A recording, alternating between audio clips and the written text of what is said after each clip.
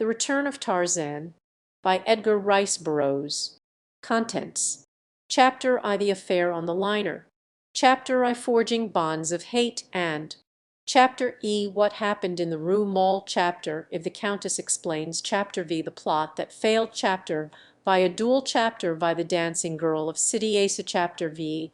The Fight in the Desert. Chapter X. Numa El Adria. Chapter X. Through the Valley of the Shadow. Chapter Xi. John Caldwell. London. Chapter Sea Ships That Pass. Chapter We. The Wreck of the Lady Alice. Chapter Xiv. Back to the Primitive. Chapter X. From Ape to Savage. Chapter XV. The Ivory Raiders. Chapter XVI. The White Chief of the Waziri. Chapter XVI. The Lottery of Death. Chapter VI. The City of Gold. Chapter XXLA. Chapter XXI. The Castaways. Chapter XI. The Treasure. Ejaculated the Countess de Caude beneath her breath. And questioned the Count, turning toward his young wife. "What is it that is magnificent?" And the Count bent his eyes in various directions in quest of the object of her admiration. "Oh, nothing at all, my dear," replied the Countess, a slight flush momentarily coloring her already pink cheek. "I was but recalling with admiration those stupendous skyscrapers, as they call them, of New York." And the fair Countess settled herself more comfortably in her steamer chair, and resumed the magazine which nothing at all had caused her to let fall upon her lap.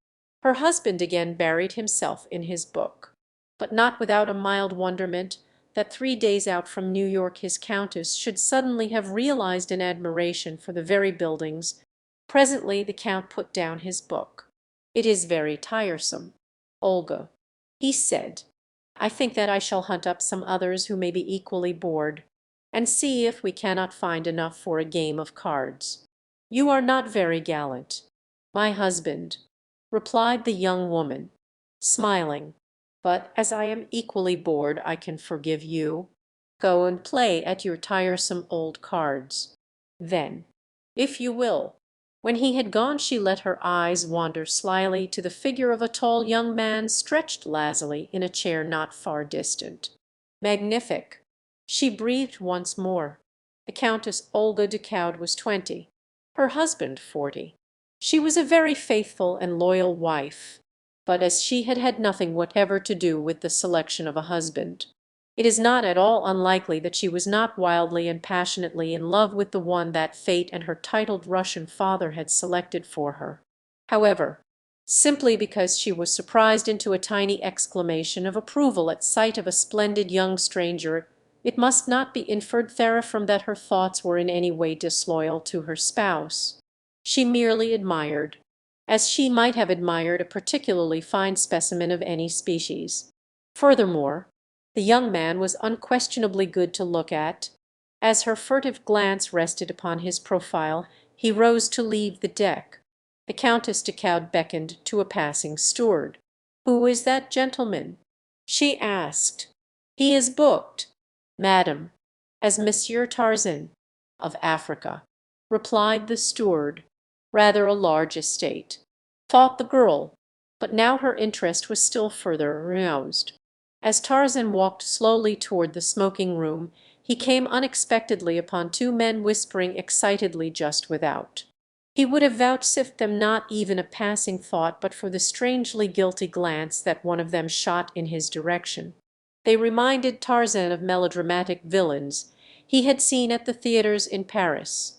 Both were very dark, and this, in connection with the shrugs and stealthy glances that accompanied their palpable intriguing, lent still greater force to the similarity. Tarzan entered the smoking room, and sought a chair a little apart from the others who were there. He felt in no mood for conversation, and as he sipped his absinthe he let his mind run rather sorrowfully over the past few weeks of his life. Time and again he had wondered if he had acted wisely in renouncing his birthright to a man to whom he owed nothing. It is true that he liked Clayton, but that was not the question. It was not for William Cecil Clayton, Lord Greystoke, that he had denied his birth. It was for the woman whom both he and Clayton had loved, and whom a strange freak of fate had given to Clayton instead of to him. That she loved him made the thing doubly difficult to bear. Yet he knew that he could have done nothing less than he did do that night within the little railway station in the far Wisconsin woods. To him her happiness was the first consideration of all, and his brief experience with civilization and civilized men had taught him that without money and position life to most of them was unendurable. Jane Porter had been born to both, and had Tarzan taken them away from her future husband it would doubtless have plunged her into a life of misery and torture. That she would have spurned Clayton once he had been stripped of both his title and his estates never for once occurred to Tarzan, for he credited to others the same honest loyalty that was so inherent a quality in himself. Nor, in this instance, had he erred. Could any one thing have further bound Jane Porter to her promise to Clayton, it would have been in the nature of some such misfortune as this overtaking him. Tarzan's thoughts drifted from the past to the future. He tried to look forward with pleasurable sensations to his return to the jungle of his birth and boyhood, the cruel, fierce jungle in which he had spent 20 of his 22 years. But who or what of all the myriad jungle life would there be to welcome his return? Not one. Only Tantor, the elephant. Could he call friend? The others would hunt him or flee from him, as had been their way in the past. Not even the apes of his own tribe would extend the hand of fellowship to him. If civilization had done nothing else for Tarzan of the Apes, it had to some extent taught him to crave the society of his own kind, and to feel with genuine pleasure the congenial warmth of companionship, and in the same ratio had it made any other life distasteful to him. It was difficult to imagine a world without a friend, without a living thing who spoke the new tongues which Tarzan had learned to love so well. And so it was that Tarzan looked with little relish upon the future he had mapped out for himself. As he sat musing over his cigarette his eyes fell upon a mirror before him, and in it he saw reflected a table at which 4 men sat at cards. Presently one of them rose to leave, and then another approached, and Tarzan could see that he courteously offered to fill the vacant chair, that the game might not be interrupted. He was the smaller of the two whom Tarzan had seen whispering just outside the smoking room. It was this fact that aroused a faint spark of interest in Tarzan, and so as he speculated upon the future he watched in the mirror the reflection of the players at the table behind him. Aside from the man who had but just entered the game, Tarzan knew the name. It was he who sat opposite the new player, Count Roald de Coude, whom an over-attentive steward had pointed out as one of the celebrities of the passage, describing him as a man high in the official family of the French Minister of War. Suddenly Tarzan's attention was riveted upon the picture in the glass. The other swarthy plotter had entered, and was standing behind the Count's chair. Tarzan saw him turn and glance furtively about the room, but his eyes did not rest for a sufficient time upon the mirror to note the reflection of Tarzan's watchful eyes. Stealthily the man withdrew something from his pocket. Tarzan could not discern what the object was, for the man's hand covered it. Slowly the hand approached the Count, and then, very deftly, the thing that was in it was transferred to the Count's pocket. The man remained standing where he could watch the Frenchman's cards. Tarzan was puzzled, but he was all attention now, nor did he permit another detail of the incident to escape him. The play went on for some 10 minutes after this, until the Count won a considerable wager from him who had last joined the game, and then Tarzan saw the fellow back of the Count's chair nod his head to his confederate. Instantly the player arose and pointed a finger at the Count. "Had I known that monsieur was a professional card sharp I had not been so ready to be drawn into the game," he said. Instantly the Count and the 2 other players were upon their feet. De Coude's face went white. "What do you mean?" "Sir," he cried, "do you know to whom you speak?" "I know that I speak, for the last time, to one who cheats at cards," replied the fellow. The Count leaned across the table and struck the man full in the mouth with his open palm, and then the others closed in between them. "There is some mistake, sir. cried one of the other players. "Why, this is Count de Caude, of France." "If I am mistaken," said the accuser, "I shall gladly apologize. But before I do so, first let Monsieur le Count explain the extra cards which I saw him drop into his side pocket." And then the man whom Tarzan had seen drop them there turned to sneak from the room. But to his annoyance he found the exit barred by a tall, grey-eyed stranger. "Pardon," said the man brusquely, attempting to pass to one side. "Wait," said Tarzan.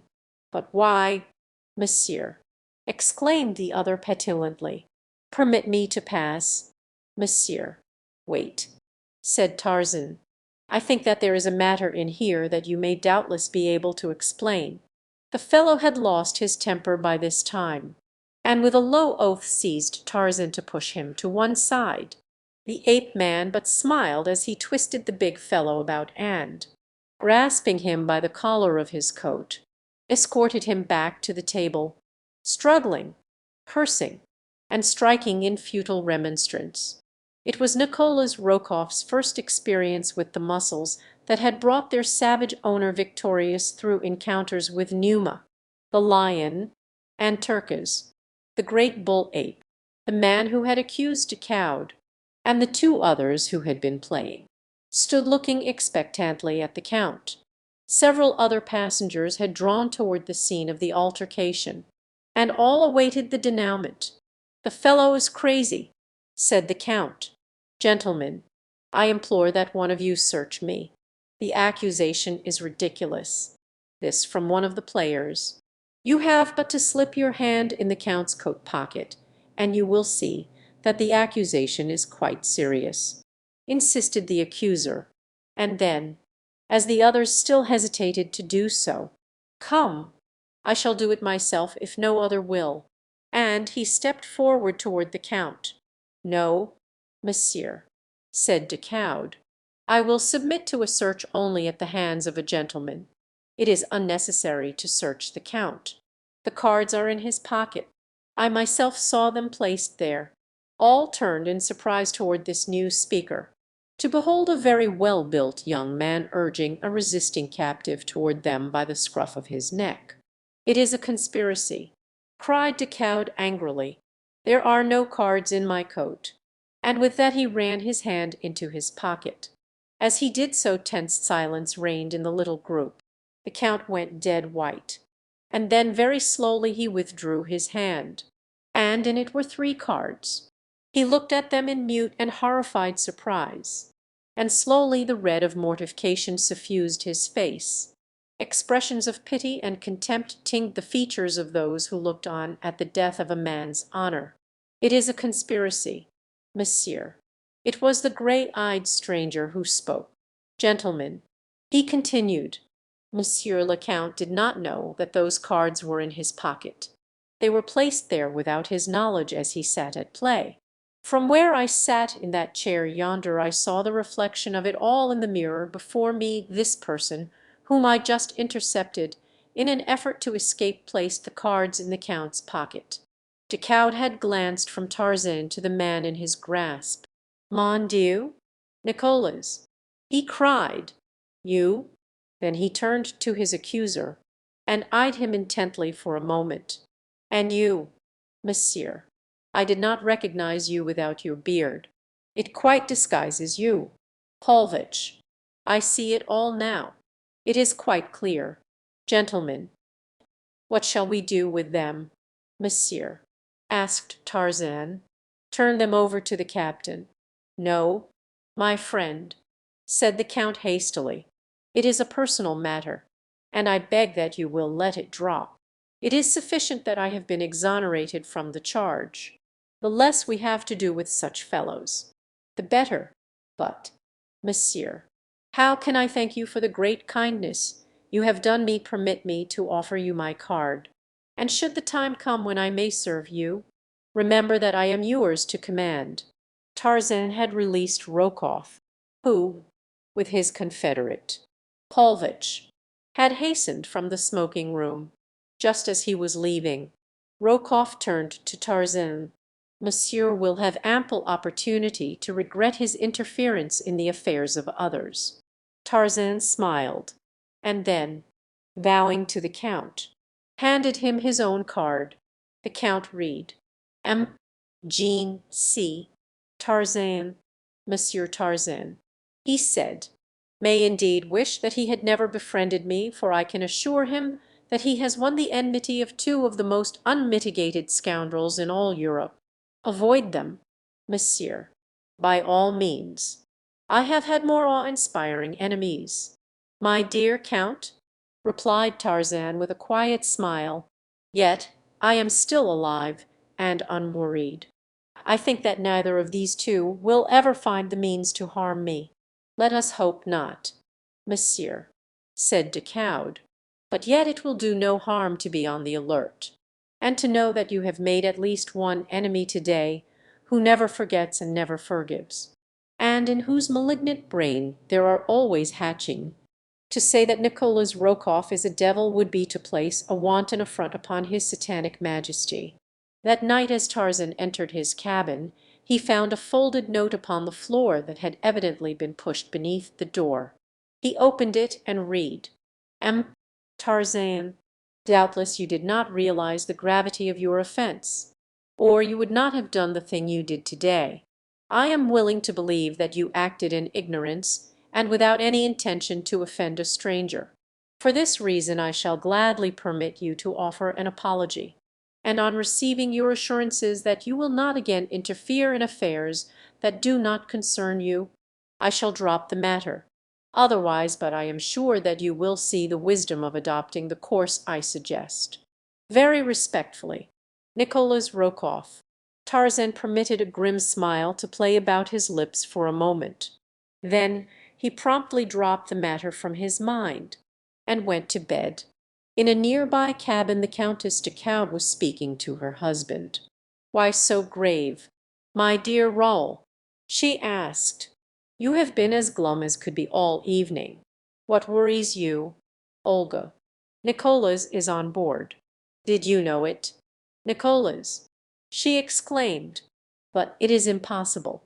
"Raoul, it cannot be. Nicholas is under arrest in Germany.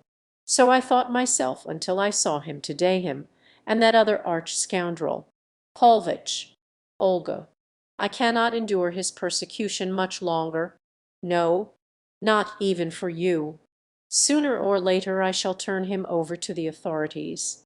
In fact, I am half-minded to explain all to the captain before we land. On a French liner it were an easy matter, Olga, permanently to settle this nemesis of ours. Oh, no, Raoul," cried the Countess, sinking to her knees before him as he sat, with bowed head upon a divan. "Do not do that. Remember your promise to me. Tell me, Raoul, that you will not do that. Do not even threaten him. Raoul." Decoud took his wife's hands in his, and gazed upon her pale and troubled countenance for some time before he spoke, as though he would wrest from those beautiful eyes the real reason which prompted her to shield this man. "Let it be as you wish, Olga," he said at length. "I cannot understand. He has forfeited all claim upon your love, loyalty, or respect. He is a menace to your life and honor, and the life and honor of your husband. I trust you may never regret championing him." "I do not champion him, Raoul," she interrupted vehemently. "I believe that I hate him as much as you do. But no, Raoul, blood is thicker than water. I should today have liked to sample the consistency of his," growled Decoud grimly.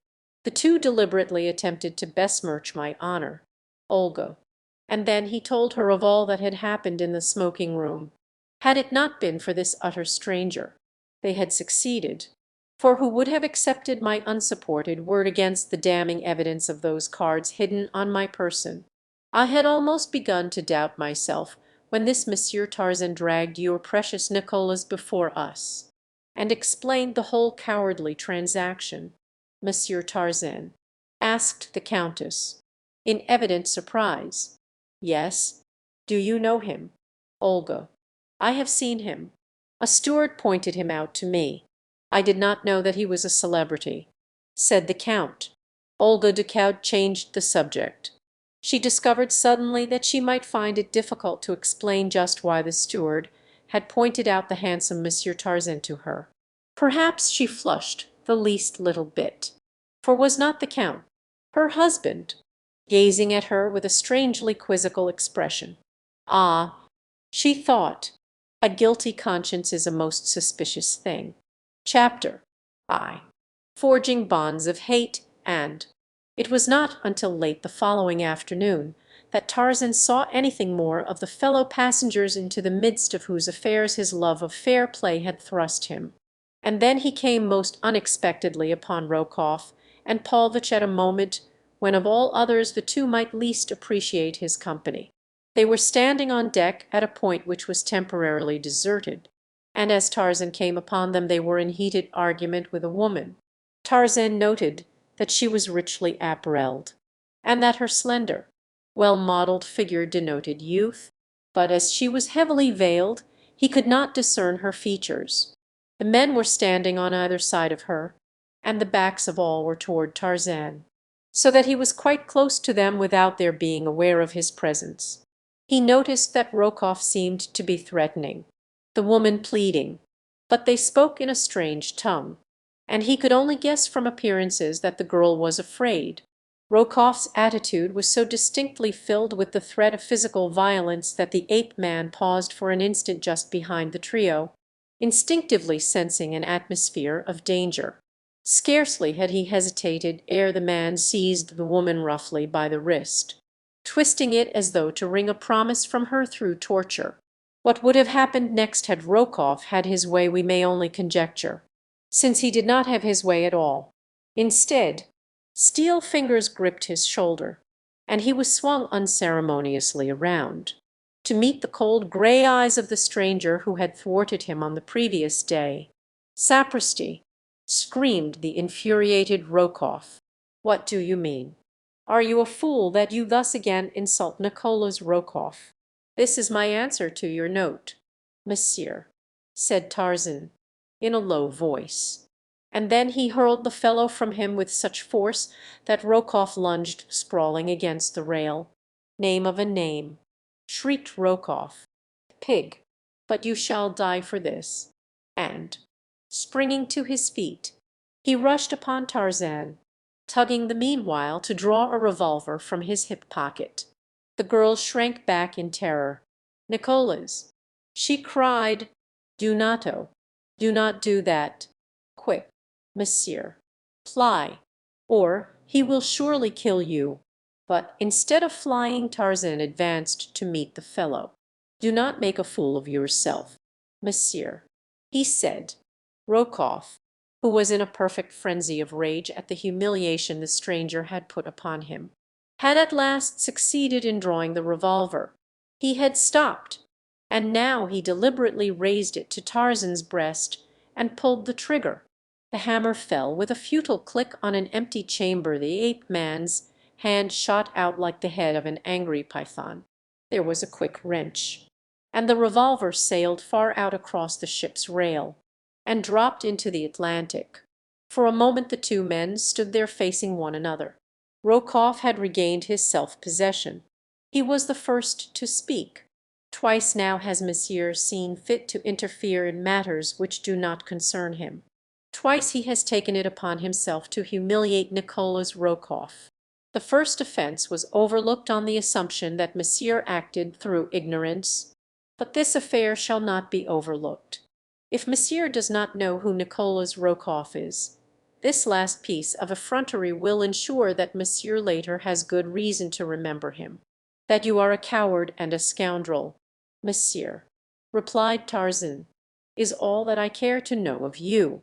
And he turned to ask the girl if the man had hurt her, but she had disappeared. Then, without even a glance toward Rokoff and his companion, he continued his stroll along the deck.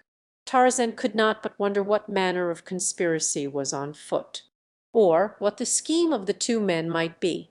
There had been something rather familiar about the appearance of the veiled woman to whose rescue he had just come. But as he had not seen her face, he could not be sure that he had ever seen her before. The only thing about her that he had particularly noticed was a ring of peculiar workmanship upon a finger of the hand that Rokoff had seized, and he determined to note the fingers of the women passengers he came upon thereafter, that he might discover the identity of her whom Rokoff was persecuting, and learn if the fellow had offered her further annoyance.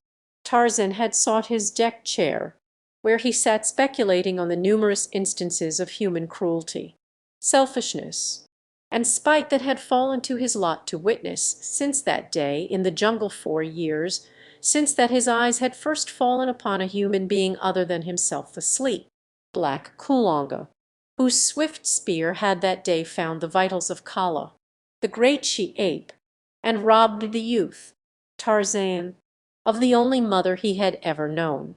He recalled the murder of King by the rat-faced Snipes, the abandonment of Professor Porter and his party by the mutineers of the Arrow, the cruelty of the black warriors and women of Mbonga to their captives, the petty jealousies of the civil and military officers of the West Coast colony that had afforded him his first introduction to the civilized world.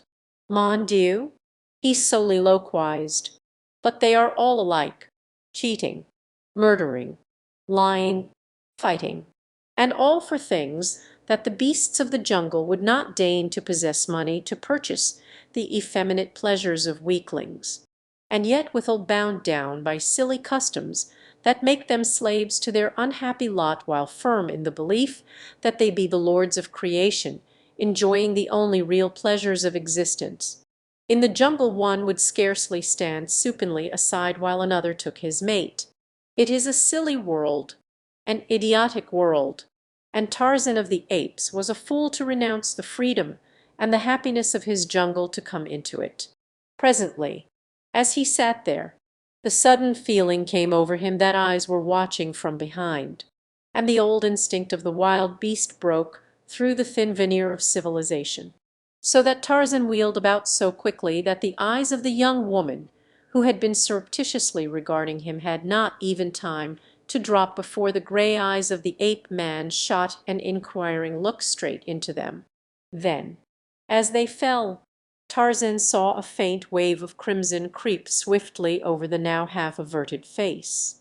He smiled to himself at the result of his very uncivilized and ungallant action, for he had not lowered his own eyes when they met those of the young woman. She was very young, and equally good to look upon. Further, there was something rather familiar about her that set Tarzan to wondering where he had seen her before. He resumed his former position, and presently he was aware that she had arisen and was leaving the deck. As she passed, Tarzan turned to watch her, in the hope that he might discover a clue to satisfy his mild curiosity as to her identity. Nor was he disappointed entirely, for as she walked away she raised one hand to the black, waving mass at the nape of her neck, the peculiarly feminine gesture that admits cognizance of appraising eyes behind her, and Tarzan saw upon a finger of this hand the ring of strange workmanship. So it was this beautiful young woman Rokoff had been persecuting. Tarzan wondered in a lazy sort of way whom she might be, and what relations one so lovely could have with the surly, bearded Russian.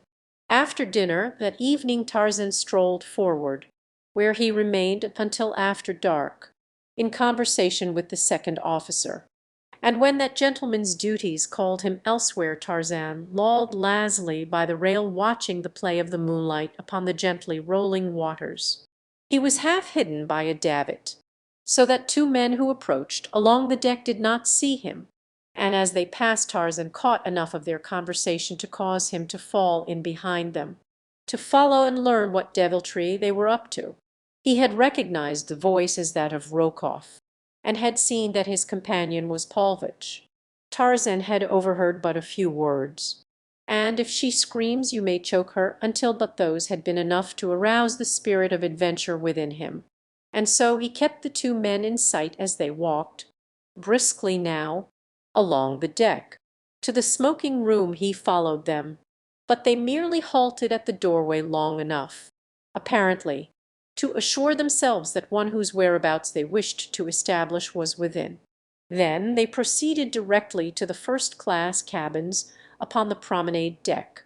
Here Tarzan found greater difficulty in escaping detection, but he managed to do so successfully. As they halted before one of the polished hardwood doors, Tarzan slipped into the shadow of a passageway not a dozen feet from them. To their knock a woman's voice asked in French, "Who is it?" "It is I, Olga Nicholas," was the answer, in Rokoff's now familiar guttural. "May I come in?" "Why do you not cease persecuting me, Nicholas?" came the voice of the woman from beyond the thin panel. "I have never harmed you. Come, come, Olga," urged the man in propitiatory tones. "I but ask a half-dozen words with you. I shall not harm you, nor shall I enter your cabin, but I cannot shout my message through the door." Tarzan heard the catch click as it was released from the inside. He stepped out from his hiding place far enough to see what transpired when the door was opened, for he could not but recall the sinister words he had heard a few moments before upon the deck. "And if she screams, you may choke her." Rokoff was standing directly in front of the door. Paulvitch had flattened himself against the panelled wall of the corridor beyond. The door opened. Rokoff half entered the room, and stood with his back against the door, speaking in a low whisper to the woman, whom Tarzan could not see. Then Tarzan heard the woman's voice, level, but loud enough to distinguish her words. "No, Nicholas," she was saying, "it is useless. Threaten as you will, I shall never accede to your demands. Leave the room, please. You have no right here. You promised not to enter. Very well, Olga, I shall not enter. But before I am done with you, you shall wish 1,000 times that you had done at once the favor I have asked. In the end I shall win anyway, so you might as well save trouble and time for me and disgrace for yourself." "Nicholas," interrupted the woman, and then Tarzan saw Rokoff turn and nod to Paulvitch, who sprang quickly toward the doorway of the cabin, rushing in past Rokoff, who held the door open for him. Then the latter stepped quickly out. The door closed. Tarzan heard the click of the lock as Paulvitch turned it from the inside. Rokoff remained standing before the door, with head bent, as though to catch the words of the two within. A nasty smile curled his bearded lip. Tarzan could hear the woman's voice commanding the fellow to leave her cabin. "I shall send for my husband," she cried. "He will show you no mercy." Paulvitch's sneering laugh came through the polished panels. "The purser will fetch your husband." "Madame," said the man, "in fact, that officer has already been notified that you are entertaining a man other than your husband behind the locked door of your cabin." "Bah!" cried the woman. "My husband will know. Most assuredly your husband will know. But the purser will not, nor will the newspaper men who shall in some mysterious way hear of it on our landing. But they will think it a fine story, and so will all your friends when they read of it at breakfast on Let Me See. This is Tuesday, yes, when they read of it at breakfast next Friday morning. Nor will it detract from the interest they will all feel when they learn that the man whom Madame entertained is a Russian servant, her brother's valet. To be quite exact, Alexis Paulvitch," came the woman's voice, cold and fearless. "You are a coward, and when I whisper a certain name in your ear you will think better of your demands upon me and your threats against me, and then you will leave my cabin quickly. Nor do I think that ever again will you, at least, annoy me." And there came a moment's silence in which Tarzan could imagine the woman leaning toward the scoundrel and whispering the thing she had hinted at into his ear. Only a moment of silence, and then a startled oath from the man, the scuffling of feet, a woman's scream, and silence. But scarcely had the cry ceased before the ape-man had leaped from his hiding place. Rokoff started to run. But Tarzan grasped him by the collar and dragged him back. Neither spoke, for both felt instinctively that murder was being done in that room, and Tarzan was confident that Rokoff had had no intention that his confederate should go that far. He felt that the man's aims were deeper than that, deeper, and even more sinister than brutal, cold-blooded murder, without hesitating to question those within. The ape-man threw his giant shoulder against the frail panel, and in a shower of splintered wood he entered the cabin, dragging Rokoff after him. Before him, on a couch, the woman lay, and on top of her was Paulvitch, his fingers gripping the fair throat, while his victim's hands beat futilely at his face, tearing desperately at the cruel fingers that were forcing the life from her. The noise of his entrance brought Paulvitch to his feet, where he stood glowering menacingly at Tarzan. The girl rose falteringly to a sitting posture upon the couch. One hand was at her throat, and her breath came in little gasps. Although dishevelled and very pale, Tarzan recognized her as the young woman whom he had caught staring at him on deck earlier in the day. "What is the meaning of this?" said Tarzan, turning to Rokoff, whom he intuitively singled out as the instigator of the outrage. The man remained silent, scowling.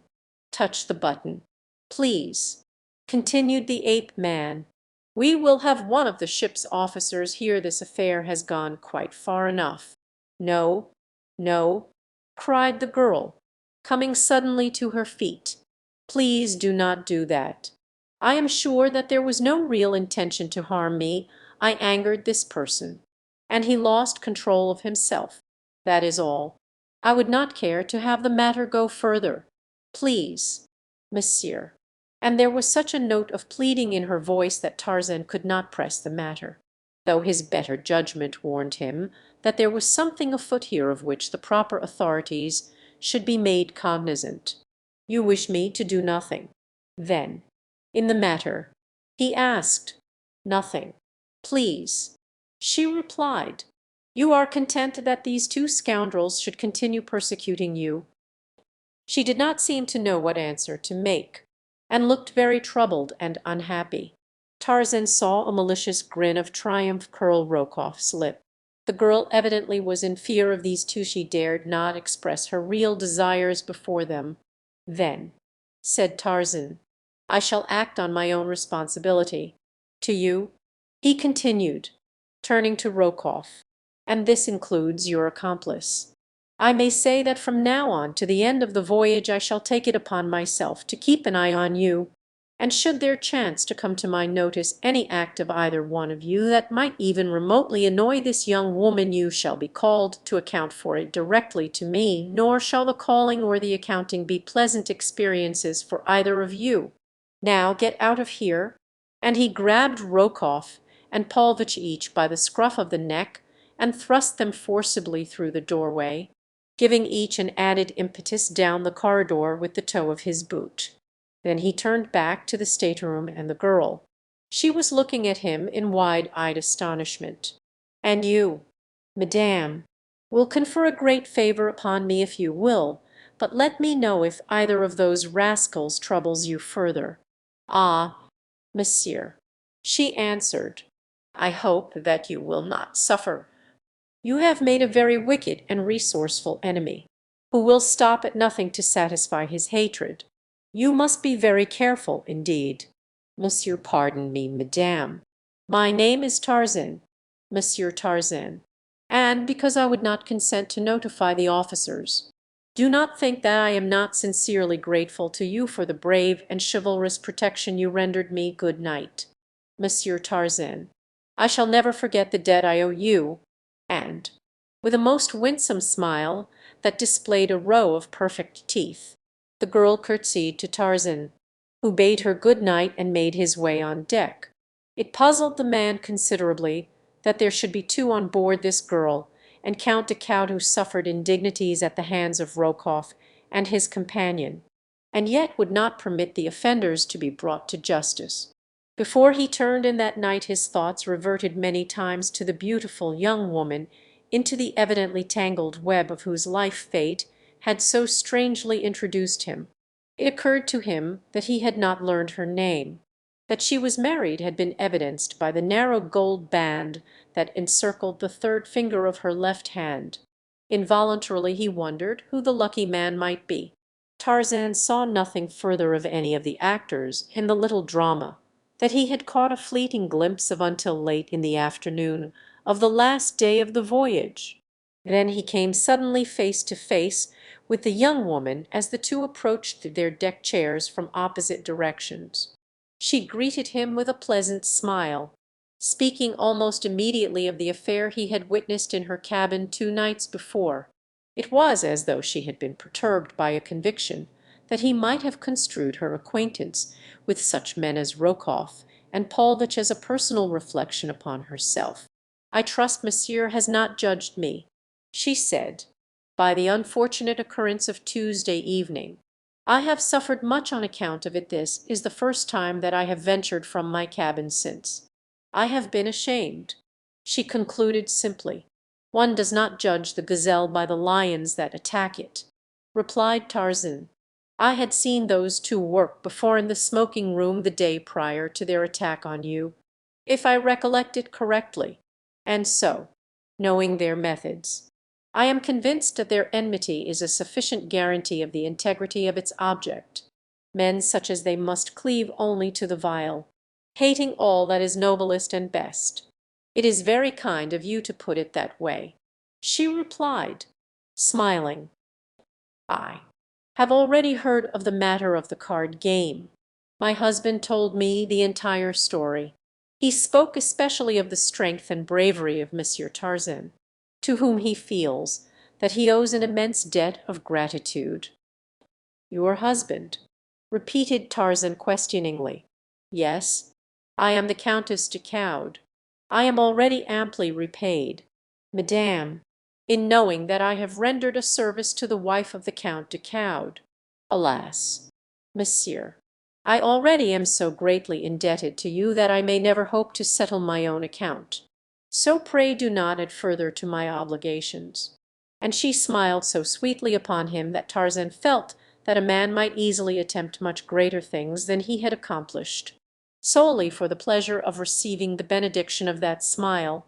He did not see her again that day, and in the rush of landing on the following morning he missed her entirely. But there had been something in the expression of her eyes as they parted on deck the previous day that haunted him. It had been almost wistful as they had spoken of the strangeness of the swift friendships of an ocean crossing, and of the equal ease with which they are broken forever. Tarzan wondered if he should ever see her again. Chapter E. What happened in the Rue Mall on his arrival in Paris. Tarzan had gone directly to the apartments of his old friend, Darnett, where the naval lieutenant had scored him roundly for his decision to renounce the title and estates that were rightly his from his father, John Clayton, the late Lord Greystoke. "You must be mad, my friend," said Darnett, thus lightly to give up not alone wealth and position, but an opportunity to prove beyond doubt. "It is incredible that they could have believed you Miss Porter least of all.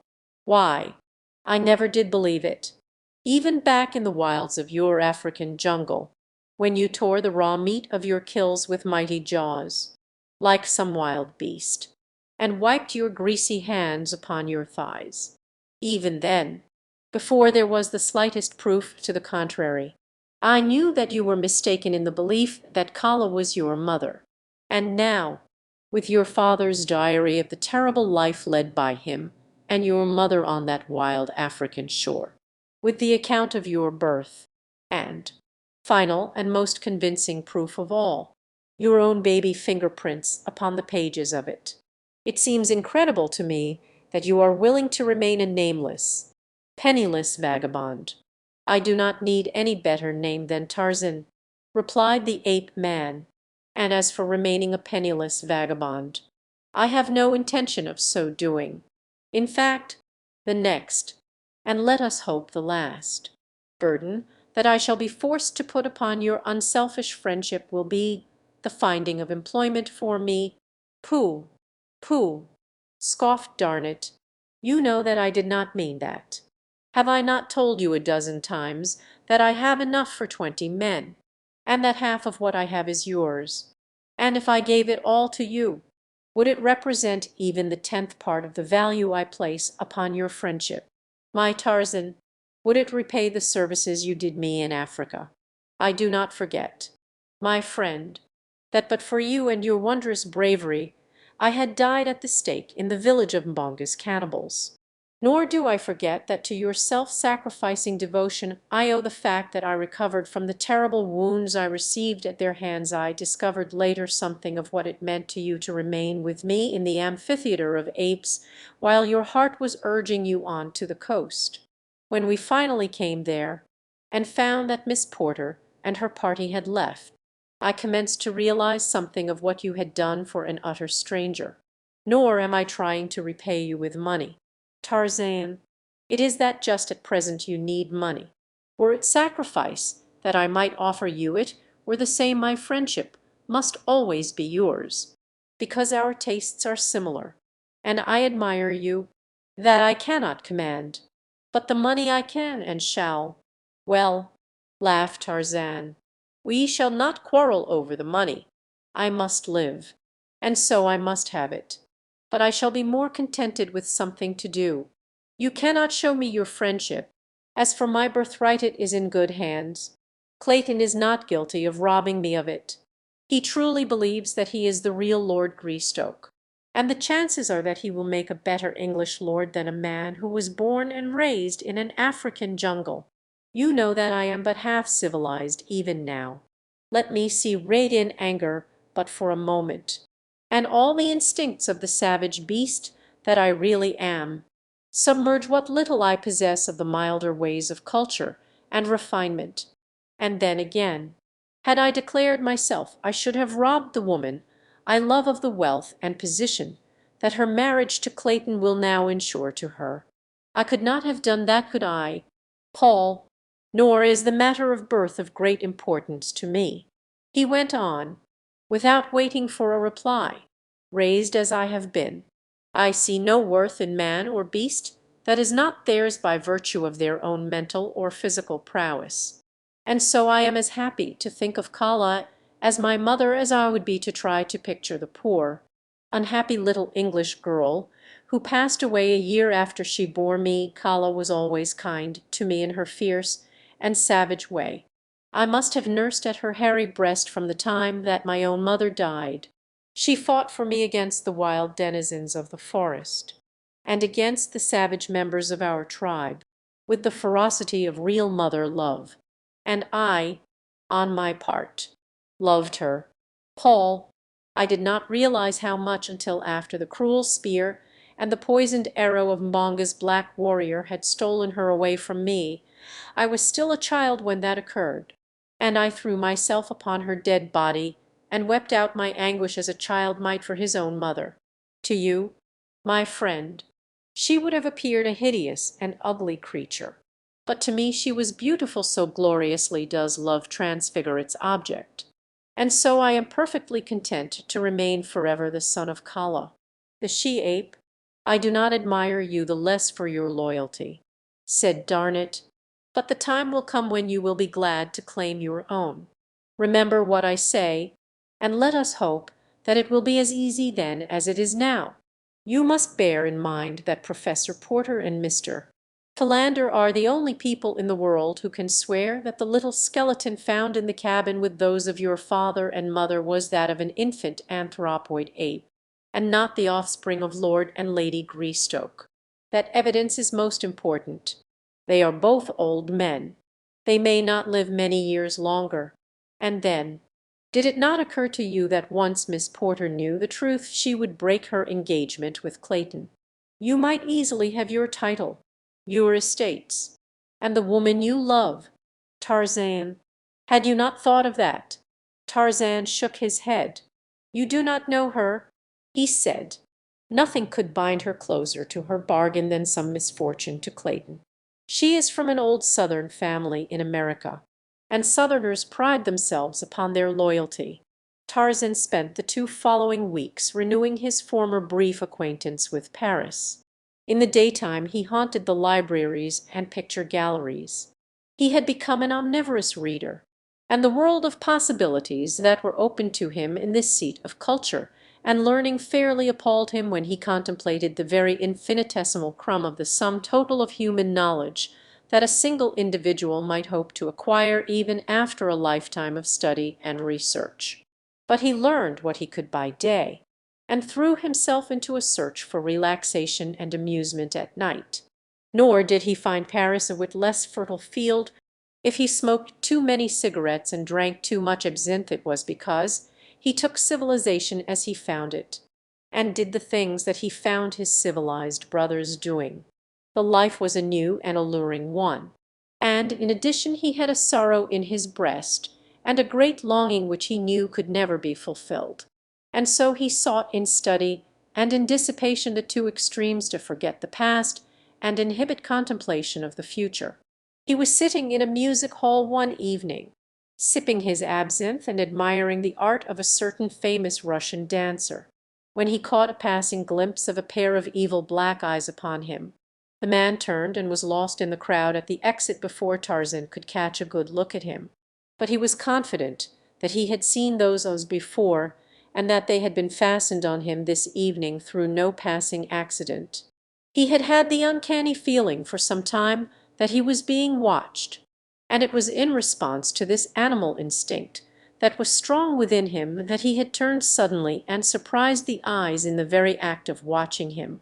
Before he left the music hall the matter had been forgotten, nor did he notice the swarthy individual who stepped deeper into the shadows of an opposite doorway as Tarzan emerged from the brilliantly lighted amusement hall.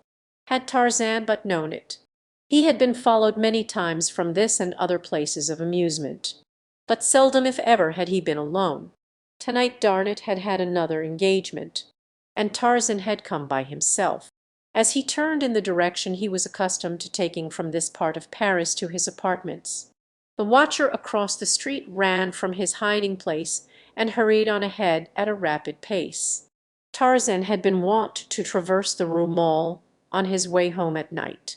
Because it was very quiet and very dark it reminded him more of his beloved African jungle than did the noisy and garish streets surrounding it. If you are familiar with your Paris you will recall the narrow, forbidding precincts of the Rue Maule. If you are not, you need but ask the police about it to learn that in all Paris there is no street to which you should give a wider berth after dark. On this night Tarzan had proceeded some 2 squares through the dense shadows of the squalid old tenements which line this dismal way when he was attracted by screams and cries for help from the 3rd floor of an opposite building. The voice was a woman's.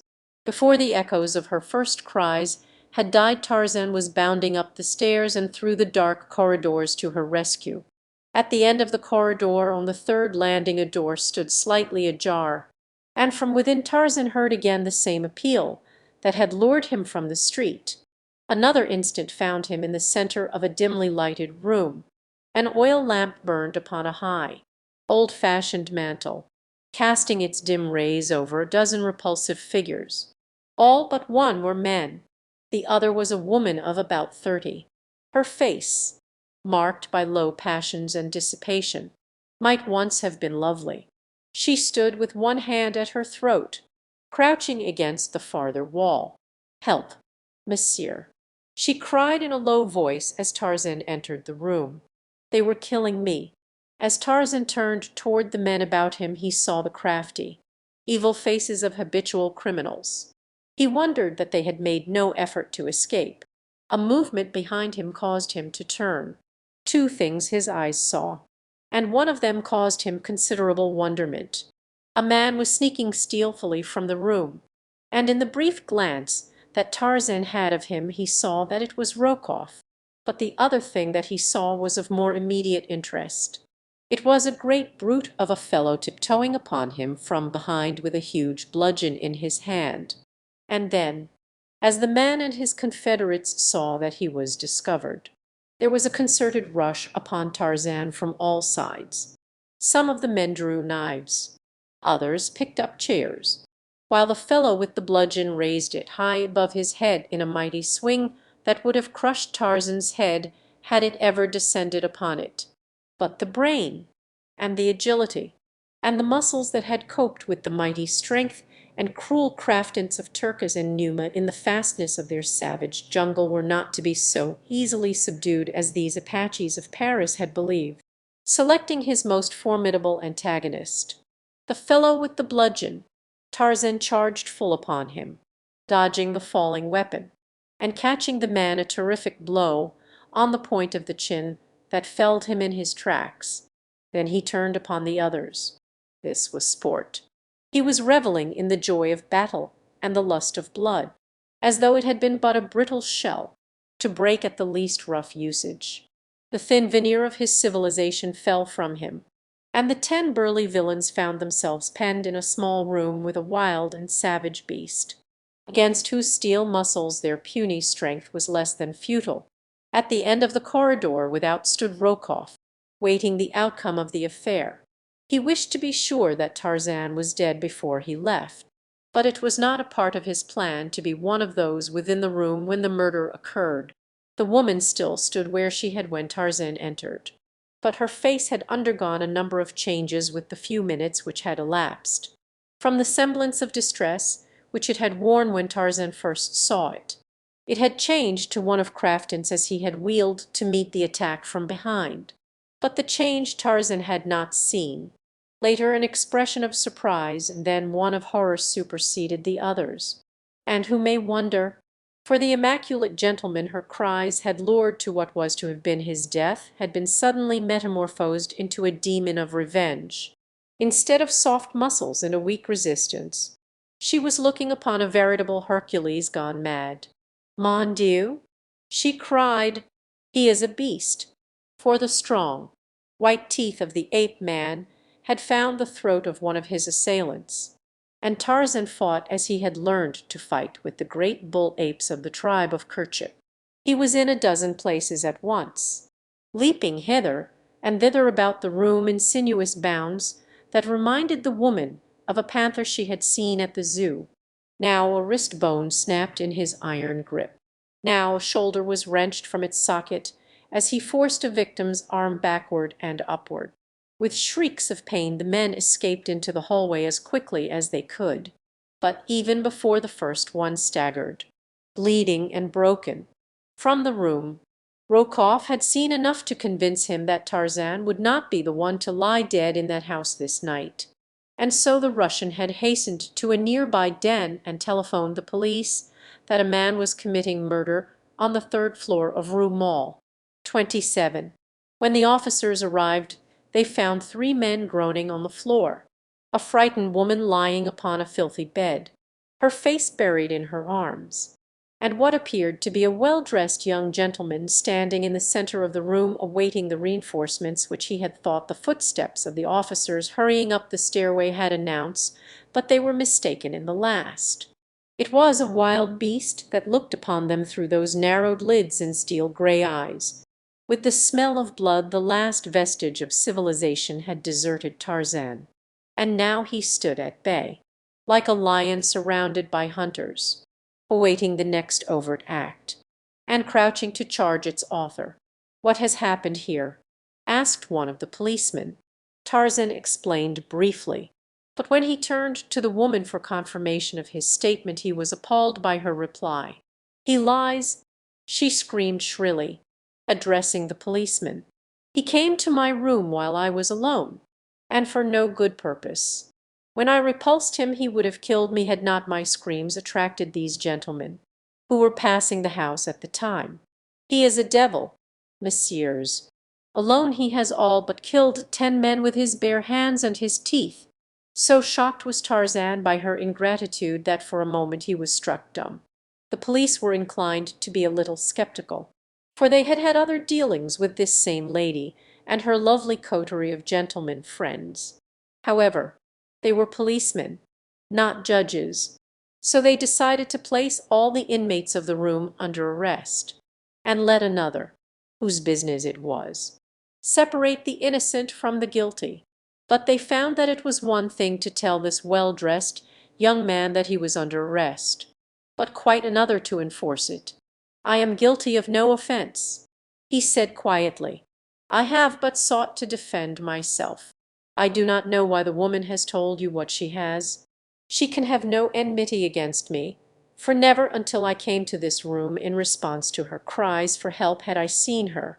"Come, come," said one of the officers. "There are judges to listen to all that." And he advanced to lay his hand upon Tarzan's shoulder.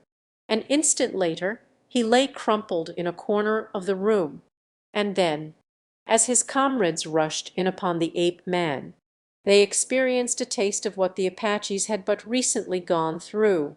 So quickly and so roughly did he handle them that they had not even an opportunity to draw their revolvers. During the brief fight Tarzan had noted the open window and, beyond, the stem of a tree, or a telegraph pole, he could not tell which. As the last officer went down, one of his fellows succeeded in drawing his revolver and, from where he lay on the floor, fired at Tarzan. The shot missed, and before the man could fire again Tarzan had swept the lamp from the mantel and plunged the room into darkness. The next they saw was a lithe form spring to the sill of the open window and leap, panther-like, onto the pole across the walk.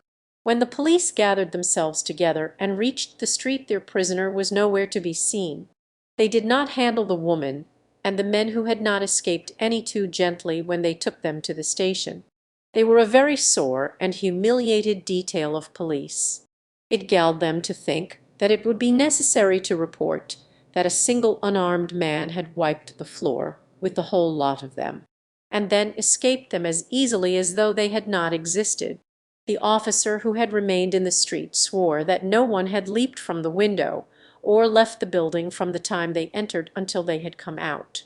His comrades thought that he lied, but they could not prove it. When Tarzan found himself clinging to the pole outside the window, he followed his jungle instinct and looked below for enemies before he ventured down. It was well he did, for just beneath stood a policeman. Above, Tarzan saw no one, so he went up instead of down. The top of the pole was opposite the roof of the building, so it was but the work of an instant for the muscles that had for years sent him hurtling through the treetops of his primeval forest to carry him across the little space between the pole and the roof. From one building he went to another, and so on, with much climbing, until at a cross street he discovered another pole, down which he ran to the ground. For a square or two he ran swiftly. Then he turned into a little all-night cuff, and in the lavatory removed the evidences of his over-roof promenade from hands and clothes. When he emerged a few moments later, it was to saunter slowly on toward his apartments. Not far from them he came to a well-lighted boulevard which it was necessary to cross. As he stood directly beneath a brilliant arc light, waiting for a limousine that was approaching to pass him, he heard his name called in a sweet feminine voice. Looking up, he met the smiling eyes of Olga Decaud as she leaned forward upon the back seat of the machine. He bowed very low in response to her friendly greeting. When he straightened up the machine had borne her away. "Rokoff," he soliloquized, "Paris is not so large. After all, chapter Iv. The Countess explains your Paris is more dangerous than my savage jungles. Paul," concluded Tarzan, after narrating his adventures to his friend the morning following his encounter with the Apaches and police in the Rue Mall. "Why did they lure me there? Were they hungry?" Darnett feigned a horrified shudder, but he laughed at the quaint suggestion. It is difficult to rise above the jungle standards and reason by the light of civilized ways. Is it not, my friend? He queried banteringly. Civilized ways. Forsooth, scoffed Tarzan. Jungle standards do not countenance wanton atrocities. There we kill for food and for self-preservation, or in the winning of mates and the protection of the young, always, you see, in accordance with the dictates of some great natural law. But here, Thaw, your civilized man is more brutal than the Brutus. He kills wantonly, and, worse than that, he utilizes a noble sentiment, the brotherhood of man, as a lure to entice his unwary victim to his doom. It was in answer to an appeal from a fellow being that I hastened to that room where the assassins lay in wait for me. I did not realize, I could not realize for a long time afterward, that any woman could sink to such moral depravity as that one must have to call would-be rescuer to death. But it must have been so the sight of Rokoff there, and the woman's later repudiation of me, to the police make it impossible to place any other construction upon her acts. Rokoff must have known that I frequently passed through the Rue Mall. He lay in wait for me, his entire scheme worked out to the last detail, even to the woman's story in case a hitch should occur in the program, such as really did happen. It is all perfectly plain to me.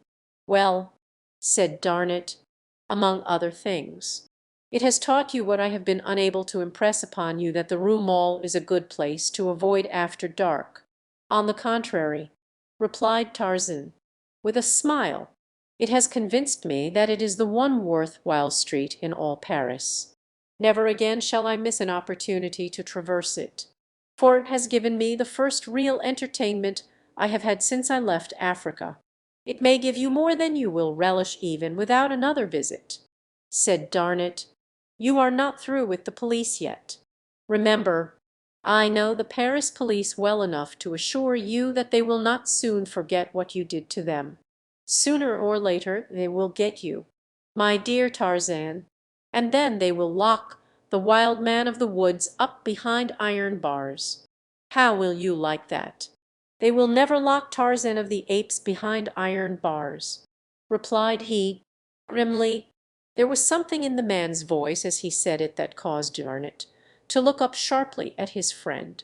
What he saw in the set jaw and the cold grey eyes made the young Frenchman very apprehensive for this great child, who could recognize no law mightier than his own mighty physical prowess.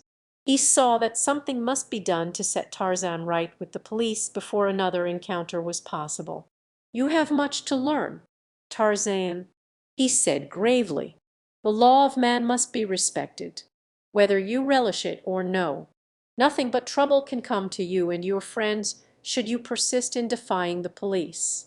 I can explain it to them once for you, and that I shall do this very day. But hereafter you must obey the law. If its representatives say come, you must come. If they say go, you must go. Now we shall go to my great friend in the department and fix up this matter of the Rue Mall. Come." Together they entered the office of the police official a half-hour later. He was very cordial. He remembered Tarzan from the visit the two had made him several months prior in the matter of finger-prints. When Darnett had concluded the narration of the events which had transpired the previous evening, a grim smile was playing about the lips of the policeman. He touched a button near his hand, and as he waited for the clerk to respond to its summons, he searched through the papers on his desk for one which he finally located. "Here, Jubin," he said as the clerk entered. "Summon these officers, have them come to me at once." And he handed the man the paper he had sought. Then he turned to Tarzan. "You have committed a very grave offence, monsieur," he said, not unkindly, "and but for the explanation made by our good friend here, I should be inclined to judge you harshly. I am, instead, about to do a rather unheard-of thing. I have summoned the officers whom you maltreated last night. They shall hear Lieutenant Darnett's story, and then I shall leave it to their discretion to say whether you shall be prosecuted or not. You have much to learn about the ways of civilization. Things that seem strange or unnecessary to you, you must learn to accept until you are able to judge the motives behind them. The officers whom you attacked were but doing their duty. They had no discretion in the matter.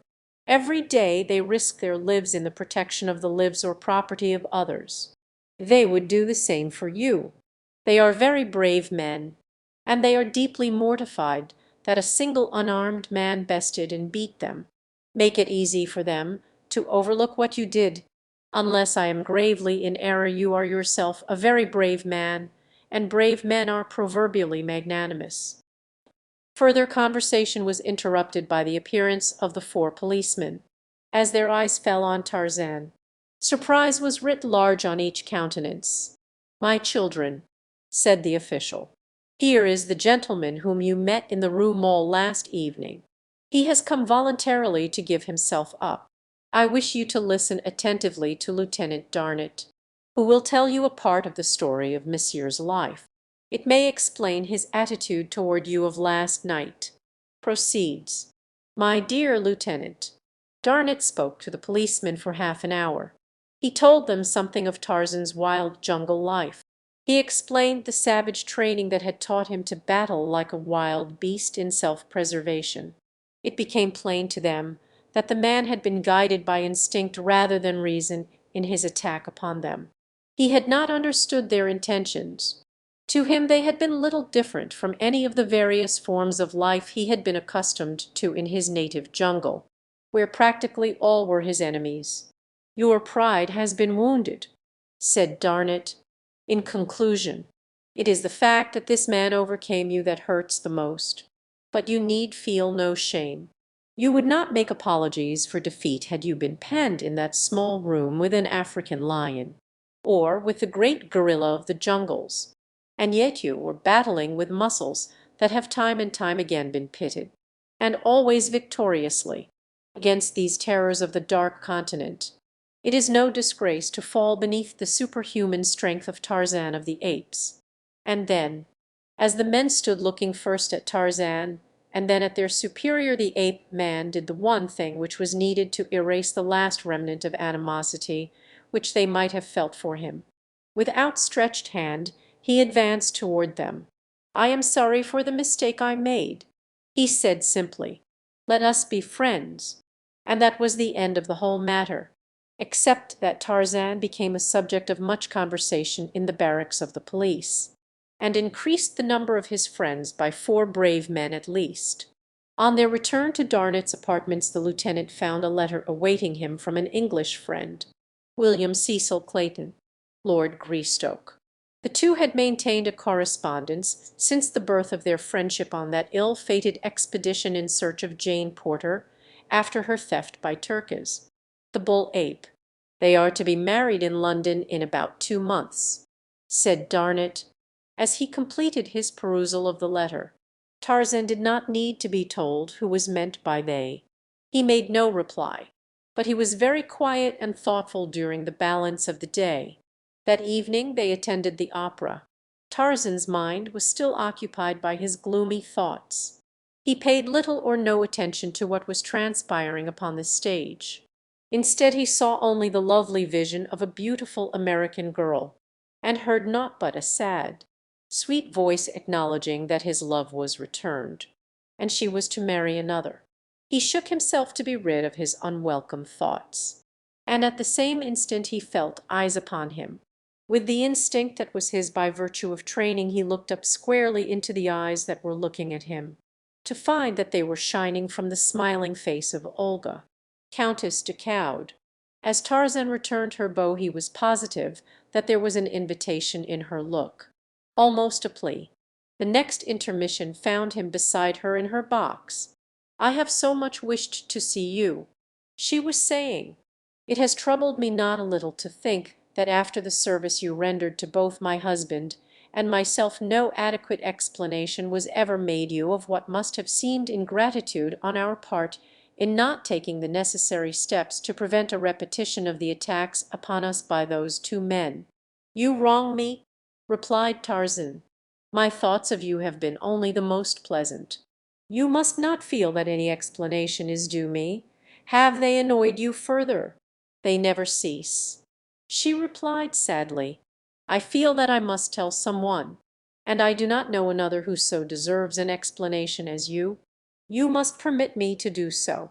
It may be of service to you, for I know Nicola's Rokoff quite well enough to be positive that you have not seen the last of him. He will find some means to be revenged upon you. What I wish to tell you may be of aid to you in combating any scheme of revenge he may harbor. I cannot tell you here. But tomorrow I shall be at home to Monsieur Tarzan at 5. It will be an eternity until tomorrow at 5, he said, as he bade her good night. From a corner of the theatre Rokoff and Paulvitch saw Monsieur Tarzan in the box of the Countess de Caude, and both men smiled. At 4:30 the following afternoon a swarthy, bearded man rang the bell at the servants' entrance of the palace of the Count de Caude. The footman who opened the door raised his eyebrows in recognition as he saw who stood without. A low conversation passed between the two. At first the footman demurred from some proposition that the bearded one made, but an instant later something passed from the hand of the caller to the hand of the servant.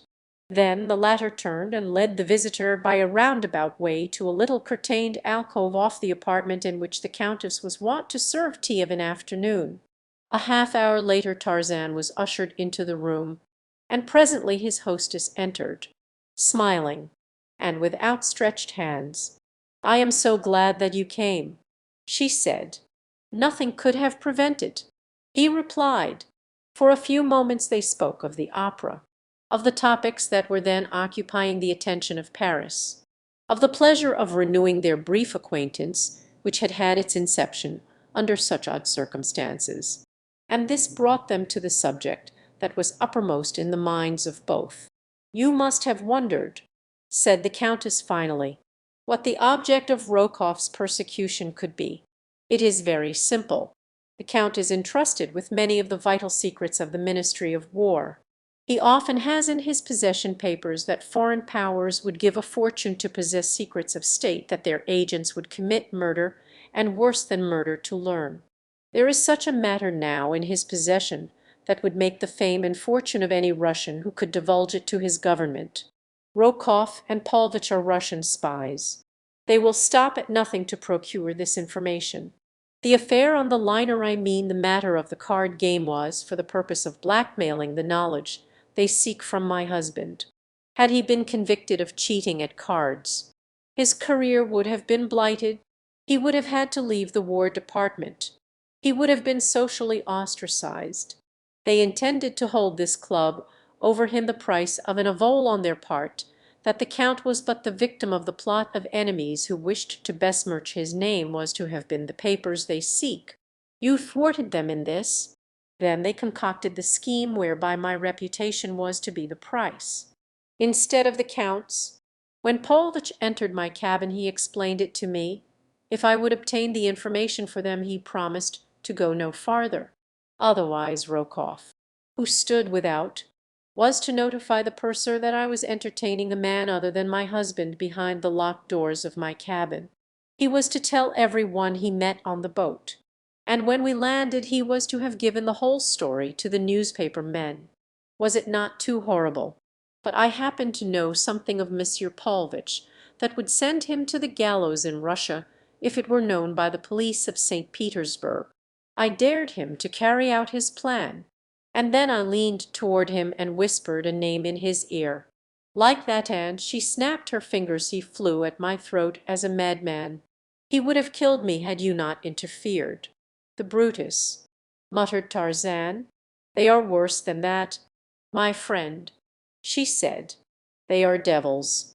I fear for you because you have gained their hatred. I wish you to be on your guard constantly. Tell me that you will, for my sake, for I should never forgive myself should you suffer through the kindness you did me." "I do not fear them," he replied. "I have survived grimmer enemies than Rokoff and Paulvitch." He saw that she knew nothing of the occurrence in the Rue Mall, nor did he mention it, fearing that it might distress her. "For your own safety," he continued, "why do you not turn the scoundrels over to the authorities? They should make quick work of them." She hesitated for a moment before replying. "There are 2 reasons," she said finally. "One of them it is that keeps the Count from doing that very thing. The other, my real reason for fearing to expose them. I have never told only Rokoff, and I know it. I wonder—" and then she paused, looking intently at him for a long time. "And what do you wonder?" he asked, smiling. I was wondering why it is that I want to tell you the thing that I have not dared tell even to my husband. I believe that you would understand, and that you could tell me the right course to follow. I believe that you would not judge me too harshly. I fear that I should prove a very poor judge, Madame," Tarzan replied, "for if you had been guilty of murder I should say that the victim should be grateful to have met so sweet a fate. Oh, dear, no," she expostulate, "it is not so terrible as that. But first let me tell you the reason the Count has for not prosecuting these men. Then, if I can hold my courage, I shall tell you the real reason that I dare not. The first is that Nicholas Rokoff is my brother. We are Russians. Nicholas has been a bad man since I can remember. He was cashiered from the Russian army, in which he held a captaincy. There was a scandal for a time, but after a while it was partially forgotten, and my father obtained a position for him in the Secret Service. There have been many terrible crimes laid at Nicola's door, but he has always managed to escape punishment. Of late he has accomplished it by trumped-up evidence convicting his victims of treason against the Tsar, and the Russian police, who are always only too ready to fasten guilt of this nature upon any and all, have accepted his version and exonerated him. Have not his attempted crimes against you and your husband forfeited whatever rights the bonds of kinship might have accorded him?" asked Tarzan. "The fact that you are his sister has not deterred him from seeking to besmirch your honor. You owe him no loyalty, Madame. Ah, but there is that other reason. If I owe him no loyalty, though he be my brother, I cannot so easily disavow the fear I hold him in because of a certain episode in my life of which he is cognizant. I might as well tell you all," she resumed after a pause, "for I see that it is in my heart to tell you sooner or later. I was educated in a convent. While there I met a man whom I supposed to be a gentleman. I knew little or nothing about men and less about love. I got it into my foolish head that I loved this man, and at his urgent request I ran away with him. We were to have been married. I was with him just 3 hours, all in the daytime, and in public places, railroad stations, and upon a train. When we reached our destination where we were to have been married, 2 officers stepped up to my escort as we descended from the train, and placed him under arrest. They took me also.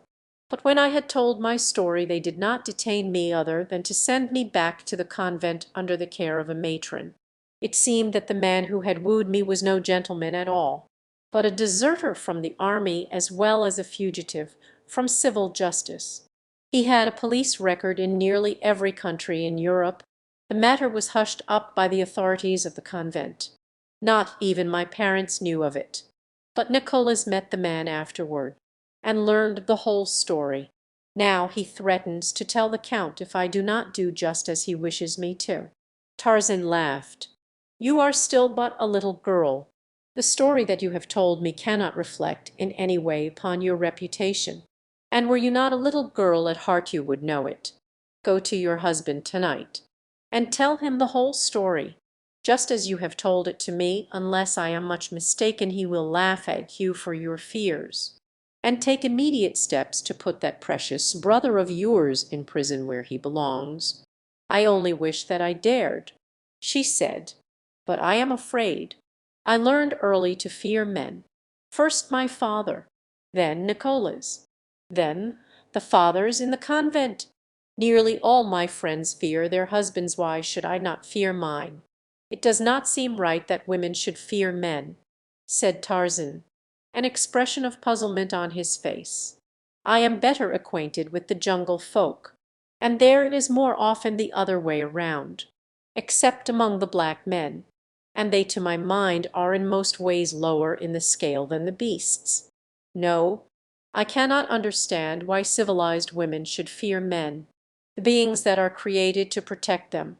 I should hate to think that any woman feared me. I do not think that any woman would fear you, my friend," said Olga du Count softly. "I have known you but a short while, yet, though it may seem foolish to say it, You are the only man I have ever known whom I think that I should never fear it is strange. 2. For you are very strong. I wondered at the ease with which you handled Nicholas and Paulvitch that night in my cabin. It was marvelous. As Tarzan was leaving her a short time later, he wondered a little at the clinging pressure of her hand at parting, and the firm insistence with which she exacted a promise from him that he would call again on the morrow. The memory of her half-veiled eyes and perfect lips as she had stood smiling up into his face as he bade her good-bye remained with him for the balance of the day. Olga de Coude was a very beautiful woman, and Tarzan of the Apes a very lonely young man with a heart in him that was in need of the doctoring that only a woman may provide. As the Countess turned back into the room after Tarzan's departure, she found herself face to face with Nicholas Rokoff. "How long have you been here?" she cried, shrinking away from him. "Since before your lover came," he answered, with a nasty leer. "Stop," she commanded. "How dare you say such a thing to me, your sister?" "Well, my dear Olga, if he is not your lover, accept my apologies. But it is no fault of yours that he is not. Had he 1/10 the knowledge of women that I have you would be in his arms this minute. He is a stupid fool, Olga. Why, your every word and act was an open invitation to him, and he had not the sense to see it." The woman put her hands to her ears. "I will not listen. You are wicked to say such things as that. No matter what you may threaten me with, you know that I am a good woman. After tonight you will not dare to annoy me, for I shall tell Raoul all. He will understand. And then, Monsieur Nicholas, beware. You shall tell him nothing," said Rokoff. "I have this affair now, and with the help of one of your servants, whom I may trust it will lack nothing in the telling when the time comes that the details of the sworn evidence shall be poured into your husband's ears. The other affair served its purpose well. We now have something tangible to work on, Olga. A real affair, and you a trusted wife. Shame, Olga." And the brute laughed. So the Countess told her Count nothing, and matters were worse than they had been. From a vague fear her mind was transferred to a very tangible one. It may be, too, that conscience helped to enlarge it out of all proportion. Chapter V. The plot that failed for a month. Tarzan was a regular and very welcome devotee at the shrine of the beautiful Countess de Coude. Often he met other members of the select little coterie that dropped in for tea of an afternoon. More often Olga found devices that would give her an hour of Tarzan alone. For a time she had been frightened by what Nicholas had insinuated. She had not thought of this big, young man as anything more than friend. But with the suggestion implanted by the evil words of her brother she had grown to speculate much upon the strange force which seemed to attract her toward the grey-eyed stranger. She did not wish to love him, nor did she wish his love. She was much younger than her husband, and without having realized it she had been craving the haven of a friendship with one nearer her own age. 20 is shy in exchanging confidences with 40. Tarzan was but 2 years her senior. He could understand her. She felt. Then he was clean and honorable and chivalrous. She was not afraid of him. That she could trust him she had felt instinctively from the first. From a distance Rokoff had watched this growing intimacy with malicious glee. Ever since he had learned that Tarzan knew that he was a Russian spy there had been added to his hatred for the ape man a great fear that he would expose him. He was but waiting now until the moment was propitious for a master stroke. He wanted to rid himself, and at the same time reap an ample revenge for the humiliations and defeats that he had suffered at his hands. Tarzan was nearer to contentment than he had been since the peace and tranquillity of his jungle had been broken in upon by the advent of the marooned porter party. He enjoyed the pleasant social intercourse with Olga's friends, while the friendship which had sprung up between the fair Countess and himself was a source of never-ending delight. It broke in upon and dispersed his gloomy thoughts, and served as a balm to his lacerated heart. Sometimes Darnot accompanied him on his visits to the Dechaude home, for he had long known both Olga and the Count. Occasionally Dechaude dropped in, but the multitudinous affairs of his official position and the never-ending demands of politics kept him from home usually until late at night. Rokoff spied upon Tarzan almost constantly, waiting for the time that he should call at the Dechaude palace at night. But in this he was doomed to disappointment. On several occasions Tarzan accompanied the Countess to her home after the opera, but he invariably left her at the entrance, much to the disgust of the lad's devoted brother, finding that it seemed impossible to trap Tarzan through any voluntary act of his own. Rokoff and Paulvitch put their heads together to hatch a plan that would trap the ape-man in all the circumstantial evidence of a compromising position. For days they watched the papers as well as the movements of Dechaude and Tarzan. At length they were rewarded. A morning paper made brief mention of a smoker that was to be given on the following evening by the German minister. Dechaude's name was among those of the invited guests. If he attended, this meant that he would be absent from his home until after midnight. On the night of the banquet Paulvitch waited at the curb before the residence of the German minister, where he could scan the face of each guest that arrived. He had not long to wait before Dechaude descended from his car and passed him. That was enough. Paulvitch hastened back to his quarters, where Rokoff awaited him. There they waited until after 11. Then Paulvitch took down the receiver of their telephone. He called a number, the apartments of Lieutenant Darnot. He asked, when he had obtained his connection, a message for Monsieur Tarzan, if he will be so kind as to step to the telephone. For a minute there was silence. Monsieur Tarzan. Ah, yes, monsieur. This is Franois in the service of the Countess Dechaude. Possibly monsieur does poor Franois the honor to recall him. Yes, yes, monsieur. I have a message, an urgent message from the Countess.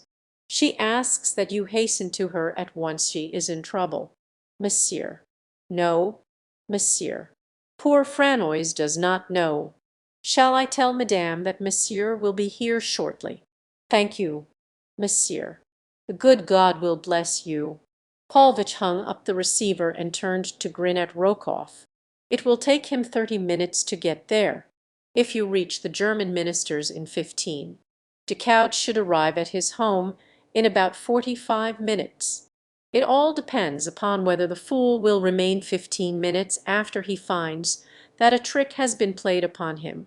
But unless I am mistaken, Olga will be loath to let him go in so short a time as that. Here is the note for Dechaude. Hasten. Paulvitch lost no time in reaching the German minister's. At the door he handed the note.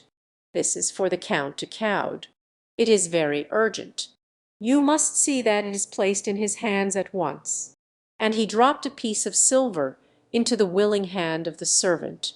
Then he returned to his quarters. A moment later Dechaude was apologizing to his host as he tore open the envelope. What he read left his face white and his hand trembling. Monsieur le Count Dechaude, one who wishes to save the honor of your name takes this means to warn you that the sanctity of your home is this minute in jeopardy. A certain man who for months has been a constant visitor there during your absence is now with your wife. If you go at once to your Countess boudoir you will find them together. A friend. 20 minutes after Paulvitch had called Tarzan, Rokoff obtained a connection with Olga's private line. Her maid answered the telephone, which was in the Countess' boudoir. "But madame has retired," said the maid, in answer to Rokoff's request to speak with her. "This is a very urgent message for the Countess' ears alone," replied Rokoff.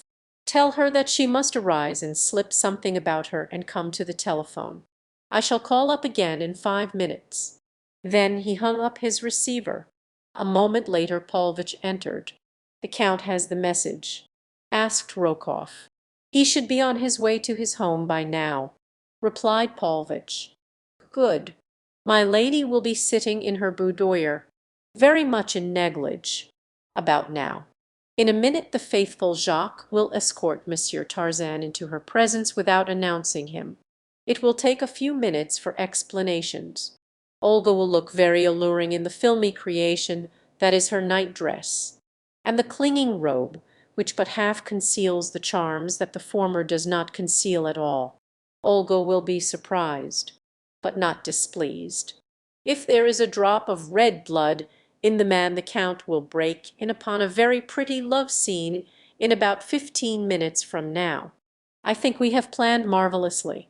My dear Alexis, let us go out and drink to the very good health of Monsieur Tarzan in some of old Plankin's unparalleled absinthe, not forgetting that the Count de Coude is one of the best swordsmen in Paris, and by far the best shot in all France." When Tarzan reached Olga's, Jacques was awaiting him at the entrance. "This way, monsieur," he said, and led the way up the broad marble staircase. In another moment he had opened a door, and, drawing aside a heavy curtain, obsequiously bowed Tarzan into a dimly lighted apartment. Then Jacques vanished.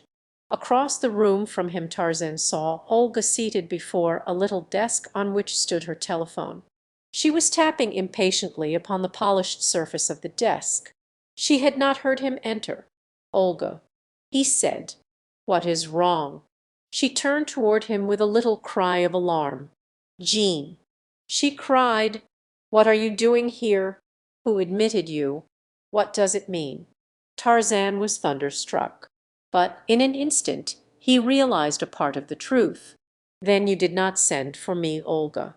"Send for you at this time of night? Mon Dieu! Jean, do you think that I am quite mad? Franois telephoned me to come at once. That you were in trouble and wanted me. Franois? Who in the world is Franois? He said that he was in your service. He spoke as though I should recall the fact. There is no one by that name in my employ. Some one has played a joke upon you, Jean." And Olga laughed. "I fear that it may be a most sinister joke, Olga." He replied, "There is more back of it than humor." "What do you mean? You do not think that where is the Count?" He interrupted. "At the German ambassador's. This is another move by your estimable brother. Tomorrow the Count will hear of it.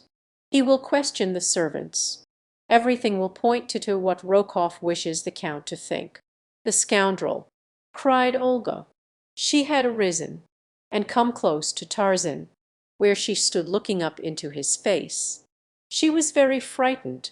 In her eyes was an expression that the hunter sees in those of a poor, terrified though puzzled questioning. She trembled, and to steady herself raised her hands to his broad shoulders. "What shall we do? Jean," she whispered, "it is terrible. Tomorrow all Paris will read of it. He will see to that."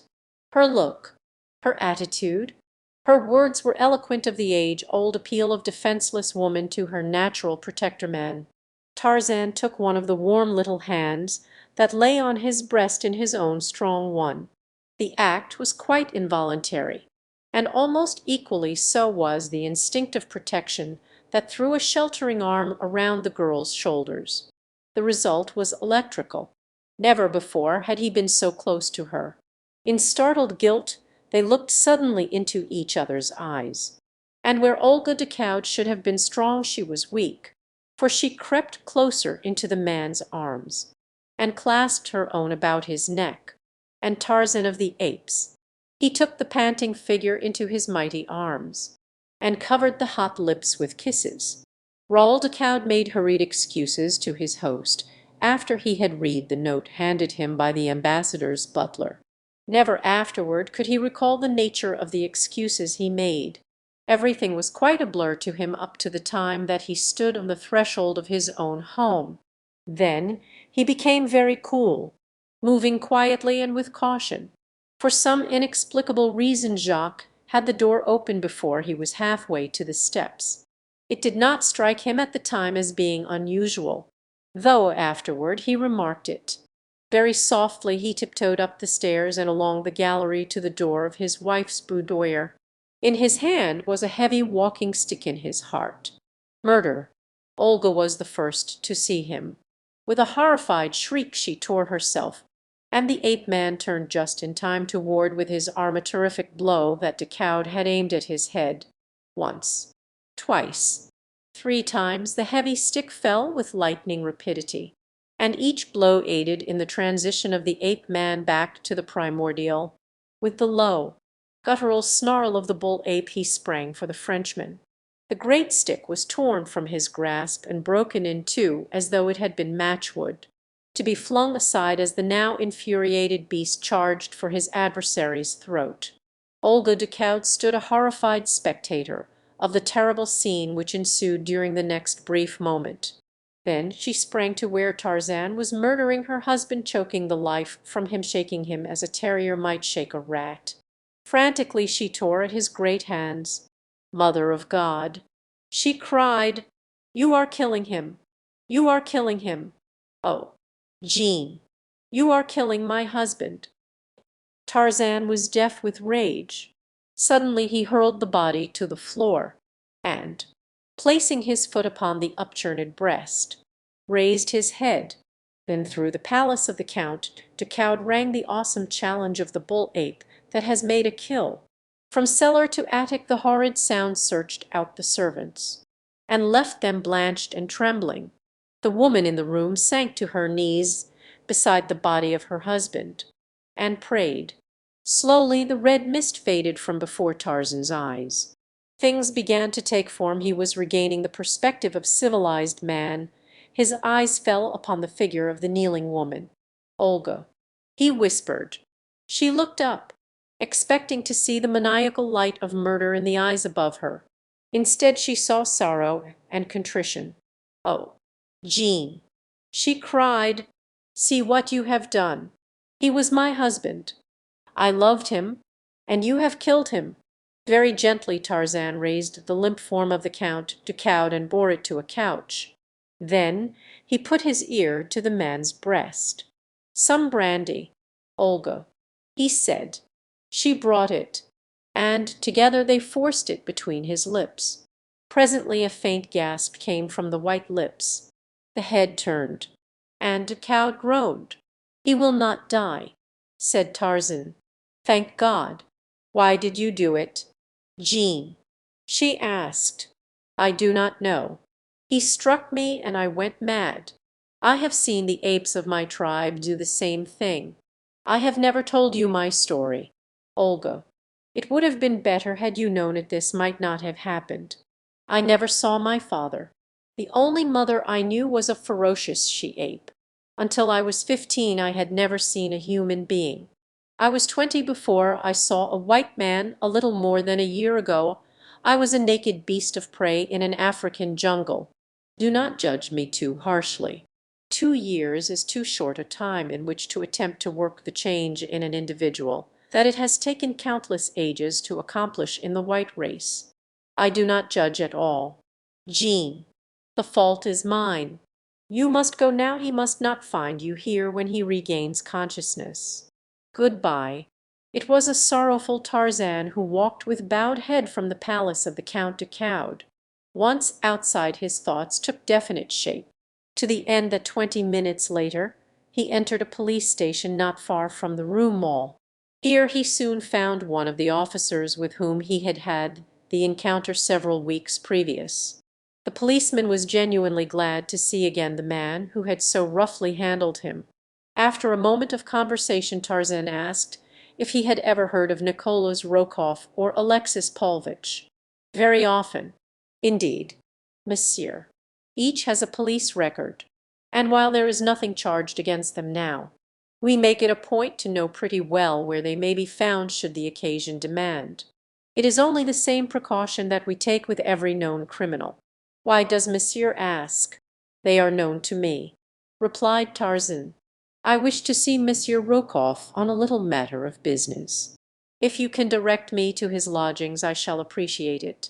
A few minutes later he bade the policeman adieu, and, with a slip of paper in his pocket bearing a certain address in a semi-respectable quarter, he walked briskly toward the nearest taxi stand. Rokoff and Paulvitch had returned to their rooms, and were sitting talking over the probable outcome of the evening's events. They had telephoned to the offices of two of the morning papers from which they momentarily expected representatives to hear the first report of the scandal that was to stir social Paris on the morrow. A heavy step sounded on the stairway. "Ah, but these newspaper men are prompt!" exclaimed Rokoff, and as a knock fell upon the door of their room, "Enter, monsieur." The smile of welcome froze upon the Russian's face as he looked into the hard, grey eyes of his visitor. Name of a name! He shouted, springing to his feet. "What brings you here?" "Sit down," said Tarzan, so low that the men could barely catch the words, but in a tone that brought Rokoff to his chair, and kept Paulvitch in his. "You know what has brought me here," he continued, in the same low tone. "It should be to kill you, but because you are Olga de Coude's brother I shall not do that now. I shall give you a chance for your lives. Paulvitch does not count much, he is merely a stupid, foolish little tool, and so I shall not kill him so long as I permit you to live. Before I leave you two alive in this room you will have done two things.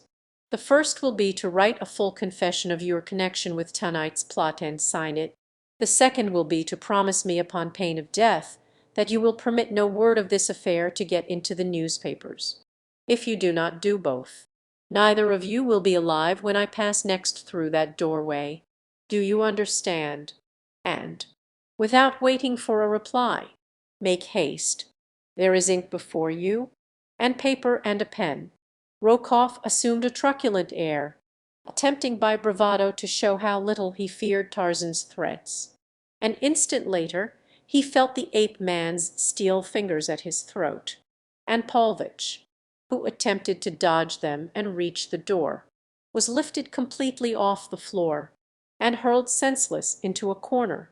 When Rokoff commenced to blacken about the face Tarzan released his hold and shoved the fellow back into his chair. After a moment of coughing Rokoff, presently Paulvitch came to himself, and limped painfully back to his chair at Tarzan's command. "Now write," said the ape man. "If it is necessary to handle you again I shall not be so lenient." Rokoff picked up a pen and commenced to write. "See that you omit no detail, and that you mention every name," cautioned Tarzan. Presently there was a knock at the door. "Enter," said Tarzan. A dapper young man came in. "I am from the Matin," he announced. "I understand that Monsieur Rokoff has a story for me." "Then you are mistaken, monsieur," replied Tarzan. "You have no story for publication. Have you, my dear Nicholas?" Rokoff looked up from his writing with an ugly scowl upon his face. "No," he growled, "I have no story for publication now, nor ever, my dear Nicholas." And the reporter did not see the nasty light in the ape man's eye. But Nicholas Rokoff did. "Nor ever," he repeated hastily. "It is too bad that monsieur has been troubled," said Tarzan, turning to the newspaper man. "I bid monsieur good evening," and he bowed the dapper young man out of the room, and closed the door in his face. An hour later Tarzan, with a rather bulky manuscript in his coat pocket, turned at the door leading from Rokoff's room. "Were I you I should leave France," he said, "for sooner or later I shall find an excuse to kill you that will not in any way compromise your sister." Chapter Vi. Adul Darnat was asleep when Tarzan entered their apartments after leaving Rokoff's. Tarzan did not disturb him, but the following morning he narrated the happenings of the previous evening, omitting not a single detail. "What a fool I have been," he concluded. "De Coude and his wife were both my friends. How have I returned their friendship? Barely did I escape murdering the Count. I have cast a stigma on the name of a good woman. It is very probable that I have broken up a happy home. Do you love Olga de Coude?" asked Darnat. "Were I not positive that she does not love me I could not answer your question, Paul. But without disloyalty to her, I tell you that I do not love her. Nor does she love me. For an instant we were the victims of a sudden madness. It was not love, and it would have left us unharmed, as suddenly as it had come upon us, even though Decoud had not returned. As you know, I have had little experience of women. Olga Decoud is very beautiful. That, and the dim light, and the seductive surroundings, and the appeal of the defenseless for protection, might have been resisted by a more civilized man, but my civilization is not even skin deep. It does not go deeper than my clothes. Paris is no place for me. I will but continue to stumble into more and more serious pitfalls. The man-made restrictions are irksome. I feel always that I am a prisoner. I cannot endure it, my friend, and so I think that I shall go back to my own jungle and lead the life that God intended that I should lead when He put me there. Do not take it so to heart, Jean," responded Darnett. "You have acquitted yourself much better than most civilized men would have under similar circumstances. As to leaving Paris at this time, I rather think that Raoul Decoud may be expected to have something to say on that subject before long." Nor was Darnett mistaken. A week later on Monsieur Flaubert was announced about 11 in the morning. As Darnett and Tarzan were breakfasting, Monsieur Flaubert was an impressively polite gentleman. With many low bows he delivered Monsieur le Count Decoud's challenge to Monsieur Tarzan. Would Monsieur be so very kind as to arrange to have a friend meet Monsieur Flaubert at as early an hour as convenient, that the details might be arranged to the mutual satisfaction of all concerned?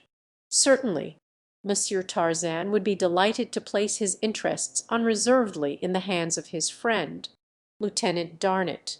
And so it was arranged that Darnett was to call on Monsieur Flaubert at 2 that afternoon, and the polite Monsieur Flaubert, with many bows, left them.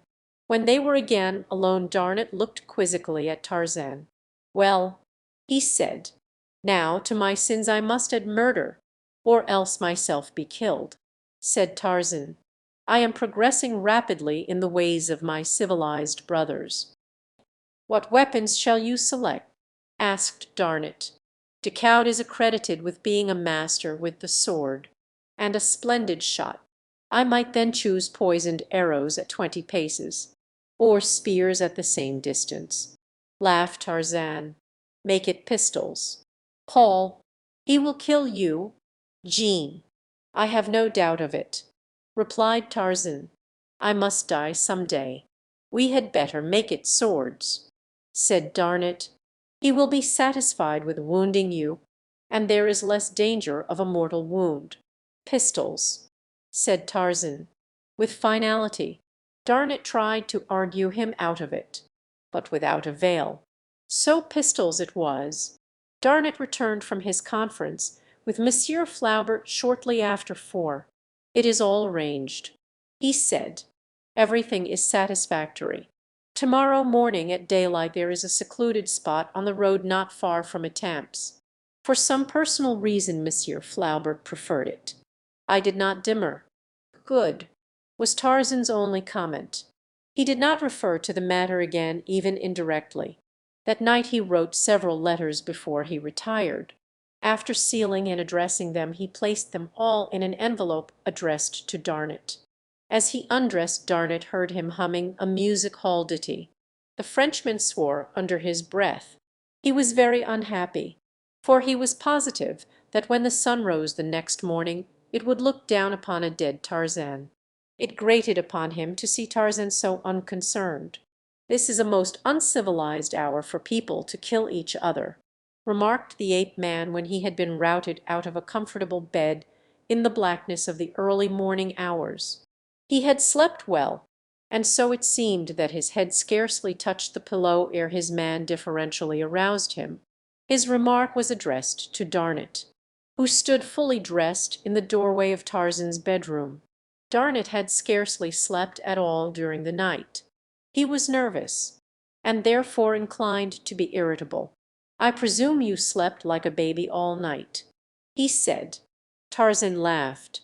"From your tone, Paul, I infer that you rather harbor the fact against me. I could not help it. Really? No, Jean, it is not that, replied Darnot, himself smiling. But you take the entire matter with such infernal indifference it is exasperating. One would think that you were going out to shoot at a target, rather than to face one of the best shots in France. Tarzan shrugged his shoulders. I am going out to expiate a great wrong, Paul. A very necessary feature of the expiation is the marksmanship of my opponent. Wherefore, then, should I be dissatisfied? Have you not yourself told me that Count Decaud is a splendid marksman? You mean that you hope to be killed, exclaimed Darnot, in horror. I cannot say that I hope to be. But you must admit that there is little reason to believe that I shall not be killed. Had Darnot known the thing that was in the ape-man's mind, that had been in his mind almost from the first intimation, that Decaud would call him to account on the field of honour, he would have been even more horrified than he was. In silence they entered Darnot's great car, and in similar silence they sped over the dim road that leads to Étampes. Each man was occupied with his own thoughts. Darnot's were very mournful, for he was genuinely fond of Tarzan. The great friendship which had sprung up between these two men whose lives and training had been so widely different had but been strengthened by association. For they were both men to whom the same high ideals of manhood, of personal courage, and of honour appealed with equal force. They could understand one another, and each could be proud of the friendship of the other. Tarzan of the Apes was wrapped in thoughts of the past, pleasant memories of the happier occasions of his lost jungle life. He recalled the countless boyhood hours that he had spent cross-legged upon the table in his dead father's cabin, his little brown body bent over one of the fascinating picture books from which, unaided, he had gleaned the secret of the printed language long before the sounds of human speech fell upon his ears. A smile of contentment softened his strong face as he thought of that day of days that he had had alone with Jane Porter in the heart of his primeval forest. Presently his reminiscences were broken in upon by the stopping of the car. They were at their destination. Tarzan's mind returned to the affairs of the moment. He knew that he was about to die, but there was no fear of death in him. To a denizen of the cruel jungle death is a commonplace. The first law of nature compels them to cling tenaciously to life, to fight for it. But it does not teach them to fear death. Darnot and Tarzan were first upon the field of honour. A moment later Decaud, Monsieur Flaubert, and a third gentleman arrived. The last was introduced to Darnot and Tarzan. He was a physician. Darnot and Monsieur Flaubert spoke together in whispers for a brief time. The Count Decaud and Tarzan stood apart at opposite sides of the field. Presently the seconds summoned them. Darnot and Monsieur Flaubert had examined both pistols. The two men who were to face each other a moment later stood silently, while Monsieur Flaubert recited the conditions they were to observe. They were to stand back to back. At a signal from Monsieur Flaubert they were to walk in opposite directions, their pistols hanging by their sides. When each had proceeded 10 paces, Darnot was to give the final signal. Then they were to turn and fire at will until one fell, or each had expended the 3 shots allowed. While Monsieur Flaubert spoke, Tarzan selected a cigarette from his case and lighted it. Decaud was the personification of coolness. Was he not the best shot in France? Presently Monsieur Flaubert nodded to Darnot, and each man placed his principal in position. "Are you quite ready, gentlemen?" asked Monsieur Flaubert. "Quite," replied Decaud. Tarzan nodded.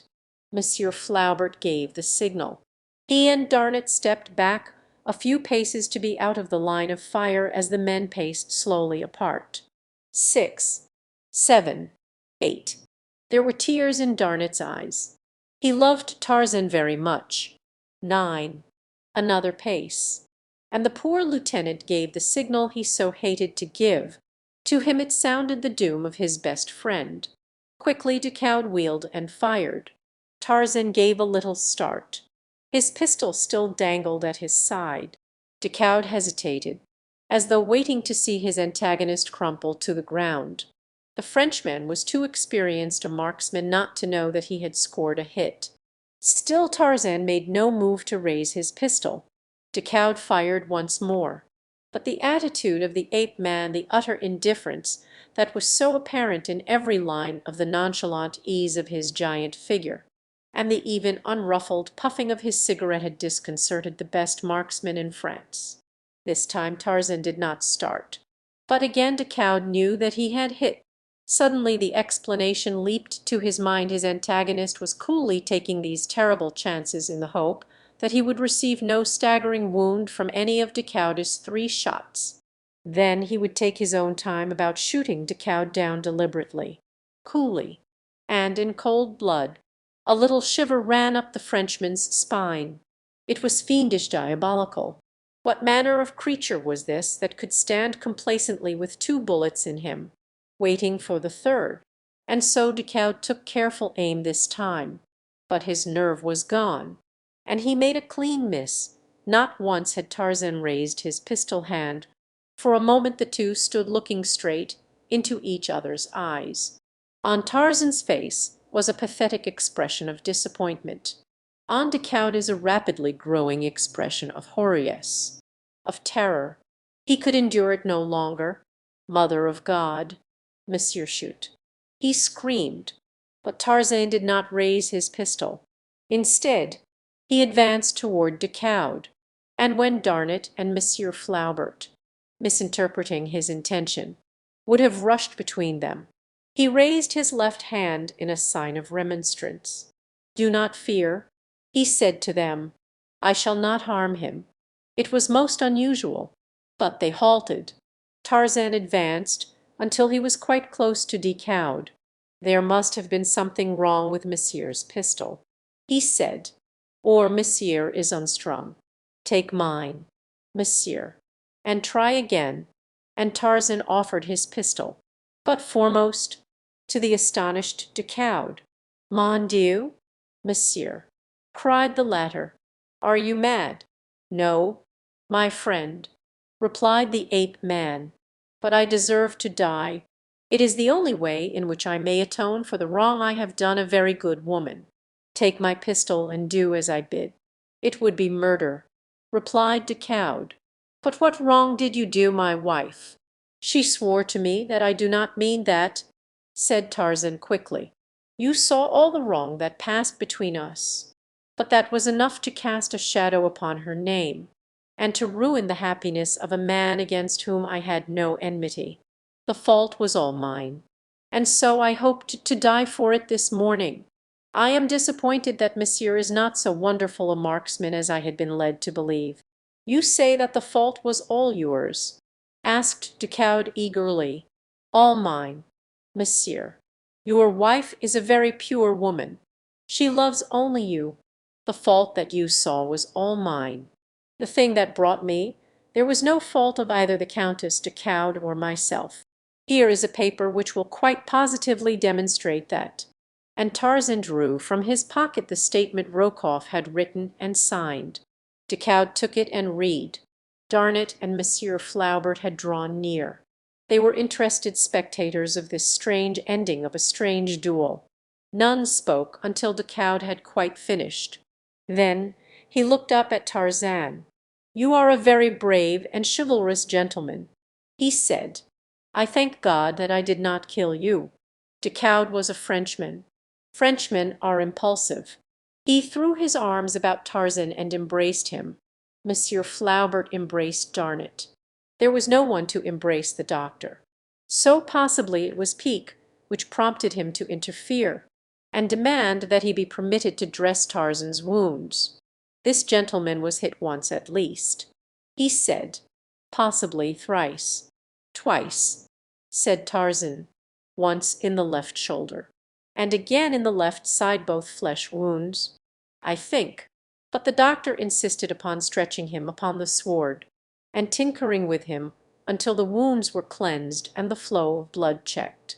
One result of the duel was that they all rode back to Paris together in Darnot's car. The best of friends, Decoud was so relieved to have had this double assurance of his wife's loyalty that he felt no rancor at all toward Tarzan. It is true that the latter had assumed much more of the fault than was rightly his. But if he lied a little he may be excused, for he lied in the service of a woman, and he lied like a gentleman. The ape-man was confined to his bed for several days. He felt that it was foolish and unnecessary, but the doctor and Darnett took the matter so to heart that he gave in to please them, though it made him laugh to think of it. "It is droll," he said to Darnett, "to lie abed because of a pin-prick. Why, when Bolgani, the king gorilla, tore me almost to pieces, while I was still but a little boy, did I have a nice soft bed to lie on? No, only the damp, rotting vegetation of the jungle. Hidden beneath some friendly bush I lay for days and weeks with only Kala to nurse me, poor, faithful Kala, who kept the insects from my wounds and warned off the beasts of prey. When I called for water she brought it to me in her own mouth the only way she knew to carry it. There was no sterilized gauze. There was no antiseptic bandage, there was nothing that would not have driven our dear doctor mad to have seen. Yet I recovered to lie in bed because of a tiny scratch that one of the jungle folk would scarce realize unless it were upon the end of his nose. But the time was soon over, and before he realized it Tarzan found himself abroad again. Several times Decoud had called, and when he found that Tarzan was anxious for employment of some nature, he promised to see what could be done to find a berth for him. It was the first day that Tarzan was permitted to go out that he received a message from Decoud requesting him to call at the Count's office that afternoon. He found Decoud awaiting him with a very pleasant welcome, and a sincere congratulation that he was once more upon his feet. Neither had ever mentioned the duel or the cause of it since that morning upon the field of honor. "I think that I have found just the thing for you, Monsieur Tarzan," said the Count. "It is a position of much trust and responsibility, which also requires considerably physical courage and prowess. I cannot imagine a man better fitted than you, my dear Monsieur Tarzan, for this very position. It will necessitate travel, and later it may lead to a very much better post, possibly in the diplomatic service. At first, for a short time only, you will be a special agent in the service of the Ministry of War. Come, I will take you to the gentleman who will be your chief. He can explain the duties better than I, and then you will be in a position to judge if you wish to accept or no." Decoud himself escorted Tarzan to the office of General Rocker, the chief of the bureau to which Tarzan would be attached if he accepted the position. There the Count left him, after a glowing description to the general of the many attributes possessed by the ape-man which should fit him for the work of the service. A half-hour later Tarzan walked out of the office the possessor of the first position he had ever held. On the morrow he was to return for further instructions, though General Rocker had made it quite plain that Tarzan might prepare to leave Paris for an almost indefinite period. Possibly on the morrow. It was with feelings of the keenest elation that he hastened home to bear the good news to Darnett. At last he was to be of some value in the world.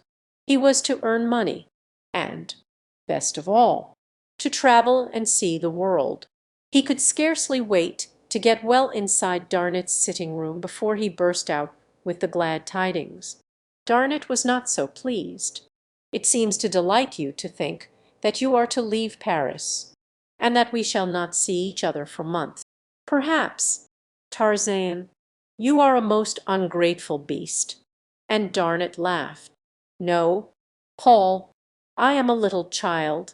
I have a new toy, and I am tickled to death." And so it came that on the following day Tarzan left Paris en route for Marseilles and Oran. Chapter Vi.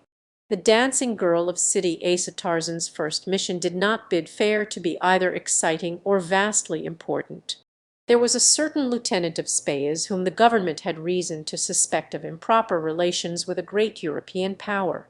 This lieutenant Gurnois, who was at present stationed at Sidi Bel Abs, had recently been attached to the general's staff, where certain information of great military value had come into his possession in the ordinary routine of his duties. It was this information which the government suspected the great power was bartering for with the officer.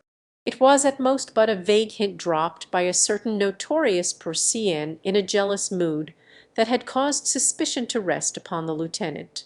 But general staffs are jealous of their secrets, and treason so serious a thing that even a hint of it may not be safely neglected. And so it was that Tarzan had come to Algeria in the guise of an American hunter and traveler to keep a close eye upon Lieutenant Gurnoys. He had looked forward with keen delight to again seeing his beloved Africa.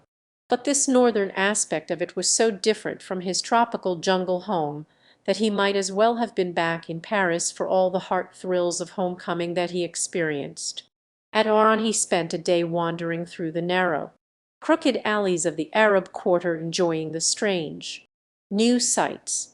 The next day found him at Sidi Bel Abs, where he presented his letters of introduction to both civil and military authorities, letters which gave no clue to the real significance of his mission. Tarzan possessed a sufficient command of English, and that was all that was required of it. When he met an Englishman, he spoke French in order that he might not betray himself, but occasionally talked in English to foreigners who understood that tongue, but could not note the slight imperfections of accent and pronunciation that were his. Here he became acquainted with many of the French officers, and soon became a favorite among them. He met Gurnoys, whom he found to be a taciturn, dyspeptic-looking man of about 40, having little or no social intercourse with his fellows. For a month nothing of moment occurred. Gurnoys apparently had no visitors, nor did he on his occasional visits to the town hold communication with any who might even by the wildest flight of imagination be construed into secret agents of a foreign power. Tarzan was beginning to hope that, after all, the rumor might have been false, when suddenly Gurnoys was ordered to Bou Saada in the petty Sahara far to the south. A company of Spahis and 3 officers were to relieve another company already stationed there. Fortunately one of the officers, Captain Gerard, had become an excellent friend of Tarzan's, and so when the ape man suggested that he should embrace the opportunity of accompanying him to Bou Saada, where he expected to find hunting, it caused not the slightest suspicion. At Boura the detachment detrained, and the balance of the journey was made in the saddle. As Tarzan was decoying at Boura for a mount, he caught a brief glimpse of a man in European clothes eyeing him from the doorway of a native coffee-house. But as Tarzan looked the man turned and entered the little, low-ceilinged mud hut, and but for a haunting impression that there had been something familiar about the face or figure of the fellow, Tarzan gave the matter no further thought. The march to Aumale was fatiguing to Tarzan, whose equestrian experiences hitherto had been confined to a course of riding lessons in a Parisian academy, and so it was that he quickly sought the comforts of a bed in the Hotel Grasset, while the officers and troops took up their quarters at the military post. Although Tarzan was called early the following morning, the company of Spahis was on the march before he had finished his breakfast.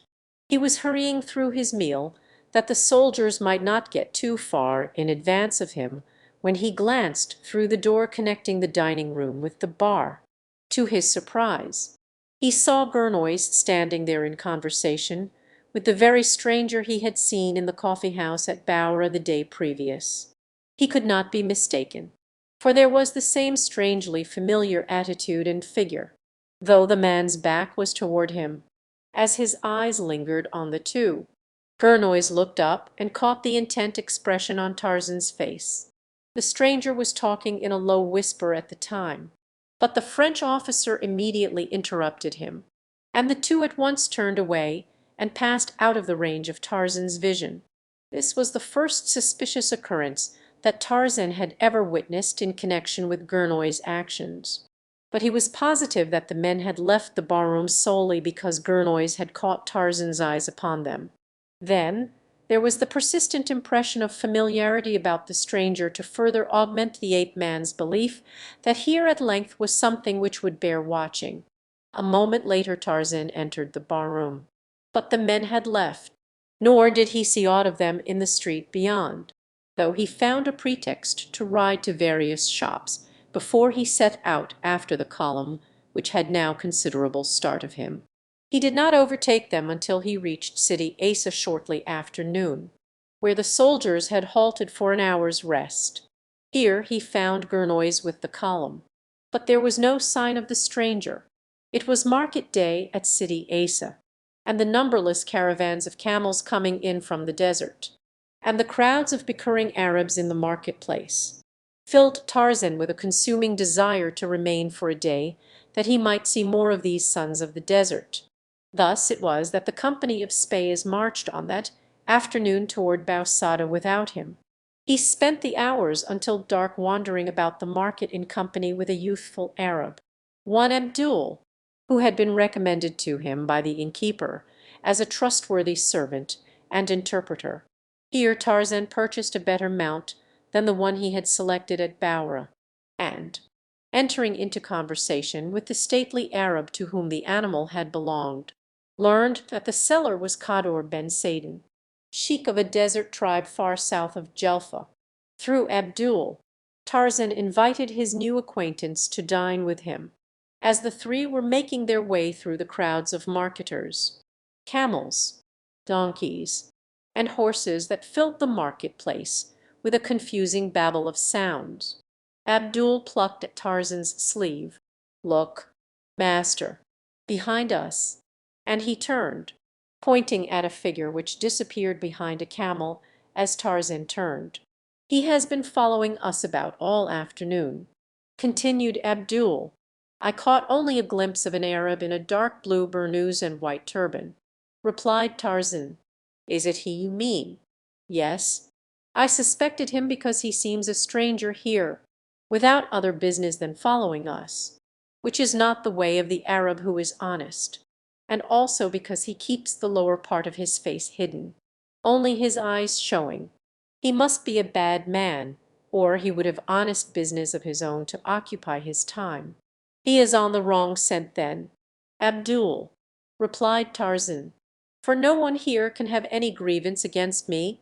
This is my first visit to your country, and none knows me. He will soon discover his error, and cease to follow us." "Unless he be bent on robbery," returned Abdul. "Then all we can do is wait until he is ready to try his hand upon us," laughed Tarzan. "And I warrant that he will get his bellyful of robbing now that we are prepared for him." And so he dismissed the subject from his mind, though he was destined to recall it before many hours. Kador Ben Saden, having dined well, prepared to take leave of his host. With dignified protestations of friendship, he invited Tarzan to visit him in his wild domain, where the antelope, the stag, the boar, the panther, and the lion might still be found in sufficient numbers to tempt an ardent huntsman. On his departure the ape man, with Abdul, wandered again into the streets of City Asa, where he was soon attracted by the wild din of sound coming from the open doorway of one of the numerous kafsmors. It was after 8, and the dancing was in full swing as Tarzan entered. The room was filled to repletion with Arabs. All were smoking, and drinking their thick, hot coffee. Tarzan and Abdul found seats near the center of the room, though the terrific noise produced by the musicians upon their Arab drums and pipes would have rendered a seat farther from them more acceptable to the quiet-loving ape man. A rather good-looking old nail was dancing, and, perceiving Tarzan's European clothes, and scenting a generous gratuity, she threw her silken handkerchief upon his shoulder, to be rewarded with a franc. When her place upon the floor had been taken by another, the bright-eyed Abdul saw her in conversation with two Arabs at the far side of the room, near a side door that led upon an inner court, round the gallery of which were the rooms occupied by the girls who danced in this kuf. At first he thought nothing of the matter, But presently he noticed from the corner of his eye one of the men nod in their direction, and the girl turn and shoot a furtive glance at Tarzan. Then the Arabs melted through the doorway into the darkness of the court. When it came again the girl's turn to dance she hovered close to Tarzan, and for the ape-man alone were her sweetest smiles. Many an ugly scowl was cast upon the tall European by swarthy, dark-eyed sons of the desert, but neither smiles nor skulls produced any outwardly visible effect upon him.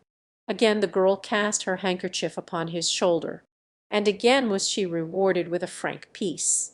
As she was sticking it upon her forehead, after the custom of her kind, she bent low toward Tarzan, whispering a quick word in his ear. "There are two without in the court," she said quickly, in broken French, "who would harm Cyr. At first I promised to lure you to them, but you have been kind, and I cannot do it. Go quickly, before they find that I have failed them. I think that they are very bad men." Tarzan thanked the girl, assuring her that he would be careful, and, having finished her dance, she crossed to the little doorway and went out into the court. But Tarzan did not leave the coppice she had urged. For another half hour nothing unusual occurred. Then a surly-looking Arab entered the copse from the street. He stood near Tarzan, where he deliberately made insulting remarks about the European, but as they were in his native tongue Tarzan was entirely innocent of their purport until Abdul took it upon himself to enlighten him. "This fellow is looking for trouble," warned Abdul. "He is not alone. In fact, in case of a disturbance, nearly every man here would be against you. It would be better to leave quietly. Master, ask the fellow what he wants," commanded Tarzan. "He says that the dog of a Christian insulted the old nail, who belongs to him. He means trouble. Sire, tell him that I did not insult his or any other old nail, that I wish him to go away and leave me alone, that I have no quarrel with him, nor has he any with me." "He says," replied Abdul, after delivering this message to the Arab, "that besides being a dog yourself, that you are the son of one, and that your grandmother was a hyena. Incidentally, you are a liar." The attention of those near by had now been attracted by the altercation, and the sneering laughs that followed this torrent of invective easily indicated the trend of the sympathies of the majority of the audience. Tarzan did not like being laughed at, neither did he relish the terms applied to him by the Arab, but he showed no sign of anger as he arose from his seat upon the bench.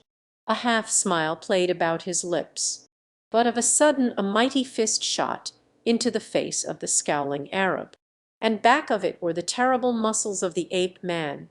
At the instant that the man fell, a half-dozen fierce plainsmen sprang into the room from where they had apparently been waiting for their cue in the street before the Kuf, with cries of "Kill the unbeliever!" and "Down with the dog of a Christian!" They made straight for Tarzan. A number of the younger Arabs in the audience sprang to their feet to join in the assault upon the unarmed white man. Tarzan and Abdul were rushed back toward the end of the room by the very force of numbers opposing them. The young Arab remained loyal to his master, and with drawn knife fought at his side. With tremendous blows the ape-man felled all who came within reach of his powerful hands. He fought quietly and without a word, upon his lips the same half-smile they had worn as he rose to strike down the man who had insulted him. It seemed impossible that either he or Abdul could survive the sea of wicked-looking swords and knives that surrounded them, but the very numbers of their assailants proved the best bulwark of their safety. So closely packed was the howling, cursing mob that no weapon could be wielded to advantage, and none of the Arabs dared use a firearm for fear of wounding one of his compatriots. Finally Tarzan succeeded in seizing one of the most persistent of his attackers. With a quick wrench he disarmed the fellow, and then, holding him before them as a shield, he backed slowly beside Abdul toward the little door which led into the inner courtyard. At the threshold he paused for an instant, and, lifting the struggling Arab above his head, hurled him, as though from a catapult, full in the faces of his on-pressing fellows. Then Tarzan and Abdul stepped into the semi-darkness of the court. The frightened owled nails were crouching at the tops of the stairs which led to their respective rooms, the only light in the courtyard coming from the sickly candles which each girl had stuck with its own grease to the woodwork of her door frame, the better to display her charms to those who might happen to traverse the dark enclosure. Scarcely had Tarzan and Abdul emerged from the room ere a revolver spoke close at their backs from the shadows beneath one of the stairways, and as they turned to meet this new antagonist, two muffled figures sprang toward them. Firing as they came, Tarzan leaped to meet these two new assailants. The foremost lay, a second later, in the trampled dirt of the court, disarmed and groaning from a broken wrist. Abdul's knife found the vitals of the second in the instant that the fellow's revolver missed fire as he held it to the faithful Arab's forehead. The maddened horde within the kuf were now rushing out in pursuit of their quarry. The owled nails had extinguished their candles at a cry from one of their number, and the only light within the yard came feebly from the open and half-blocked door of the kuf. Tarzan had seized a sword from the man who had fallen before Abdul's knife, and now he stood waiting for the rush of men that was coming in search of them through the darkness. Suddenly he felt a light hand upon his shoulder from behind, and a woman's voice whispering, "Quick, seer, this way. Follow me. Come." "Abdul," said Tarzan, in a low tone, to the youth, "we can be no worse off elsewhere than we are here." The woman turned and led them up the narrow stairway that ended at the door of her quarters. Tarzan was close beside her. He saw the gold and silver bracelets upon her bare arms, the strings of gold coin that depended from her hair ornaments, and the gorgeous colors of her dress. He saw that she was a owled nail, and instinctively he knew that she was the same who had whispered the warning in his ear earlier in the evening. As they reached the top of the stairs they could hear the angry crowd searching the yard beneath. "Soon they will search here," whispered the girl. "They must not find you, for, though you fight with the strength of many men, they will kill you in the end. Hasten. You can drop from the farther window of my room to the street beyond. Before they discover that you are no longer in the court of the buildings, you will be safe within the hotel." But even as she spoke, several men had started up the stairway at the head of which they stood. There was a sudden cry from one of the searchers. They had been discovered. Quickly the crowd rushed for the stairway. The foremost assailant leaped quickly upward, but at the top he met the sudden sword that he had not expected. The quarry had been unarmed before. With a cry, the man toppled back upon those behind him. Like tenpins they rolled down the stairs. The ancient and rickety structure could not withstand the strain of this unwonted weight and jarring. With a creaking and rending of breaking wood it collapsed beneath the Arabs, leaving Tarzan, Abdul, and the girl alone upon the frail platform at the top. "Come!" cried the owled nail. "They will reach us from another stairway through the room next to mine. We have not a moment to spare." Just as they were entering the room Abdul heard and translated a cry from the yard below for several to hasten to the street and cut off escape from that side. "We are lost now," said the girl simply. "We?" questioned Tarzan. "Yes, seer," she responded. "They will kill me as well. Have I not aided you?" This put a different aspect on the matter. Tarzan had rather been enjoying the excitement and danger of the encounter. He had not for an instant supposed that either Abdul or the girl could suffer except through accident, and he had only retreated just enough to keep from being killed himself. He had had no intention of running away until he saw that he was hopelessly lost were he to remain. Alone he could have sprung into the midst of that close-packed mob, and, laying about him after the fashion of Numa, the lion, have struck the Arabs with such consternation that escape would have been easy. Now he must think entirely of these two faithful friends. He crossed to the window which overlooked the street, In a minute there would be enemies below. Already he could hear the mob clambering the stairway to the next quarters. They would be at the door beside him in another instant. He put a foot upon the sill and leaned out. But he did not look down. Above him, within arm's reach, was the low roof of the building. He called to the girl. She came and stood beside him. He put a great arm about her and lifted her across his shoulder. "Wait here until I reach down for you from above," he said to Abdul. "In the meantime shove everything in the room against that door. It may delay them long enough." Then he stepped to the sill of the narrow window with the girl upon his shoulders. "Hold tight," he cautioned her. A moment later he had clambered to the roof above with the ease and dexterity of an ape. Setting the girl down, he leaned far over the roof's edge, calling softly to Abdul. The youth ran to the window. "Your hand," whispered Tarzan. The men in the room beyond were battering at the door. With a sudden crash it fell splintering in, and at the same instant Abdul felt himself lifted like a feather onto the roof above. They were not a moment too soon, for as the men broke into the room which they had just quitted, a dozen more rounded the corner in the street below, and came running to a spot beneath the girl's window. Chapter V. The fight in the desert. As the three squat upon the roof above the quarters of the Ould Nails, they heard the angry cursing of the Arabs in the room beneath. Abdul translated from time to time to Tarzan.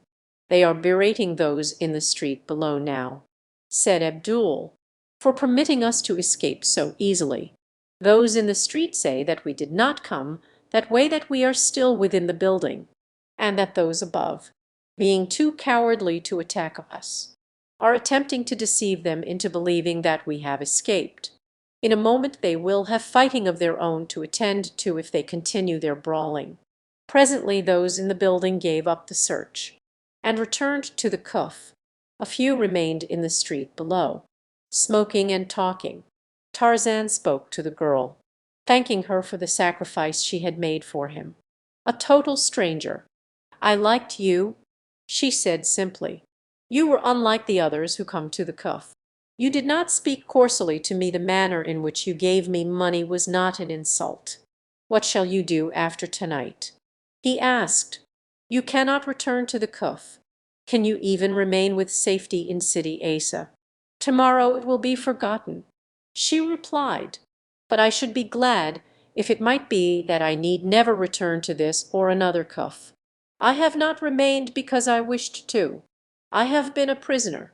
"A prisoner," ejaculated Tarzan incredulously. "A slave would be the better word." She answered, "I was stolen in the night from my father's dower by a band of marauders. They brought me here and sold me to the Arab who keeps this Kuf.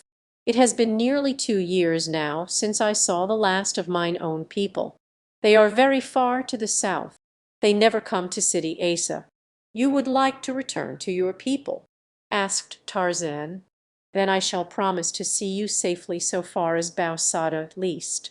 There we can doubtless arrange with the commandant to send you the rest of the way." "Oh, sire," she cried, "how can I ever repay you? You cannot really mean that you will do so much for a poor old nail. But my father can reward you, and he will, for is he not a great sheik? He is Kadur Ben Sadin." "Kadur Ben Sadin," ejaculated Tarzan. "Why, Kadur Ben Sadin is in Sidi Asa this very night. He dined with me but a few hours since."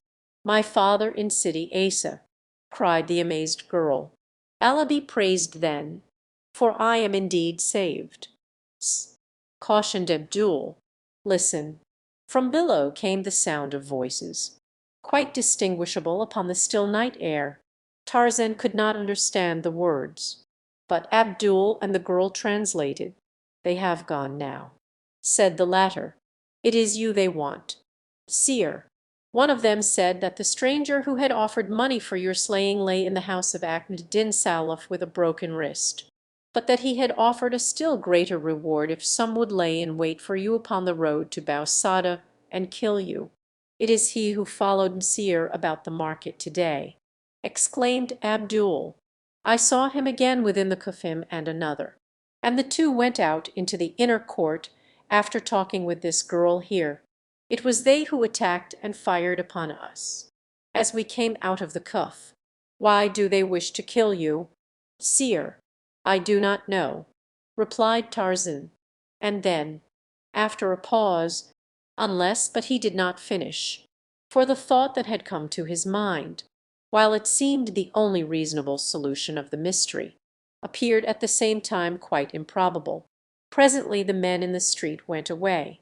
The courtyard and the Kuf were deserted. Cautiously Tarzan lowered himself to the sill of the girl's window. The room was empty. He returned to the roof and let Abdul down. Then he lowered the girl to the arms of the waiting Arab. From the window Abdul dropped the short distance to the street below, while Tarzan took the girl in his arms and leaped down as he had done on so many other occasions in his own forest with a burden in his arms. A little cry of alarm was startled from the girl's lips, but Tarzan landed in the street with but an imperceptible jar, and lowered her in safety to her feet. She clung to him for a moment. How strong Seer is and how active! She cried, "El Adria, the black lion, himself is not more so. I should like to meet this El Adria of yours," he said. "I have heard much about him. And you come to the dower of my father, you shall see him," said the girl. "He lives in a spur of the mountains north of us, and comes down from his lair at night to rob my father's dower. With a single blow of his mighty paw he crushes the skull of a bull, and woe betide the belated wayfarer who meets El Adria abroad at night." Without further mishap they reached the hotel.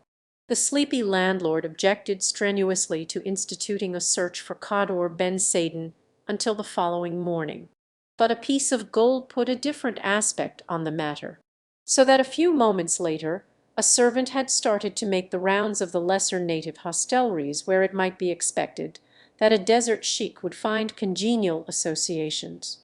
Tarzan had felt it necessary to find the girl's father that night, for fear he might start on his homeward journey too early in the morning to be intercepted. They had waited perhaps half an hour when the messenger returned with Khadr Ben Saden. The old sheik entered the room with a questioning expression upon his proud face. "Monsieur has done me the honor to," he commenced, and then his eyes fell upon the girl. With outstretched arms he crossed the room to meet her. "My daughter!" he cried. "Allah is merciful," and tears dimmed the martial eyes of the old warrior. When the story of her abduction and her final rescue had been told to Khadr Ben Saden, he extended his hand to Tarzan.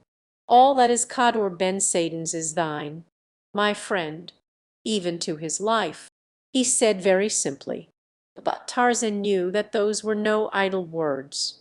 It was decided that although three of them would have to ride after practically no sleep, it would be best to make an early start in the morning, and attempt to ride all the way to Bau Sada in one day. It would have been comparatively easy for the men, but for the girl it was sure to be a fatiguing journey.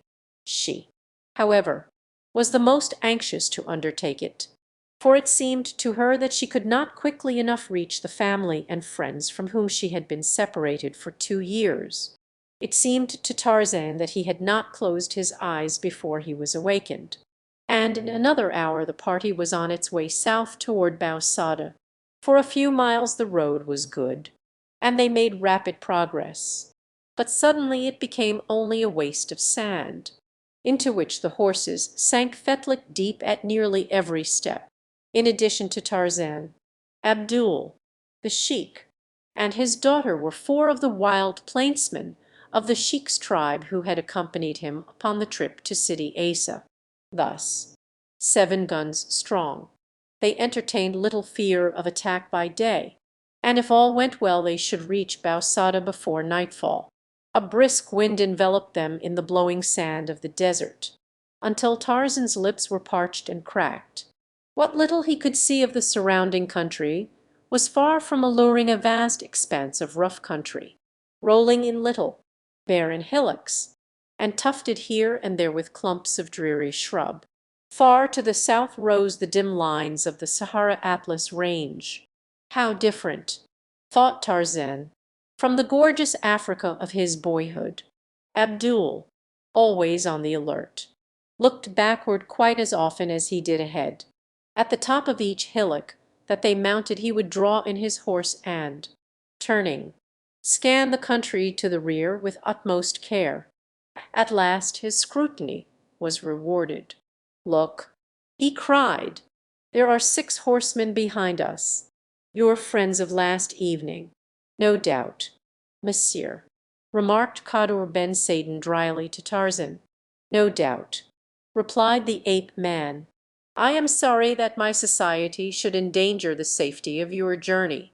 At the next village I shall remain and question these gentlemen. While you ride on, there is no necessity for my being at Bau Sada tonight, and less still why you should not ride in peace.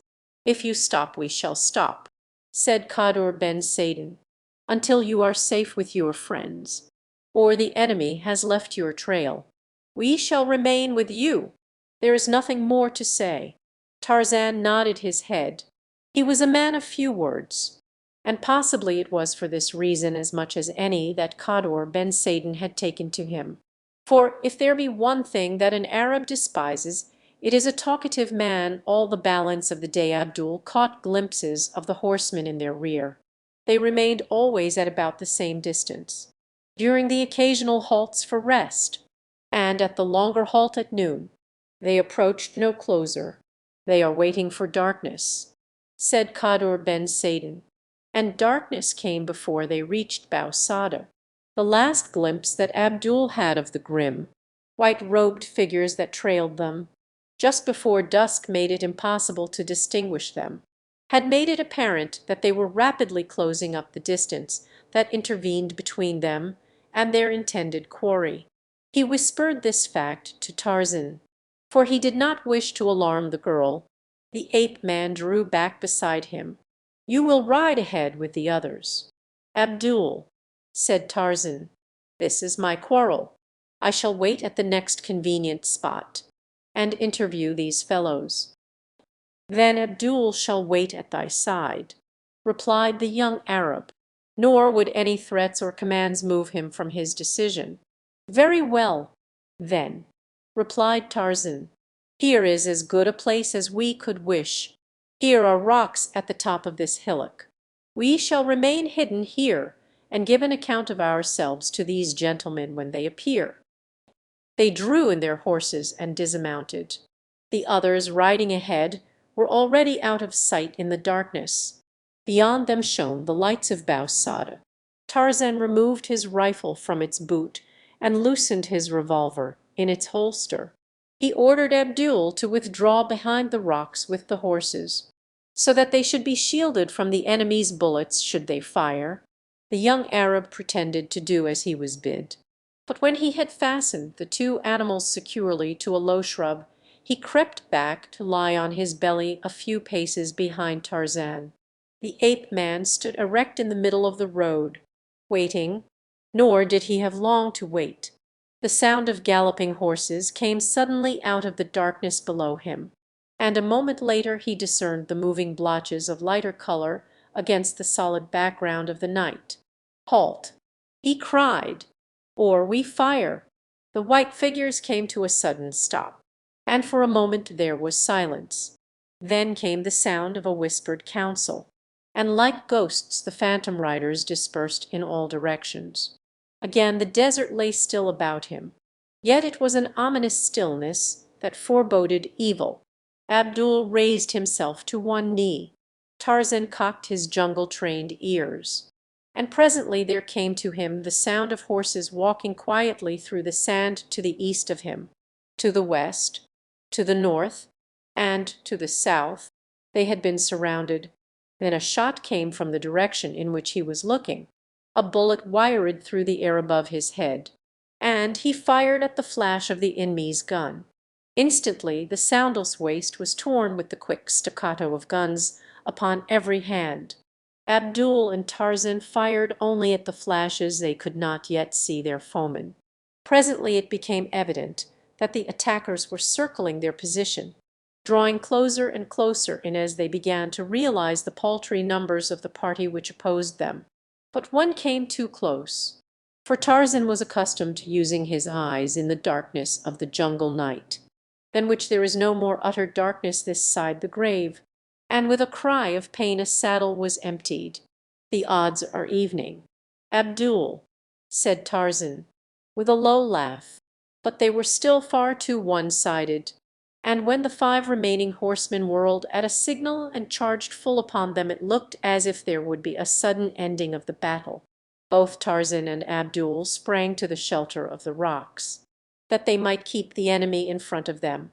There was a mad clatter of galloping hoofs, a volley of shots from both sides, and the Arabs withdrew to repeat the manoeuvre. But there were now only 4 against 2. For a few moments there came no sound from out of the surrounding blackness. Tarzan could not tell whether the Arabs, satisfied with their losses, had given up the fight, or were waiting farther along the road to waylay them as they proceeded on toward Bau Sada. But he was not left long in doubt, for now all from one direction came the sound of a new charge. But scarcely had the first gun spoken ere a dozen shots rang out behind the Arabs. There came the wild shouts of a new party to the controversy, and the pounding of the feet of many horses from down the road to Bau Sada. The Arabs did not wait to learn the identity of the oncomers. With a parting volley as they dashed by the position which Tarzan and Abdul were holding, they plunged off along the road towards Sidi Asa. A moment later Khadr Ben Saden and his men dashed up. The old sheik was much relieved to find that neither Tarzan nor Abdul had received a scratch, not even had their horses been wounded. They sought out the 2 men who had fallen before Tarzan's shots, and, finding that both were dead, left them where they lay. "Why did you not tell me that you contemplated ambushing those fellows?" asked the sheik in a hurt tone. "We might have had them all if the 7 of us had stopped to meet them. Then it would have been useless to stop at all," replied Tarzan, "for had we simply ridden on toward Bau Sada they would have been upon us presently, and all could have been engaged. It was to prevent the transfer of my own quarrel to another's shoulders that Abdul and I stopped off to question them. Then there is your daughter. I could not be the cause of exposing her needlessly to the marksmanship of 6 men." Khadr Ben Saden shrugged his shoulders. He did not relish having been cheated out of a fight. The little battle so close to Bau Sada had drawn out a company of soldiers. Tarzan and his party met them just outside the town. The officer in charge halted them to learn the significance of the shots. "A handful of marauders," replied Khadr Ben Saden. "They attacked 2 of our number who had dropped behind. But when we returned to them the fellows soon dispersed. They left 2 dead. None of my party was injured." This seemed to satisfy the officer, and after taking the names of the party he marched his men on toward the scene of the skirmish to bring back the dead men for purposes of identification. If possible, 2 days later, Khadr Ben Saden, with his daughter and followers, rode south through the pass below Bau Sada, bound for their home in the far wilderness. The sheik had urged Tarzan to accompany him, and the girl had added her entreaties to those of her father. But, though he could not explain it to them, Tarzan's duties loomed particularly large after the happenings of the past few days, so that he could not think of leaving his post for an instant. But he promised to come later if it lay within his power to do so, and they had to content themselves with that assurance. During these 2 days Tarzan had spent practically all his time with Khadr Ben Saden and his daughter. He was keenly interested in this race of stern and dignified warriors, and embraced the opportunity which their friendship offered to learn what he could of their lives and customs. He even commenced to acquire the rudiments of their language under the pleasant tutorage of the brown-eyed girl. It was with real regret that he saw them depart, and he sat his horse at the opening to the pass, as far as which he had accompanied them, gazing after the little party as long as he could catch a glimpse of them. Here were people after his own heart. Their wild, rough lives, filled with danger and hardship, appealed to this half-savage man as nothing had appealed to him in the midst of the effeminate civilization of the great cities he had visited. Here was a life that excelled even that of the jungle, for here he might have the society of real men whom he could honor and respect, and yet be near to the wild nature that he loved. In his head revolved an idea that when he had completed his mission he would resign and return to live for the remainder of his life with the tribe of Khadr Ben Saden. Then he turned his horse's head and rode slowly back to Bausada. The front of the Hotel du Petit Sahara, where Tarzan stopped in Bausada, is taken up with the bar, 2 dining rooms, and the kitchens. Both of the dining rooms open directly off the bar, and one of them is reserved for the use of the officers of the garrison. As you stand in the bar-room you may look into either of the dining rooms if you wish. It was to the bar that Tarzan repaired after speeding Khadr Ben Saden and his party on their way. It was yet early in the morning, for Khadr Ben Saden had elected to ride far that day, so that it happened that when Tarzan returned there were guests still at breakfast. As his casual glance wandered into the officers' dining room, Tarzan saw something which brought a look of interest to his eyes. Lieutenant Gurnois was sitting there, and as Tarzan looked a white-robed Arab approached and, bending, whispered a few words into the lieutenant's ear. Then he passed on out of the building through another door. In itself the thing was nothing, but as the man had stooped to speak to the officer, Tarzan had caught sight of something which the accidental parting of the man's burnous had revealed. He carried his left arm in a sling. Chapter X. Numa el Adria. On the same day that Khadr Ben Saden rode south, the diligence from the north brought Tarzan a letter from Darnat which had been forwarded from Sidi Bel Abbs. It opened the old wound that Tarzan would have been glad to have forgotten. Yet he was not sorry that Darnat had written, for one at least of his subjects could never cease to interest the ape-man. Here is the letter. My dear Jean, since last I wrote you I have been across to London on a matter of business. I was there but 3 days. The very first day I came upon an old friend of yours quite unexpectedly in Henrietta Street. Now you never in the world would guess whom. None other than Mr. Samuel T. Philander. But it is true. I can see your look of incredulity. Nor is this all. He insisted that I return to the hotel with him, and there I found the others, Professor Archimedes Q. Porter, Miss Porter, and that enormous black woman, Miss Porter's maid Esmeralda. You will recall, while I was there Clayton came in. They are to be married soon, or rather sooner, for I rather suspect that we shall receive announcements almost any day. On account of his father's death it is to be a very quiet affair, only blood relatives.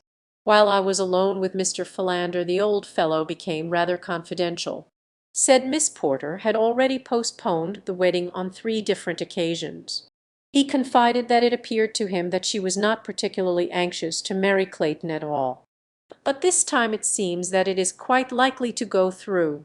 Of course they all asked after you, but I respected your wishes in the matter of your true origin, and only spoke to them of your present affairs.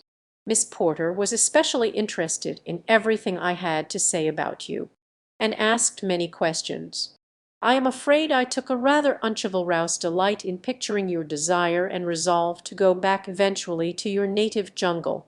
I was sorry afterward, for it did seem to cause her real anguish to contemplate the awful dangers to which you wished to return. And yet, she said, I do not know. There are more unhappy fates than the grim and terrible jungle presents to Monsieur Tarzan. At least his conscience will be free from remorse.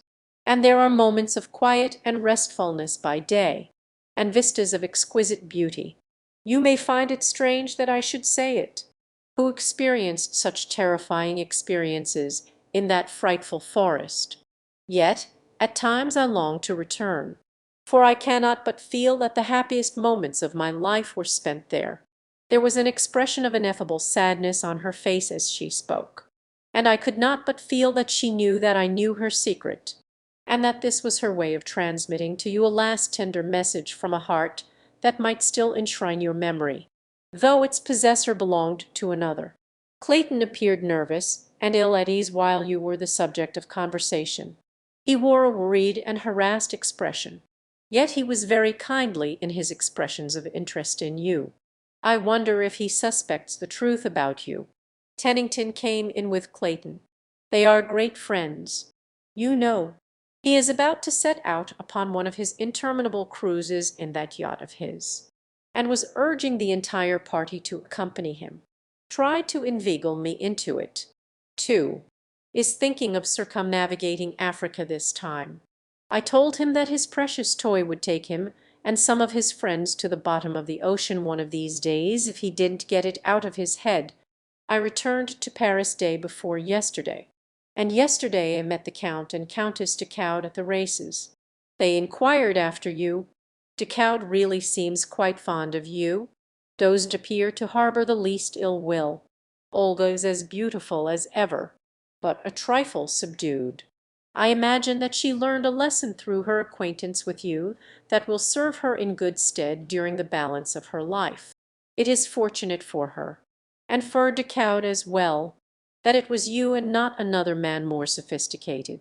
Had you really paid court to Olga's heart, I am afraid that there would have been no hope for either of you. She asked me to tell you that Nicolas had left France.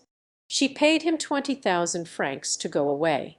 And stay, she is congratulating herself that she got rid of him before he tried to carry out a threat he recently made her that he should kill you at the first opportunity.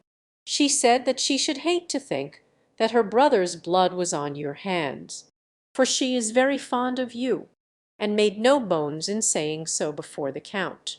It never for a moment seemed to occur to her that there might be any possibility of any other outcome of a meeting between you and Nicolas.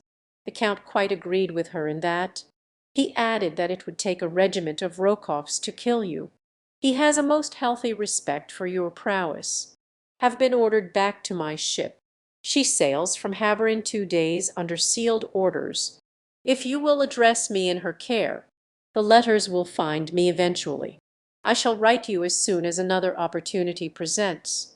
Your sincere friend, Paul Darnett. I fear, mused Tarzan, half aloud, that Olga has thrown away her 20,000 francs. He read over that part of Darnett's letter several times in which he had quoted from his conversation with Jane Porter. Tarzan derived a rather pathetic happiness from it, but it was better than no happiness at all. The following 3 weeks were quite uneventful.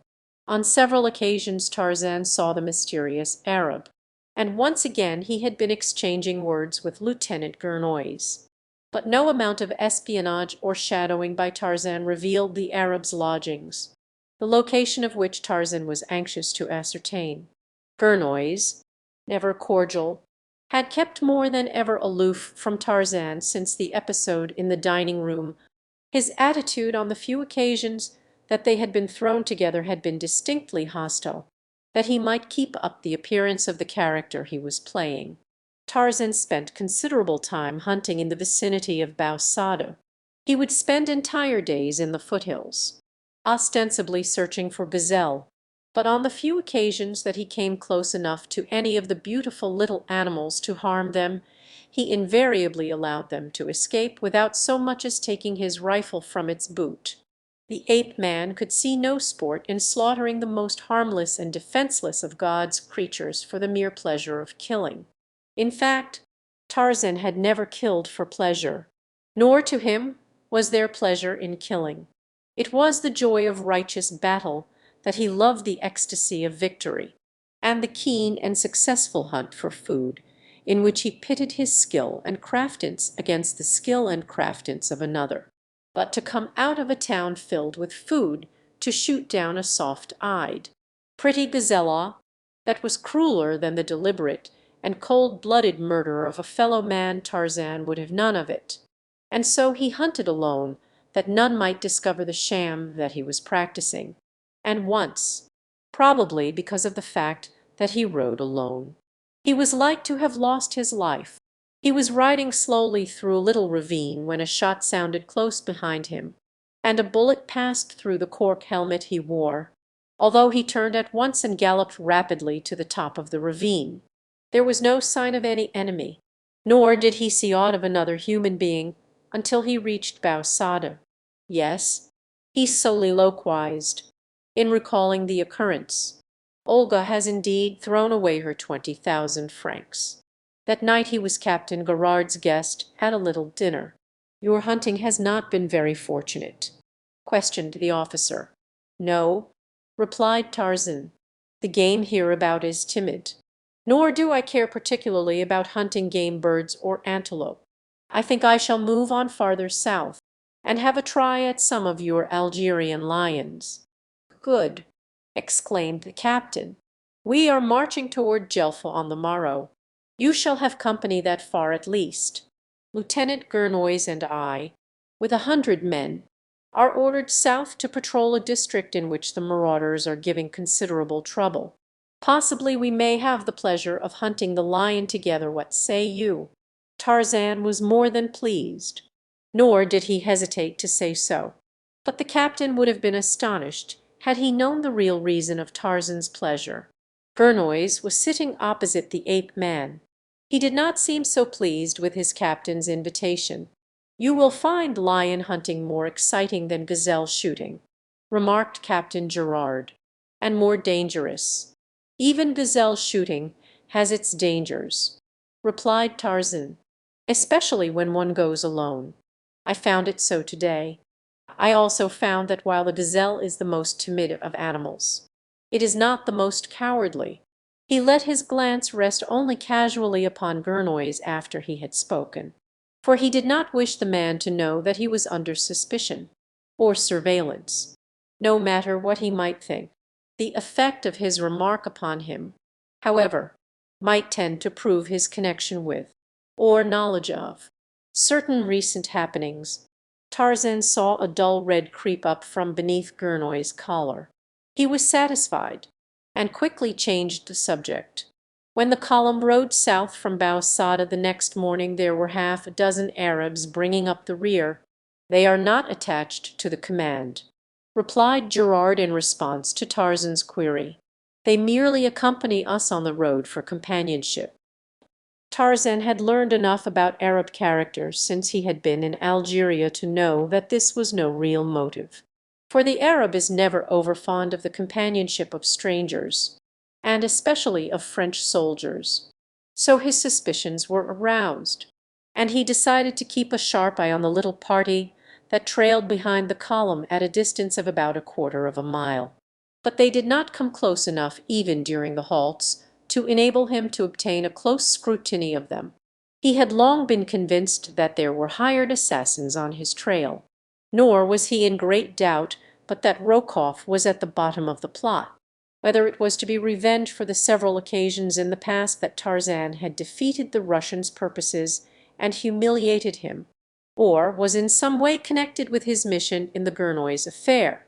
He could not determine, if the latter, and it seemed probable since the evidence he had had that Gurnoys suspected him.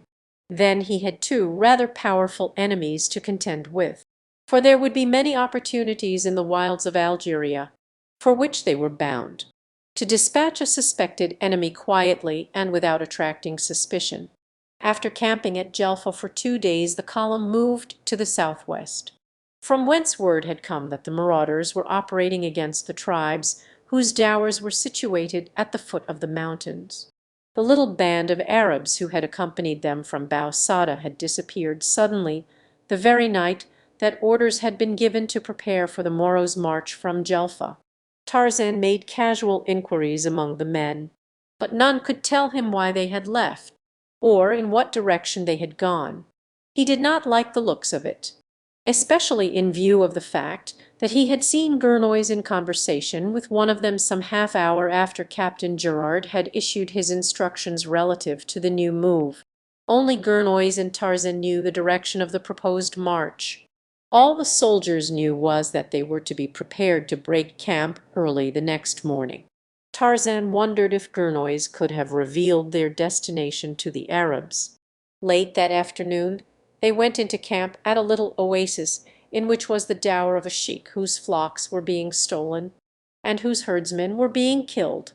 The Arabs came out of their goatskin tents and surrounded the soldiers, asking many questions in the native tongue, for the soldiers were themselves natives. Tarzan, who, by this time, with the assistance of Abdul, had picked up quite a smattering of Arab, questioned one of the younger men who had accompanied the sheik while the latter paid his respects to Captain Gerard. No, he had seen no party of 6 horsemen riding from the direction of Jelfa. There were other oases scattered about, possibly they had been journeying to one of these. Then there were the marauders in the mountains above. They often rode north to Bausada in small parties, and even as far as Aumel and Bowra. It might indeed have been a few marauders returning to the band from a pleasure trip to one of these cities. Early the next morning Captain Gerard split his command in two, giving Lieutenant Gurnoys command of one party, while he headed the other. They were to scour the mountains upon opposite sides of the plain. "And with which detachment will Monsieur Tarzan ride?" asked the captain. "Or maybe it is that Monsieur does not care to hunt marauders." "Oh, I shall be delighted to go," Tarzan hastened to explain. He was wondering what excuse he could make to accompany Gurnoys. His embarrassment was short-lived, and was relieved from a most unexpected source. It was Gurnoys himself who spoke. "If my captain will forego the pleasure of Monsieur Tarzan's company for this once, I shall esteem it an honour indeed to have Monsieur ride with me to-day," he said, nor was his tone lacking in cordiality. In fact, Tarzan imagined that he had overdone it a trifle, but, even so, he was both astounded and pleased, hastening to express his delight at the arrangement. And so it was that Lieutenant Gurnoys and Tarzan rode off side by side at the head of the little detachment of Spahis. Gurnoys' cordiality was short-lived. No sooner had they ridden out of sight of Captain Gerard and his men than he lapsed once more into his accustomed taciturnity. As they advanced the ground became rougher. Steadily it ascended toward the mountains, into which they filed through a narrow cairn close to noon, by the side of a little rivulet Gurnoys called the midday halt. Here the men prepared and ate their frugal meal, and refilled their canteens. After an hour's rest they advanced again along the cairn, until they presently came to a little valley, from which several rocky gorges diverged.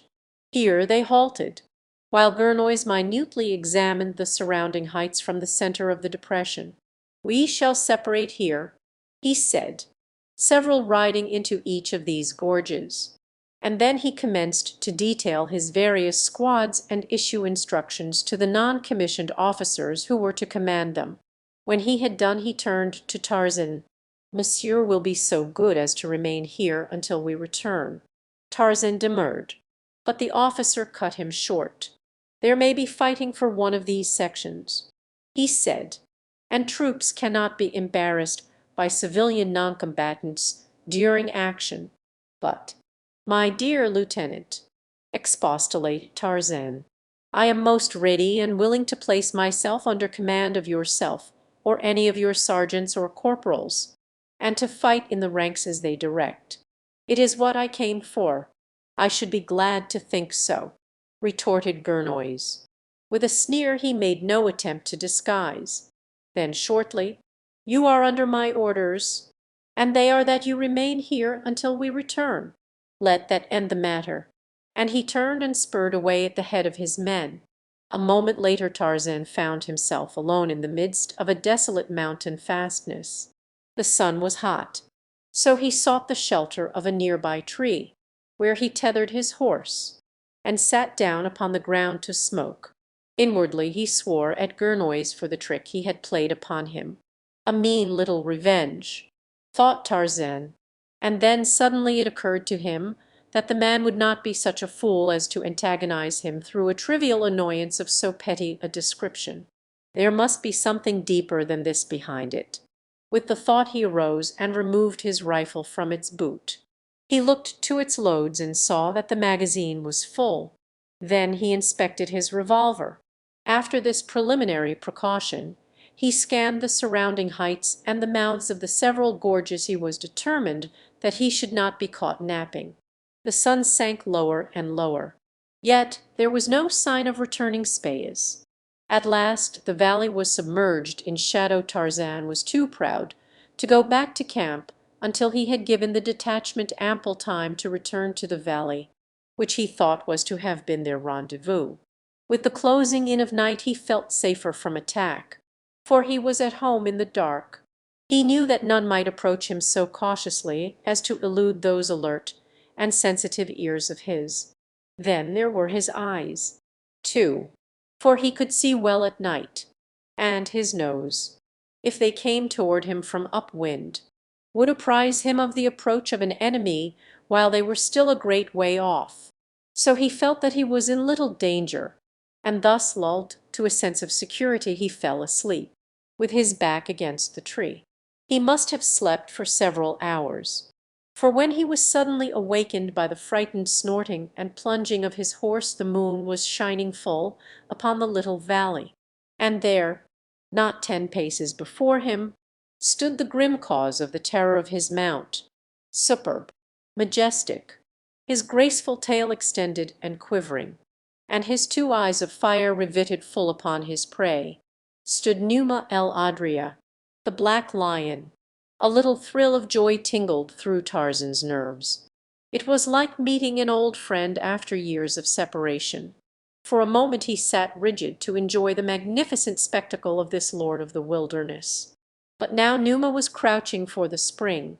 Very slowly Tarzan raised his gun to his shoulder. He had never killed a large animal with a gun in all his life heretofore. He had depended upon his spear, his poisoned arrows, his rope, his knife, or his bare hands. Instinctively he wished that he had his arrows, and his knife he would have felt surer with them. Numa was lying quite flat upon the ground now, presenting only his head. Tarzan would have preferred to fire a little from one side, for he knew what terrific damage the lion could do if he lived 2 minutes, or even a minute after he was hit. The horse stood trembling in terror at Tarzan's back. The ape-man took a cautious step to one side Numa, but followed him with his eyes. Another step he took, and then another. Numa had not moved. Now he could aim at a point between the eye and the ear. His finger tightened upon the trigger, and as he fired Numa sprang. At the same instant the terrified horse made a last frantic effort to escape. The tether parted, and he went careening down the cairn toward the desert. No ordinary man could have escaped those frightful claws when Numa sprang from so short a distance. But Tarzan was no ordinary man. From earliest childhood his muscles had been trained by the fierce exigencies of his existence to act with the rapidity of thought.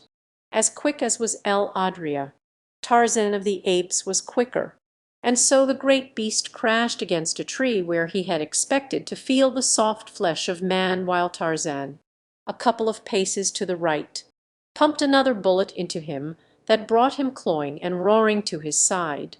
Twice more Tarzan fired in quick succession, and then El Adria lay still and roared no more. It was no longer Monsieur Jean Tarzan. It was Tarzan of the Apes that put a savage foot upon the body of his savage kill, and, raising his face to the full moon, lifted his mighty voice in the weird and terrible challenge of his kindable ape had made his kill. And the wild things in the wild mountains stopped in their hunting, and trembled at this new and awful voice, while down in the desert the children of the wilderness came out of their goatskin tents and looked toward the mountains, wondering what new and savage scourge had come to devastate their flocks. A half-mile from the valley in which Tarzan stood, a score of white-robed figures, bearing long, wicked-looking guns, halted at the sound, and looked at one another with questioning eyes. But presently As it was not repeated, they took up their silent, stealthy way toward the valley. Tarzan was now confident that Gurnoys had no intention of returning for him, but he could not fathom the object that had prompted the officer to desert him, yet leave him free to return to camp.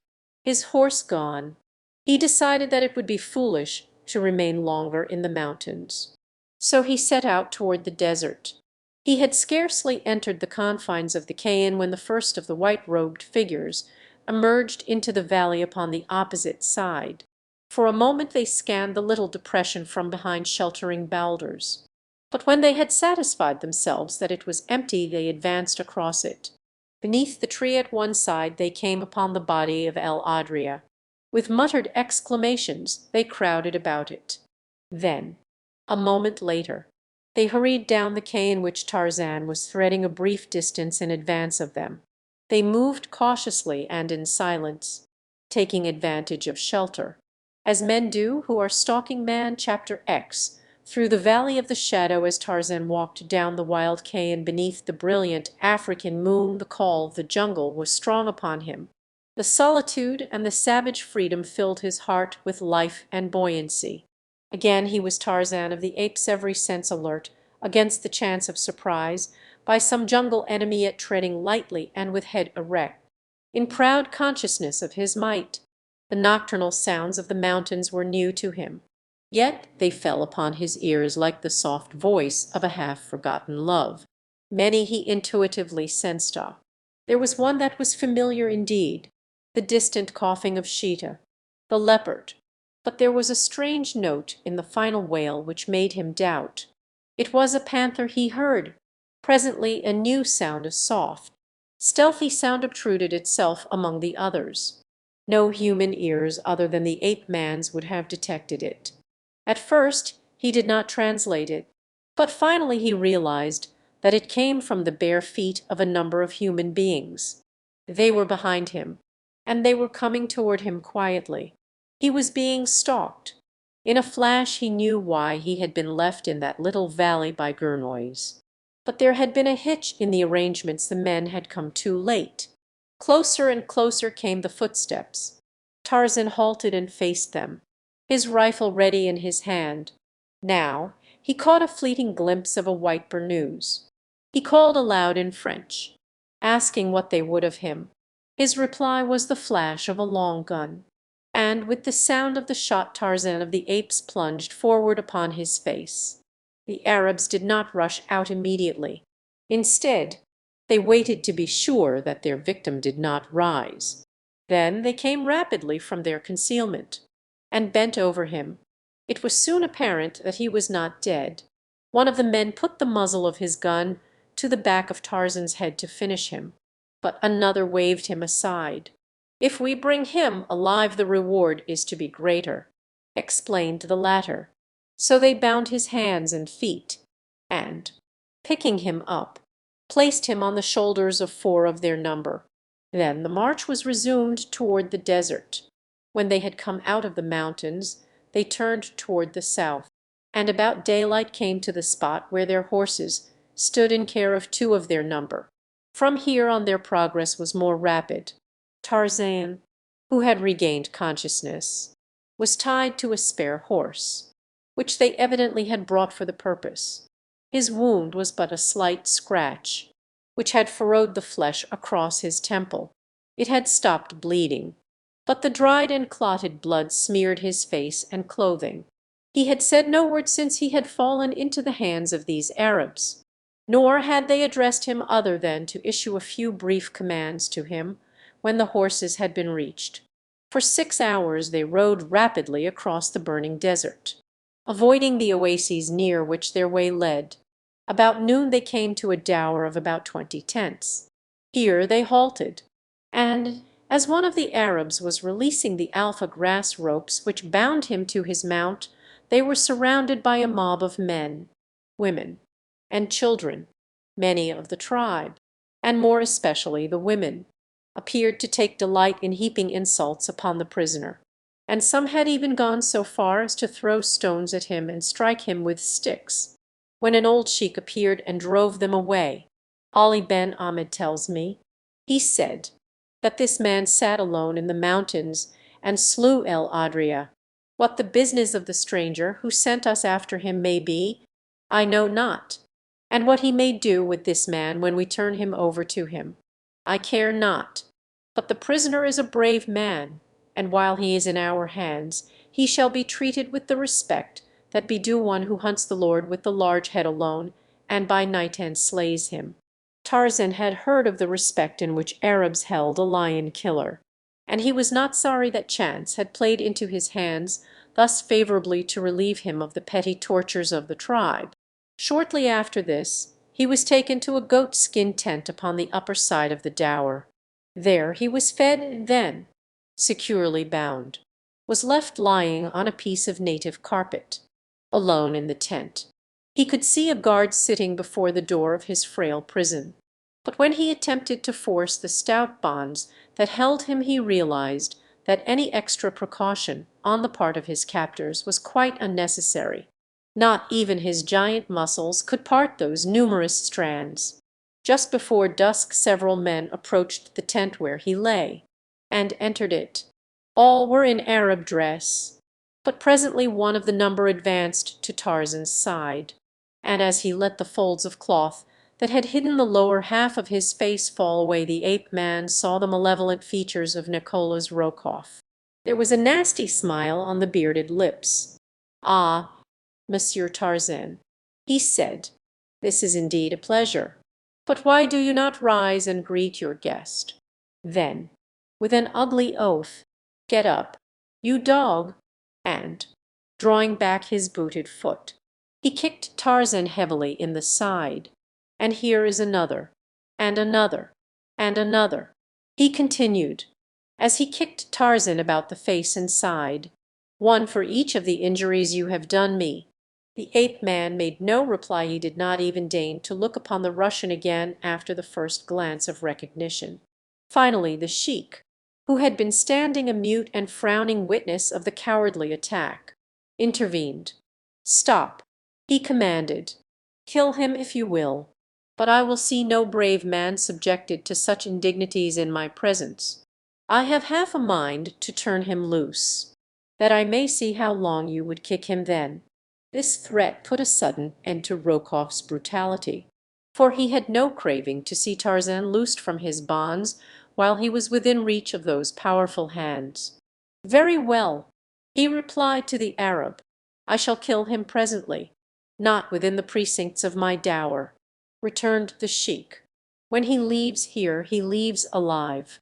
What you do with him in the desert is none of my concern. But I shall not have the blood of a Frenchman on the hands of my tribe on account of another man's quarrel. They would send soldiers here and kill many of my people, and burn our tents and drive away our flocks." "As you say," growled Rokoff, "we'll take him out into the desert below the Dower, and dispatch him." "You will take him a day's ride from my country," said the sheik, firmly, "and some of my children shall follow you to see that you do not disobey me, otherwise there may be 2 dead Frenchmen in the desert." Rokoff shrugged. "Then I shall have to wait until the morrow. It is already dark." "As you will," said the sheik, "but by an hour after dawn you must be gone from my dower. I have little liking for unbelievers, and none at all for a coward." Rokoff would have made some kind of retort, but he checked himself, for he realized that it would require but little excuse for the old man to turn upon him. Together they left the tent. At the door Rokoff could not resist the temptation to turn and fling a parting taunt at Tarzan. "Sleep well, monsieur," he said, "and do not forget to pray well, for when you die tomorrow it will be in such agony that you will be unable to pray for blaspheming." No one had bothered to bring Tarzan either food or water since noon, and consequently he suffered considerably from. He wondered if it would be worth while to ask his guard for water, but after making 2 or 3 requests without receiving any response, he decided that it would not. Far up in the mountains he heard a lion roar. How much safer one was! He soliloquized. in the haunts of wild beasts than in the haunts of men. Never in all his jungle life had he been more relentlessly tracked down than in the past few months of his experience among civilized men. Never had he been any nearer death. Again the lion roared. It sounded a little nearer. Tarzan felt the old, wild impulse to reply with the challenge of his kind. His kind! He had almost forgotten that he was a man and not an ape. He tugged at his bonds. God, if he could but get them near those strong teeth of his! He felt a wild wave of madness sweep over him as his efforts to regain his liberty met with failure. Numa was roaring almost continually now. It was quite evident that he was coming down into the desert to hunt. It was the roar of a hungry lion. Tarzan envied him, for he was free. No one would tie him with ropes and slaughter him like a sheep. It was that which galled the ape man. He did not fear to die. No, it was the humiliation of defeat before death, without even a chance to battle for his life. It must be near midnight, thought Tarzan. He had several hours to live. Possibly he would yet find a way to take Rokoff with him on the long journey. He could hear the savage lord of the desert quite close by now. Possibly he sought his meat from among the penned animals within the dower. For a long time silence reigned. Then Tarzan's trained ears caught the sound of a stealthily moving body. It came from the side of the tent nearest the mountains back. Nearer and nearer it came. He waited, listening intently, for it to pass. For a time there was silence without. Such a terrible silence that Tarzan was surprised that he did not hear the breathing of the animal he felt sure must be crouching close to the back wall of his tent. There. It is moving again. Closer it creeps. Tarzan turns his head in the direction of the sound. It is very dark within the tent. Slowly the back rises from the ground, forced up by the head and shoulders of a body that looks all black in the semi-darkness. Beyond is a faint glimpse of the dimly starlit desert. A grim smile plays about Tarzan's lips. At least Rokoff will be cheated. How mad he will be! And death will be more merciful than he could have hoped for at the hands of the Russian. Now the back of the tent drops into place. And all is darkness again whatever. It is inside the tent with him. He hears it creeping close to him now it is beside him. He closes his eyes and waits for the mighty paw. Upon his upturned face falls the gentle touch of a soft hand groping in the dark. And then a girl's voice in a scarcely audible whisper pronounces his name. Yes, it is I. He whispers in reply. But in the name of heaven, who are you? The owled nail of Sissy Asa, came the answer. While she spoke Tarzan could feel her working about his bonds. Occasionally the cold steel of a knife touched his flesh. A moment later he was free. Come, she whispered. On hands and knees he followed her out of the tent by the way she had come. She continued crawling thus flat to the ground until she reached a little patch of shrub. There she halted until he gained her side. For a moment he looked at her before he spoke. "I cannot understand," he said at last. "Why are you here? How did you know that I was a prisoner in that tent? How does it happen that it is you who have saved me?" She smiled. "I have come a long way tonight," she said, "and we have a long way to go before we shall be out of danger. Come, I shall tell you all about it as we go." Together they rose and set off across the desert in the direction of the mountains. "I was not quite sure that I should ever reach you," she said at last. "El Adria is abroad tonight, and after I left the horses I think he winded me and was following. I was terribly frightened." "What a brave girl," he said. "And you ran all that risk for a stranger, an alien, an unbeliever." She drew herself up very proudly. "I am the daughter of the Sheikh Kabor Ben Saden," she answered. "I should be no fit daughter of his if I would not risk my life to save that of the man who saved mine while he yet thought that I was but a common owled nail. Nevertheless," he insisted, "you are a very brave girl. But how did you know that I was a prisoner back there? Achmet din Tayeb, who's my cousin on my father's side, was visiting some friends who belong to the tribe that captured you. He was at the Dower when you were brought in. When he reached home, he was telling us about the big Frenchman who had been captured by Ali Ben Ahmed for another Frenchman who wished to kill him. From the description I knew that it must be you. My father was away. I tried to persuade some of the men to come and save you, but they would not do it, saying, 'Let the unbelievers kill one another if they wish. It is none of our affair, and if we go and interfere with Ali Ben Ahmed's plans we shall only stir up a fight with our own people.' So when it was dark I came alone, riding one horse and leading another for you. They are tethered not far from here. By morning we shall be within my father's dower. He should be there himself by now, then let them come and try to take Kador Ben Sadin's friend." For a few moments they walked on in silence. "We should be near the horses," she said. "It is strange that I do not see them here." Then a moment later she stopped, with a little cry of consternation. "They are gone," she exclaimed. "It is here that I tethered them." Tarzan stooped to examine the ground. He found that a large shrub had been torn up by the roots. Then he found something else. There was a wry smile on his face as he rose and turned toward the girl. "El Adria has been here, from the signs, though I rather think that his prey escaped him. With a little start they would be safe enough from him in the open." There was nothing to do but continue on foot.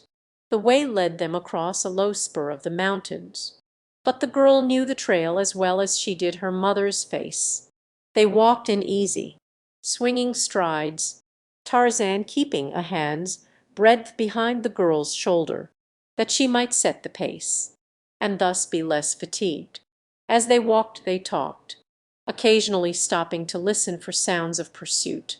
It was now a beautiful, moonlit night. The air was crisp and invigorating. Behind them lay the interminable vista of the desert, dotted here and there with an occasional oasis, the date palms of the little fertile spot they had just left, and the circle of goatskin tents, stood out in sharp relief against the yellow sand, a phantom paradise upon a phantom sea. Before them rose the grim and silent mountains. Tarzan's blood leaped in his veins. This was life. He looked down upon the girl beside him, a daughter of the desert walking across the face of a dead world with a son of the jungle. He smiled at the thought. He wished that he had had a sister, and that she had been like this girl. What a bully chum she would have been! They had entered the mountains now, and were progressing more slowly, for the trail was steeper and very rocky. For a few minutes they had been silent. The girl was wondering if they would reach her father's dower before the pursuit had overtaken them. Tarzan was wishing that they might walk on thus forever. If the girl were only a man they might. He longed for a friend who loved the same wild life that he loved. He had learned to crave companionship, but it was his misfortune that most of the men he knew preferred immaculate linen and their clubs to nakedness and the jungle. It was, of course, difficult to understand. Yet it was very evident that they did. The two had just turned a projecting rock around which the trail ran when they were brought to a sudden stop. There, before them, directly in the middle of the path, stood Numa, El Adria, the black lion. His green eyes looked very wicked, and he bared his teeth, and lashed his bay-black sides with his angry tail. Then he roared the fearsome, terror-inspiring roar of the hungry lion, which is also angry. "Your knife," said Tarzan to the girl, extending his hand.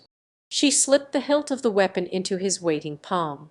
As his fingers closed upon it he drew her back and pushed her behind him. "Walk back to the desert as rapidly as you can. If you hear me call you will know that all is well, and you may return. It is useless." She replied resignedly, "This is the end. Do as I tell you." He commanded, "Quickly, he is about to charge." The girl dropped back a few paces. Where she stood watching for the terrible sight, that she knew she should soon witness. The lion was advancing slowly toward Tarzan, his nose to the ground, like a challenging bull, his tail extended now and quivering as though with intense excitement. The ape-man stood, half crouching, the long Arab knife glistening in the moonlight. Behind him the tense figure of the girl, motionless as a carven statue. She leaned slightly forward, her lips parted, her eyes wide. Her only conscious thought was wonder at the bravery of the man who dared face with a puny knife the lord with the large head. A man of her own blood would have knelt in prayer and gone down beneath those awful fangs without resistance. In either case the result would be the same, it was inevitable. But she could not repress a thrill of admiration as her eyes rested upon the heroic figure before her. Not a tremor in the whole giant frame, his attitude as menacing and defiant as that of El Adria himself. The lion was quite close to him, now but a few paces intervened. He crouched. And then, with a deafening roar, he sprang. Chapter. Sigh. John Caldwell.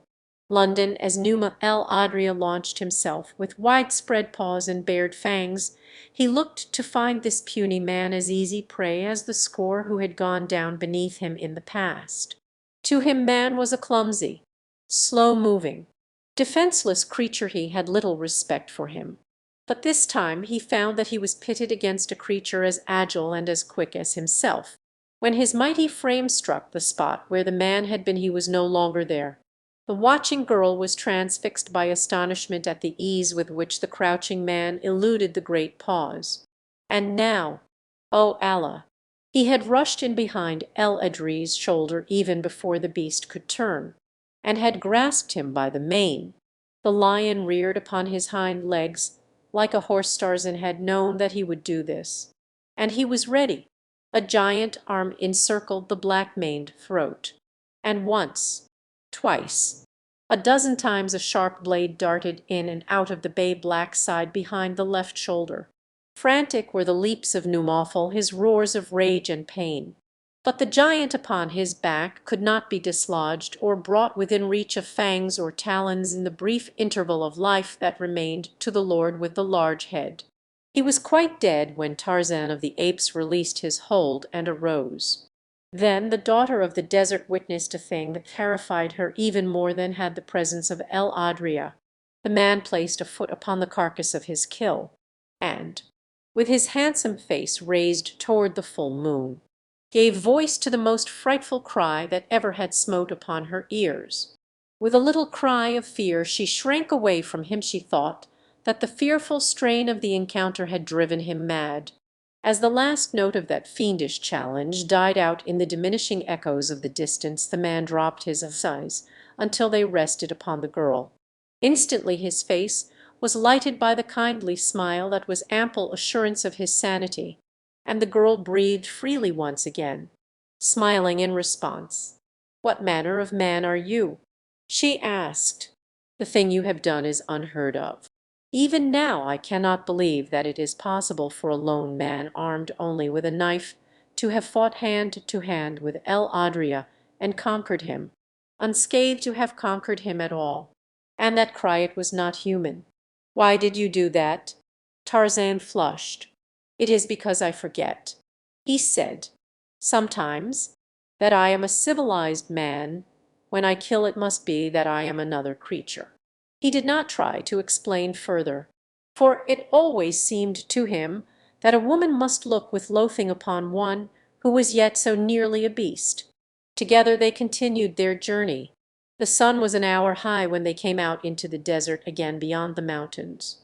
Beside a little rivulet they found the girl's horses grazing. They had come this far on their way home, and with the cause of their fear no longer present had stopped to feed. With little trouble Tarzan and the girl caught them, and, mounting, rode out into the desert toward the dower of Sheik Kador Ben Saden. No sign of pursuit developed, and they came in safety about 9 o'clock to their destination. The sheik had but just returned. He was frantic with grief at the absence of his daughter, whom he thought had been again abducted by the marauders. With 50 men he was already mounted to go in search of her when the two rode into the Dower. His joy at the safe return of his daughter was only equalled by his gratitude to Tarzan for bringing her safely to him through the dangers of the night, and his thankfulness that she had been in time to save the man who had once saved her. No honor that Khadr Ben Saden could heap upon the ape-man in acknowledgment of his esteem and friendship was neglected. When the girl had recited the story of the slaying of El Adria, Tarzan was surrounded by a mob of worshipping Arabs. It was a sure road to their admiration and respect. The old sheik insisted that Tarzan remain indefinitely as his guest. He even wished to adopt him as a member of the tribe, and there was for some time a half-formed resolution in the ape-man's mind to accept and remain forever with these wild people, whom he understood and who seemed to understand him. His friendship and liking for the girl were potent factors in urging him toward an affirmative decision. Had she been a man, he argued, he should not have hesitated, for it would have meant a friend after his own heart, with whom he could ride and hunt at will. But as it was, they would be hedged by the conventionalities that are even more strictly observed by the wild nomads of the desert than by their more civilized brothers and sisters. And in a little while she would be married to one of these swarthy warriors, and there would be an end to their friendship. So he decided against the sheik's proposal, though he remained a week as his guest. When he left, Khadr Ben Saden and 50 white robed warriors rode with him to Bau Sada. While they were mounting in the Dower of Khadr Ben Saden the morning of their departure, the girl came to bid farewell to Tarzan. "I have prayed that you would remain with us," she said simply, as he leaned from his saddle to clasp her hand in farewell, "and now I shall pray that you will return." There was an expression of wistfulness in her beautiful eyes, and a pathetic droop at the corners of her mouth. Tarzan was touched. Who knows? And then he turned and rode after the departing Arabs. Outside Bau Sada he bade Khadr Ben Saden and his men good-bye, for there were reasons which made him wish to make his entry into the town as secret as possible. And when he had explained them to the sheik, the latter concurred in his decision. The Arabs were to enter Bau Sada ahead of him, saying nothing as to his presence with them. Later Tarzan would come in alone, and go directly to an obscure native inn, thus making his entrance after dark. As he did, he was not seen by any one who knew him, and reached the inn unobserved. After dining with Khadr Ben Saden as his guest, he went to his former hotel by a roundabout way, and, coming in by a rear entrance, sought the proprietor, who seemed much surprised to see him alive. Yes, there was mail for Monsieur. He would fetch it. No, he would mention Monsieur's return to no one. Presently he returned with a packet of letters. One was an order from his superior to lay off on his present work, and hasten to Cape Town by the first steamer he could get. His further instructions would be awaiting him there in the hands of another agent, whose name and address were given. That was all brief but explicit. Tarzan arranged to leave Bau Sada early the next morning. Then he started for the garrison to see Captain Gerard, whom the hotel man had told him had returned with his detachment the previous day. He found the officer in his quarters. He was filled with surprise and pleasure at seeing Tarzan alive and well. When Lieutenant Gurnoys returned and reported that he had not found you at the spot that you had chosen to remain while the detachment was scouting, I was filled with alarm. We searched the mountain for days. Then came word that you had been killed and eaten by a lion. As proof, your gun was brought to us. Your horse had returned to camp the second day after your disappearance. We could not doubt. Lieutenant Gurnoys was grief-stricken. He took all the blame upon himself. It was he who insisted on carrying on the search himself. It was he who found the Arab with your gun. He will be delighted to know that you are safe." "Doubtless," said Tarzan, with a grim smile. "He is down in the town now, or I should send for him," continued Captain Gerard. "I shall tell him as soon as he returns." Tarzan let the officer think that he had been lost, wandering finally into the dower of Khadr Ben Saden, who had escorted him back to Bou Saada. As soon as possible he bade the good officer adieu, and hastened back into the town. At the native inn he had learned through Khadr Ben Saden a piece of interesting information. It told of a black-bearded white man who went always disguised as an Arab. For a time he had nursed a broken wrist. More recently he had been away from Bou Saada, but now he was back, and Tarzan knew his place of concealment. It was for there he headed, through narrow, stinking alleys, black as Erebus. He groped, and then up a rickety stairway, at the end of which was a closed door and a tiny, unglazed window. The window was high under the low eaves of the mud building. Tarzan could just reach the sill. He raised himself slowly until his eyes topped it. The room within was lighted, and at a table sat Rokoff and Gurnoys. Gurnoys was speaking. "Rokoff, you are a devil," he was saying. "You have hounded me until I have lost the last shred of my honor. You have driven me to murder. For the blood of that man Tarzan is on my hands. If it were not that that other devil's spawn, Paulvitch, still knew my secret, I should kill you here tonight with my bare hands." Rokoff laughed. "You would not do that, my dear lieutenant," he said, "the moment I am reported dead by assassination. That dear Alexis will forward to the Minister of War full proof of the affair you so ardently long to conceal, and, further, will charge you with my murder. Come, be sensible. I am your best friend. Have I not protected your honor as though it were my own?"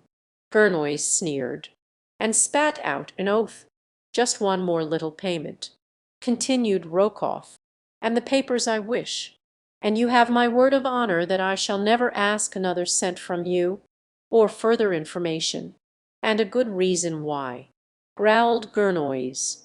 "What you ask will take my last cent, and the only valuable military secret I hold. You ought to be paying me for the information, instead of taking both it and money, too." "I am paying you by keeping a still tongue in my head," retorted Rokoff. "But let's have done. Will you, or will you not? I give you 3 minutes to decide. If you are not agreeable I shall send a note to your commandant tonight that will end in the degradation that Dreyfus suffered, the only difference being that he did not deserve it." For a moment Gurnoy sat with bowed head. At length he arose. He drew 2 pieces of paper from his blouse. "Here," he said hopelessly. "I had them ready, for I knew that there could be but one outcome." He held them toward the Russian. Rokoff's cruel face lighted in malignant gloating. He seized the bits of paper. "You have done well, Gurnoys," he said. "I shall not trouble you again unless you happen to accumulate some more money or information." And he grinned. "You never shall again, you dog," hissed Gurnoys. "The next time I shall kill you. I came near doing it tonight. For an hour I sat with these 2 pieces of paper on my table before me. Ere I came here beside them lay my loaded revolver. I was trying to decide which I should bring. Next time the choice shall be easier, for I already have decided. You had a close call tonight, Rokoff. Do not tempt fate a second time." Then Gurnoys rose to leave. Tarzan barely had time to drop to the landing and shrink back into the shadows on the far side of the door. Even then he scarcely hoped to elude detection. The landing was very small, and though he flattened himself against the wall at its far edge he was scarcely more than a foot from the doorway. Almost immediately it opened, and Gurnoys stepped out. Rokoff was behind him. Neither spoke. Gurnoys had taken perhaps 3 steps down the stairway when he halted and half turned, as though to retrace his steps. Tarzan knew that discovery would be inevitable. Rokoff still stood on the threshold a foot from him, but he was looking in the opposite direction, toward Gurnoys. Then the officer evidently reconsidered his decision. and resumed his downward course.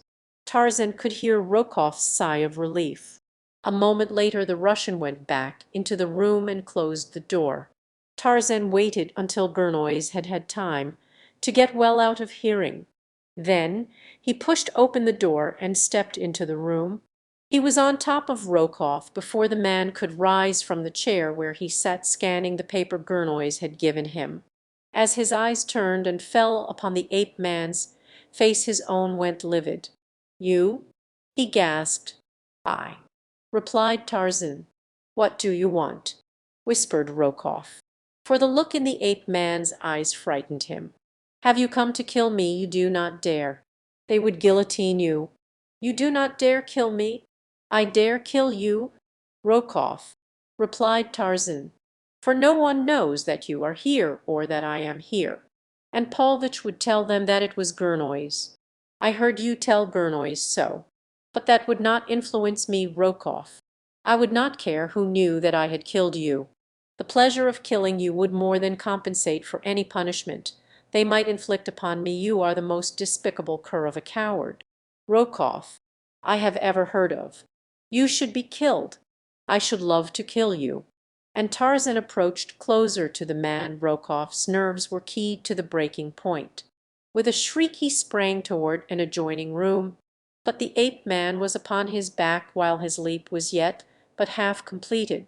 Iron fingers sought his throat. The great coward squealed like a stuck pig, until Tarzan had shut off his wind. Then the ape man dragged him to his feet, still choking him. The Russian struggled futilely, was like a babe in the mighty grasp of Tarzan of the Apes. Tarzan sat him in a chair, and long before there was danger of the man's dying, he released his hold upon his throat. When the Russian's coughing spell had abated, Tarzan spoke to him again. "I have given you a taste of the suffering of death," he said, "but I shall not kill this time.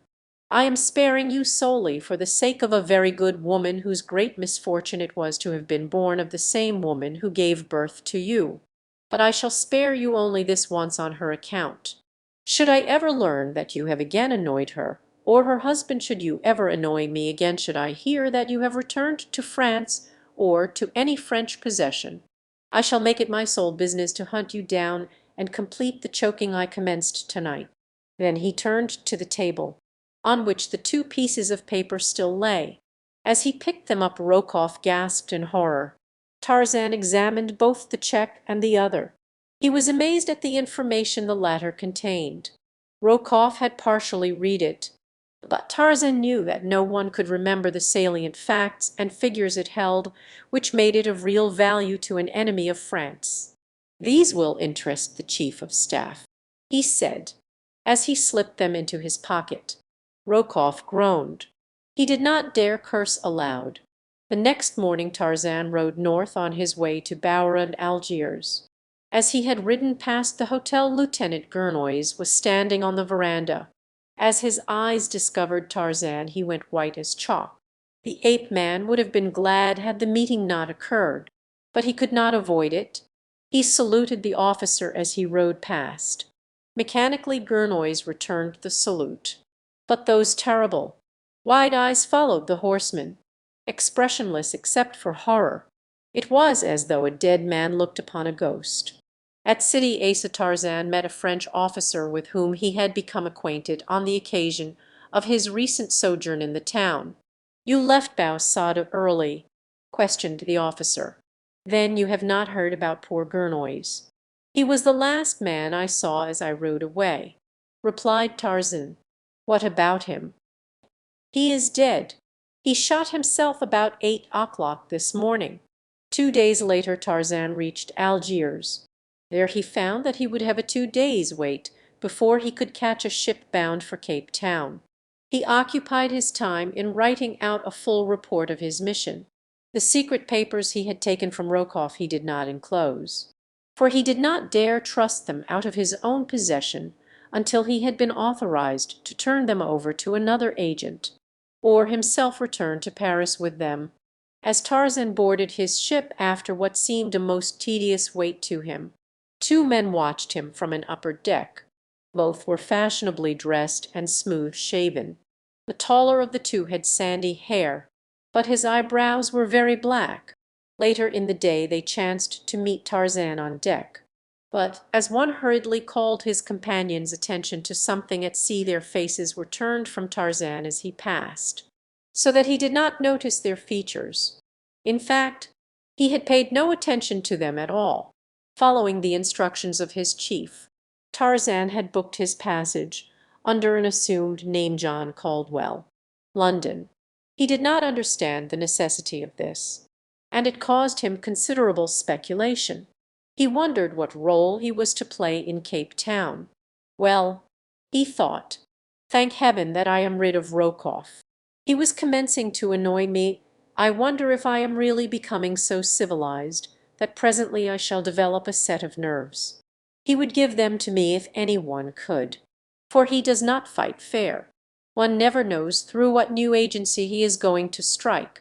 It is as though Numa, the lion, had induced Tantor, the elephant, and Hista, the snake, to join him in attempting to kill me. I would then never have known what minute, or by whom, I was to be attacked next.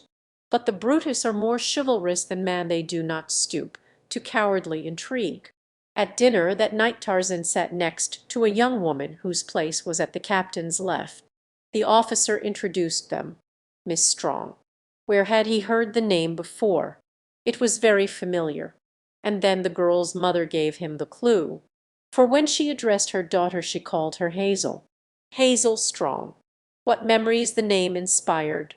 It had been a letter to this girl, penned by the fair hand of Jane Porter, that had carried to him the first message from the woman he loved. How vividly he recalled the night he had stolen it from the desk in the cabin of his long-dead father, where Jane Porter had sat writing it late into the night, while he crouched in the darkness without. How terror-stricken she would have been that night had she known that the wild jungle beast squat outside her window, watching her every move. And this was Hazel Strong, Jane Porter's best friend. Chapter C. Ships that pass. Let us go back a few months to the little, windswept platform of a railway station in northern Wisconsin. The smoke of forest fires hangs low over the surrounding landscape, its acrid fumes smarting the eyes of a little party of 6 who stand waiting the coming of the train that is to bear them away toward the south. Professor Archimedes Q. Porter, his hands clasped beneath the tails of his long coat, paces back and forth under the ever-watchful eye of his faithful secretary, Mr. Samuel T. Philander. Twice within the past few minutes he has started absent-mindedly across the tracks in the direction of a nearby swamp, only to be rescued and dragged back by the tireless Mr. Philander. Jane Porter, the professor's daughter, is in strained and lifeless conversation with William Cecil Clayton and Tarzan of the Apes, within the little waiting room. But a bare moment before, a confession of love and a renunciation had taken place that had blighted the lives and happiness of 2 of the party. But William Cecil Clayton, Lord Greystoke, was not one of them. Behind Miss Porter hovered the motherly Esmeralda. She, too, was happy, for was she not returning to her beloved Maryland? Already she could see dimly through the fog of smoke the murky headlight of the oncoming engine. The men began to gather up the hand baggage. Suddenly Clayton exclaimed, "By Jove, I've left my ulster in the waiting room," and hastened off to fetch it. "Good-bye, Jane," said Tarzan, extending his hand. "God bless you." "Good-bye," replied the girl faintly. "Try to forget me, no? Not that I could not bear to think that you had forgotten me. There is no danger of that, dear," he answered. "I wish to heaven that I might forget. It would be so much easier than to go through life always remembering what might have been. You will be happy, though. I am sure you shall. You must be. You may tell the others of my decision to drive my car on to New York. I don't feel equal to bidding Clayton good-bye. I want always to remember him kindly, but I fear that I am too much of a wild beast yet to be trusted too long with the man who stands between me and the one person in all the world I want." As Clayton stooped to pick up his coat in the waiting room his eyes fell on a telegraph blank lying face down upon the floor. He stooped to pick it up, thinking it might be a message of importance which someone had dropped. He glanced at it hastily, and then suddenly he forgot his coat, the approaching train, everything but that terrible little piece of yellow paper in his hand. He read it twice before he could fully grasp the terrific weight of meaning that it bore to him. When he had picked it up he had been an English nobleman, the proud and wealthy possessor of vast estates. A moment later he had read it, and he knew that he was an untitled and penniless beggar. It was Darnett's cablegram to Tarzan, and it read, "Fingerprints prove you Greystoke. Congratulations. Darnett." He staggered as though he had received a mortal blow. Just then he heard the others calling to him to hurry. The train was coming to a stop at the little platform. Like a man dazed he gathered up his ulster. He would tell them about the cablegram when they were all on board the train.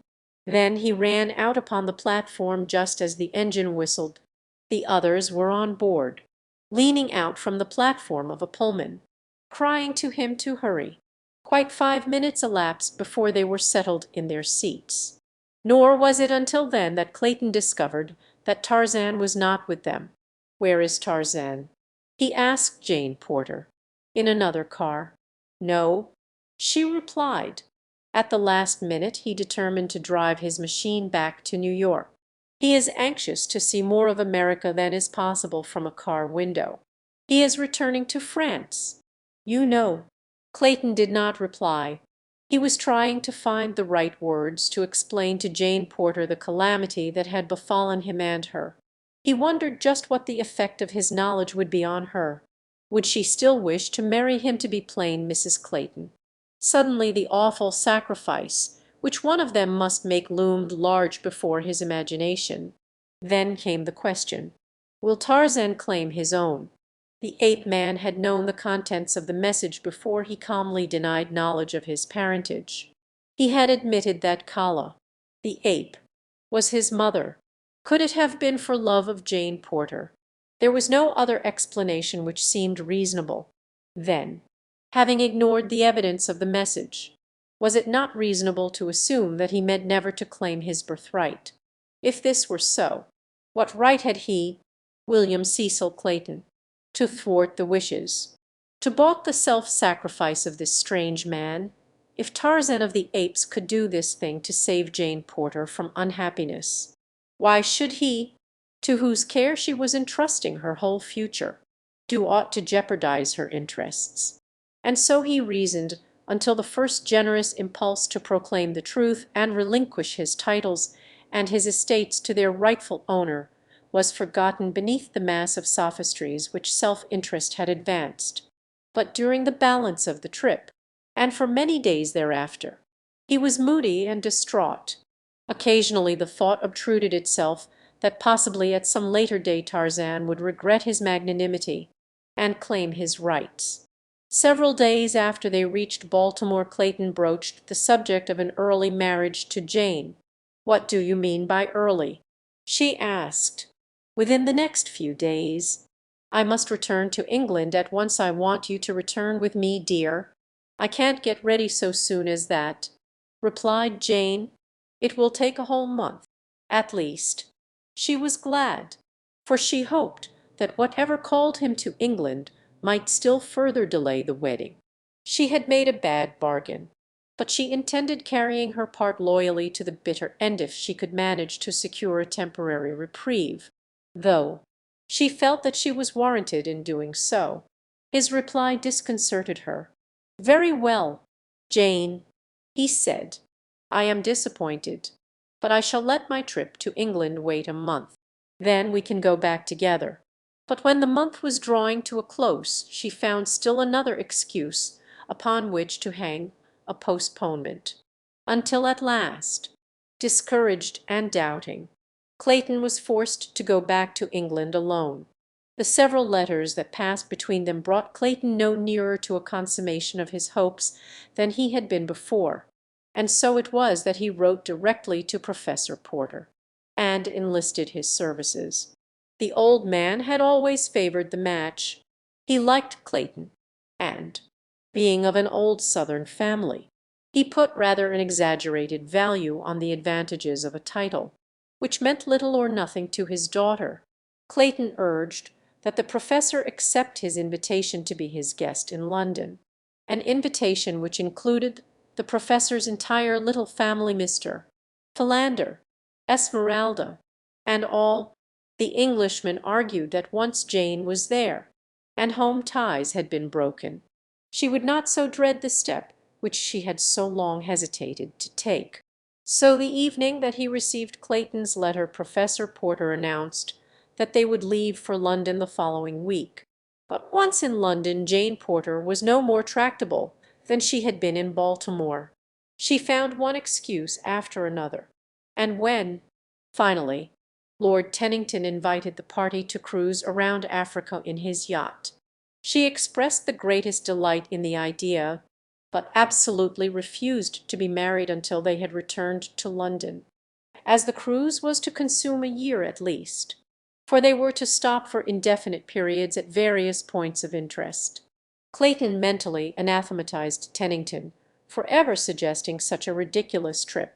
It was Lord Tennington's plan to cruise through the Mediterranean and the Red Sea to the Indian Ocean, and thus down the east coast, putting in at every port that was worth the seeing.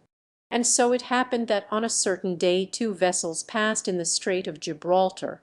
The smaller, a trim white yacht, was speeding toward the east, and on her deck sat a young woman, who gazed with sad eyes upon a diamond-studded locket which she idly fingered. Her thoughts were far away, in the dim, leafy fastness of a tropical jungle, and her heart was with her thoughts. She wondered if the man who had given her the beautiful bauble, that had meant so much more to him than the intrinsic value which he had not even known could ever have meant to him, was back in his savage forest, and upon the deck of the larger vessel, a passenger steamer passing toward the east, the man sat with another young woman, and the two idly speculated upon the identity of the dainty craft gliding so gracefully through the gentle swell of the lazy sea. When the yacht had passed, the man resumed the conversation that her appearance had broken off. "Yes," he said, "I like America very much, and that means, of course, that I like Americans, for a country is only what its people make it. I met some very delightful people while I was there. I recall one family from your own city, Miss Strong, whom I liked particularly, Professor Porter and his daughter." "Jane Porter!" exclaimed the girl. "Do you mean to tell me that you know Jane Porter?" "Why, she is the very best friend I have in the world. We were little children together, we have known each other for ages." "Indeed," he answered, smiling. "You would have difficulty in persuading any one of the fact who had seen either of you. Will qualify the statement." "Then," she answered, with a laugh, "we have known each other for 2 ages, hers and mine. But seriously, we are as dear to each other as sisters. And now that I am going to lose her, I am almost heartbroken." "Going to lose her?" exclaimed Tarzan. "Why, what do you mean?" "Oh, yes, I understand. You mean that now that she's married and living in England, you will seldom, if ever, see her." "Yes," replied she, "and the saddest part of it all is that she is not marrying the man she loves. Oh, it is terrible, marrying from a sense of duty. I think it is perfectly wicked, and I told her so. I have felt so strongly on the subject that although I was the only person outside of blood relations who was to have been asked to the wedding, I would not let her invite me, for I should not have gone to witness the terrible mockery. But Jane Porter is peculiarly positive. She has convinced herself that she is doing the only honorable thing that she can do, and nothing in the world will ever prevent her from marrying Lord Greystoke except Greystoke himself, or death." "I am sorry for her," said Tarzan. "And I am sorry for the man she loves," said the girl. for he loves her. I never met him, but from what Jane tells me he must be a very wonderful person. It seems that he was born in an African jungle and brought up by fierce, anthropoid apes. He had never seen a white man or woman until Professor Porter and his party were marooned on the coast right at the threshold of his tiny cabin. He saved them from all manner of terrible beasts, and accomplished the most wonderful feats imaginable. And then, to cap the climax, he fell in love with Jane and she with him, though she never really knew it for sure until she had promised herself to Lord Greystoke. Most remarkable, murmured Tarzan, cudgelling his brain for some pretext upon which to turn the subject. He delighted in hearing Hazel's strong talk of Jane, but when he was the subject of the conversation he was bored and embarrassed. But he was soon given a respite, for the girl's mother joined them, and the talk became general. The next few days passed uneventfully. The sea was quiet, the sky was clear, the steamer ploughed steadily on toward the south without pause. Tarzan spent quite a little time with Miss Strong and her mother. They whiled away their hours on deck reading, talking, or taking pictures with Miss Strong's camera. When the sun had set they walked. One day Tarzan found Miss Strong in conversation with a stranger, a man he had not seen on board before. As he approached the couple the man bowed to the girl and turned to walk away. "Wait, Monsieur Thurin," said Miss Strong. "You must meet Mr. Caldwell. We are all fellow passengers, and should be acquainted." The two men shook hands. As Tarzan looked into the eyes of Monsieur Thurin he was struck by the strange familiarity of their expression. "I have had the honor of Monsieur's acquaintance in the past, I am sure," said Tarzan, "though I cannot recall the circumstances." Monsieur Thurin appeared ill at ease. "I cannot say, monsieur," he replied. "It may be so. I have had that identical sensation myself when meeting a stranger. Monsieur Thurin has been explaining some of the mysteries of navigation to me," explained the girl. Tarzan paid little heed to the conversation that ensued. He was attempting to recall where he had met Monsieur Thurin before. That it had been under peculiar circumstances he was positive. Presently the sun reached them, and the girl asked Monsieur Thurin to move her chair farther back into the shade. Tarzan happened to be watching the man at the time, and noticed the awkward manner in which he handled the chair. His left wrist was stiff. That clue was sufficient. A sudden train of associated ideas did the rest. Monsieur Thurin had been trying to find an excuse to make a graceful departure. The lull in the conversation following the moving of their position gave him an opportunity to make his excuses. Bowing low to Miss Strong, and inclining his head to Tarzan, he turned to leave them. "Just a moment," said Tarzan. "If Miss Strong will pardon me, I will accompany you. I shall return in a moment. Miss Strong." Monsieur Thurin looked uncomfortable. When the two men had passed out of the girl's sight, Tarzan stopped, laying a heavy hand on the other's shoulder. "What is your game now, Rokoff?" he asked. "I am leaving France as I promised you," replied the other, in a surly voice. "I see you are," said Tarzan. "But I know you so well that I can scarcely believe that your being on the same boat with me is purely a coincidence. If I could believe it, the fact that you are in disguise would immediately disabuse my mind of any such idea." "Well," growled Rokoff, with a shrug, "I cannot see what you are going to do about it. This vessel flies the English flag. I have as much right on board her as you, and from the fact that you are booked under an assumed name I imagine that I have more right. We will not discuss it. Rokoff, all I wanted to say to you is that you must keep away from Miss Strong. She is a decent woman." Rokoff turned scarlet. "If you don't I shall pitch you overboard," continued Tarzan. "Do not forget that I am just waiting for some excuse." Then he turned on his heel, and left Rokoff standing there trembling with suppressed rage. He did not see the man again for days. But Rokoff was not idle. In his stateroom with Paulvitch he fumed and swore. threatening the most terrible of revenge. I would throw him overboard tonight. He cried, were I sure that those papers were not on his person. I cannot chance pitching them into the ocean with him. If you were not such a stupid coward, Alexis, you would find a way to enter his stateroom and search for the documents." Paulvitch smiled. "You are supposed to be the brains of this partnership, my dear Nicholas." He replied, "Why do you not find the means to search Monsieur Caldwell's stateroom?" 2 hours later fate was kind to them, for Paulvitch, who was ever on the watch, saw Tarzan leave his room without locking the door. 5 minutes later Rokoff was stationed where he could give the alarm in case Tarzan returned, and Paulvitch was deftly searching the contents of the ape man's luggage. He was about to give up in despair when he saw a coat which Tarzan had just removed. A moment later he grasped an official envelope in his hand. A quick glance at its contents brought a broad smile to the Russian's face. When he left the stateroom Tarzan himself could not have told that an article in it had been touched. Since he left it Paulvitch was a past master in his chosen field. When he handed the packet to Rokoff in the seclusion of their stateroom the larger man rang for a steward, and ordered a pint of champagne. "We must celebrate, my dear Alexis," he said. "It was luck."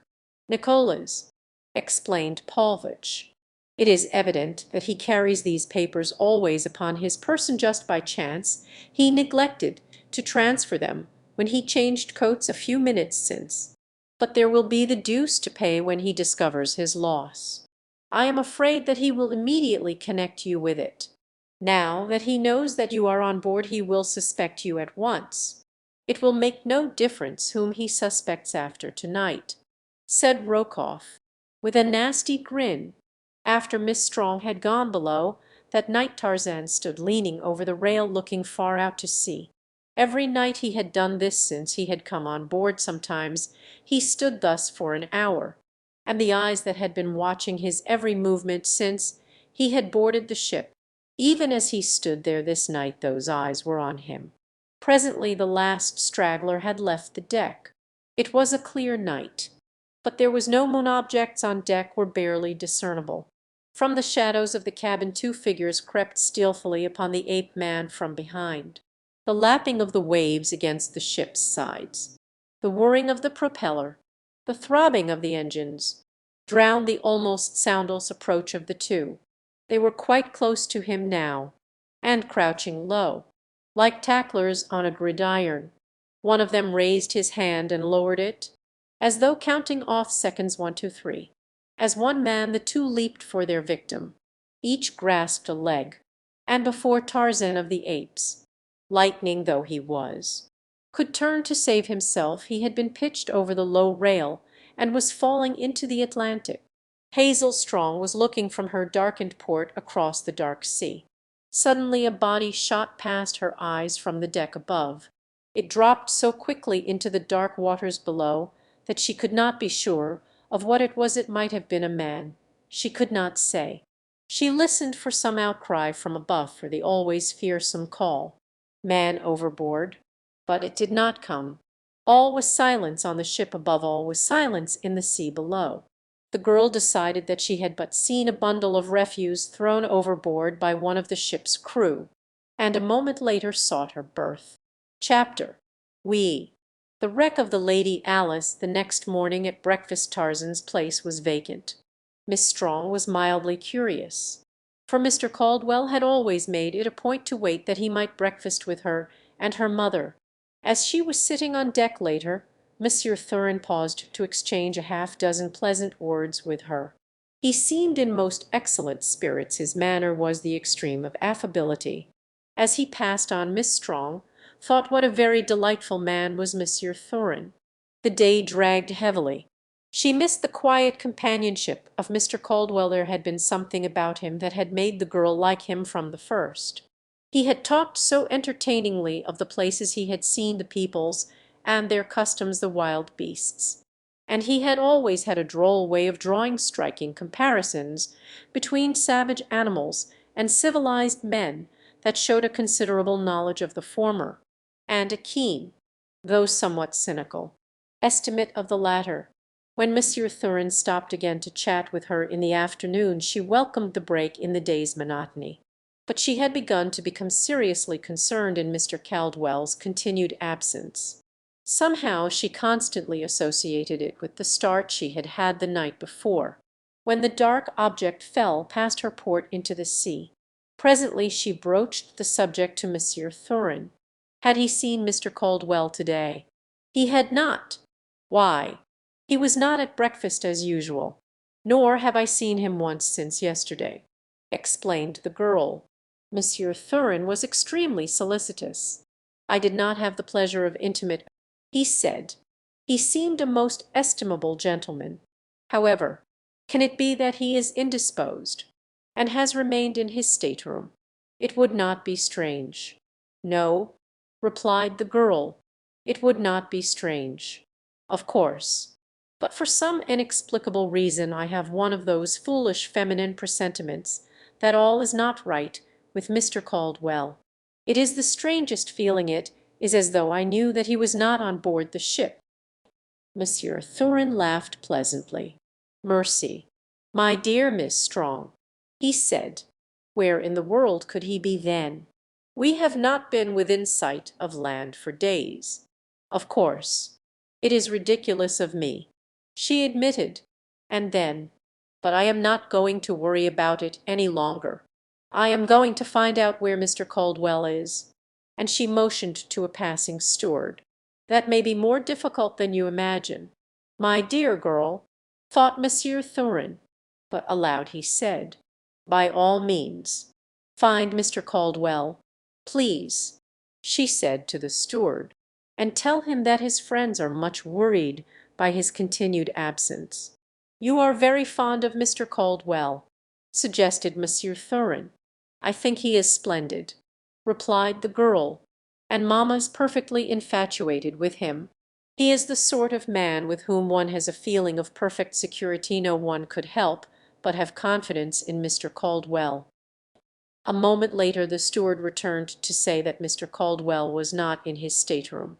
I cannot find him, Miss Strong. And he hesitated. I have learned that his berth was not occupied last night. I think that I had better report the matter to the captain. Most assuredly, exclaimed Miss Strong. I shall go with you to the captain myself. It is terrible. I know that something awful has happened. My presentiments were not false. After all, it was a very frightened young woman and an excited steward who presented themselves before the captain a few moments later. He listened to their stories in silence, a look of concern marking his expression as the steward assured him that he had sought for the missing passenger in every part of the ship. And are you sure, Miss Strong, that you saw a body fall overboard last night? He asked. There is not the slightest doubt about that. She answered. I cannot say that it was a human body. There was no outcry. It might have been only what I thought it was, a bundle of refuse. But if Mr. Caldwell is not found on board I shall always be positive that it was he whom I saw fall past my port. The captain ordered an immediate and thorough search of the entire ship from stem to stern. No nook or cranny was to be overlooked. Miss Strong remained in his cabin, waiting the outcome of the quest. The captain asked her many questions, but she could tell him nothing about the missing man other than what she had herself seen during their brief acquaintance on shipboard. For the first time she suddenly realized how very little indeed Mr. Caldwell had told her about himself or his past life. That he had been born in Africa and educated in Paris was about all she knew. And this meagre information had been the result of her surprise that an Englishman should speak English with such a marked French accent. Did he ever speak of any enemies? Asked the captain. Never. Was he acquainted with any of the other passengers? Only as he had been with me through the circumstance of casual meeting as fellow shipmates.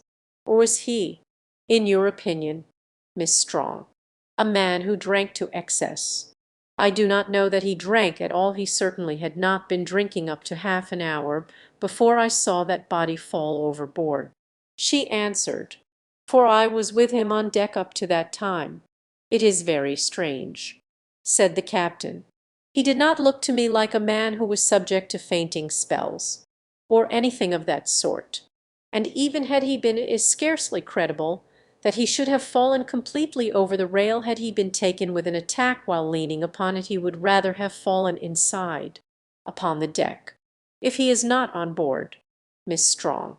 He was thrown overboard, and the fact that you heard no outcry would lead to the assumption that he was dead before he left the ship's deck murdered." The girl shuddered. It was a full hour later that the first officer returned to report the outcome of the search. "Mr. Caldwell is not on board, sir," he said. "I fear that there is something more serious than accident here." "Mr. Brentley," said the captain, "I wish that you would make a personal and very careful examination of Mr. Caldwell's effects, to ascertain if there is any clue to a motive either for suicide or murder. Sift the thing to the bottom." "Aye, aye, sir," responded Mr. Brentley, and left to commence his investigation. Hazel Strong was prostrate. For 2 days she did not leave her cabin, and when she finally ventured on deck she was very wan and white, with great, dark circles beneath her eyes. Waking or sleeping, it seemed that she constantly saw that dark body dropping, swift and silent, into the cold, grim sea. Shortly after her first appearance on deck following the tragedy, Monsieur Thurin joined her with many expressions of kindly solicitude. "Oh, but it is terrible, Miss Strong," he said. "I cannot rid my mind of it." "Nor I," said the girl warily. "I feel that he might have been saved had I but given the alarm." "You must not reproach yourself, my dear Miss Strong," urged Monsieur Thurin. "It was in no way your fault. Another would have done as you did, who would think that because something fell into the sea from a ship, for a while they would have doubted your story. Thinking it but the nervous hallucination of a womanhead, you insisted it would have been too late to have rescued him by the time the ship could have been brought to a stop, and the boats lowered and rowed back miles in search of the unknown spot where the tragedy had occurred. No, you must not censure yourself. You have done more than any other of us for poor Mr. Caldwell. You were the only one to miss him. It was you who instituted the search." The girl could not help but feel grateful to him for his kind and encouraging words. He was with her often, almost constantly, for the remainder of the voyage, and she grew to like him very much indeed. Monsieur Thurin had learned that the beautiful Miss Strong, of Baltimore, was an American heiress, a very wealthy girl in her own right, and with future prospects that quite took his breath away when he contemplated them. And since he spent most of his time in that delectable pastime, it is a wonder that he breathed at all.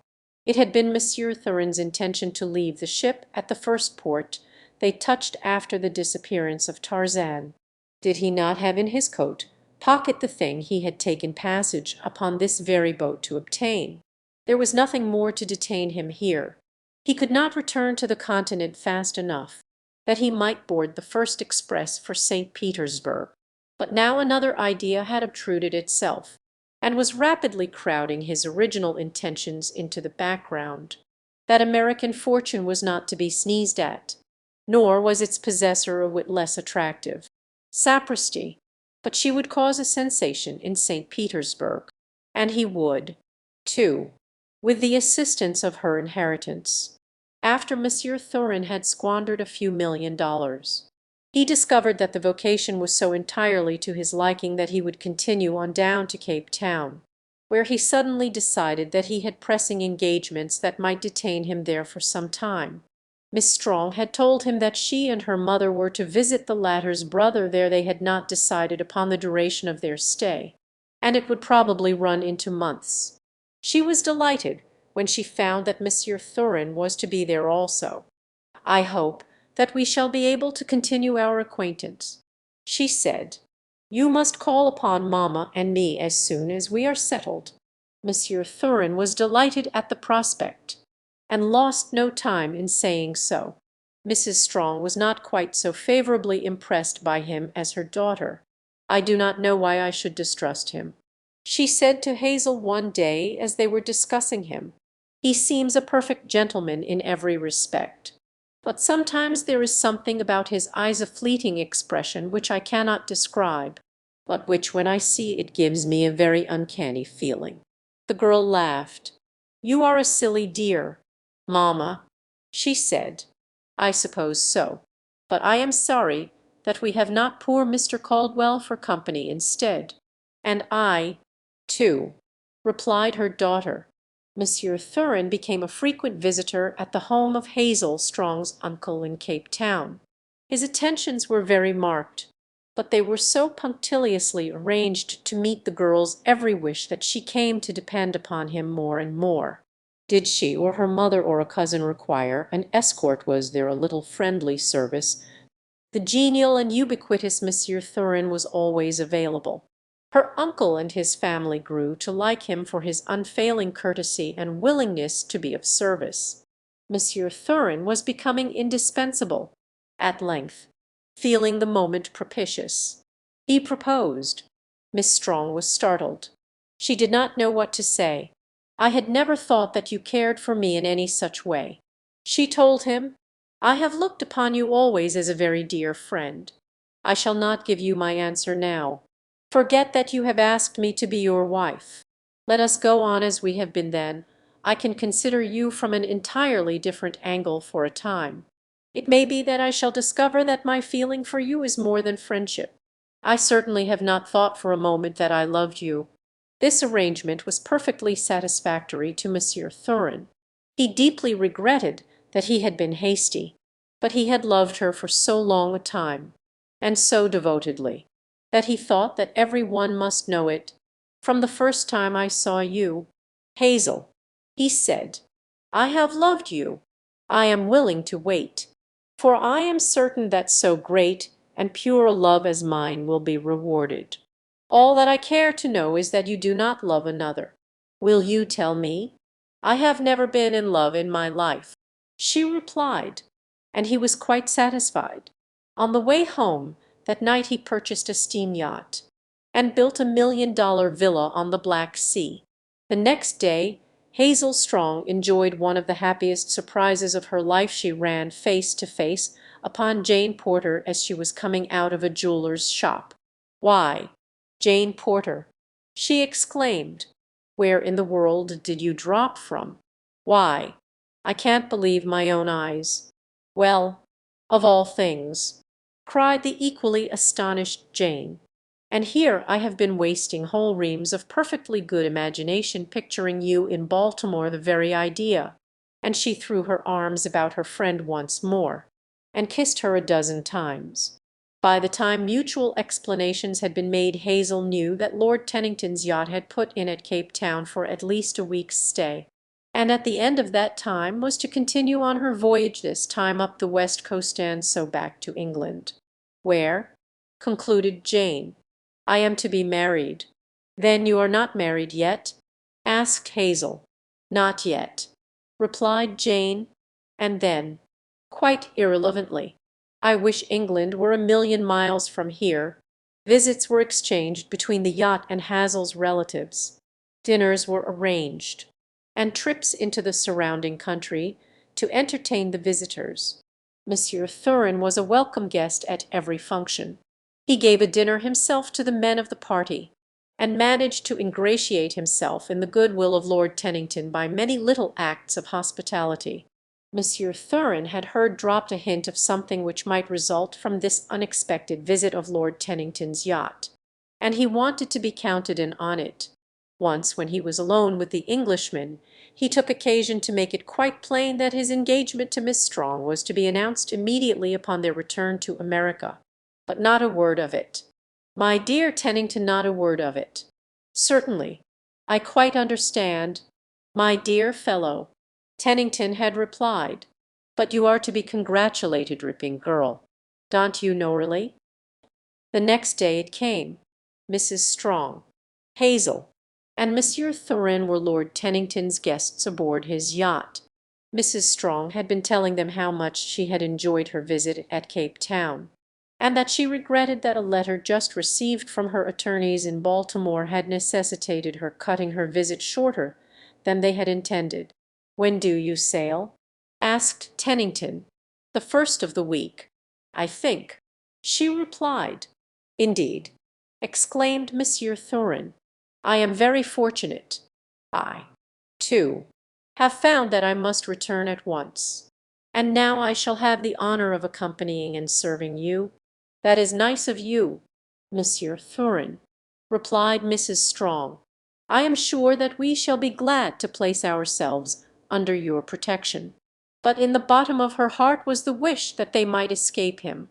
Why, she could not have told. "By Jove!"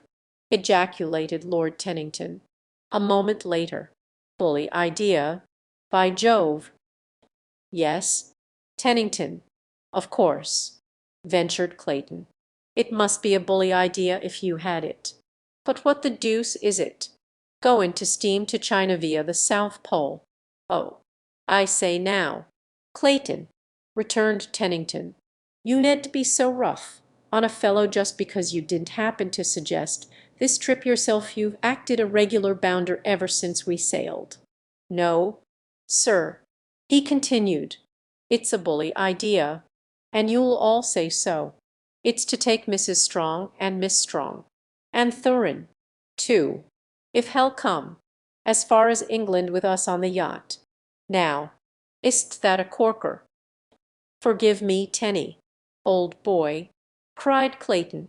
"It certainly is a corking idea. I never should have suspected you of it. You're quite sure it's original, are you? And we'll sail the first of the week, or any other time that suits your convenience, Mrs. Strong," concluded the big-hearted Englishman, as though the thing were all arranged except the sailing date.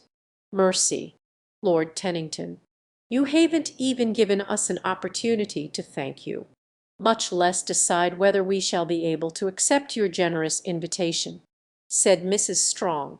"Why, of course you'll come," responded Tennington. "We'll make as good time as any passenger boat, and you'll be fully as comfortable. And, anyway, we all want you, and want take no for an answer."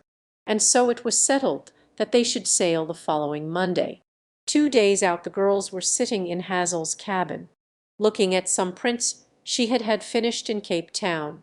They represented all the pictures she had taken since she had left America, and the girls were both engrossed in them, Jane asking many questions, and Hazel keeping up a perfect torrent of comment and explanation of the various scenes and people. "And here," she said suddenly, "here's a man you know. Poor fellow! I have so often intended asking you about him, but I never have been able to think of it when we were together." She was holding the little print so that Jane did not see the face of the man it portrayed. "His name was John Caldwell," continued Hazel. "Do you recall him? He said that he met you in America. He is an Englishman."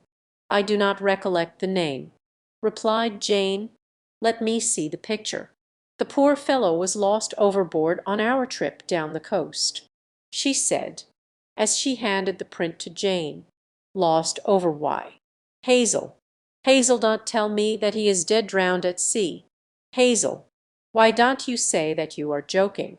And before the astonished Miss Strong could catch her, Jane Porter had slipped to the floor in a swoon. After Hazel had restored her chum to consciousness, she sat looking at her for a long time before either spoke. "I did not know, Jane," said Hazel, in a constrained voice, "that you knew Mr. Caldwell so intimately that his death could prove such a shock to you." "John Caldwell?" questioned Miss Porter. "You do not mean to tell me that you do not know who this man was?" "Hazel, why, yes, Jane, I know perfectly well who he was. His name was John Caldwell. He was from London." "Oh, Hazel, I wish I could believe it," moaned the girl.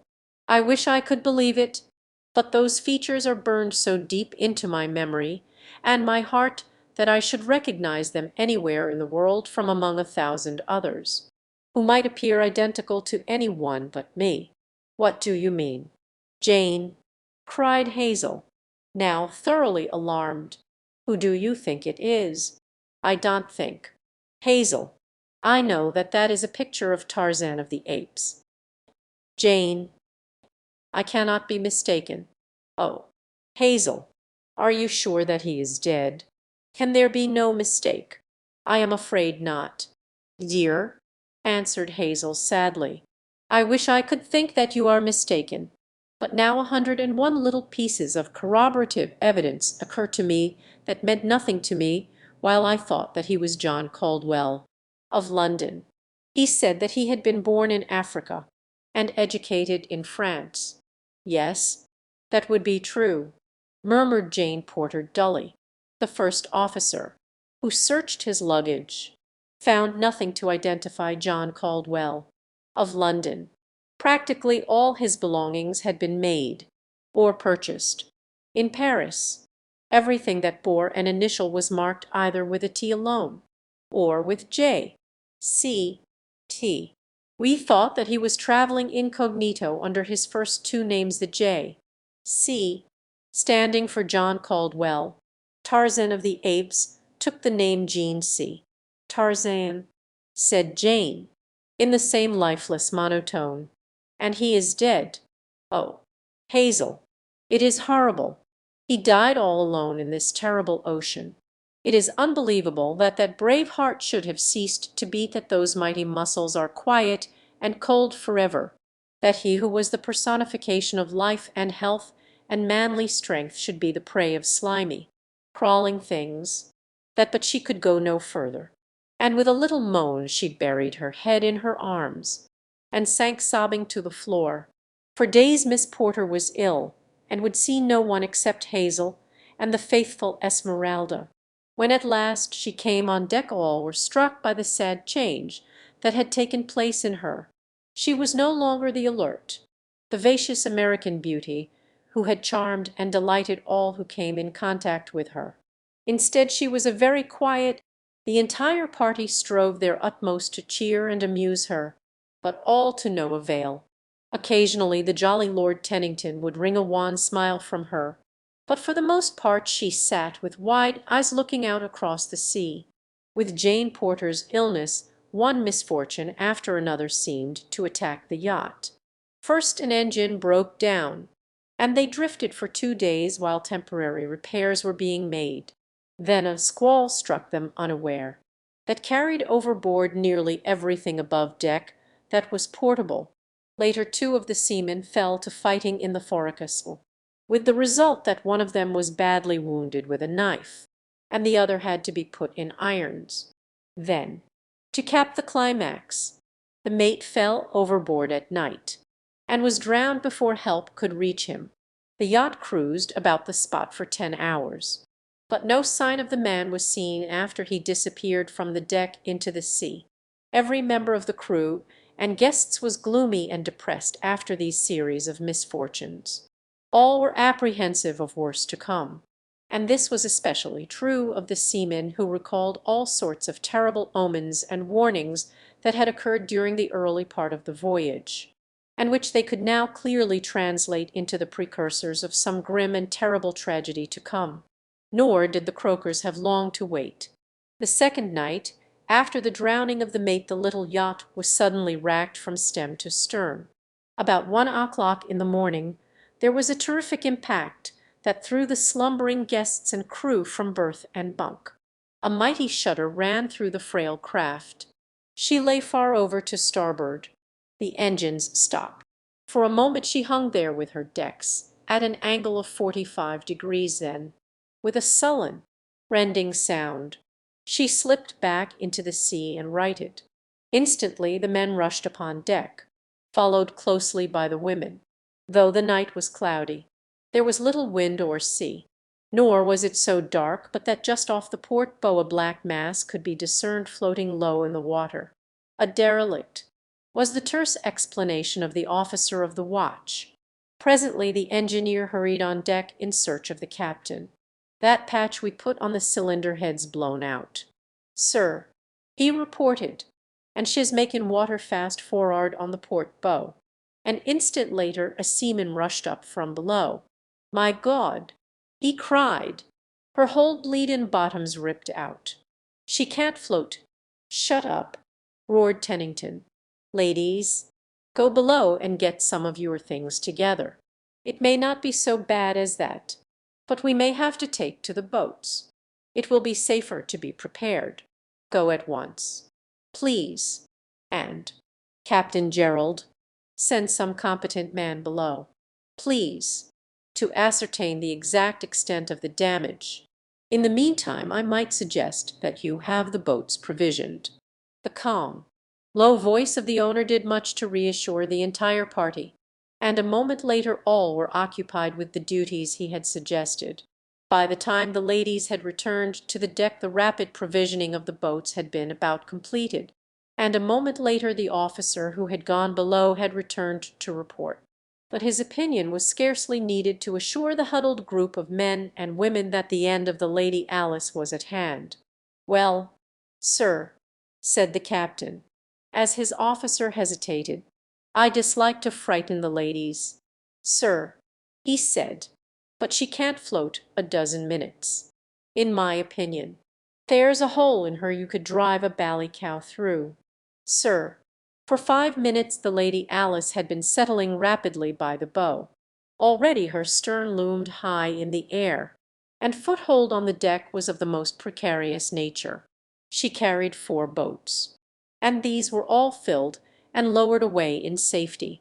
As they pulled rapidly from the stricken little vessel Jane Porter turned to have one last look at her.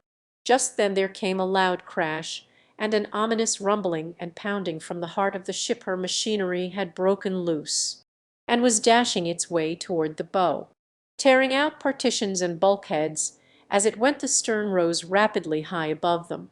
For a moment she seemed to pause there, a vertical shaft protruding from the bosom of the ocean, and then swiftly she dove headforemost beneath the waves. In one of the boats the brave Lord Tennington wiped a tear from his eye. He had not seen a fortune in money go down forever into the sea, but a dear, beautiful friend whom he had loved. At last the long night broke, and a tropical sun smote down upon the rolling water. Jane Porter had dropped into a fitful slumber. The fierce light of the sun upon her upturned face awoke her. She looked about her. In the boat with her were 3 sailors, Clayton and Monsieur Thurin. Then she looked for the other boats. But as far as the eye could reach there was nothing to break the fearful monotony of that waste of waters. They were alone in a small boat upon the broad Atlantic. Chapter Civ. Back to the primitive as Tarzan struck the water. His first impulse was to swim clear of the ship. He knew whom to thank for his present, and as he lay in the sea, just supporting himself by a gentle movement of his hands, his chief emotion was one of chagrin that he had been so easily bested by Rokoff. He lay thus for some time, watching the receding and rapidly diminishing lights of the steamer, without it ever once occurring to him to call for help. He never had called for help in his life, and so it is not strange that he did not think of it now. Always had he depended upon his own prowess and resourcefulness, nor had there ever been since the days of Kala any to answer an appeal for succor. When it did occur to him it was too late. There was, thought Tarzan, a possible 1 chance in 100,000 that he might be picked up, and an even smaller chance that he would reach land. So he determined that to combine what slight chances there were, he would swim slowly in the direction of the coast. The ship might have been closer in than he had known. His strokes were long and easy. It would be many hours before those giant muscles would commence to feel fatigue. As he swam, guided toward the east by the stars, he noticed that he felt the weight of his shoes, and so he removed them. His trousers went next, and he would have removed his coat at the same time but for the precious papers in its pocket. To assure himself that he still had them, he slipped his hand in to feel, but to his consternation they were gone. Now he knew that something more than revenge had prompted Rokoff to pitch him overboard The Russian had managed to obtain possession of the papers Tarzan had wrested from him at Bausada. The ape man swore softly, and let his coat and shirt sink into the Atlantic. Before many hours he had divested himself of his remaining garments, and was swimming easily and unencumbered toward the east. The first faint evidence of dawn was paling the stars ahead of him when the dim outlines of a low-lying black mass loomed up directly in his track. A few strong strokes brought him to its side. It was the bottom of a wave-washed derelict. Tarzan clambered upon it. He would rest there until daylight at least. He had no intention to remain there inactive, a prey to hunger and thirst. If he must die, he preferred dying in action while making some semblance of an attempt to save himself. The sea was quiet, so that the wreck had only a gently undulating motion. That was nothing to the swimmer who had had no sleep for 20 hours. Tarzan of the Apes curled up upon the slimy timbers, and was soon asleep. The heat of the sun awoke him early in the forenoon. His first conscious sensation was of thirst, which grew almost to the proportions of suffering with full returning consciousness. But a moment later it was forgotten in the joy of two almost simultaneous discoveries. The first was a mass of wreckage floating beside the derelict, in the midst of which, bottom up, rose and fell an overturned lifeboat. The other was the faint, dim line of a far distant shore showing on the horizon in the east.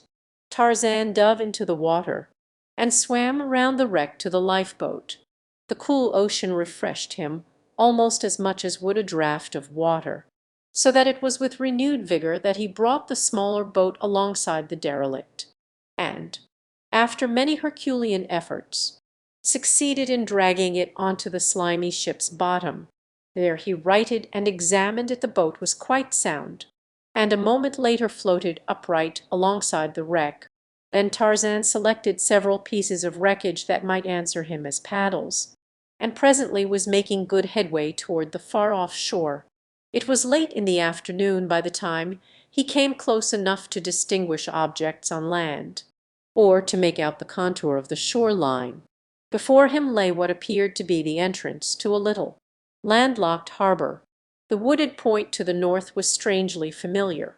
Could it be possible that fate had thrown him up at the very threshold of his own beloved jungle? But as the bow of his boat entered the mouth of the harbor, the last shred of doubt was cleared away. For there before him upon the farther shore, under the shadows of his primeval forest, stood his own cabin built before his birth by the hand of his long-dead father, John Clayton, Lord Greystoke. With long sweeps of his giant muscles Tarzan sent the little craft speeding toward the beach. Its prow had scarcely touched when the ape-man leaped. The beach, the little brook, the dense jungle, the black, impenetrable forest, the myriad birds in their brilliant plumage, the gorgeous tropical blooms upon the festooned creepers falling in great loops from the giant trees. Tarzan of the Apes had come into his own again, and that all the world might know it, he threw back his young head and gave voice to the fierce, wild challenge of his tribe. For a moment silence reigned upon the jungle, and then, low and weird, came an answering challenge. It was the deep roar of Numa, the lion, and from a great distance, faintly, the fearsome answering bellow of a bull ape. Tarzan went to the brook first, and slaked his thirst. Then he approached his cabin. The door was still closed and latched as he and Darnet had left it. He raised the latch and entered. Nothing had been disturbed. There were the table, the bed, and the little crib built by his father, the shelves and cupboards just as they had stood for over 23 years, just as he had left them nearly 2 years before. His eyes satisfied, Tarzan's stomach began to call aloud for attention. The pangs of hunger suggested a search for food. There was nothing in the cabin, nor had he any weapons. But upon a wall hung one of his old grass ropes. It had been many times broken and spliced, so that he had discarded it for a better one long before. Tarzan wished that he had a knife. Well, unless he was mistaken, He should have that, and a spear and bows and arrows before another son had set the rope would take care of that, and in the meantime it must be made to procure food for him. He coiled it carefully, and, throwing it about his shoulder, went out, closing the door behind him. Close to the cabin the jungle commenced, and into it Tarzan of the Apes plunged, wary and noiseless once more, a savage beast hunting its food. For a time he kept to the ground, but finally, discovering no spoor indicative of nearby meat, he took to the trees. With the first dizzy swing from tree to tree all the old joy of living swept over him. Vain regrets and dull heartache were forgotten. Now was he living. Now, indeed, was the true happiness of perfect freedom his. Who would go back to the stifling, wicked cities of civilized man when the mighty reaches of the great jungle offered peace and liberty? Not he. While it was yet light Tarzan came to a drinking place by the side of a jungle river. There was a ford there, and for countless ages the beasts of the forest had come down to drink at this spot. Here of a night might always be found either Subur or Numa crouching in the dense foliage of the surrounding jungle awaiting an antelope. Here came Horta, the boar, to water, and here came Tarzan of the Apes to make a kill, for he was very empty. On a low branch he squatted above the trail. For an hour he waited. It was growing dark. A little to one side of the ford in the densest thicket he heard the faint sound of padded feet, and the brushing of a huge body against tall grasses and tangled creepers. None other than Tarzan might have heard it, but the ape man heard and translated it was Numa, the lion, on the same errand as himself. Tarzan smiled. Presently he heard an animal approaching warily along the trail toward the drinking place. A moment more and it came in view. It was Horta, the boar. Here was delicious meat and Tarzan's mouth watered. The grasses where Numa lay were very still now, ominously still. Horta passed beneath Tarzan a few more steps, and he would be within the radius of Numa's spring. Tarzan could imagine how old Numa's eyes were shining, how he was already sucking in his breath for the awful roar which would freeze his prey for the brief instant between the moment of the spring and the sinking of terrible fangs into splintering bones. But as Numa gathered himself, a slender rope flew through the air from the low branches of a nearby tree. A noose settled about Horta's neck.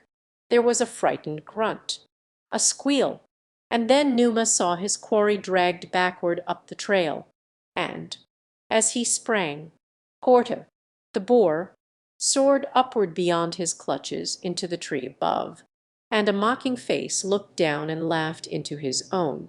Then indeed did Numa roar, angry, threatening, hungry. He paced back and forth beneath the taunting ape man. Now he stopped, and, rising on his hind legs against the stem of the tree that held his enemy, sharpened his huge claws upon the bark, tearing out great pieces that laid bare the whitewood beneath. And in the meantime Tarzan had dragged the struggling Horta to the limb beside him. Sinewy fingers completed the work the choking noose had commenced. The ape man had no knife, but nature had equipped him with the means of tearing his food from the quivering flank of his prey, and gleaming teeth sank into the succulent flesh while the raging lion looked on from below as another enjoyed the dinner that he had thought already his. It was quite dark by the time Tarzan had gorged himself. Ah, but it had been delicious.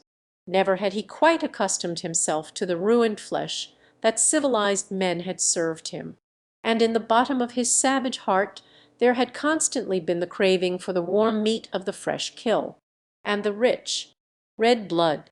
He wiped his bloody hands upon a bunch of leaves, slung the remains of his kill across his shoulder, and swung off through the middle terrace of the forest toward his cabin. And at the same instant Jane Porter and William Cecil Clayton arose from a sumptuous dinner upon the Lady Alice. Thousands of miles to the east, in the Indian Ocean, beneath Tarzan walked Numa, the lion, and when the ape man deigned to glance downward, He caught occasional glimpses of the baleful green eyes following through the darkness. Numa did not roar now instead. He moved stealthily, like the shadow of a great cat. But yet he took no step. Tarzan wondered if he would stalk him to his cabin door. He hoped not, for that would mean a night's sleep curled in the crotch of a tree, and he much preferred the bed of grasses within his own abode. But he knew just the tree and the most comfortable crotch, if necessity demanded that he sleep out. 100 times in the past some great jungle cat had followed him home, and compelled him to seek shelter in this same tree, until another mood or the rising sun had sent his enemy away. But presently Numa gave up the chase and, with a series of blood-curdling moans and roars, turned angrily back in search of another and an easier dinner. So Tarzan came to his cabin unattended, and a few moments later was curled up in the mildewed remnants of what had once been a bed of grasses. Thus easily did Monsieur Jean see Tarzan slough the thin skin of his artificial civilization, and sink happy and contented into the deep sleep of the wild beast that has fed to repletion. Yet a woman's yes would have bound him to that other life forever, and made the thought of this savage existence repulsive. Tarzan slept late into the following forenoon, for he had been very tired from the labors and exertion of the long night and day upon the ocean, and the jungle jaunt that had brought into play muscles that he had scarce used for nearly 2 years. When he awoke he ran to the brook first to drink. Then he took a plunge into the sea, swimming about for a quarter of an hour. Afterward he returned to his cabin, and breakfasted off the flesh of Horta. This done, he buried the balance of the carcass in the soft earth outside the cabin, for his evening meal. Once more he took his rope, and vanished into the jungle. This time he hunted nobler quarryman, although had you asked him his own opinion, he could have named a dozen other denizens of the jungle which he considered far the superiors in nobility of the men he hunted. Today Tarzan was in quest of weapons. He wondered if the women and children had remained in Bonga's village after the punitive expedition from the French cruiser had massacred all the warriors in revenge for Darnet's supposed death. He hoped that he should find warriors there, for he knew not how long a quest he should have to make were the village deserted. The ape-man travelled swiftly through the forest, and about noon came to the site of the village, but to his disappointment found that the jungle had overgrown the plantain fields, and that the thatched huts had fallen in decay. There was no sign of man. He clambered about among the ruins for half an hour, hoping that he might discover some forgotten weapon, but his search was without fruit, and so he took up his quest once more, following up the stream, which flowed from a southeasterly direction. He knew that near fresh water he would be most likely to find another settlement. As he travelled he hunted as he had hunted with his ape people in the past, as Kala had taught him to hunt, turning over rotted logs to find some toothsome vermin, running high into the trees to rob a bird's nest, or pouncing upon a tiny rodent with the quickness of a cat. There were other things that he ate, too, but the less detailed the account of an ape's diet, the better, and Tarzan was again an ape, the same fierce, brutal anthropoid that Kala had taught him to be, and that he had been for the first 20 years of his life. Occasionally he smiled as he recalled some friend who might even at the moment be sitting placid and immaculate within the precincts of his select Parisian club just as Tarzan had sat but a few months before, and then he would stop, as though turned suddenly to stone, as the gentle breeze carried to his trained nostrils the scent of some new prey or a formidable enemy. That night he slept far inland from his cabin, securely wedged into the crotch of a giant tree, swaying 100 feet above the ground. He had eaten heartily again this time from the flesh of Bara, the deer, who had fallen prey to his quick noose. Early the next morning he resumed his journey, always following the course of the stream. For 3 days he continued his quest, until he had come to a part of the jungle in which he never before had been. Occasionally upon the higher ground the forest was much thinner, and in the far distance through the trees he could see ranges of mighty mountains, with wide plains in the foreground. Here, in the open spaces, were new game countless antelope and vast herds of zebra. Tarzan was entranced he would make a long visit to this new world. On the morning of the fourth day his nostrils were suddenly surprised by a faint new scent. It was the scent of man, but yet a long way off. The ape-man thrilled with pleasure. Every sense was on the alert, as with crafty stealth he moved quickly through the trees, upwind, in the direction of his prey. Presently he came upon it a lone warrior treading softly through the jungle. Tarzan followed close above his quarry, waiting for a clearer space in which to hurl his rope. As he stalked the unconscious man and of its cruelties, it came to him that seldom if ever did civilized man kill a fellow being without some pretext, however slight. It was true that Tarzan wished this man's weapons and ornaments, but was it necessary to take his life to obtain them? The longer he thought about it, the more repugnant became the thought of taking human life needlessly, and thus it happened that while he was trying to decide just what to do, they had come to a little clearing, at the far side of which lay a palisaded village of beehive huts. As the warrior emerged from the forest, Tarzan caught a fleeting glimpse of a tawny hide warming its way through the mad jungle grasses in his wake. It was Numa, the lion. He, too, was stalking the black man. With the instant that Tarzan realized the native's danger his attitude toward his erstwhile prey altered completely. Now he was a fellow man threatened by a common enemy. Numa was about to charge. There was little time in which to compare various methods or weigh the probable results of any. And then a number of things happened. Almost simultaneously the lion sprang from his ambush toward the retreating black. Tarzan cried out in warning, and the black turned just in time to see Numa halted in mid-flight by a slender strand of grass rope, the noosed end of which had fallen cleanly about his neck. The ape-man had acted so quickly that he had been unable to prepare himself to withstand the strain and shock of Numa's great weight upon the rope. And so it was that though the rope stopped the beast before his mighty talons could fasten themselves in the flesh of the black, the strain overbalanced Tarzan, who came tumbling to the ground not 6 paces from the infuriated animal. Like lightning Numa turned upon this new enemy, and, defenseless as he was, Tarzan of the Apes was nearer to death that instant than he ever before had been. It was the black who saved him. The warrior realized in an instant that he owed his life to this strange white man, and he also saw that only a miracle could save his preserver from those fierce yellow fangs that had been so near to his own flesh. With the quickness of thought his spear arm flew back, and then shot forward with all the force of the sinewy muscles that rolled beneath the shimmering ebon hide. True to its mark the iron-shod weapon flew, transfixing Numa's sleek carcass from the right groin to beneath the left shoulder. With a hideous scream of rage and pain the brute turned again upon the black.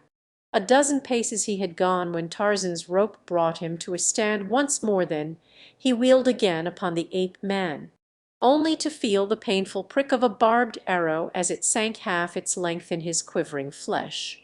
Again he stopped, and by this time Tarzan had run twice around the stem of a great tree with his rope, and made the end fast. The black saw the trick, and grinned. But Tarzan knew that Numa must be quickly finished before those mighty teeth had found and parted the slender cord that held him. It was a matter of but an instant to reach the black's side and drag his long knife from its scabbard. Then he signed the warrior to continue to shoot arrows into the great beast while he attempted to close in upon him with the knife. So as one tantalized upon one side, the other sneaked cautiously in upon the other. Numa was furious. He raised his voice in a perfect frenzy of shrieks, growls, and hideous moans, the while he reared upon his hind legs in futile attempt to reach first one and then the other of his tormentors. But at length the agile ape-man saw his chance, and rushed in upon the beast's left side behind the mighty shoulder. A giant arm encircled the tawny throat, and a long blade sank once, true as a die, into the fierce heart. Then Tarzan arose, and the black man and the white looked into each other's eyes across the body of their killam. The black made the sign of peace and friendship, and Tarzan of the Apes answered in kind. Chapter. From ape to savage the noise of their battle with Numa had drawn an excited horde of savages from the nearby village, and a moment after the lion's death the two men were surrounded by lithe Ibn warriors, gesticulating and jabbering 1,000 questions that drowned each ventured reply. And then the women came, and the children eager, curious, and, at sight of Tarzan, more questioning than ever. The ape man's new friend finally succeeded in making himself heard, and when he had done talking the men and women of the village vied with one another in doing honor to the strange creature who had saved their fellow and battled single-handed with fierce Numa. At last they led him back to their village, where they brought him gifts of fowl and goats and cooked food. When he pointed to their weapons the warriors hastened to fetch spear, shield, arrows, and a bow. His friend of the encounter presented him with the knife with which he had killed Numa. There was nothing in all the village he could not have had for the asking. How much easier this was, thought Tarzan, than murder and robbery to supply his wants. How close he had been to killing this man whom he never had seen before, and who now was manifesting by every primitive means at his command friendship and affection for his would-be slayer. Tarzan of the Apes was ashamed.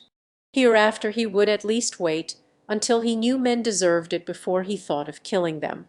The idea recalled Rokoff to his mind.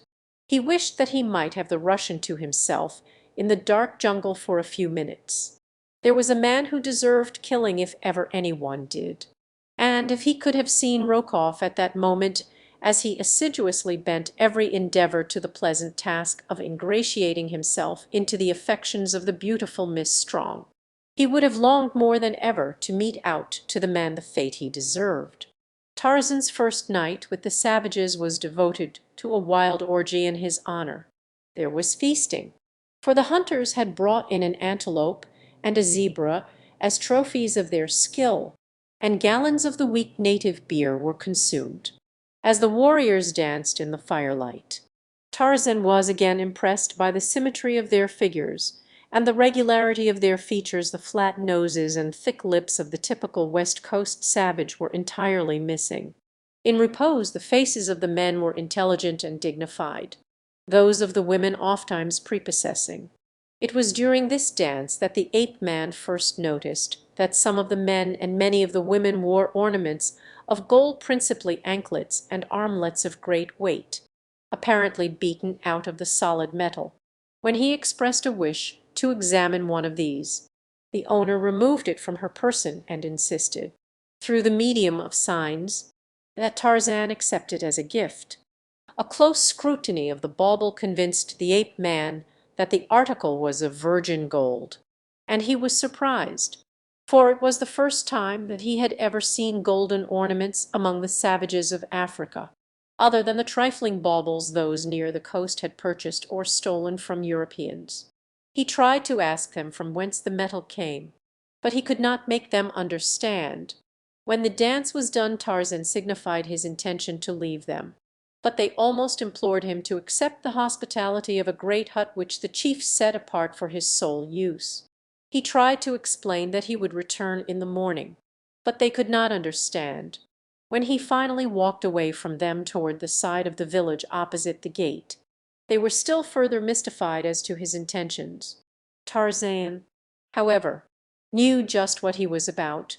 In the past he had had experience with the rodents and vermin that infest every native village, and, while he was not over-scrupulous about such matters, he much preferred the fresh air of the swaying trees to the fetid atmosphere of a hut. The natives followed him to where a great tree overhung the palisade, and as Tarzan leaped for a lower branch and disappeared into the foliage above, precisely after the manner of Manu, the monkey, There were loud exclamations of surprise and astonishment. For half an hour they called to him to return, but as he did not answer them they at last desisted, and sought the sleeping mats within their huts. Tarzan went back into the forest a short distance until he had found a tree suited to his primitive requirements, and then, curling himself in a great crotch, he fell immediately into a deep sleep.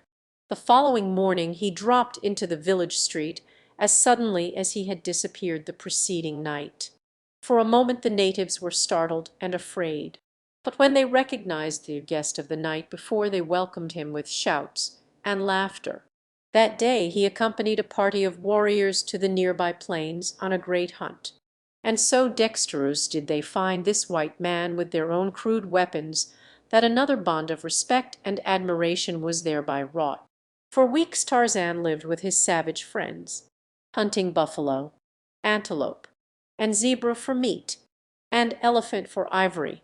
Quickly he learned their simple speech, their native customs, and the ethics of their wild, primitive tribal life. He found that they were not cannibals, that they looked with loathing and contempt upon men who ate men. Vasily, the warrior whom he had stalked to the village, told him many of the tribal legends how, many years before, his people had come many long marches from the north, how once they had been a great and powerful tribe, and how the slave raiders had wrought such havoc among them with their death-dealing guns that they had been reduced to a mere remnant of their former numbers and power. "They hunted us down as one hunts a fierce beast," said Bissely. "There was no mercy in them. When it was not slaves they sought it was ivory, but usually it was both. Our men were killed and our women driven away like sheep. We fought against them for many years, but our arrows and spears could not prevail against the sticks which spit fire and lead and death to many times the distance that our mightiest warrior could place an arrow. At last, when my father was a young man, the Arabs came again, but our warriors saw them a long way off, and Chombi, who was chief then, told his people to gather up their belongings and come away with him, that he would lead them far to the south until they found a spot to which the Arab raiders did not come. And they did as he bid, carrying all their belongings, including many tusks of ivory. For months they wandered, suffering untold hardships and privations, for much of the way was through dense jungle and across mighty mountains. But finally they came to this spot, and although they sent parties farther on to search for an even better location, none has ever been found." "And the raiders have never found you here?" asked Tarzan.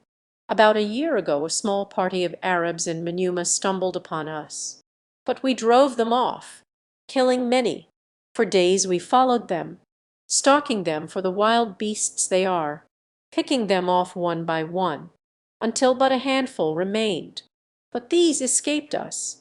As Bissely talked he fingered a heavy gold armlet that encircled the glossy hide of his left arm. Tarzan's eyes had been upon the ornament, but his thoughts were elsewhere. Presently he recalled the question he had tried to ask when he first came to the tribe. The question he could not at that time make them understand. For weeks he had forgotten so trivial a thing as gold, for he had been for the time a truly primeval man with no thought beyond today. But of a sudden the sight of gold awakened the sleeping civilization that was in him, and with it came the lust for wealth. That lesson Tarzan had learned well in his brief experience of the ways of civilized man. He knew that gold meant power and pleasure. He pointed to the bauble. "From whence came the yellow metal?" "Vasily." He asked. The black pointed toward the southeast. "A moon's march away, maybe more." He replied. "Have you been there?" asked Tarzan. "No, but some of our people were there years ago. When my father was yet a young man, one of the parties that searched farther for a location for the tribe, when first they settled here, came upon a strange people who wore many ornaments of yellow metal. Their spears were tipped with it, as were their arrows, and they cooked in vessels made all of solid metal like my armlet. They lived in a great village in huts that were built of stone and surrounded by a great wall. They were very fierce, rushing out and falling upon our warriors before ever they learned that their errand was a peaceful one. Our men were few in number, but they held their own at the top of a little rocky hill, until the fierce people went back at sunset into their wicked city.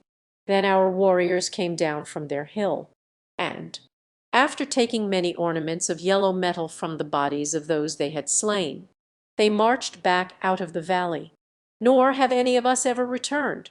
They are wicked people, neither white like you nor black like me, but covered with hair as is Bolgany. The gorilla. Yes, they are very bad people indeed, and Chombi was glad to get out of their country. And are none of those alive who were with Chombi, and saw these strange people and their wonderful city?" asked Tarzan. "Waziri, our chief, was there," replied Bisseli. "He was a very young man then, but he accompanied Chowambi, who was his father." So that night Tarzan asked Waziri about it, and Waziri, who was now an old man, said that it was a long march, but that the way was not difficult to follow. He remembered it well. "For 10 days we followed this river which runs beside our village. Up toward its source we traveled, until on the 10th day we came to a little spring far up upon the side of a lofty mountain range. In this little spring our river is born. The next day we crossed over the top of the mountain, and upon the other side we came to a tiny rivulet which we followed down into a great forest. For many days we traveled along the winding banks of the rivulet that had now become a river, until we came to a greater river, into which it emptied, and which ran down the center of a mighty valley. Then we followed this large river toward its source, hoping to come to more open land. After 20 days of marching from the time we had crossed the mountains and passed out of our own country, we came again to another range of mountains. Up their side we followed the great river, that had now dwindled to a tiny rivulet, until we came to a little cave near the mountain top. In this cave was the mother of the river. I remember that we camped there that night, and that it was very cold, for the mountains were high. The next day we decided to ascend to the top of the mountains, and see what the country upon the other side looked like. And if it seemed no better than that which we had so far traversed, we would return to our village and tell them that they had already found the best place in all the world to live. And so we clambered up the face of the rocky cliffs until we reached the summit. And there from a flat mountain top we saw, not far beneath us, a shallow valley, very narrow, and upon the far side of it was a great village of stone, much of which had fallen and crumbled into decay. The balance of Waziri's story was practically the same as that which Bisseli had told. "I should like to go there and see this strange city," said Tarzan, "and get some of their yellow metal from its fierce inhabitants." "It is a long march," replied Waziri, "and I am an old man. But if you will wait until the rainy season is over and the rivers have gone down, I will take some of my warriors and go with you." And Tarzan had to be contented with that arrangement. Though he would have liked it well enough to have set off the next morning, he was as impatient as a child. Really, Tarzan of the Apes was but a child, or a primeval man, which is the same thing in a way. The next day, but when a small party of hunters returned to the village from the south to report a large herd of elephants some miles away. By climbing trees they had had a fairly good view of the herd, which they described as numbering several large tuskers, a great many cows and calves, and full-grown bulls whose ivory would be worth having. The balance of the day and evening was filled with preparation for a great hunt. Spears were overhauled, quivers were replenished, bows were restrung, and all the while the village which Doctor passed through the busy throngs disposing of various charms and amulets designed to protect the possessor from hurt, or bring him good fortune in the morrow's hunt. At dawn the hunters were off. There were 50 sleek, black warriors, and in their midst, lithe and active as a young forest god, strode Tarzan of the Apes. his brown skin contrasting oddly with the ebony of his companions. Except for color he was one of them. His ornaments and weapons were the same as theirs. He spoke their language, he laughed and joked with them, and leaped and shouted in the brief wild dance that preceded their departure from the village, to all intent and purpose a savage among savages. Nor, had he questioned himself, is it to be doubted that he would have admitted that he was far more closely allied to these people and their life than to the Parisian friends whose ways, ape-like, he had successfully mimicked for a few short months. But he did think of darn it, and a grin of amusement showed his strong white teeth as he pictured the immaculate Frenchman's expression could he by some means, poor Paul, who had prided himself on having eradicated from his friend the last traces of wild savagery. "How quickly have I fallen!" thought Tarzan. But in his heart he did not consider it a fall, rather he pitied the poor creatures of Paris, penned up like prisoners in their silly clothes, and watched by policemen all their poor lives, that they might do nothing that was not entirely artificial and tiresome. A 2 hours' march brought them close to the vicinity in which the elephants had been seen the previous day.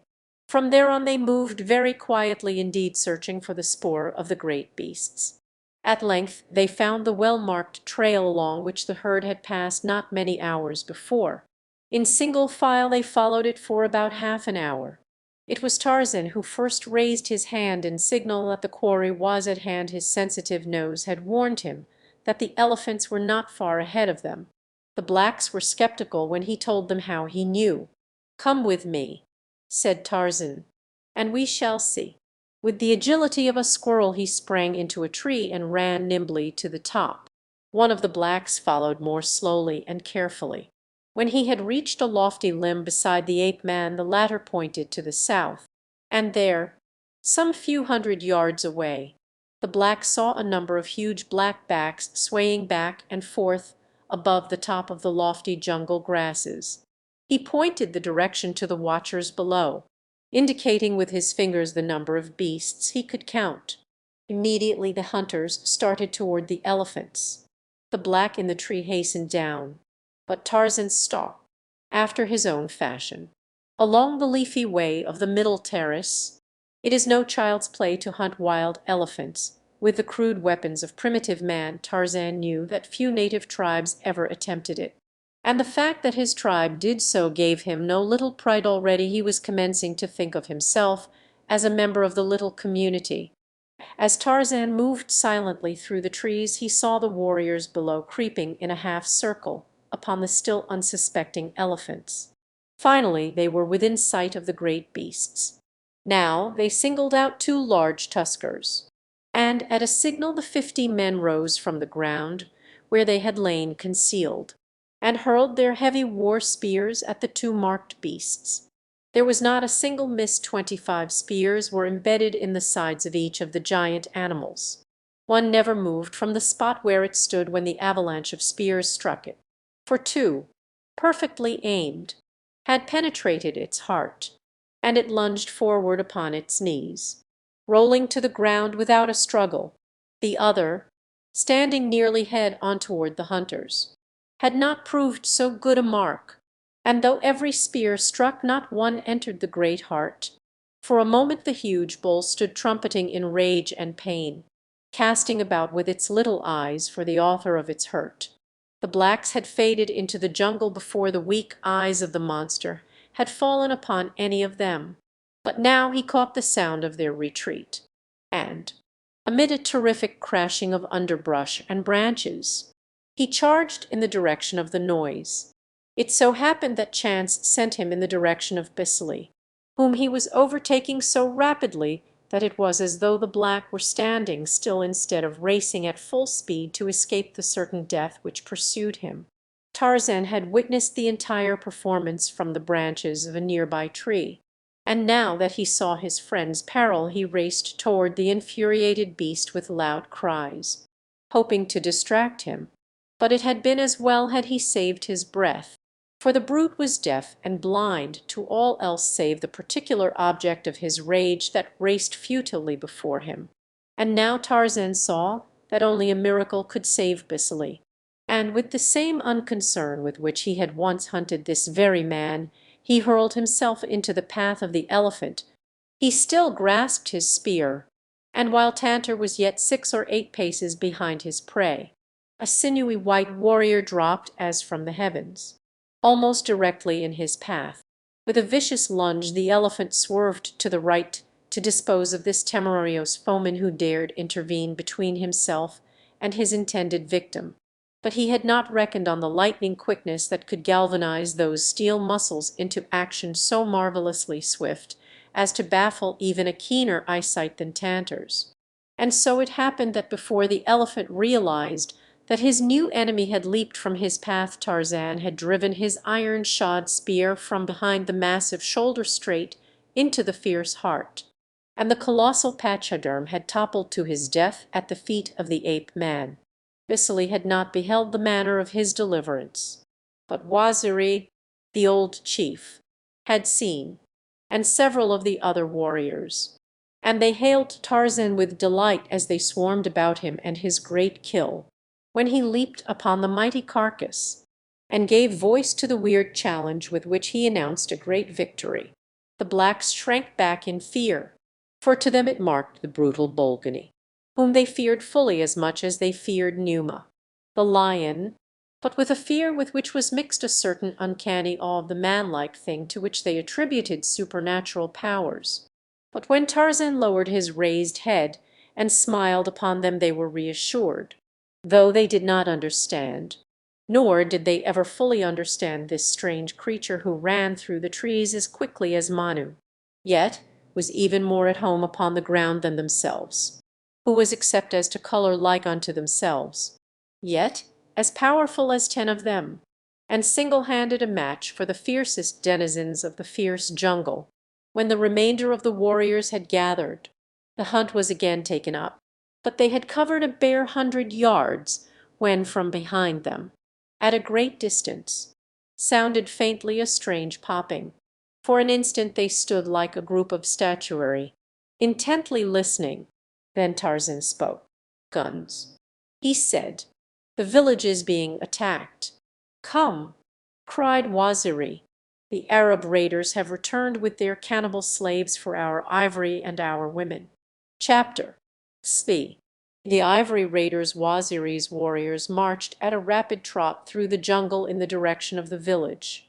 For a few minutes the sharp cracking of guns ahead warned them to haste, but finally the reports dwindled to an occasional shot, presently ceasing altogether. Nor was this less ominous than the rattle of musketry, for it suggested but a single solution to the little band of rescuers at the illy garrisoned village had already succumbed to the onslaught of a superior force. The returning hunters had covered a little more than 3 miles of the 5 that had separated them from the village when they met the first of the fugitives who had escaped the bullets and clutches of the foe. There were a dozen women, youths, and girls in the party, and so excited were they that they could scarce make themselves understood as they tried to relate to Waziri the calamity that had befallen his people. "They are as many as the leaves of the forest," cried one of the women, in attempting to explain the enemy's force. "There are many Arabs and countless Menuma, and they all have guns. They crept close to the village before we knew that they were about, and then, with many shouts, they rushed in upon us, shooting down men and women and children, those of us who could fled in all directions into the jungle. But more were killed.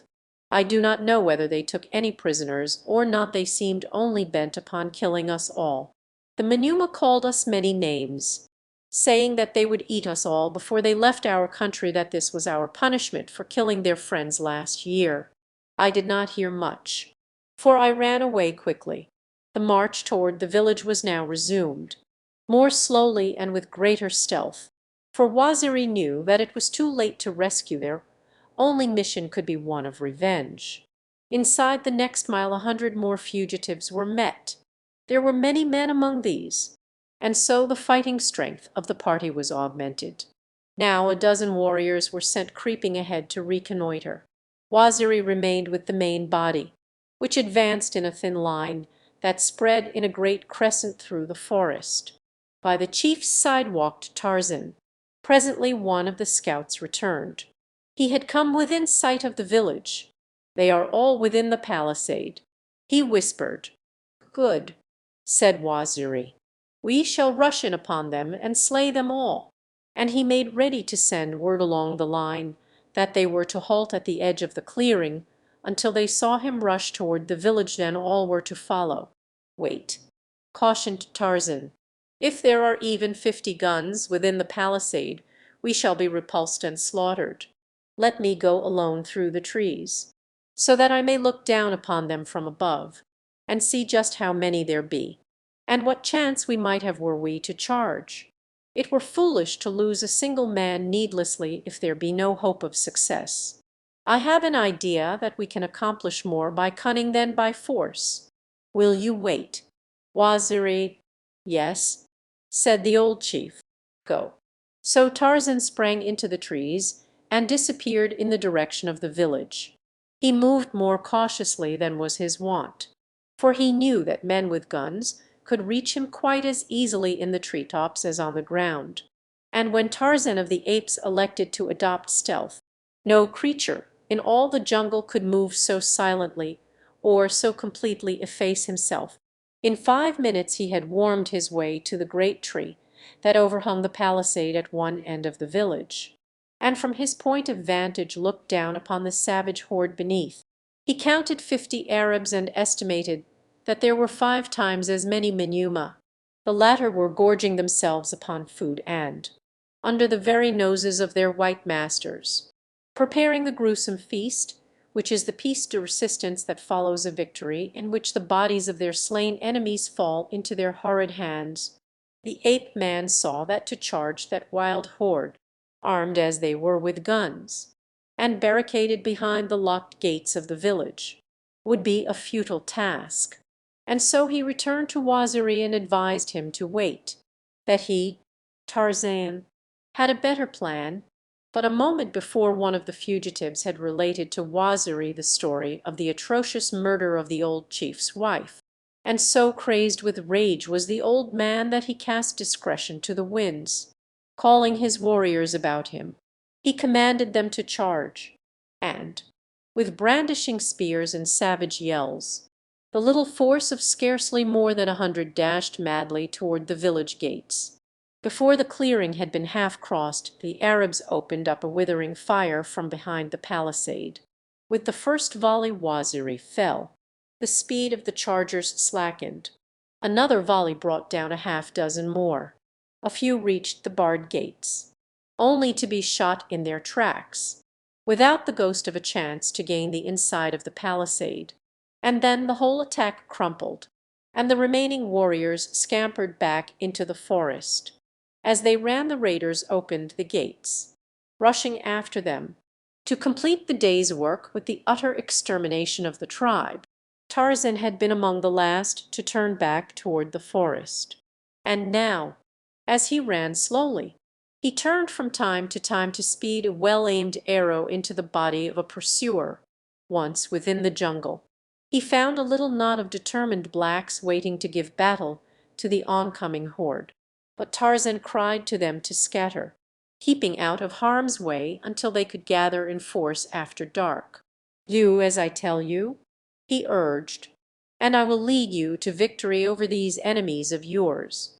Scatter through the forest, picking up as many stragglers as you can find, and at night, if you think that you have been followed, come by roundabout ways to the spot where we killed the elephants today. Then I will explain my plan, and you will find that it is good. You cannot hope to pit your puny strength and simple weapons against the numbers and the guns of the Arabs and the Manyuma." They finally assented.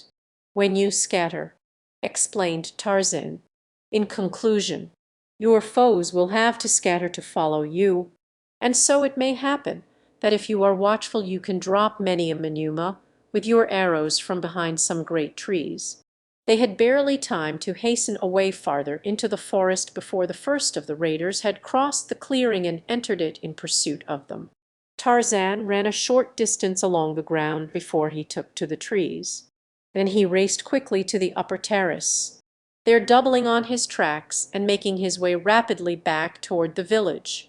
Here he found that every Arab and Manuma had joined in the pursuit, leaving the village deserted except for the chained prisoners and a single guard. The sentry stood at the open gate, looking in the direction of the forest, so that he did not see the agile giant that dropped to the ground at the far end of the village street. With drawn bow the ape-man crept stealthily toward his unsuspecting victim. The prisoners had already discovered him, and with wide eyes filled with wonder and with hope they watched their would-be rescuer. Now he halted not 10 paces from the unconscious Manuma. The shaft was drawn back its full length at the height of the keen grey eye that sighted along its polished surface. There was a sudden twang as the brown fingers released their hold, and without a sound the raider sank forward upon his face, a wooden shaft transfixing his heart and protruding a foot from his black chest. Then Tarzan turned his attention to the 50 women and youths chained neck to neck on the long slave chain. There was no releasing of the ancient padlocks in the time that was left him, so the ape-man called to them to follow him as they were, and, snatching the gun and cartridge belt from the dead sentry, he led the now happy band out through the village gate and into the forest upon the far side of the clearing. It was a slow and arduous march, for the slave chain was new to these people, and there were many delays as one of their number would stumble and fall, dragging others down with her. Then, too, Tarzan had been forced to make a wide detour to avoid any possibility of meeting with returning raiders. He was partially guided by occasional shots which indicated that the Arab horde was still in touch with the villagers. But he knew that if they would but follow his advice there would be but few casualties other than on the side of the marauders. Toward dusk the firing ceased entirely, and Tarzan knew that the Arabs had all returned to the village.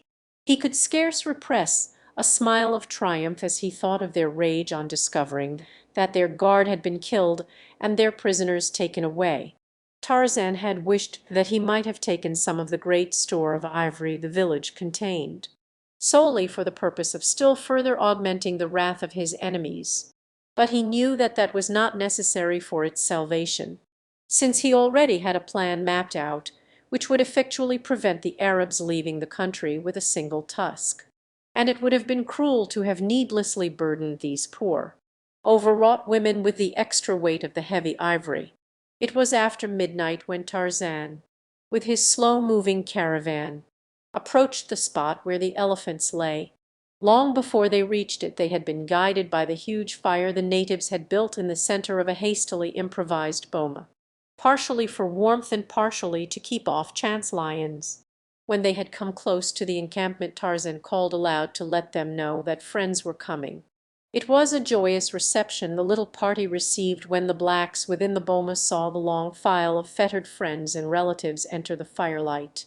These had all been given up as lost forever, as had Tarzan as well, so that the happy blacks would have remained awake all night to feast on elephant meat and celebrate the return of their fellows, had not Tarzan insisted that they take what sleep they could against the work of the coming day. At that, sleep was no easy matter, for the women who had lost their men or their children in the day's massacre and battle made night hideous with their continued wailing and howling. Finally, however, Tarzan succeeded in silencing them, on the plea that their noise would attract the Arabs to their hiding place, when all would be slaughtered. When dawn came Tarzan explained his plan of battle to the warriors, and without demur one and all agreed that it was the safest and surest way in which to rid themselves of their unwelcome visitors and be revenged for the murder of their fellows. First the women and children, with a guard of some 20 old warriors and youths, were started southward, to be entirely out of the zone of danger. They had instructions to erect temporary shelter and construct a protecting boma of thorn bush. For the plan of campaign which Tarzan had chosen was one which might stretch out over many days, or even weeks. during which time the warriors would not return to the new camp. 2 hours after daylight a thin circle of black warriors surrounded the village. At intervals one was perched high in the branches of a tree which could overlook the palisade. Presently a Manuma within the village fell, pierced by a single arrow. There had been no sound of attack, none of the hideous war cries or vainglorious waving of menacing spears that ordinarily marks the attack of savages, just a silent messenger of death from out of the silent forest. The Arabs and their followers were thrown into a fine rage at this unprecedented occurrence. They ran for the gates, to wreak dire vengeance upon the foolhardy perpetrator of the outrage. But they suddenly realized that they did not know which way to turn to find the foe. As they stood debating with many angry shouts and much gesticulating, one of the Arabs sank silently to the ground in their very midst, a thin arrow protruding from his heart. Tarzan had placed the finest marksmen of the tribe in the surrounding trees, with directions never to reveal themselves while the enemy was faced in their direction. As a black released his messenger of death, he would slink behind the sheltering stem of the tree he had selected, nor would he again aim until a watchful eye told him that none was looking toward his tree. 3 times the Arabs started across the clearing in the direction from which they thought the arrows came, but each time another arrow would come from behind to take its toll from among their number. Then they would turn and charge in a new direction. Finally they set out upon a determined search of the forest. But the blacks melted before them, so that they saw no sign of an enemy. But above them lurked a grim figure in the dense foliage of the mighty trees. It was Tarzan of the Apes, hovering over them as if he had been the shadow of death. Presently a Manuma forged ahead of his companions. There was none to see from what direction death, and so it came quickly, and a moment later those behind stumbled over the dead body of their comrade, the inevitable arrow piercing the still heart. It does not take a great deal of this manner of warfare to get upon the nerves of white men, and so it is little to be wondered at that the Manuma were soon panic-stricken. Did one forge ahead an arrow found his heart. Did one lag behind he never again was seen alive. Did one stumble to one side, even for a bare moment, from the sight of his fellows, he did not return, and always when they came upon the bodies of their dead they found those terrible arrows driven with the accuracy of superhuman power straight through the victim's heart. But worse than all else was the hideous fact that not once during the morning had they seen or heard the slightest sign of an enemy other than the pitiless arrows. When finally they returned to the village it was no better. Every now and then, at varying intervals that were maddening in the terrible suspense they caused, a man would plunge forward dead. The blacks besought their masters to leave this terrible place, but the Arabs feared to take up the march through the grim and hostile forest beset by this new and terrible enemy while laden with the great store of ivory they had found within the village. But, worse yet, they hated to leave the ivory behind. Finally the entire expedition took refuge within the thatched huts here. At least they would be free from the arrows. Tarzan, from the tree above the village, had marked the hut into which the chief Arabs had gone, and, balancing himself upon an overhanging limb, he drove his heavy spear with all the force of his giant muscles through the thatched roof. A howl of pain told him that it had found a mark. With this parting salute to convince them that there was no safety for them anywhere within the country, Tarzan returned to the forest, collected his warriors, and withdrew a mile to the south to rest and eat. He kept sentries in several trees that commanded a view of the trail toward the village, but there was no pursuit.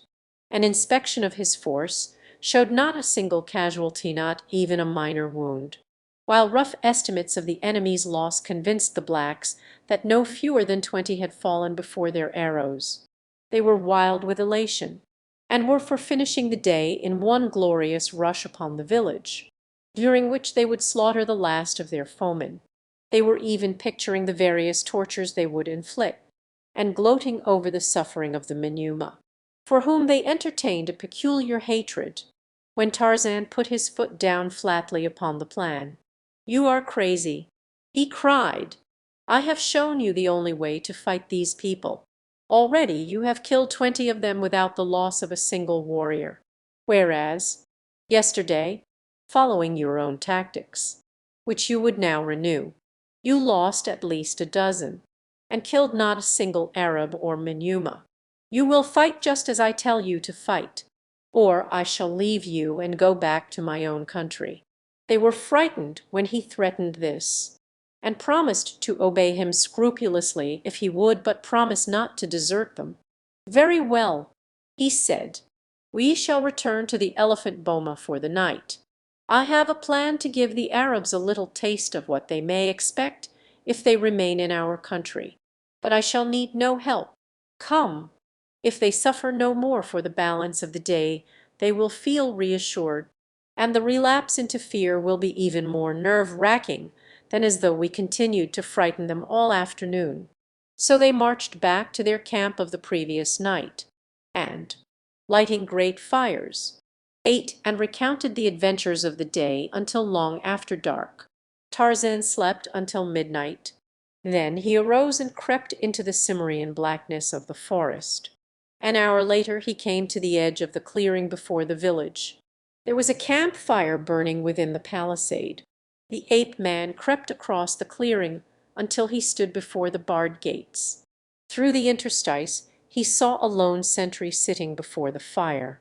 Quietly Tarzan went to the tree at the end of the village street. He climbed softly to his place, and fitted an arrow to his bow. For several minutes he tried to sight fairly upon the sentry, but the waving branches and flickering firelight convinced him that the danger of a miss was too great. He must touch the heart full in the centre to bring the quiet and sudden death his plan required. He had brought, besides, his bow, arrows, and rope, the gun he had taken the previous day from the other sentry he had killed. Caching all these in a convenient crotch of the tree, he dropped lightly to the ground within the palisade, armed only with his long knife. The sentry's back was toward him. Like a cat Tarzan crept upon the dozing man. He was within 2 paces of him now another instant, and the knife would slide silently into the fellow's heart. Tarzan crouched for a spring, for that is ever the quickest and surest attack of the jungle beast when the man warned, by some subtle sense, sprang to his feet and faced the ape-man. Chapter Zwei. The white chief of the Waziri, when the eyes of the black Manyuma savage fell upon the strange apparition that confronted him with menacing knife, he forgot the gun within his hands. He even forgot to cry out. His one thought was to escape this fearsome-looking white savage, this giant of a man upon whose massive rolling muscles and mighty chest the flickering firelight played. But before he could turn Tarzan was upon him, and then the sentry thought to scream for aid, but it was too late. A great hand was upon his windpipe, and he was being borne to the earth. He battled furiously but futilely with the grim tenacity of a bulldog. Those awful fingers were clinging to his throat. Swiftly and surely life was being choked from him. His eyes bulged, his tongue protruded, his face turned to a ghastly purplish hue. There was a convulsive tremor of the stiffening muscles, and the Manyuma sentry lay quite still. The ape-man threw the body across one of his broad shoulders and, gathering up the fellow's gun, trotted silently up the sleeping village street toward the tree that gave him such easy ingress to the palisaded village. He bore the dead sentry into the midst of the leafy maze above. First he stripped the body of cartridge belt and such ornaments as he craved, wedging it into a convenient crotch while his nimble fingers ran over it in search of the loot he could not plainly see in the dark. When he had finished he took the gun that had belonged to the man and walked far out upon a limb, from the end of which he could obtain a better view of the huts. Drawing a careful bead on the beehive structure in which he knew the chief Arabs to be, he pulled the trigger. Almost instantly there was an answering groan. Tarzan smiled. He had made another lucky hit. Following the shot there was a moment's silence in the camp, and then Manyuma and Arab came pouring from the huts like a swarm of angry hornets. But if the truth were known they were even more frightened than they were angry. The strain of the preceding day had wrought upon the fears of both black and white, and now this single shot in the night conjured all manner of terrible conjectures in their terrified minds. When they discovered that their sentry had disappeared, their fears were in no way allayed, and as though to bolster their courage by warlike actions, they began to fire rapidly at the barred gates of the village. Although no enemy was in sight, Tarzan took advantage of the deafening roar of this fusillade to fire into the mob beneath him. No one heard his shot above the din of rattling musketry in the street, but some who were standing close saw one of their number crumple suddenly to the earth. When they leaned over him he was dead. They were panic-stricken, and it took all the brutal authority of the Arabs to keep the Manuma from rushing helter-skelter into the jungle anywhere to escape from this terrible village. After a time they commenced to quiet down, and as no further mysterious deaths occurred among them, they took heart again. But it was a short-lived respite, for just as they had concluded that they would not be disturbed again, Tarzan gave voice to a weird moan, and as the raiders looked up in the direction from which the sound seemed to come, the ape-man, who stood swinging the dead body of the sentry gently to and fro, suddenly shot the corpse far out above their heads. With howls of alarm the throng broke in all directions to escape this new and terrible creature, who seemed to be springing upon them. To their fear-distorted imaginations the body of the sentry, falling with wide sprawled arms and legs, assumed the likeness of a great beast of prey. In their anxiety to escape, many of the blacks scaled the palisade, while others tore down the bars from the gates and rushed madly across the clearing toward the jungle. For a time no one turned back toward the thing that had frightened them, but Tarzan knew that they would in a moment, and when they discovered that it was but the dead body of their sentry, while they would doubtless be still further terrified, he had a rather definite idea as to what they would do, and so he faded silently away toward the south, taking the moonlit upper terrace back toward the camp of the Waziri. Presently one of the Arabs turned and saw that the thing that had leaped from the tree upon them lay still and quiet where it had fallen in the center of the village street. Cautiously he crept back toward it until he saw that it was but a man. A moment later he was beside the figure, and in another had recognized it as the corpse of the Manuma who had stood on guard at the village gate. His companions rapidly gathered around at his call, and after a moment's excited conversation they did precisely what Tarzan had reasoned they would, raising their guns to their shoulders. They poured volley after volley into the tree from which the corpse had been thrown. Had Tarzan remained there he would have been riddled by 100 bullets. When the Arabs and Manuma discovered that the only marks of violence upon the body of their dead comrade were giant fingerprints upon his swollen throat, that they were not even safe within a palisaded village at night, came as a distinct shock to them. That an enemy could enter into the midst of their camp and kill their sentry with bare hands seemed outside the bounds of reason, and so the superstitious Manuma commenced to attribute their ill luck to supernatural causes. Nor were the Arabs able to offer any better explanation, with at least 50 of their number flying through the black jungle, and without the slightest knowledge of when their uncanny foemen might resume the cold-blooded slaughter they had commenced. It was a desperate band of cutthroats that waited sleeplessly for the dawn, only on the promise of the Arabs that they would leave the village at daybreak, and hasten onward toward their own land. Would the remaining Manuma consent to stay at the village a moment longer? Not even fear of their cruel masters was sufficient to overcome this new terror. And so it was that when Tarzan and his warriors returned to the attack the next morning they found the raiders prepared to march out of the village. The Manuma were laden with stolen ivory. As Tarzan saw it he grinned, for he knew that they would not carry it far. Then he saw something which caused him anxiety. A number of the Manuma were lighting torches in the remnant of the campfire. They were about to fire the village. Tarzan was perched in a tall tree some 100 yards from the palisade, making a trumpet of his hands. He called loudly in the Arab tongue, "Do not fire the huts, or we shall kill you all. Do not fire the huts, or we shall kill you all." A dozen times he repeated it. The Menuma hesitated. Then one of them flung his torch into the campfire. The others were about to do the same when an Arab sprung upon them with a stick, beating them toward the huts. Tarzan could see that he was commanding them to fire the little thatched dwellings. Then he stood erect upon the swaying branch 100 feet above the ground, and, raising one of the Arab guns to his shoulder, took careful aim and fired. With the report the Arab who was urging on his men to burn the village fell in his tracks, and the Menuma threw away their torches and fled from the village. The last Tarzan saw of them, they were racing toward the jungle, while their former masters knelt upon the ground and fired at them.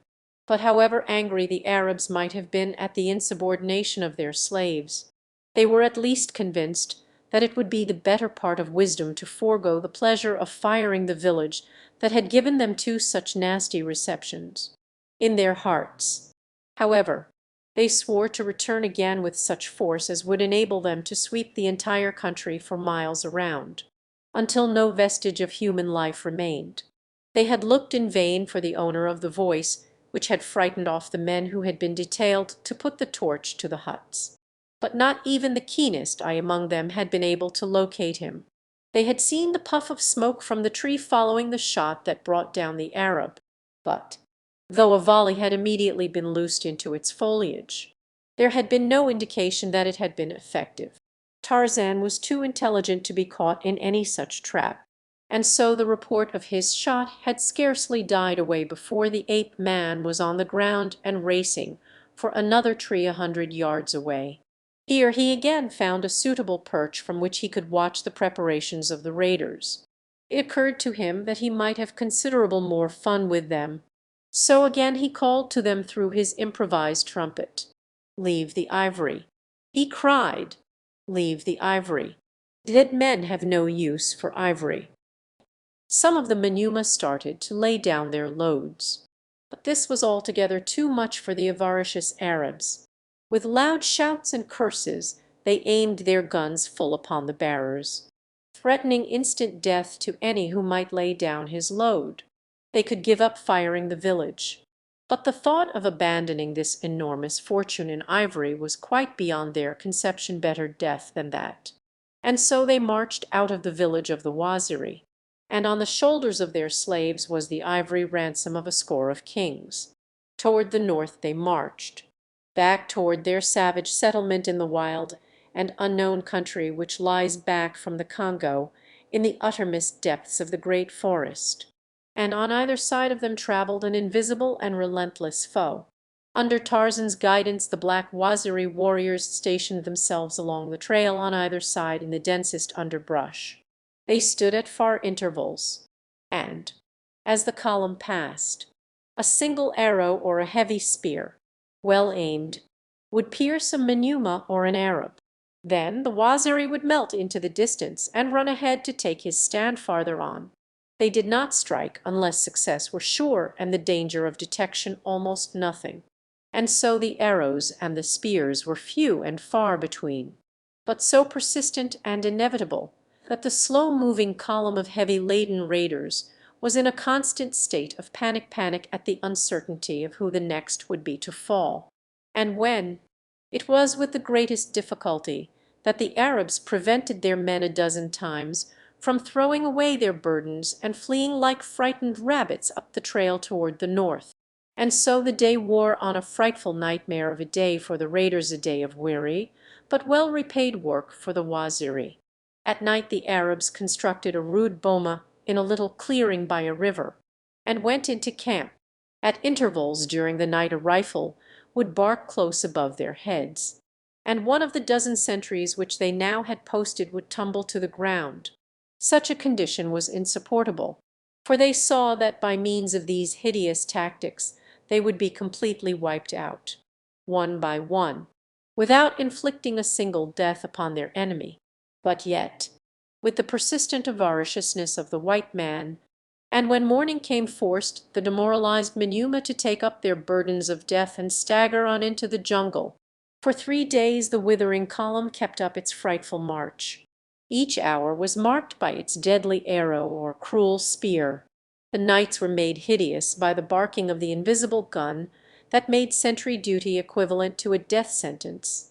On the morning of the fourth day the Arabs were compelled to shoot 2 of their blacks before they could compel the balance to take up the hated ivory, and as they did so a voice rang out, clear and strong, from the jungle, "Today you die, oh, Menuma, unless you lay down the ivory. Fall upon your cruel masters and kill them. You have guns. Why do you not use them? Kill the Arabs, and we will not harm you. We will take you back to our village and feed you, and lead you out of our country in safety and in peace. Lay down the ivory, and fall upon your masters. We will help you, else you die." As the voice died down the raiders stood as though turned to stone. The Arabs eyed their Menuma slaves.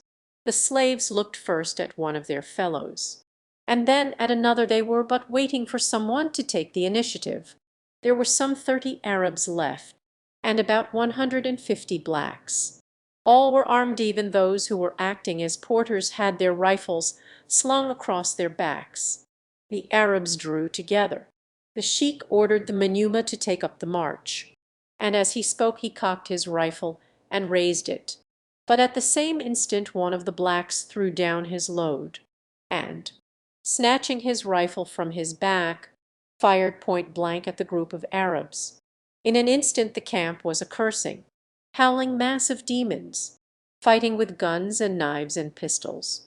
The Arabs stood together, and defended their lives valiantly, but with the rain of lead that poured upon them from their own slaves, and the shower of arrows and spears which now leaped from the surrounding jungle aimed solely at them, there was little question from the first what the outcome would be. In 10 minutes from the time the first porter had thrown down his load the last of the Arabs lay dead. When the firing had ceased Tarzan spoke again to the Menuma. "Take up our ivory, and return it to our village, from whence you stole it. We shall not harm you." For a moment the Menuma hesitated. They had no stomach to retrace that difficult 3 days' trail. They talked together in low whispers, and one turned toward the jungle, calling aloud to the voice that had spoken to them from out of the foliage. "How do we know that when you have us in your village you will not kill us all?" he asked. "You do not know," replied Tarzan, "other than that we have promised not to harm you if you will return our ivory to us. But this you do know, that it lies within our power to kill you all if you do not return as we direct. And are we not more likely to do so if you anger us than if you do as we bid?" "Who are you that speaks the tongue of our Arab masters?" cried the Menuma spokesman. "Let us see you, and then we shall give you our answer." Tarzan stepped out of the jungle a dozen paces from them. "Look," he said. When they saw that he was white they were filled with awe, for never had they seen a white savage before, and at his great muscles and giant frame they were struck with wonder and admiration. "You may trust me," said Tarzan, "so long as you do as I tell you, and harm none of my people. We shall do you no hurt. Will you take up our ivory and return in peace to our village? Or shall we follow along your trail toward the north as we have followed for the past 3 days?" The recollection of the horrid days that had just passed was the thing that finally decided the Menuma. And so, after a short conference, they took up their burdens and set off to retrace their steps toward the village of the Waziri. At the end of the 3rd day they marched into the village gate, and were greeted by the survivors of the recent massacre, to whom Tarzan had sent a messenger in their temporary camp to the south on the day that the raiders had quitted the village, telling them that they might return in safety. It took all the mastery and persuasion that Tarzan possessed to prevent the Waziri falling on the Menuma tooth and nail, and tearing them to pieces. But when he had explained that he had given his word that they would not be molested if they carried the ivory back to the spot from which they had stolen it, and had further impressed upon his people that they owed their entire victory to him, they finally acceded to his demands, and allowed the cannibals to rest in peace within their palisade. That night the village warriors held a big palaver to celebrate their victories, and to choose a new chief. Since old Waziri's death Tarzan had been directing the warriors in battle, and the temporary command had been tacitly conceded to him. There had been no time to choose a new chief from among their own number, and, in fact, so remarkably successful had they been under the ape-man's generalship that they had had no wish to delegate the supreme authority to another for fear that what they already had gained might be lost. They had so recently seen the results of running counter to this savage white man's advice in the disastrous charge ordered by Waziri, in which he himself had died, that it had not been difficult for them to accept Tarzan's authority as final. The principal warriors sat in a circle about a small fire to discuss the relative merits of whomever might be suggested as old Waziri's successor. It was Bissely who spoke first. "Since Waziri is dead, leaving no son, there is but one among us whom we know from experience is fitted to make us a good king. There is only one who has proved that he can successfully lead us against the guns of the white man and bring us easy victory without the loss of a single life. There is only one, and that is the white man who has led us for the past few days." And Bissely sprang to his feet, and with uplifted spear and half bent, crouching body commenced to dance slowly about Tarzan, chanting in time to his steps, "Waziri, king of the Waziri, Waziri, killer of Arabs, Waziri, king of the Waziri." One by one the other warriors signified their acceptance of Tarzan as their king by joining in the solemn dance. The women came and squat about the rim of the circle, beating upon tom-toms, clapping their hands in time to the steps of the dancers, and joining in the chant of the warriors. In the center of the circle sat Tarzan of the Apes Waziri, king of the Waziri, for, like his predecessor, he was to take the name of his tribe as his own. Faster and faster grew the pace of the dancers, louder and louder their wild and savage shouts. The women rose and fell in unison, shrieking now at the tops of their voices.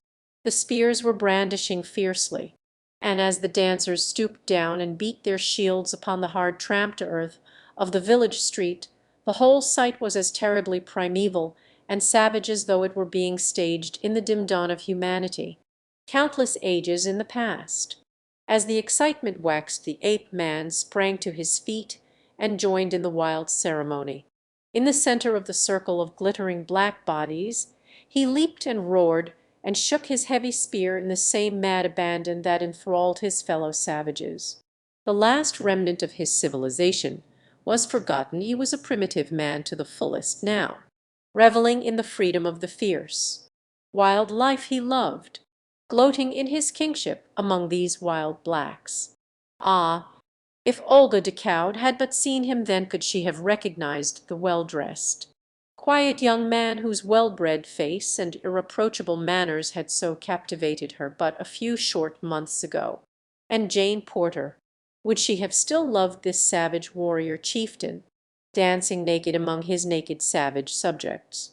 And Darnett, could Darnett have believed that this was the same man he had introduced into half a dozen of the most select clubs of Paris?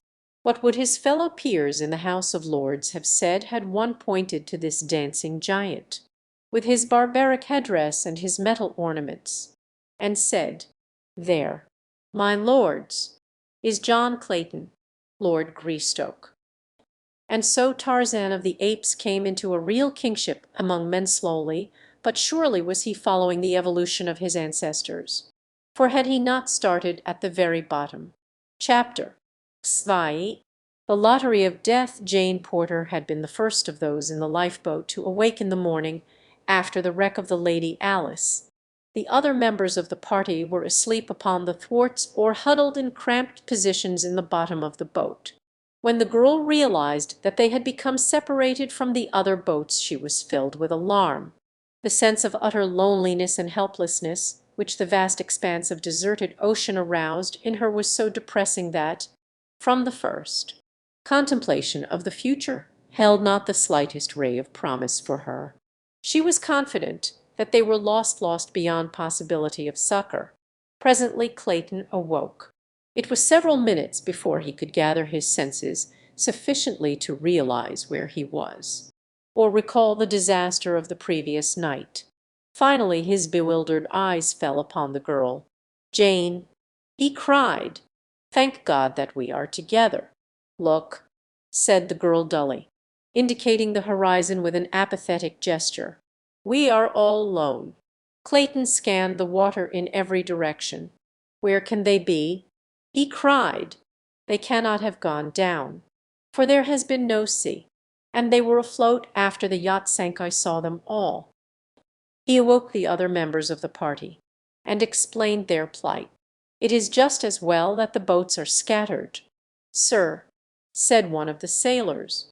"They are all provisioned, so that they do not need each other on that score, and should a storm blow up they could be of no service to one another even if they were together. But scattered about the ocean there is a much better chance that one at least will be picked up, and then a search will be at once started for the others. Were we together there would be but one chance of rescue, where now there may be four." They saw the wisdom of his philosophy, and were cheered by it. But their joy was short-lived, for when it was decided that they should row steadily toward the east and the continent, it was discovered that the sailors who had been at the only two oars with which the boat had been provided had fallen asleep at their work, and allowed both to slip into the sea, nor were they in sight anywhere upon the water.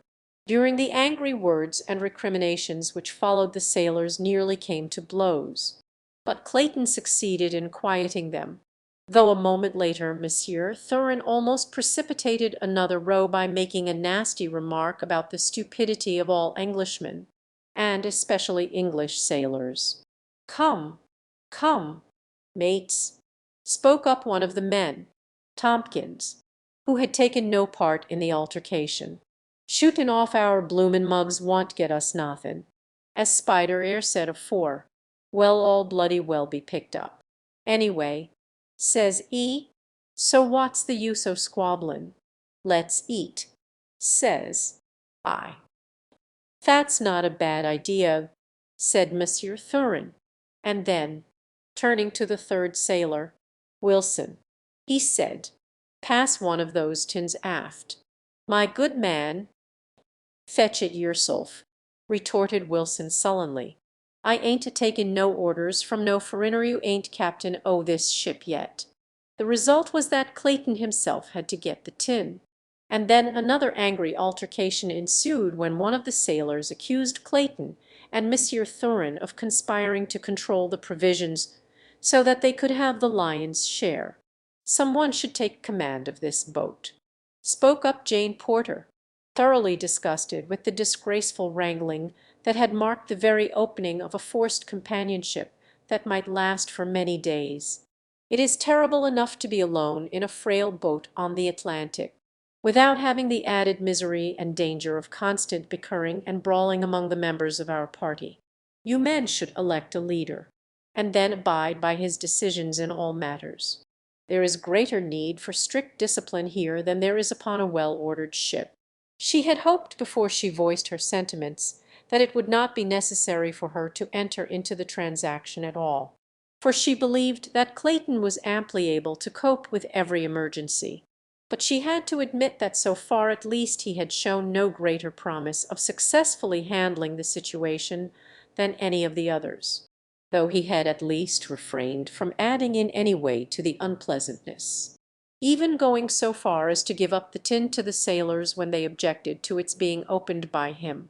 The girl's words temporarily quieted the men, and finally it was decided that the 2 kegs of water and the 4 tins of food should be divided into 2 parts, one half going forward to the 3 sailors to do with as they saw best, and the balance aft to the 3 passengers. Thus was the little company divided into 2 camps. And when the provisions had been apportioned, each immediately set to work to open and distribute food and water. The sailors were the first to get one of the tins of food open, and their curses of rage and disappointment caused Clayton to ask what the trouble might be.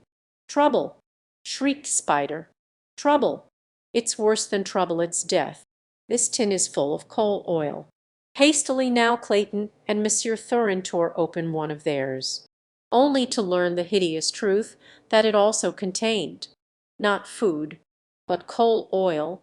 One after another the 4 tins on board were opened, and as the contents of each became known, howls of anger announced the grim truth: there was not an ounce of food upon the boat.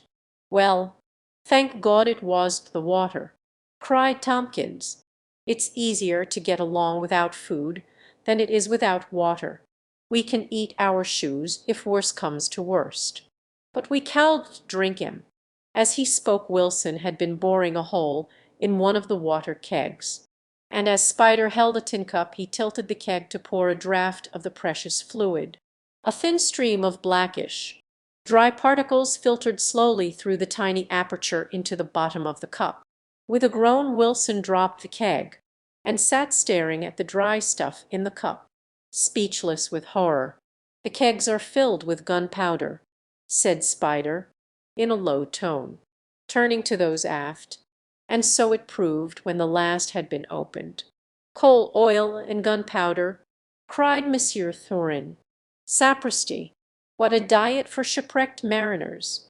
With the full knowledge that there was neither food nor water on board, the pangs of hunger and thirst became immediately aggravated, and so on the first day of their tragic adventure real suffering commenced in grim earnest, and the full horrors of shipwreck were upon them. As the days passed conditions became horrible.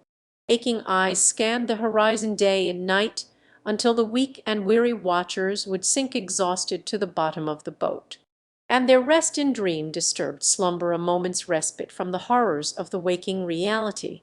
The sailors, goaded by the remorseless pangs of hunger, had eaten their leather belts, their shoes, the sweet bands from their caps, although both Clayton and Monsieur Thurin had done their best to convince them that these would only add to the suffering they were enduring.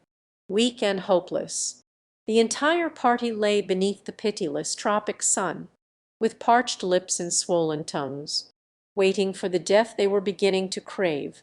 The intense suffering of the first few days had become deadened for the 3 passengers who had eaten nothing, but the agony of the sailors was pitiful, as their weak and impoverished stomachs attempted to cope with the bits of leather with which they had filled them. Tompkins was the first to succumb. Just a week from the day the Lady Alice went down the sailor died horribly in frightful convulsions. For hours his contorted and hideous features lay grinning back at those in the stern of the little boat, until Jane Porter could endure the sight no longer. "Can you not drop his body overboard, William?" she asked. Clayton rose and staggered toward the corpse. The 2 remaining sailors eyed him with a strange, baleful light in their sunken orbs. Futilely the Englishman tried to lift the corpse over the side of the boat, but his strength was not equal to the task. "Lend me a hand here, please," he said to Wilson, who lay nearest him. "What do you want to throw him over for?" questioned the sailor, in a querulous voice. "We've got to before we're too weak to do it," replied Clayton. "Head be awful by tomorrow. After a day under that broiling sun, better leave well enough alone," grumbled Wilson. "We may need him before tomorrow." Slowly the meaning of the man's words percolated into Clayton's understanding. At last he realized the fellow's reason for objecting to the disposal of the dead man God. Whispered Clayton, in a horrified tone. "You don't mean way not," growled Wilson. "Ain't we gotta live as dead?" He added, jerking his thumb in the direction of the corpse. "He want care. Come here, Thurin," said Clayton, turning toward the Russian. "We'll have something worse than death aboard us if we don't get rid of this body before dark." Wilson staggered up menacingly to prevent the contemplated act. But when his comrade, Spider, took sides with Clayton and Monsieur Thurin, he gave up, and sat eyeing the corpse hungrily as the three men, by combining their efforts, succeeded in rolling it overboard. All the balance of the day Wilson sat glaring at Clayton, in his eyes the gleam of insanity. Toward evening, as the sun was sinking into the sea, he commenced to chuckle and mumble to himself, but his eyes never left Clayton. After it became quite dark Clayton could still feel those terrible eyes upon him. He dared not sleep, and yet so exhausted was he that it was a constant fight to retain consciousness. After what seemed an eternity of suffering his head dropped upon a thwart, and he slept. How long he was unconscious he did not know. He was awakened by a shuffling noise quite close to him. The moon had risen, and as he opened his startled eyes he saw Wilson creeping stealthily toward him, his mouth open and his swollen tongue hanging out. The slight noise had awakened Jane Porter at the same time, and as she saw the hideous tableau she gave a shrill cry of alarm, and at the same instant the sailor lurched forward and fell upon Clayton. Like a wild beast his teeth sought the throat of his intended prey, but Clayton, weak though he was, still found sufficient strength to hold the maniac's mouth from him. At Jane Porter's scream Monsieur Thurin and Spider awoke. On seeing the cause of her alarm, both men crawled to Clayton's rescue, and between the three of them were able to subdue Wilson and hurl him to the bottom of the boat. For a few minutes he lay there chattering and laughing, and then, with an awful scream, and before any of his companions could prevent, he staggered to his feet and leaped overboard. The reaction from the terrific strain of excitement left the weak survivors trembling and prostrate. Spider broke down and wept. Jane Porter prayed. Clayton swore softly to himself. Monsieur Thurin sat with his head in his hands, thinking. The result of his cogitation developed the following morning in a proposition he made to Spider and Clayton. "Gentlemen," said Monsieur Thurin, "you see the fate that awaits us all unless we are picked up within a day or two. That there is little hope of that is evidenced by the fact that during all the days we have drifted we have seen no sail, nor the faintest smudge of smoke upon the horizon. There might be a chance if we had food, but without food there is none. There remains for us, then, but one of two alternatives, and we must choose at once. Either we must all die together within a few days, or one must be sacrificed that the others may live. Do you quite clearly grasp my meaning?" Jane Porter, who had overheard, was horrified. If the proposition had come from the poor, ignorant sailor, she might possibly have not been so surprised. But that it should come from one who posed as a man of culture and refinement, from a gentleman, she could scarcely credit. "It is better that we die together." "Then," said Clayton, "that is for the majority to decide," replied Monsieur Thurin, "as only one of us three will be the object of sacrifice. We shall decide. Miss Porter is not interested, since she will be in no danger." "How shall we know who is to be first?" asked Spider. "It may be fairly fixed by lot," replied Monsieur Thurin. "I have a number of franc pieces in my pocket. We can choose a certain date from among them. The one to draw this date first from beneath a piece of cloth will be the first."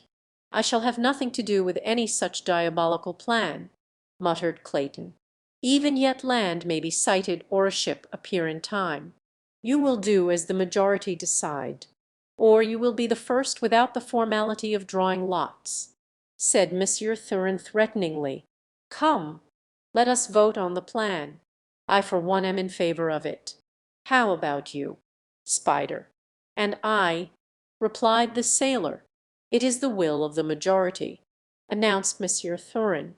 "And now let us lose no time in drawing lots. It is as fair for one as for another, that three may live. One of us must die perhaps a few hours sooner than otherwise." Then he began his preparation for the lottery of death. while Jane Porter sat wide-eyed and horrified at thought of the thing that she was about to witness. Monsieur Thurin spread his coat upon the bottom of the boat, and then from a handful of money he selected 6 franc pieces. The other 2 men bent close above him as he inspected them. Finally he handed them all to Clayton. "Look at them carefully," he said. "The oldest date is 1875, and there is only one of that year." Clayton and the sailor inspected each coin. To them there seemed not the slightest difference that could be detected other than the dates. They were quite satisfied. Had they known that Monsieur Thurin's past experience as a card sharp had trained his sense of touch to so fine a point that he could almost differentiate between cards by the mere feel of them, they would scarcely have felt that the plan was so entirely fair. The 1,875 piece was a hair thinner than the other coins, but neither Clayton nor Spider could have detected it without the aid of a micrometer. "In what order shall we draw?" asked Monsieur Thurin, knowing from past experience that the majority of men always prefer last chance in a lottery where the single prize is some distasteful thing. There is always the chance and the hope that another will draw it first. Monsieur Thurin, for reasons of his own, preferred to draw first if the drawing should happen to require a second adventure beneath the coat. And so when Spider elected to draw last, he graciously offered to take the first chance himself. His hand was under the coat for but a moment, yet those quick, deft fingers had felt of each coin, and found and discarded the fatal piece. When he brought forth his hand, it contained an 1,888 franc piece. Then Clayton drew. Jane Porter leaned forward with a tense and horrified expression on her face, as the hand of the man she was to marry groped about beneath the coat. Presently he withdrew it, a franc piece lying in the palm. For an instant he dared not look, but Monsieur Thurin, who had leaned nearer to see the date, exclaimed that he was safe. Jane Porter sank weak and trembling against the side of the boat. She felt sick and dizzy. And now, if Spider should not draw the 1,875 piece, the sailor already had his hand beneath the coat. Great beads of sweat were standing upon his brow. He trembled as though with a fit of ague. Aloud he cursed himself for having taken the last draw, for now his chances for escape were but 3-1, whereas Monsieur Thurin's had been 5-1, and Clayton's 4-1. The Russian was very patient, and did not hurry the man, for he knew that he himself was quite safe whether the 1,875 piece came out this time or not. When the sailor withdrew his hand and looked at the piece of money within, he dropped fainting to the bottom of the boat. Both Clayton and Monsieur Thurin hastened weakly to examine the coin, which had rolled from the man's hand and lay beside him. It was not dated 1,875. The reaction from the state of fear he had been in had overcome Spider quite as effectually as though he had drawn the fated piece. But now the whole proceeding must be gone through again. Once more the Russian drew forth a harmless coin. Jane Porter closed her eyes as Clayton reached beneath the coat. Spider bent, wide-eyed, toward the hand that was to decide his fate. For whatever luck was Clayton's on this last draw, the opposite would be Spider's. Then William Cecil Clayton, Lord Greystoke, removed his hand from beneath the coat, and with a coin tight pressed within his palm, where none might see it, he looked at Jane Porter. He did not dare open his hand. "Quick," hissed Spider. "My God, let's see it." Clayton opened his fingers.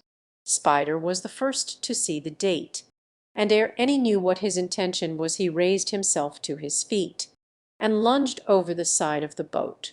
To disappear forever into the green depths beneath the coin had not been the 1,875 piece. The strain had exhausted those who remained to such an extent that they lay half unconscious for the balance of the day. Nor was the subject referred to again for several days, horrible days of increasing weakness and hopelessness. At length Monsieur Thurin crawled to where Clayton lay. "We must draw once more before we are too weak even to eat," he whispered. Clayton was in such a state that he was scarcely master of his own will. Jane Porter had not spoken for 3 days. He knew that she was dying. Horrible as the thought was, he hoped that the sacrifice of either Thurin or himself might be the means of giving her renewed strength, and so he immediately agreed to the Russian's proposal. They drew under the same plan as before. But there could be but one result. Clayton drew the 1,875 piece. "When shall it be?" he asked Thurin. The Russian had already drawn a pocket knife and was weakly attempting to open it. "Now," he muttered, and his greedy eyes gloated upon the Englishman. "Can't you wait until dark?" asked Clayton. "Miss Porter must not see this thing done.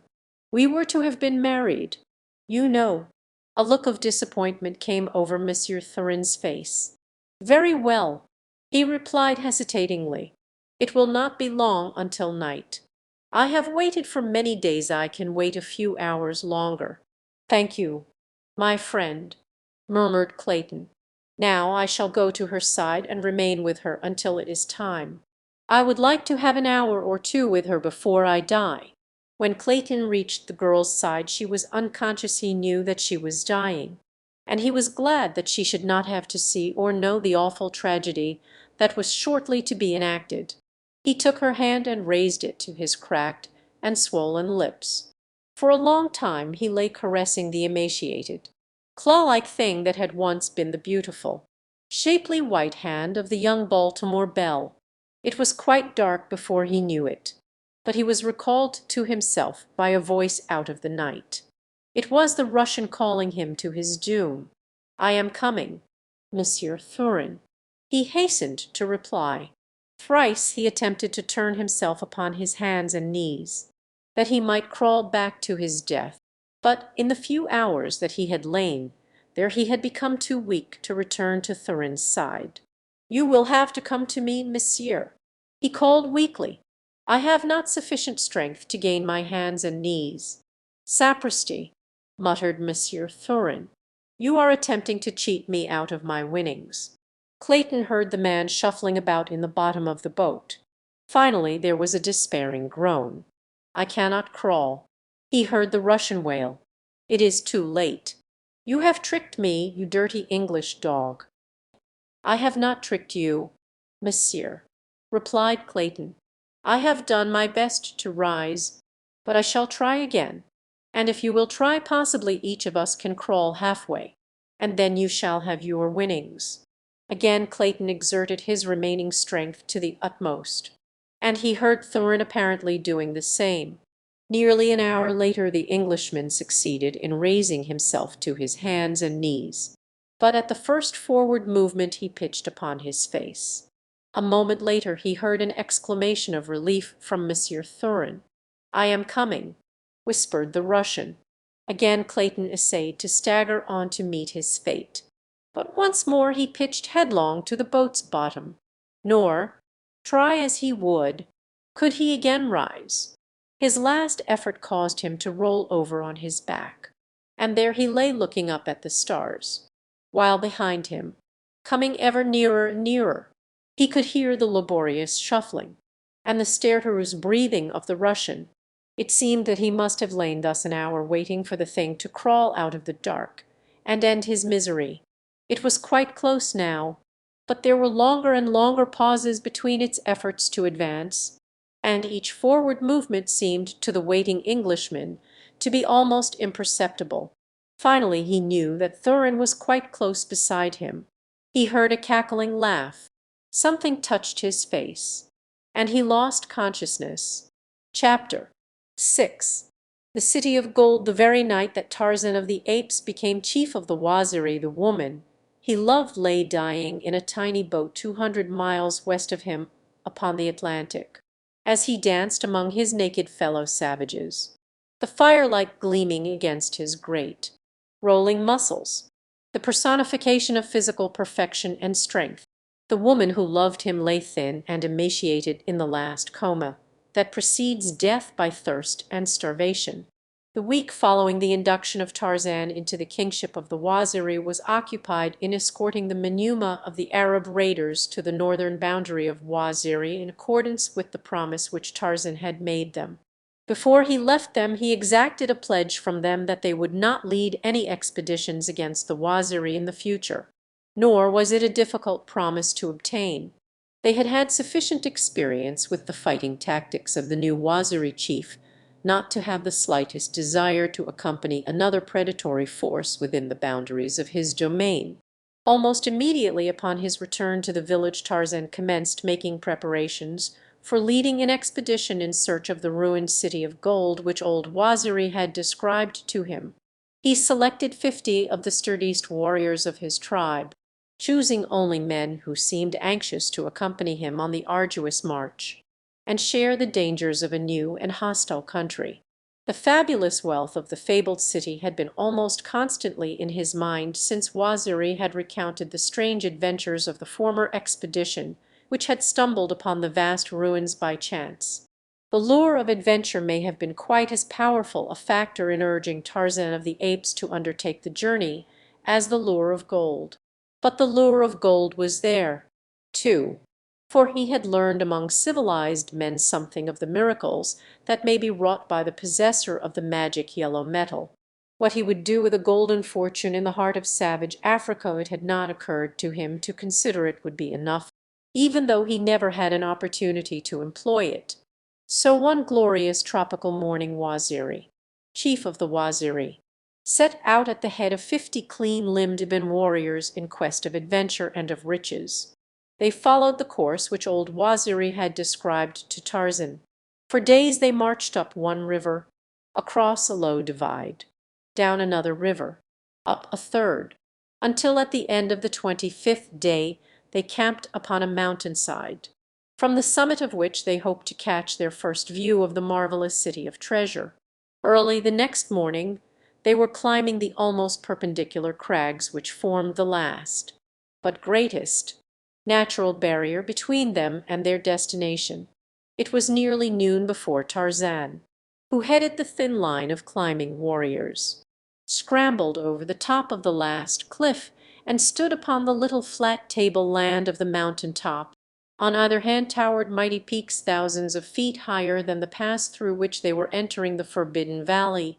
Behind him stretched the wooded valley across which they had marched for many days, and at the opposite side the low range which marked the boundary of their own country. But before him was the view that centered his attention. Here lay a desolate valley, a shallow, narrow valley dotted with stunted trees and covered with many great boulders. And on the far side of the valley lay what appeared to be a mighty city, its great walls, its lofty spires, its turrets, minarets, and domes showing red and yellow in the sunlight. Tarzan was yet too far away to note the marks of ruin. To him it appeared a wonderful city of magnificent beauty, and in imagination he peopled its broad avenues and its huge temples with a throng of happy, active people. For an hour the little expedition rested upon the mountain top, and then Tarzan led them down into the valley below. There was no trail, but the way was less arduous than the ascent of the opposite face of the mountain had been. Once in the valley their progress was rapid, so that it was still light when they halted before the towering walls of the ancient city. The outer wall was 50 feet in height where it had not fallen into ruin, but nowhere as far as they could see had more than 10 or 20 feet of the upper courses fallen away. It was still a formidable defense. On several occasions Tarzan had thought that he discerned things moving behind the ruined portions of the wall near to them, as though creatures were watching them from behind the bulwarks of the ancient pile, and often he felt the sensation of unseen eyes upon him. But not once could he be sure that it was more than imagination. That night they camped outside the city. Once, at midnight, they were awakened by a shrill scream from beyond the great wall. It was very high at first, descending gradually until it ended in a series of dismal moans. It had a strange effect upon the blacks, almost paralyzing them with terror while it lasted, and it was an hour before the camp settled down to sleep once more. In the morning the effects of it were still visible in the fearful, sidelong glances that the Waziri continually cast at the massive and forbidding structure which loomed above them. It required considerable encouragement and urging on Tarzan's part to prevent the blacks from abandoning the venture on the spot and hastening back across the valley toward the cliffs they had scaled the day before. But at length, by dint of commands, and threats that he would enter the city alone, they agreed to accompany him. For 15 minutes they marched along the face of the wall before they discovered a means of ingress. Then they came to a narrow cleft about 20 inches wide, within a flight of concrete steps, worn hollow by centuries of use, rose before them, to disappear at a sharp turning of the passage a few yards ahead. Into this narrow alley Tarzan made his way, turning his giant shoulders sideways that they might enter at all. Behind him trailed his black warriors. At the turn in the cleft the stairs ended, and the path was level, but it wound and twisted in a serpentine fashion, until suddenly at a sharp angle it debouched upon a narrow court, across which loomed an inner wall equally as high as the outer. This inner wall was set with little round towers alternating along its entire summit with pointed monoliths. In places these had fallen, and the wall was ruined, but it was in a much better state of preservation than the outer wall.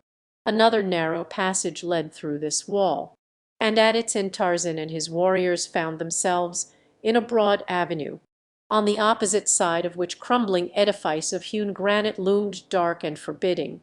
Upon the crumbling debris along the face of the buildings trees had grown, and vines wound in and out of the hollow, staring windows. But the building directly opposite them seemed less overgrown than the others, and in a much better state of preservation. It was a massive pile, surmounted by an enormous dome. At either side of its great entrance stood rows of tall pillars, each capped by a huge, grotesque bird carved from the solid rock of the monoliths. As the ape-man and his companions stood gazing in varying degrees of wonderment at this ancient city in the midst of savage Africa, several of them became aware of movement within the structure at which they were looking. Dim, shadowy shapes appeared to be moving about in the semi-darkness of the interior. There was nothing tangible that the eye could grasp, only an uncanny suggestion of life where it seemed that there should be no life. For living things seemed out of place in this weird, dead city of the long dead past. Tarzan recalled something that he had read in the library at Paris of a lost race of white men that native legend described as living in the heart of Africa. He wondered if he were not looking upon the ruins of the civilization that this strange people had wrought amid the savage surroundings of their strange and savage home. Could it be possible that even now a remnant of that lost race inhabited the ruined grandeur that had once been their progenitor? Again he became conscious of a stealthy movement within the great temple before him. "Come," he said to his Waziri, "let us have a look at what lies behind those ruined walls." His men were loath to follow him, but when they saw that he was bravely entering the frowning portal, they trailed a few paces behind in a huddled group that seemed the personification of nervous terror. A single shriek such as they had heard the night before would have been sufficient to have sent them all racing madly for the narrow cleft. As Tarzan entered the building he was distinctly aware of many eyes upon him. There was a rustling in the shadows of a near-by corridor, and he could have sworn that he saw a human hand withdrawn from an embrasure that opened above him into the domelic rotunda in which he found himself. The floor of the chamber was of concrete, the walls of smooth granite, upon which strange figures of men and beasts were carved. In places tablets of yellow metal had been set in the solid masonry of the walls. When he approached closer to one of these tablets he saw that it was of gold, and bore many hieroglyphics. Beyond this first chamber there were others, and back of them the building branched out into enormous wings. Tarzan passed through several of these chambers, finding many evidences of the fabulous wealth of the original builders. In one room were 7 pillars of solid gold, and in another the floor itself was of the precious metal. And all the while that he explored, his blacks huddled close together at his back, and strange shapes hovered upon either hand and before them and behind, yet never close enough that any might say that they were not alone. The strain, however, was telling upon the nerves of the Waziri. They begged Tarzan to return to the sunlight. They said that no good could come of such an expedition, for the ruins were haunted by the spirits of the dead who had once inhabited them. "They are watching us, O king," whispered Bisili. "They are waiting until they have led us into the innermost recesses of their stronghold, and then they will fall upon us and tear us to pieces with their teeth. That is the way with spirits. My mother's uncle, who is a great witch doctor, has told me all about it many times." Tarzan laughed. "Run back into the sunlight, my children," he said. "I will join you when I have searched this old ruin from top to bottom, and found the gold, or found that there is none. At least we may take the tablets from the walls, though the pillars are too heavy for us to handle. But there should be great storerooms filled with gold that we can carry away upon our backs with ease. Run on now, out into the fresh air where you may breathe easier." Some of the warriors started to obey their chief with alacrity, but Bisili and several others hesitated to leave him hesitated between love and loyalty for their king, and superstitious fear of the unknown. And then, quite unexpectedly, that occurred which decided the question without the necessity for further discussion. Out of the silence of the ruined temple there rang, close to their ears, the same hideous shriek they had heard the previous night, and with horrified cries the black warriors turned and fled through the empty halls of the age-old edifice. Behind them stood Tarzan of the Apes where they had left him, a grim smile upon his lips, waiting for the enemy he fully expected was about to pounce upon him. But again silence reigned, except for the faint suggestion of the sound of naked feet moving stealthily in near-by places. Then Tarzan wheeled and passed on into the depths of the temple. From room to room he went, until he came to one at which a rude, barred door still stood, and as he put his shoulder against it to push it in, again the shriek of warning rang out almost beside him. It was evident that he was being warned to refrain from desecrating this particular room, or could it be that within lay the secret to the treasure stores?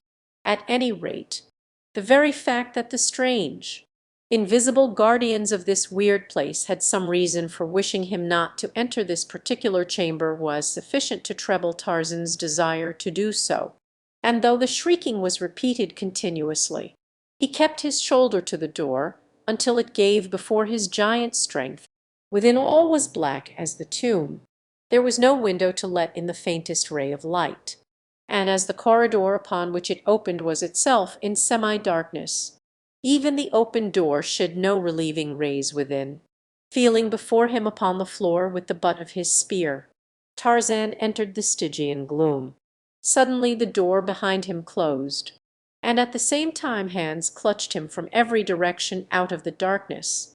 The ape-man fought with all the savage fury of self-preservation backed by the Herculean strength that was his. But though he felt his blows land, and his teeth sink into soft flesh, there seemed always 2 new hands to take the place of those that he fought off. At last they dragged him down, and slowly, very slowly, they overcame him by the mere weight of their numbers. And then they bound him, his hands behind his back and his feet trussed up to meet them. He had heard no sound except the heavy breathing of his antagonists, and the noise of the battle. He knew not what manner of creatures had captured him, but that they were human seemed evident from the fact that they had bound him.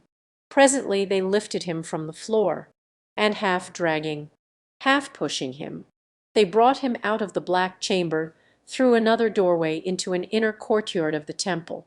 Here he saw his captors. There must have been 100 of them short, stocky men, with great beards that covered their faces and fell upon their hairy breasts. The thick, Mad hair upon their heads grew low over their receding brows, and hung about their shoulders and their backs. Their crooked legs were short and heavy, their arms long and muscular. About their loins they wore the skins of leopards and lions, and great necklaces of the claws of these same animals depended upon their breasts. Massive circlets of virgin gold adorned their arms and legs. For weapons they carried heavy, knotted bludgeons, and in the belts that confined their single garments each had a long, wicked-looking knife. But the feature of them that made the most startling impression upon their prisoner was their white skins. Neither in color nor feature was there a trace of the negroid about them. Yet, with their receding foreheads, wicked little close-set eyes, and yellow fangs, they were far from prepossessing in appearance. During the fight within the dark chamber, and while they had been dragging Tarzan to the inner court, no word had been spoken, but now several of them exchanged grunting, monosyllabic conversation in a language unfamiliar to the ape-man, and presently they left him lying upon the concrete floor while they trooped off on their short legs into another part of the temple beyond the court. As Tarzan lay there upon his back he saw that the temple entirely surrounded the little enclosure, and that on all sides its lofty walls rose high above him. At the top a little patch of blue sky was visible, and, in one direction, through an embrasure, he could see foliage, but whether it was beyond or within the temple he did not know. About the court, from the ground to the top of the temple, were series of open galleries, and now and then the captive caught glimpses of bright eyes gleaming from beneath masses of tumbling hair, peering down upon him from above. The ape-man gently tested the strength of the bonds that held him, and while he could not be sure it seemed that they were of insufficient strength to withstand the strain of his mighty muscles when the time came to make a break for freedom. But he did not dare to put them to the crucial test until darkness had fallen, or he felt that no spying eyes were upon him. He had lain within the court for several hours before the first rays of sunlight penetrated the vertical shaft. Almost simultaneously he heard the pattering of bare feet in the corridors about him, and a moment later saw the galleries above fill with crafty faces as a score or more entered the courtyard. For a moment every eye was bent upon the noonday sun, and then in unison the people in the galleries and those in the court below took up the refrain of a low, weird. Presently those about Tarzan began to dance to the cadence of their solemn song. They circled him slowly, resembling in their manner of dancing a number of clumsy, shuffling bears. But as yet they did not look at him, keeping their little eyes fixed upon the sun. For 10 minutes or more they kept up their monotonous chant and steps, and then suddenly, and in perfect unison, they turned toward their victim with upraised bludgeons and emitting fearful howls, the while they contorted their features into the most diabolical expressions. They rushed upon him. At the same instant a female figure dashed into the midst of the bloodthirsty horde, and, with a bludgeon similar to their own, except that it was wrought from gold, beat back the advancing men. Chapter Sx. La. For a moment Tarzan thought that by some strange freak of fate a miracle had saved him, but when he realized the ease with which the girl had, single-handed, beaten off 20 gorilla-like males, and an instant later, as he saw them again take up their dance about him while she addressed them in a sing-song monotone, which bore every evidence of rote, he came to the conclusion that it was all but a part of the ceremony of which he was the central figure. After a moment or two the girl drew a knife from her girdle, and, leaning over Tarzan, cut the bonds from his legs.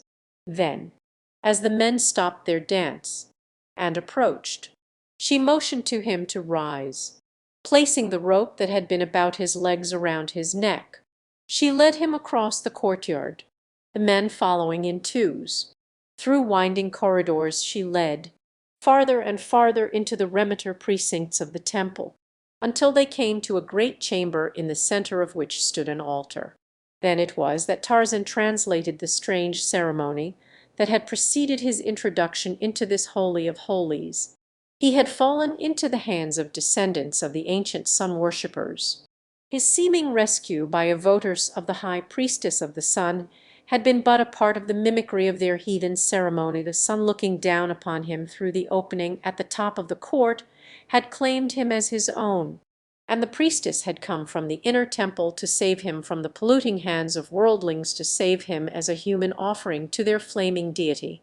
And had he needed further assurance as to the correctness of his theory, he had only to cast his eyes upon the brownish-red stains that caked the stone altar and covered the floor in its immediate vicinity, or to the human skulls which grinned from countless niches in the towering walls. The priestess led the victim to the altar steps. Again the galleries above filled with watchers, while from an arched doorway at the east end of the chamber a procession of females filed slowly into the room. They wore, like the men, only skins of wild animals caught about their waists with rawhide belts or chains of gold. But the black masses of their hair were incrusted with golden headgear composed of many circular and oval pieces of gold, ingeniously held together to form a metal cap, long strings of oval pieces falling to the waist. The females were more symmetrically proportioned than the males. Their features were much more perfect, the shapes of their heads and their large, soft, black eyes denoting far greater intelligence and humanity than was possessed by their lords and masters. Each priestess bore 2 golden cups, and as they formed in line along one side of the altar, the men formed opposite them, advancing and taking each a cup from the female opposite. Then the chant began once more, and presently from a dark passageway beyond the altar another female emerged from the cavernous depths beneath the chamber.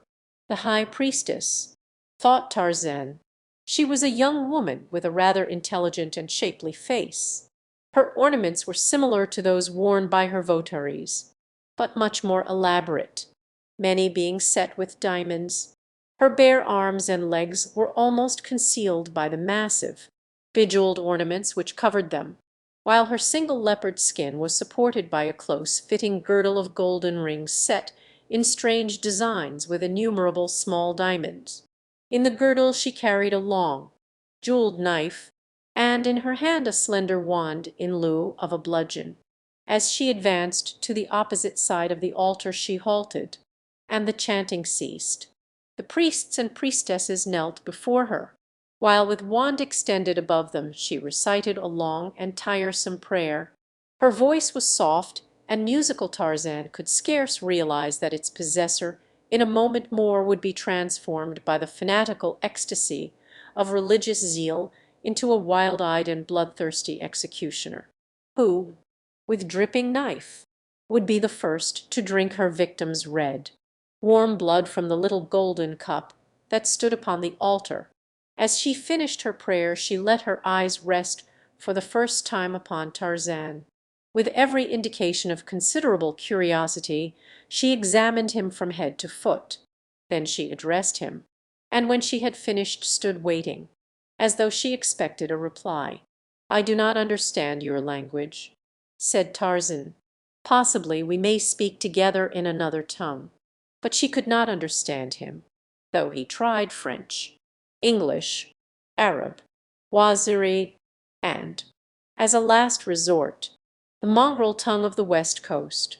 She shook her head, and it seemed that there was a note of weariness in her voice as she motioned to the priests to continue with the rites. These now circled in a repetition of their idiotic dance, which was terminated finally at a command from the priestess, who had stood throughout, still looking intently upon Tarzan. At her signal the priests rushed upon the ape-man, and, lifting him bodily, laid him upon his back across the altar, his head hanging over one edge, his legs over the opposite. Then they and the priestesses formed in 2 lines, with their little golden cups in readiness to capture a share of the victim's life-blood after the sacrificial knife had accomplished its work. In the line of priests an altercation arose as to who should have first place. A burly brute, with all the refined intelligence of a gorilla stamped upon his bestial face, was attempting to push a smaller man to second place. But the smaller one appealed to the high priestess, who in a cold peremptory voice sent the larger to the extreme end of the line. Tarzan could hear him growling and rumbling as he went slowly to the inferior station. Then the priestess, standing above him, began reciting what Tarzan took to be an invocation, the while she slowly raised her thin, sharp knife aloft. It seemed ages to the ape-man before her arm ceased its upward progress, and the knife halted high above his unprotected breast. Then it started downward, slowly at first, but as the incantation increased in rapidity, with greater speed. At the end of the line Tarzan could still hear the grumbling of the disgruntled. The man's voice rose louder and louder. A priestess near him spoke in sharp tones of rebuke.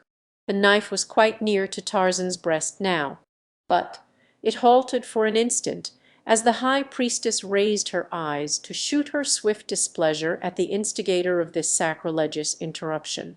There was a sudden commotion in the direction of the disputants, and Tarzan rolled his head in their direction in time to see the burly brute of a priest leap upon the woman opposite him, dashing out her brains with a single blow of his heavy cudgel. Then that happened which Tarzan had witnessed 100 times before among the wild denizens of his own savage jungle. He had seen the thing fall upon Kerchuk, and Tublat, and Turkis, upon a dozen of the other mighty bull apes of his tribe, and upon Tantor, the elephant. There was scarce any of the males of the forest that did not at times fall prey to it. The priest went mad, and with his heavy bludgeon ran amuck among his fellows. His screams of rage were frightful as he dashed hither and thither, dealing terrific blows with his giant weapon, or sinking his yellow fangs into the flesh of some luckless victim. And during it the priestess stood with poised knife above Tarzan, her eyes fixed in horror upon the maniacal thing that was dealing out death and destruction to her votaries. Presently the room was emptied except for the dead and dying on the floor, the victim upon the altar, the high priestess, and the madman. As the cunning eyes of the latter fell upon the woman they lighted with a new and sudden lust. Slowly he crept toward her, and now he spoke. But this time there fell upon Tarzan's surprised ears a language he could understand, the last one that he would ever have thought of employing in attempting to converse with human beings, the low guttural barking of the tribe of great anthropoids, his own mother tongue. And the woman answered the man in the same language. He was threatening, she attempting to reason with him, for it was quite evident that she saw that he was past her authority. The brute was quite close now, creeping with claw-like hands extended toward her around the end of the altar. Tarzan strained at the bonds which held his arms pinioned behind him. The woman did not see she had forgotten her prey in the horror of the danger that threatened herself, as the brute leaped past Tarzan to clutch his victim. The ape-man gave one superhuman wrench at the thongs that held him. The effort sent him rolling from the altar to the stone floor on the opposite side from that on which the priestess stood. But as he sprang to his feet the thongs dropped from his freed arms, and at the same time he realized that he was alone in the inner temple. The high priestess and the mad priest had disappeared. And then a muffled scream came from the cavernous mouth of the dark hole beyond the sacrificial altar through which the priestess had entered the temple, without even a thought for his own safety, or the possibility for escape, which this rapid series of fortuitous circumstances had thrust upon him. Tarzan of the Apes answered the call of the woman in danger. With a little bound he was at the gaping entrance to the subterranean chamber, and a moment later was running down a flight of age-old concrete steps that led he knew not where. The faint light that filtered in from above showed him a large, low-siled vault from which several doorways led off into inky darkness. But there was no need to thread an unknown way, for there before him lay the objects of his search. The mad brute had the girl upon the floor, and gorilla-like fingers were clutching frantically at her throat as she struggled to escape the fury of the awful thing upon her. As Tarzan's heavy hand fell upon his shoulder the priest dropped his victim, and turned upon her would-be rescuer. With foam-flecked lips and bared fangs the mad sun-worshipper battled with the tenfold power of the maniac. In the blood-lust of his fury the creature had undergone a sudden reversion to type, which left him a wild beast, forgetful of the dagger that projected from his belt, thinking only of nature's weapons with which his brute prototype had battled. But if he could use his teeth and hands to advantage, he found one even better versed in the school of savage warfare to which he had reverted. For Tarzan of the Apes closed with him, and they fell to the floor tearing and rending at one another like two bull apes, while the primitive priestess stood flattened against the wall, watching with wide, fear-fascinated eyes the growling, snapping beasts at her feet. At last she saw the stranger close one mighty hand upon the throat of his antagonist, and as he forced the bruteman's head far back rained blow after blow upon the upturned face. A moment later he threw the still thing from him, and, arising, shook himself like a lion. He placed a foot upon the carcass before him, and raised his head to give the victory cry of his kind. But as his eyes fell upon the opening above him leading into the temple of human sacrifice, he thought better of his intended act. The girl, who had been half paralyzed by fear as the two men fought, had just commenced to give thought to her probable fate now that, though released from the clutches of a madman, she had fallen into the hands of one whom but a moment before she had been upon the point of killing. She looked about for some means of escape. The black mouth of a diverging corridor was near at hand, but as she turned to dart into it the ape-man's eyes fell upon her, and with a quick leap he was at her side, and a restraining hand was laid upon her arm. "Wait," said Tarzan of the Apes, in the language of the tribe of Kerchuk. The girl looked at him in astonishment. "Who are you?" She whispered, "Who speaks the language of the first man?" "I am Tarzan of the Apes." He answered in the vernacular of the anthropoids. "What do you want of me?" She continued, "For what purpose did you save me from The? I could not see a woman murdered." It was a half question that answered her. "But what do you intend to do with me now?" She continued, "Nothing." He replied, "But you can do something for me, you can lead me out of this place to freedom." He made the suggestion without the slightest thought that she would accede. He felt quite sure that the sacrifice would go on from the point where it had been interrupted if the high priestess had her way, though he was equally positive that they would find Tarzan of the Apes unbound and with a long dagger in his hand, a much less tractable victim than Tarzan disarmed and bound. The girl stood looking at him for a long moment before she spoke. "You are a very wonderful man," she said. "You are such a man as I have seen in my daydreams ever since I was a little girl. You are such a man as I imagine the forebears of my people must have been, the great race of people who built this mighty city in the heart of a savage world, that they might wrest from the bowels of the earth the fabulous wealth for which they had sacrificed their far distant civilization. I cannot understand why you came to my rescue in the first place. And now I cannot understand why, having me within your power, you do not wish to be revenged upon me for having sentenced you to death, for having almost put you to death with my own hand. I presume," replied the ape-man, "that you but followed the teachings of your religion. I cannot blame you for that, no matter what I may think of your creed. But who are you? What people have I fallen among?" "I am La, high priestess of the Temple of the Sun, in the city of Opar. We are descendants of a people who came to this savage world more than 10,000 years ago in search of gold. Their cities stretched from a great sea under the rising sun to a great sea. They were very rich and very powerful, but they lived only a few months of the year in their magnificent palaces here. The rest of the time they spent in their native land.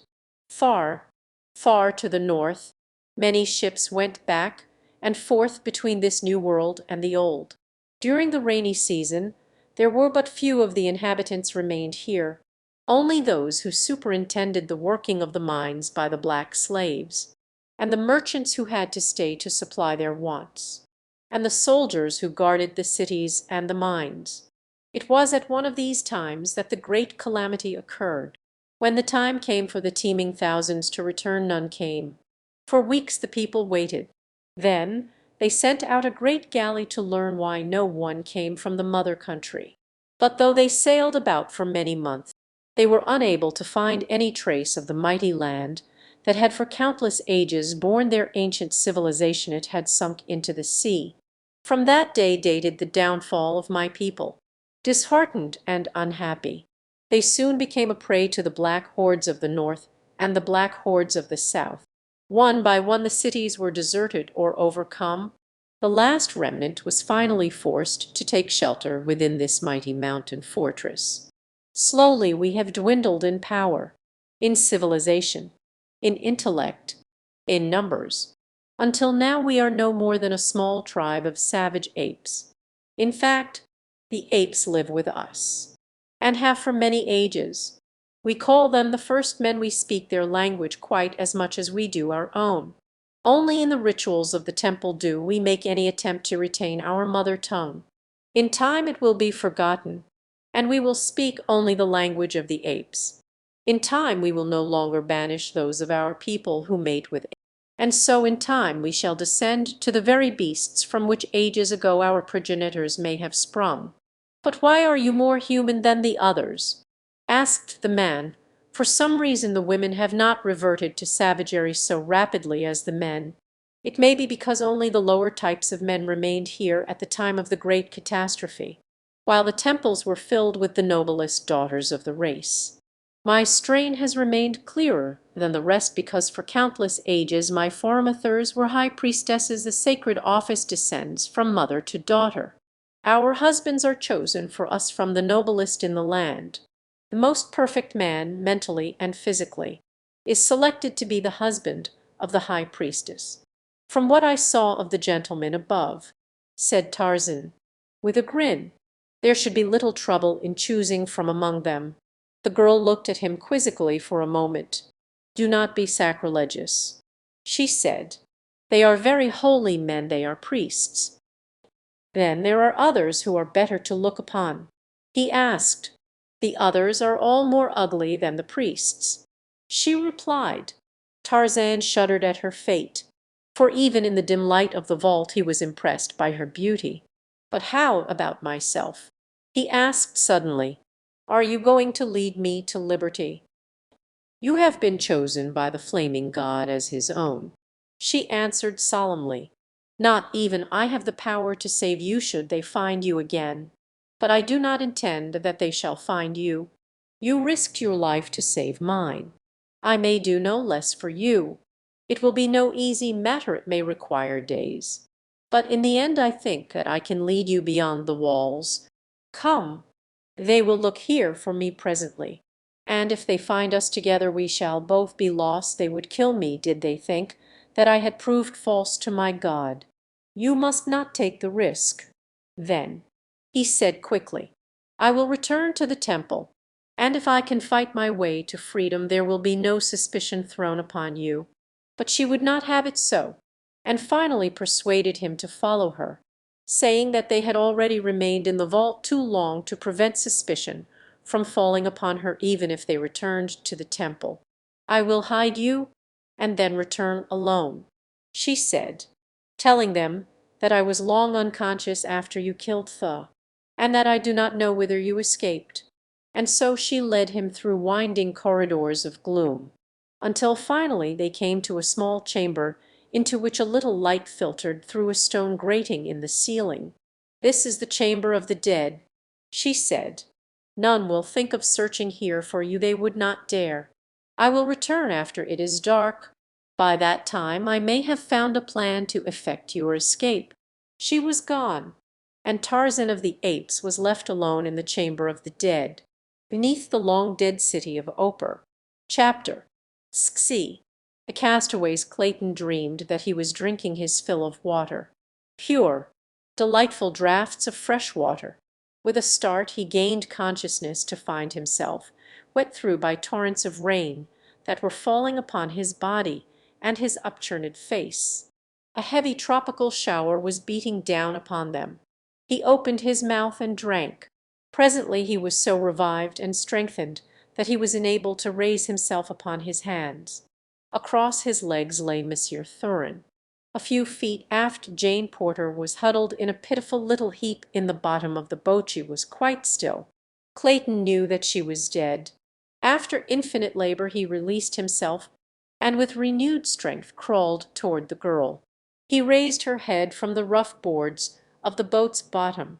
There might be life in that poor, starved frame even yet.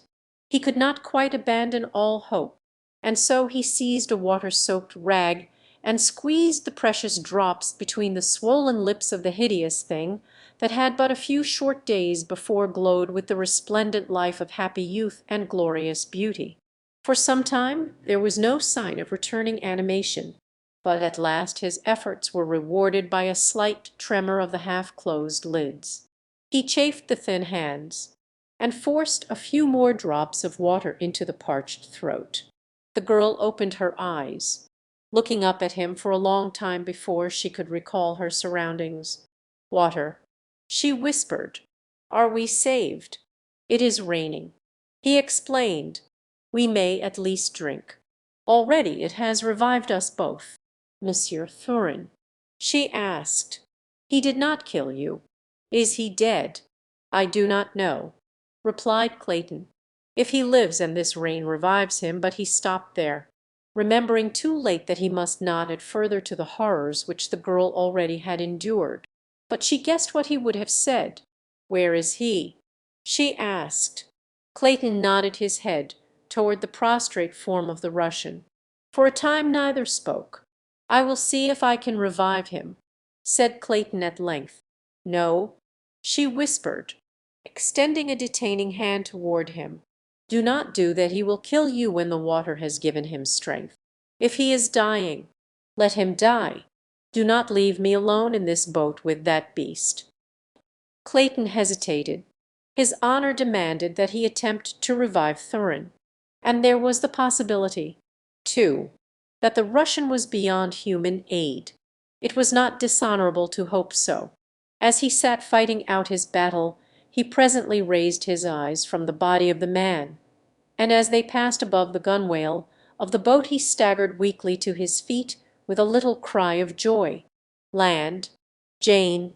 he almost shouted through his cracked lips. "Thank God! Land!" The girl looked, too, and there, not 100 yards away, she saw a yellow beach, and, beyond, the luxurious foliage of a tropical jungle. "Now you may revive him," said Jane Porter, for she, too, had been haunted with the pangs of conscience which had resulted from her decision to prevent Clayton from offering succor to their companion. It required the better part of half an hour before the Russian evinced sufficient symptoms of returning consciousness to open his eyes, and it was some time later before they could bring him to a realization of their good fortune. By this time the boat was scraping gently upon the sandy bottom. Between the refreshing water that he had drunk and the stimulus of renewed hope, Clayton found strength to stagger through the shallow water to the shore with a line made fast to the boat's bow. This he fastened to a small tree which grew at the top of a low bank. For the tide was at flood, and he feared that the boat might carry them all out to sea again with the ebb, since it was quite likely that it would be beyond his strength to get Jane Porter to the shore for several hours. Next he managed to stagger and crawl toward the nearby jungle, where he had seen evidences of profusion of tropical fruit. His former experience in the jungle of Tarzan of the Apes had taught him which of the many growing things were edible, and after nearly an hour of absence he returned to the beach with a little armful of food. The rain had ceased, and the hot sun was beating down so mercilessly upon her that Jane Porter insisted on making an immediate attempt to gain the land. Still further invigorated by the food Clayton had brought, the three were able to reach the half shade of the small tree to which their boat was moored. Here Thoroughly exhausted, they threw themselves down to rest, sleeping until dark. For a month they lived upon the beach in comparative safety. As their strength returned, the two men constructed a rude shelter in the branches of a tree, high enough from the ground to ensure safety from the larger beasts of prey. By day they gathered fruits and trapped small rodents. At night they lay cowering within their frail shelter, while savage denizens they slept upon litters of jungle grasses. And for covering at night Jane Porter had only an old ulster that belonged to Clayton, the same garment that he had worn upon that memorable trip to the Wisconsin woods. Clayton had erected a frail partition of boughs to divide their arboreal shelter into two rooms, one for the girl and the other for Monsieur Thorin and himself. From the first the Russian had exhibited every trait of his true character: selfishness, boorishness, arrogance, cowardice, and lust. Twice had he and Clayton come to blows because of Thurin's attitude toward the girl. Clayton dared not leave her alone with him for an instant. The existence of the Englishman and his fiancée was one continual nightmare of horror, and yet they lived on in hope of ultimate rescue. Jane Porter's thoughts often reverted to her other experience on this savage shore. Ah, if the invincible forest god of that dead past were but with them now! No longer would there be aught to fear from prowling beasts, or from the bestial Russian. She could not well refrain from comparing the scant protection afforded her by Clayton with what she might have expected had Tarzan of the Apes been, for a single instant, confronted by the sinister and menacing attitude of Monsieur Thorin. Once, when Clayton had gone to the little stream for water, and Thorin had spoken coarsely to her, she voiced her thoughts. "It is well for you, Monsieur Thorin," she said, "that the poor Monsieur Tarzan, who was lost from the ship that brought you and Miss Strong to Cape Town, is not here now." "You knew the pig?" asked Thorin, with a sneer. "I knew the man," she replied, "the only real man, I think, that I have ever known." There was something in her tone of voice that led the Russian to attribute to her a deeper feeling for his enemy than friendship, and he grasped at the suggestion to be further revenged upon the man whom he supposed dead by besmirching his memory to the girl. He was worse than a pig. He cried. He was a poltroon and a coward.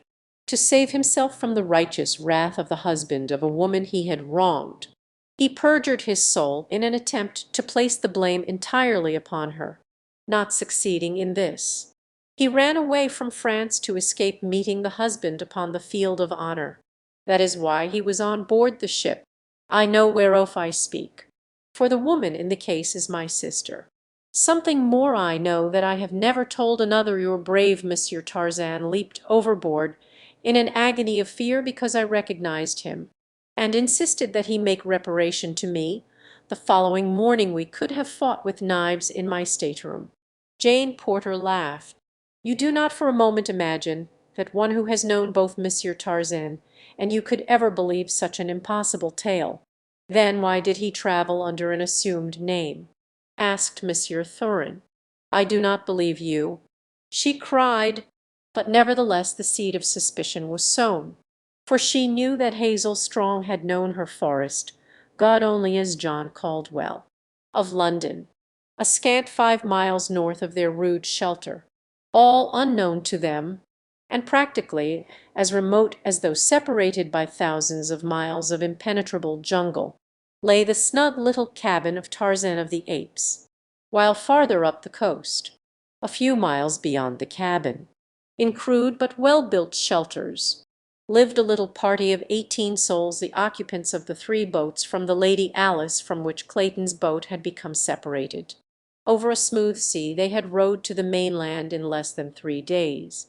None of the horrors of shipwreck had been theirs, and though depressed by sorrow, and suffering from the shock of the catastrophe and the unaccustomed hardships of their new existence, there was none much the worse for the experience. All were buoyed by the hope that the 4th boat had been picked up, and that a thorough search of the coast would be quickly made, as all the firearms and ammunition on the yacht had been placed in Lord Tennington's boat. The party was well equipped for defense, and for hunting the larger game for food. Professor Archimedes Q. Porter was their only immediate anxiety. Fully assured in his own mind that his daughter had been picked up by a passing steamer, he gave over the last vestige of apprehension concerning her welfare, and devoted his giant intellect solely to the consideration of those momentous and abstruse scientific problems which he considered the only proper food for thought in one of his erudition. His mind appeared blank to the influence of all extraneous matters. "Never," said the exhausted Mr. Samuel T. Philander to Lord Tennington, "never has Professor Porter been more difficult, or I might say, impossible. Why, only this morning, after I had been forced to relinquish my surveillance, for a brief half hour he was entirely missing upon my return. And, bless me, sir, where do you imagine I discovered him? A half-mile out in the ocean, sir, in one of the lifeboats, rowing away for dear life. I do not know how he attained even that magnificent distance from shore, for he had but a single oar, with which he was blissfully rowing about in circles. When one of the sailors had taken me out to him in another boat, the professor became quite indignant at my suggestion that we return at once to land. 'Why, Mr. Philander,' he said, 'I am surprised that you, sir, a man of letters yourself, should have the temerity so to interrupt the progress of science. I had about deduced from certain astronomic phenomena I have had under minute observation during the past several tropic nights an entirely new Mueller hypothesis which will unquestionably startle the scientific world. I wish to consult a very excellent monograph on Laplace hypothesis, which I understand is in a certain private collection in New York City. Your interference, Mr. Philander, will result in an irreparable delay, for I was just rowing over to obtain this pamphlet, and it was with the greatest difficulty that I persuaded him to return to shore without resorting to force," concluded Mr. Philander. Miss Strong and her mother were very brave under the strain of almost constant apprehension of the attacks of savage beasts, nor were they quite able to accept so readily as the others the theory that Jane, Clayton, and Monsieur Thurin had been picked up safely. Jane Porter's Esmeralda was in a constant state of tears at the cruel fate which had separated her from her Poe, Lyle Honey. Lord Tennington's great-hearted good nature never deserted him for a moment. He was still the jovial host, seeking always for the comfort and pleasure of his guests. With the men of his yacht he remained the just but firm commander. There was never any more question in the jungle than there had been on board the Lady Alice as to who was the final authority in all questions of importance, and in all emergencies requiring cool and intelligent leadership. Could this well-organized and comparatively secure party of castaways have seen the ragged, fear-haunted trio a few miles south of them, they would scarcely have recognized in them the formerly immaculate members of the little company that had laughed and played upon the Lady Alice. Clayton and Monsieur Thurin were almost naked, so torn had their clothes been by the thorn bushes and tangled vegetation of the mad jungle through which they had been compelled to force their way in search of their ever more difficult food supply. Jane Porter had of course not been subjected to these strenuous expeditions, but her apparel was, nevertheless, in a sad state of disrepair. Clayton, for lack of any better occupation, had carefully saved the skin of every animal they had killed by stretching them upon the stems of trees, and diligently scraping them. He had managed to save them in a fair condition, and now that his clothes were threatening to cover his nakedness no longer, he commenced to fashion a rude garment of them, using a sharp thorn for a needle, and bits of tough grass and animal tendons in lieu of thread. The result when completed was a sleeveless garment which fell nearly to his knees, as it was made up of numerous small pelts of different species of rodents. It presented a rather strange and wonderful appearance, which, together with the vile stench which permeated it, rendered it anything other than a desirable addition to a wardrobe. But the time came when, for the sake of decency, he was compelled to don it, and even the misery of their condition could not prevent Jane Porter from laughing heartily at sight of him. Later, Thorin also found it necessary to construct a similar primitive garment, so that, with their bare legs and heavily bearded faces, they looked not unlike reincarnations of two prehistoric progenitors of the human race. Thorin acted like one. Nearly 2 months of this existence had passed when the first great calamity befell them. It was prefaced by an adventure which came near terminating abruptly the sufferings of two of them, terminating them in the grim and horrible manner of the jungle. Forever, Thorin, down with an attack of jungle fever, lay in the shelter among the branches of their tree of refuge. Clayton had been into the jungle a few hundred yards in search of food. As he returned, Jane Porter walked to meet him. Behind the man, cunning and crafty, crept an old and mangy lion. For 3 days his ancient thews and sinews had proved insufficient for the task of providing his cavernous belly with meat. For months he had eaten less and less frequently, and farther had he roamed from his accustomed haunts in search of easier prey. At last he had found nature's weakest and most defenseless creature. In a moment more Numa would dine. Clayton, all unconscious of the lurking death behind him, strode out into the open toward Jane. He had reached her side, 100 feet from the tangled edge of jungle, when past his shoulder the girl saw the tawny head and the wicked yellow eyes as the grasses parted, and the huge beast, nose to ground, stepped softly into view. So frozen with horror was she that she could utter no sound. But the fixed and terrified gaze of her fear-widened eyes spoke as plainly to Clayton as words. A quick glance behind him revealed the hopelessness of their situation. The lion was scarce 30 paces from them, and they were equally as far from the shelter. The man was armed with a stout stick as efficacious against a hungry lion, he realized, as a toy pop-gun charged with a tethered cork. Numa, ravenous with hunger, had long since learned the futility of roaring and moaning as he searched for prey. But now that it was as surely his as though already he had felt the soft flesh beneath his still mighty paw, he opened his huge jaws, and gave vent to his long-pent rage in a series of deafening roars that made the air tremble. "Run, Jane!" cried Clayton. "Quick, run for the shelter!" But her paralyzed muscles refused to respond, and she stood mute and rigid, staring with ghastly countenance at the living death creeping toward them.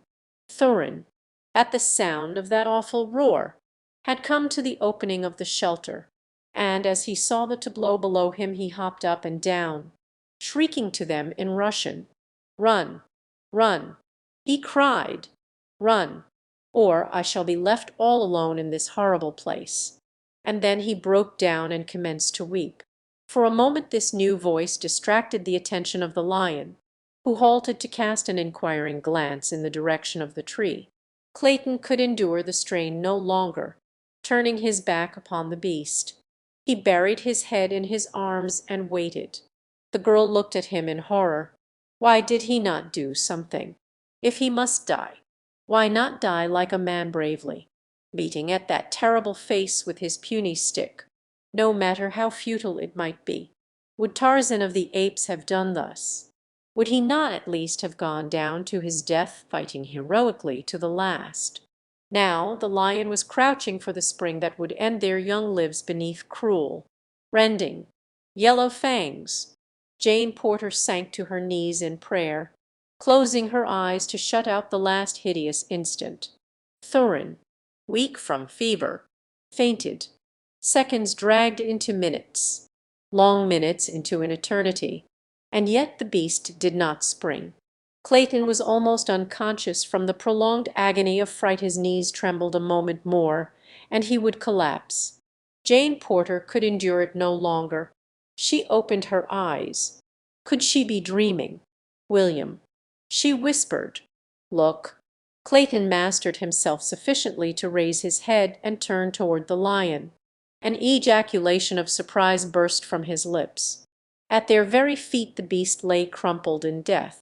A heavy war spear protruded from the tawny hide. It had entered the great back above the right shoulder, and, passing entirely through the body, had pierced the savage heart. Jane Porter had risen to her feet. As Clayton turned back to her she staggered in weakness. He put out his arms to save her from falling, and then drew her close to him, pressing her head against his shoulder. He stooped to kiss her in thanksgiving. Gently the girl pushed him away. "Please do not do that, William," she said. "I have lived 1,000 years in the past brief moments. I have learned in the face of death how to live. I do not wish to hurt you more than is necessary, but I can no longer bear to live out the impossible position I have attempted because of a false sense of loyalty to an impulsive promise I made you. The last few seconds of my life have taught me that it would be hideous to attempt further to deceive myself and you, or to entertain for an instant longer the possibility of ever becoming your wife. Should we regain civilization? Why, Jane," he cried, "what do you mean? What has our providential rescue to do with altering your feelings toward me? You are but unstrung tomorrow you will be yourself again. I am more nearly myself this minute than I have been for over a year." She replied, "The thing that has just happened has again forced to my memory the fact that the bravest man that ever lived honored me with his love. Until it was too late I did not realize that I returned it. And so I sent him away. He is dead now, and I shall never marry. I certainly could not wed another less brave than he without harboring constantly a feeling of contempt for the relative cowardice of my husband. Do you understand me?" "Yes," he answered, with bowed head, his face mantling with the flush of shame. And it was the next day that the great calamity befell. Chapter Exit.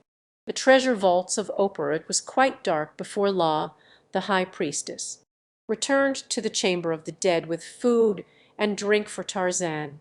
She bore no light, feeling with her hands along the crumbling walls until she gained the chamber. Through the stone grating above, a tropic moon served dimly to illuminate the interior.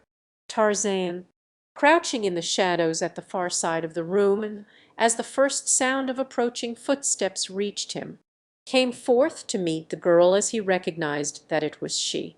"They are furious," were her first words. "Never before has a human sacrifice escaped the altar.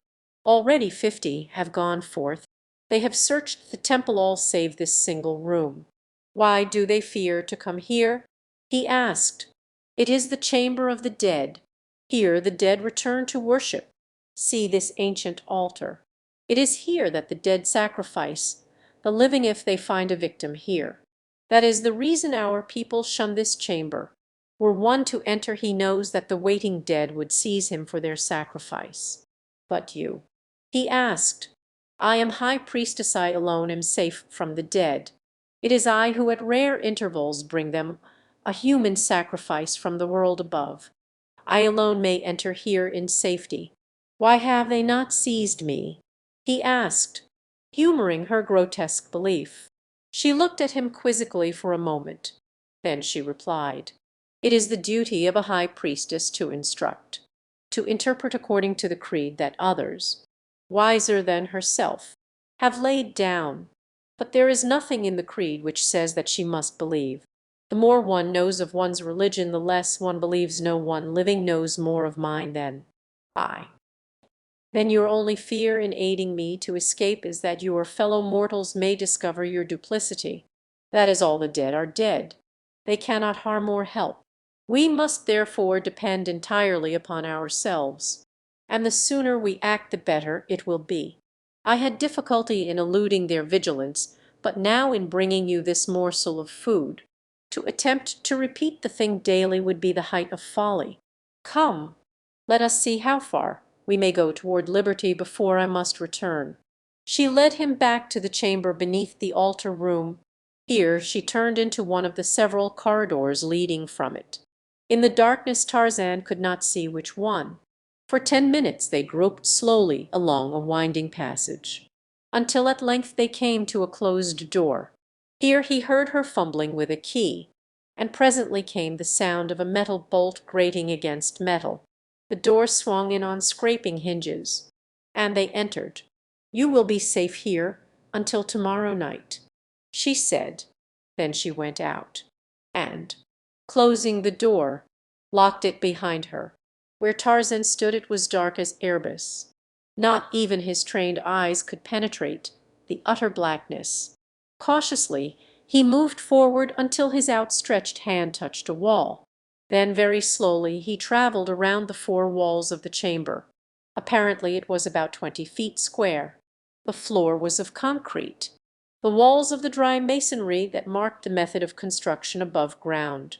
Small pieces of granite of various sizes were ingeniously laid together without mortar to construct these ancient foundations. The first time around the walls Tarzan thought he detected a strange phenomenon for a room with no windows but a single door.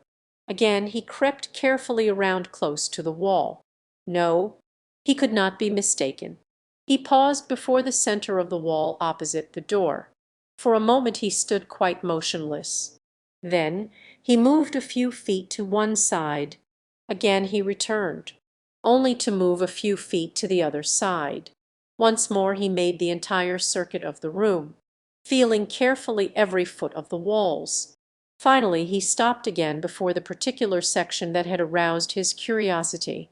There was no doubt of it.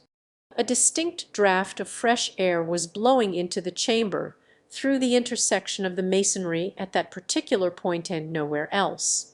Tarzan tested several pieces of the granite which made up the wall at this spot, and finally was rewarded by finding one which lifted out readily. It was about 10 inches wide, with a face some 3 by 6 inches showing within the chamber. One by one the ape-man lifted out similarly shaped stones.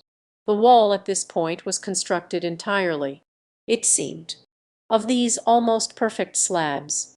In a short time he had removed some dozen, when he reached in to test the next layer of masonry. To his surprise, he felt nothing behind the masonry he had removed as far as his long arm could reach. It was a matter of but a few minutes to remove enough of the wall to permit his body to pass through the aperture. Directly ahead of him he thought he discerned a faint glow, scarcely more than a less impenetrable darkness. Cautiously he moved forward on hands and knees, until at about 15 feet, or the average thickness of the foundation walls, the floor ended abruptly in a sudden drop. As far out as he could reach he felt nothing, nor could he find the bottom of the black abyss that yawned before him, though, clinging to the edge of the floor, he lowered his body into the darkness to its full length. Finally it occurred to him to look up, and there above him he saw, through a round opening, a tiny circular patch of starry sky. Feeling up along the sides of the shaft as far as he could reach, the ape-man discovered that so much of the wall as he could feel converged toward the center of the shaft as it rose. This fact precluded possibility of escape in that direction. As he sat speculating on the nature and uses of this strange passage and its terminal shaft, the moon topped the opening above, letting a flood of soft, silvery light into the shadowy place. Instantly the nature of the shaft became apparent to Tarzan, for far below him he saw the shimmering surface of water. He had come upon an ancient well, but what was the purpose of the connection between the well and the dungeon in which he had been hidden? As the moon crossed the opening of the shaft its light flooded the whole interior, and then Tarzan saw directly across from him another opening in the opposite wall. He wondered if this might not be the mouth of a passage leading to possible escape. It would be worth investigating, at least, and this he determined to do. Quickly returning to the wall he had demolished to explore what lay beyond it. He carried the stones into the passageway and replaced them from that side. The deep deposit of dust which he had noticed upon the blocks as he had first removed them from the wall had convinced him that even if the present occupants of the ancient pile had knowledge of this hidden passage, they had made no use of it for perhaps generations. The wall replaced, Tarzan turned to the shaft. which was some 15 feet wide at this point. To leap across the intervening space was a small matter to the ape-man, and a moment later he was proceeding along a narrow tunnel, moving cautiously for fear of being precipitated into another shaft such as he had just crossed. He had advanced some 100 feet when he came to a flight of steps leading downward into Stygian gloom. Some 20 feet below, the level floor of the tunnel recommenced, and shortly afterward his progress was stopped by a heavy wooden door, which was secured by massive wooden bars upon the side of Tarzan's approach. This fact suggested to the ape-man that he might surely be in a passageway leading to the outer world, for the bolts, barring progress from the opposite side, tended to substantiate this hypothesis, unless it were merely a prison to which it led. Along the tops of the bars were deep layers of dust, a further indication that the passage had lain long unused. As he pushed the massive obstacle aside, its great hinges shrieked out in weird protest against this unaccustomed disturbance. For a moment Tarzan paused to listen for any responsive note which might indicate that the unusual night noise had alarmed the inmates of the temple. But as he heard nothing he advanced beyond the doorway, carefully feeling about. He found himself within a large chamber, along the walls of which, and down the length of the floor, were piled many tiers of metal ingots of an odd though uniform shape. To his groping hands they felt not unlike double-headed boutilliques. The ingots were quite heavy, and but for the enormous number of them he would have been positive that they were gold. But the thought of the fabulous wealth these thousands of pounds of metal would have represented were they in reality gold, almost convinced him that they must be of some baser metal. At the far end of the chamber he discovered another barred door, and again the bars upon the inside renewed the hope that he was traversing an ancient and forgotten passageway to liberty. Beyond the door the passage ran straight as a war spear, and it soon became evident to the ape-man that it had already led him beyond the outer walls of the temple. If he but knew the direction it was leading him, if toward the west, then he must also be beyond the Citus' outer walls. With increasing hopes he forged ahead as rapidly as he dared, until at the end of half an hour he came to another flight of steps leading upward. At the bottom this flight was of concrete, but as he ascended his naked feet felt a sudden change in the substance they were treading. The steps of concrete had given place to steps of granite. Feeling with his hands, the ape-man discovered that these latter were evidently hewed from rock, for there was no crack to indicate a joint. For 100 feet the steps wound spirally up, until at a sudden turning Tarzan came into a narrow cleft. Above him shone the starry sky, and before him a steep incline replaced the steps that had terminated at its foot. This pathway Tarzan hastened, and at its upper end came out upon the rough top of a huge granite boulder. A mile away lay the ruined city of Opar, its domes and turrets bathed in the soft light of the equatorial moon. Tarzan dropped his eyes to the ingot he had brought away with him. For a moment he examined it by the moon's bright rays. Then he raised his head to look out upon the ancient piles of crumbling grandeur in the distance. Opar, he mused, Opar, the enchanted city of a dead and forgotten past, the city of the beauties and the beasts, city of horrors and death, but city of fabulous riches. The ingot was of virgin gold. The boulder on which Tarzan found himself lay well out in the plain between the city and the distant cliffs he and his black warriors had scaled the morning previous.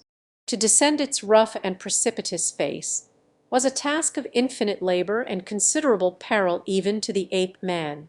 But at last he felt the soft soil of the valley beneath his feet, and without a backward glance at Opar he turned his face toward the guardian cliffs, and at a rapid trot set off across the valley. The sun was just rising as he gained the summit of the flat mountain at the valley's western boundary. Far beneath him he saw smoke arising above the tree tops of the forest at the base of the foothills. Man, he murmured, and there were 50 who went forth to track me down. Can it be they? Swiftly he descended the face of the cliff, and, dropping into a narrow ravine which led down to the far forest, he hastened onward in the direction of the smoke, striking the forest's edge about a quarter of a mile from the point at which the slender column arose into the still air. He took to the trees. Cautiously he approached until there suddenly burst upon his view a rude boma, in the centre of which, squat about their tiny fires, sat his 50 black Waziri. He called to them in their own tongue, "Arise, my children, and greet thy king." With exclamations of surprise and fear the warriors leaped, scarcely knowing whether to flee or not. Then Tarzan dropped lightly from an overhanging branch into their midst. When they realized that it was indeed their chief in the flesh, and no materialized spirit, they went mad with joy. "We were cowards? Oh, Waziri," cried Bisili, "we ran away and left you to your fate. But when our panic was over we swore to return and save you, or at least take revenge upon your murderers. We were but now preparing to scale the heights once more and cross the desolate valley to the terrible city. Have you seen 50 frightful men pass down from the cliffs into this forest?" "My children?" asked Tarzan. "Yes, Waziri," replied Bisili. "They passed us late yesterday, as we were about to turn back after you. They had no woodcraft. We heard them coming for a mile before we saw them, and as we had other business in hand we withdrew into the forest and let them pass. They were waddling rapidly along upon short legs, and now and then one would go upon all fours like Bolgani, the gorilla. They were indeed 50 frightful men. Waziri." When Tarzan had related his adventures and told them of the yellow metal he had found, not one demurred when he outlined a plan to return by night and bring away what they could carry of the vast treasure. And so it was that as dusk fell across the desolate valley of Oper 50, Ibn warriors trailed at a smart trot over the dry and dusty ground toward the giant boulder that loomed before the city. If it had seemed a difficult task to descend the face of the boulder, Tarzan soon found that it would be next to impossible to get his 50 warriors to the summit. Finally, the feat was accomplished by dint of Herculean efforts upon the part of the ape man. 10 spears were fastened end to end, and with one end of this remarkable chain attached to his waist, Tarzan at last succeeded in reaching the summit. Once there, he drew up one of his blacks, and in this way the entire party was finally landed in safety upon the boulder's top. Immediately Tarzan led them to the treasure chamber, where to each was allotted a load of 2 ingots, for each about 80 pounds.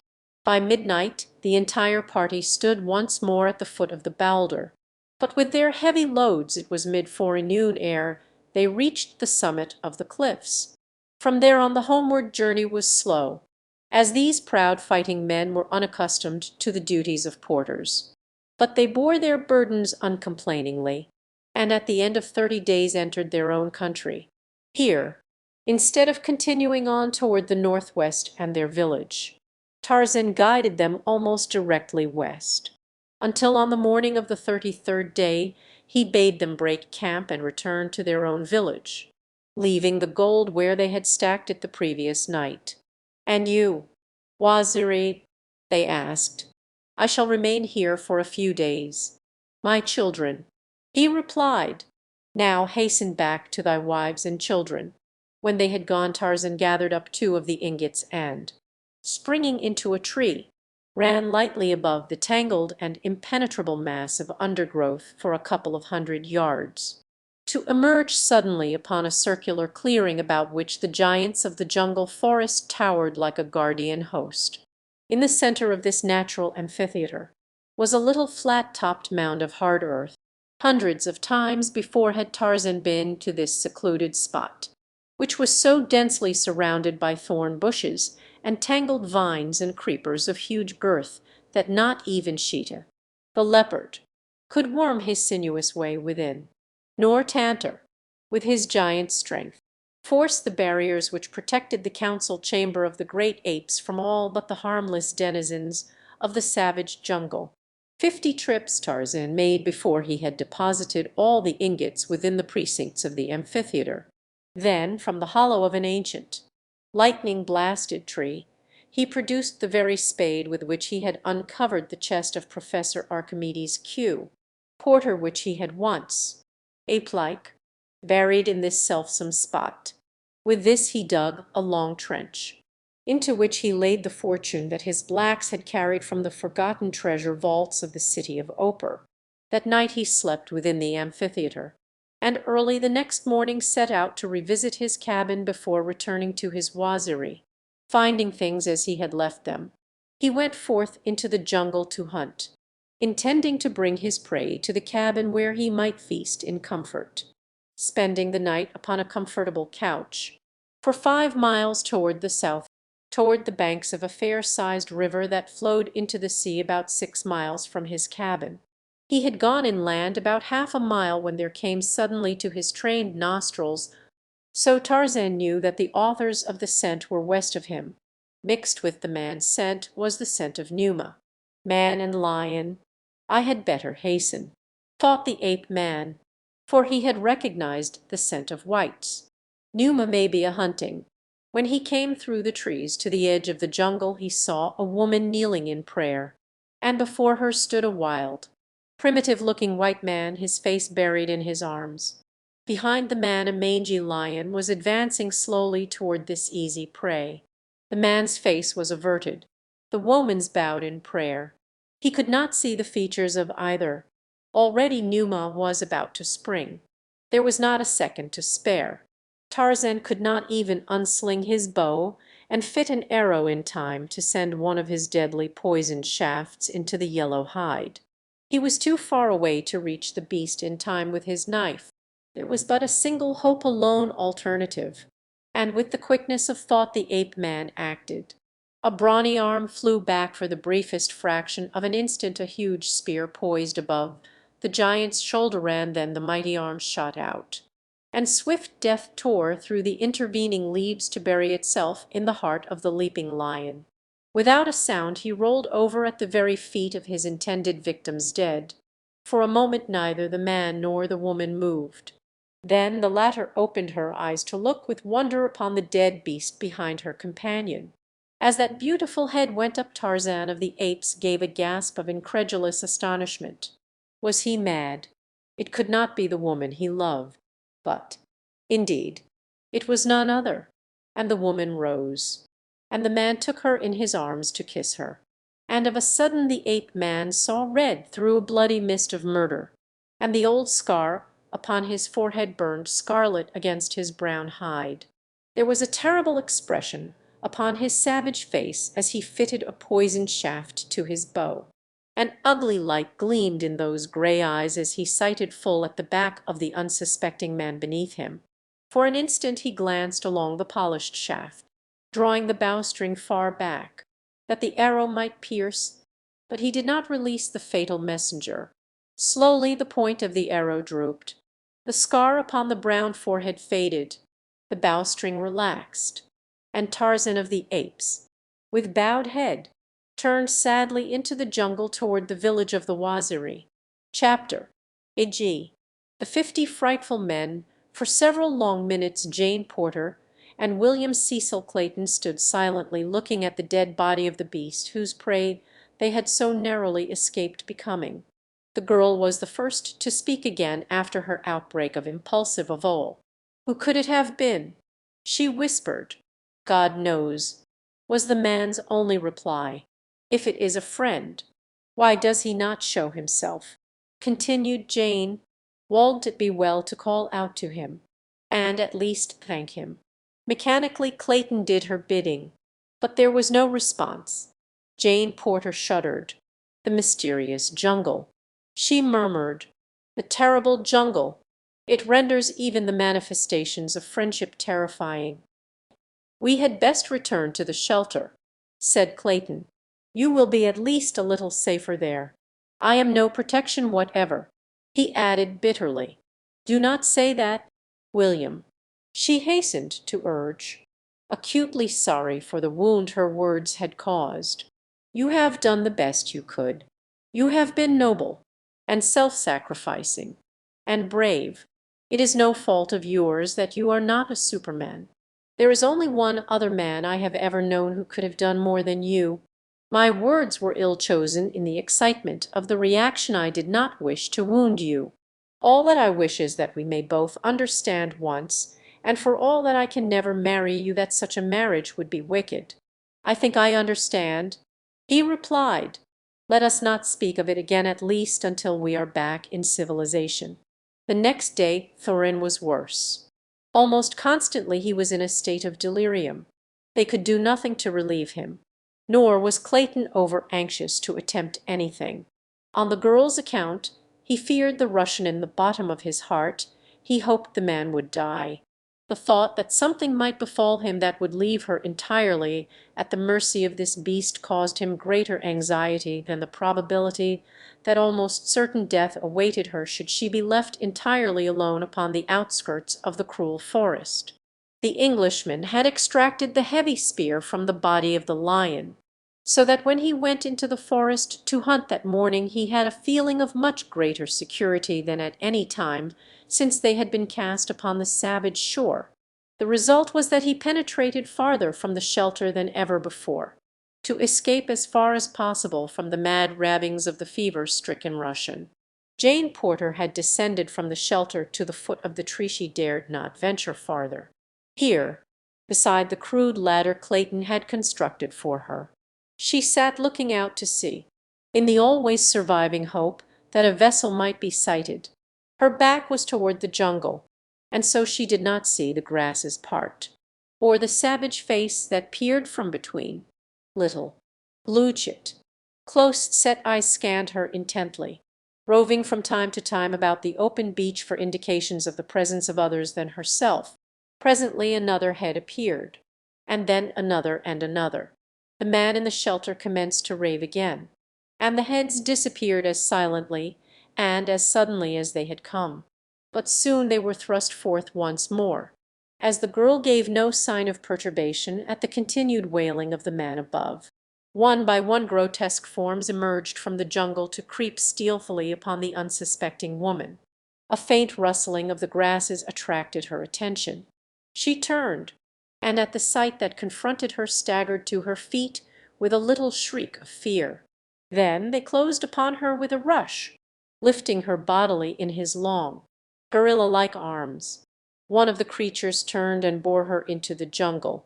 A filthy paw covered her mouth to stifle her screams, added to the weeks of torture she had already undergone. The shock was more than she could withstand. Shattered nerves collapsed, and she lost consciousness. When she regained her senses, it was night. A huge fire burned brightly in the little clearing in which she lay. About it squatted 50 frightful men. Their heads and faces were covered with mat hair. Their long arms rested upon the bent knees of their short, crooked legs. They were gnawing, like beasts, upon unclean food. A pot boiled upon the edge of the fire, and out of it one of the creatures would occasionally drag a hunk of meat with a sharpened stick, when they discovered that their captive had regained consciousness. A piece of this repulsive stew was tossed to her from the foul hand of a nearby feaster. It rolled close to her side, but she only closed her eyes as a qualm of nausea surged through her. For many days they traveled through the dense forest. The girl, footsore and exhausted, was half dragged, half pushed through the long, hot, tedious days. Occasionally, when she would stumble and fall, she was cuffed and kicked by the nearest of the frightful men. Long before they reached their journeys and her shoes had been discarded, the soles entirely gone. Her clothes were torn to mere shreds and tatters, and through the pitiful rags her once white and tender skin showed raw and bleeding from contact with the thousand pitiless thorns and brambles through which she had been dragged. The last 2 days of the journey found her in such utter exhaustion that no amount of kicking and abuse could force her to her poor, bleeding feet. Outraged nature had reached the limit of endurance, and the girl was physically powerless to raise herself even to her knees, as the beasts surrounded her, chattering threateningly, the while they goaded her with their cudgels and beat, and kicked her with their fists and feet. She lay with closed eyes, praying for the merciful death that she knew alone could give her surcease from suffering. But it did not come, and presently the 50 frightful men realized that their victim was no longer able to walk, and so they picked her up and carried her the balance of the journey. Late one afternoon she saw the ruined walls of a mighty city looming before them, but so weak and sick was she that it inspired not the faintest shadow of interest. Wherever they were bearing her, there could be but one end to her captivity among these fierce half-Brutus. At last they passed through 2 great walls and came to the ruined city within. Into a crumbling pile they bore her, and here she was surrounded by hundreds more of the same creatures that had brought her, but among them were females who looked less horrible. At sight of them the first faint hope that she had entertained came to mitigate her misery, but it was short-lived, for the women offered her no sympathy, though, on the other hand, neither did they abuse her, after she had been inspected to the entire satisfaction of the inmates of the building she was borne to a dark chamber in the vaults beneath, and here upon the bare floor she was left, with a metal bowl of water and another of food. For a week she saw only some of the women whose duty it was to bring her food and water. Slowly her strength was returning. Soon she would be in fit condition to offer as a sacrifice to the flaming god. Fortunate indeed it was that she could not know the fate for which she was destined. As Tarzan of the Apes moved slowly through the jungle after casting the spear that saved Clayton and Jane Porter from the fangs of Numa, his mind was filled with all the sorrow that belongs to a freshly opened heart wound. He was glad that he had stayed his hand in time to prevent the consummation of the thing that in the first mad wave of jealous wrath he had contemplated. Only the fraction of a second had stood between Clayton and death at the hands of the ape man.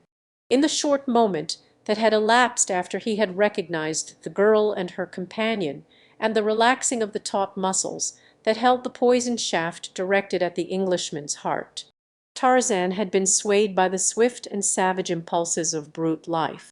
He had seen the woman he craved, his woman, his mate, in the arms of another.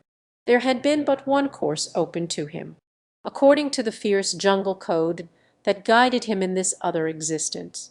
But just before it had become too late the softer sentiments of his inherent chivalry had risen above the flaming fires of his passion and saved him.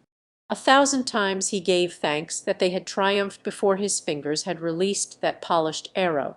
As he contemplated his return to the Waziri the idea became repugnant. He did not wish to see a human being again. At least he would range alone through the jungle for a time, until the sharp edge of his sorrow had become blunted, like his fellow beasts. He preferred to suffer in silence and alone. That night he slept again in the amphitheatre of the apes, and for several days he hunted from there, returning at night. On the afternoon of the 3rd day he returned early. He had lain stretched upon the soft grass of the circular clearing for but a few moments when he heard far to the south a familiar sound. It was the passing through the jungle of a band of great apes. He could not mistake that. For several minutes he lay listening. They were coming in the direction of the amphitheatre. Tarzan arose lazily and stretched himself. His keen ears followed every movement of the advancing tribe. They were upwind, and presently he caught their scent, though he had not needed this added evidence to assure him that he was right. As they came closer to the amphitheatre Tarzan of the Apes melted into the branches upon the other side of the arena. There he waited to inspect the newcomers. Nor had he long to wait. Presently a fierce, hairy face appeared among the lower branches opposite him. The cruel little eyes took in the clearing at a glance. Then there was a chattered report returned to those behind. Tarzan could hear the words. The scout was telling the other members of the tribe that the coast was clear and that they might enter the amphitheatre in safety. First the leader dropped lightly upon the soft carpet of the grassy floor, and then, one by one, nearly 100 anthropoids followed him. There were the huge adults and several young. A few nursing babes clung close to the shaggy necks of their savage mothers. Tarzan recognized many members of the tribe. It was the same into which he had come as a tiny babe.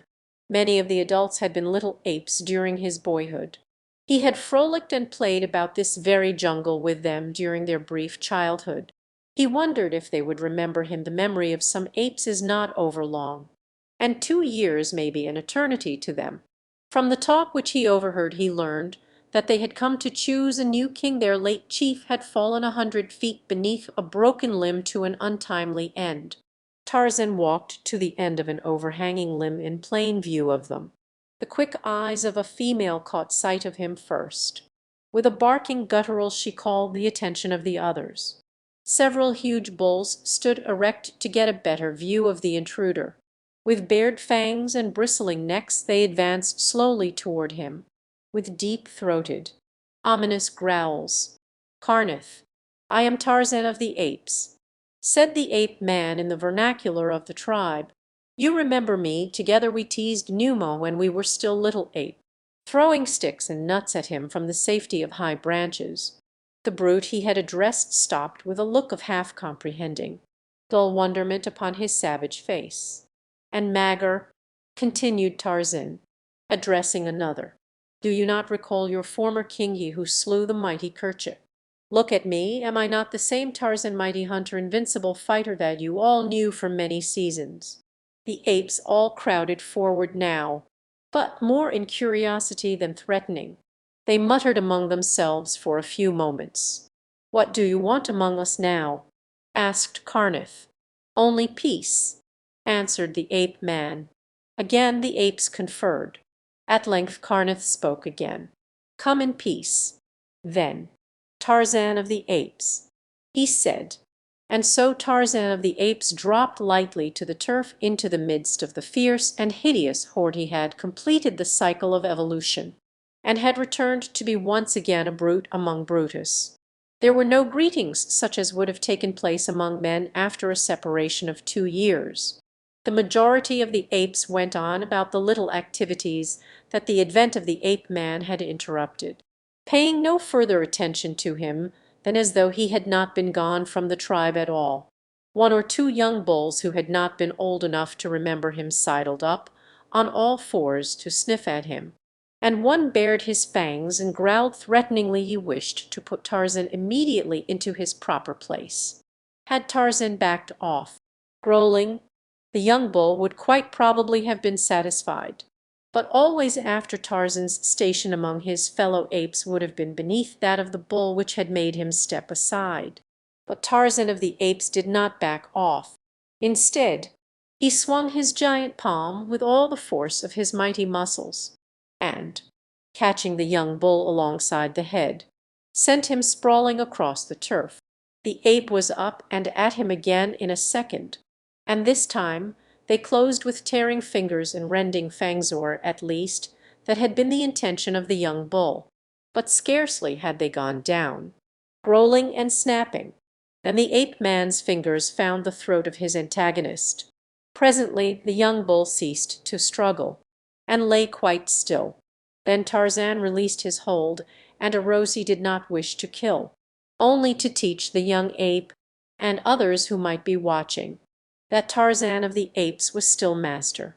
The lesson served its purpose. The young apes kept out of his way, as young apes should when their betters were about, and the old bulls made no attempt to encroach upon his prerogatives. For several days the she-apes with young remained suspicious of him, and when he ventured too near rushed upon him with wide mouths and hideous roars. Then Tarzan discreetly skipped out of harm's way, for that also is a custom among the apes. Only mad bulls will attack a mother. But after a while even they became accustomed to him. He hunted with them as in days gone by, and when they found that his superior reason guided him to the best food sources, and that his cunning rope ensnared toothsome game that they seldom if ever tasted, They came again to look up to him as they had in the past after he had become their king. And so it was that before they left the amphitheatre to return to their wanderings they had once more chosen him as their leader. The ape-man felt quite contented with his new lot. He was not happy that he never could be again, but he was at least as far from everything that might remind him of his past misery as he could be. Long since he had given up every intention of returning to civilization, and now he had decided to see no more his black friends of the Waziri. He had forsworn humanity forever. He had started life an ape as an ape he would die. He could not, however, erase from his memory the fact that the woman he loved was within a short journey of the stamping ground of his tribe, nor could he banish the haunting fear that she might be constantly in danger. That she was illy protected he had seen in the brief instant that had witnessed Clayton's inefficiency. The more Tarzan thought of it, the more keenly his conscience pricked him. Finally he came to loathe himself for permitting his own selfish sorrow and jealousy to stand between Jane Porter and safety. As the days passed the thing preyed more and more upon his mind, and he had about determined to return to the coast and place himself on guard over Jane Porter and Clayton, when news reached him that altered all his plans and sent him dashing madly toward the east in reckless disregard of accident and death. Before Tarzan had returned to the tribe, a certain young bull, not being able to secure a mate from among his own people, had, according to custom, fared forth through the wild jungle, like some knight-errant of old, to win a fair lady from some neighboring community. He had but just returned with his bride, and was narrating his adventures quickly before he should forget them. Among other things he told of seeing a great tribe of strange-looking apes. They were all hairy-faced bulls but one, he said, and that one was a she, lighter in color even than this stranger, and he chucked a thumb at Tarzan. The ape-man was all attention in an instant.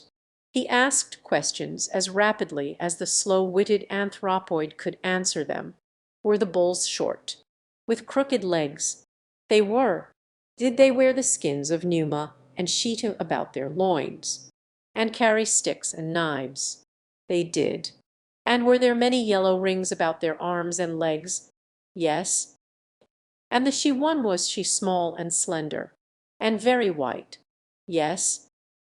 Did she seem to be one of the tribe, or was she a prisoner? They dragged her along sometimes by an arm, sometimes by the long hair that grew upon her head, and always they kicked and beat her. Oh, but it was great fun to watch them. God, muttered Tarzan, where were they when you saw them? And which way were they going? Continued the ape-man. They were beside the second water back there, and he pointed to the south. When they passed me, they were going toward the morning, upward along the edge of the water. When was this?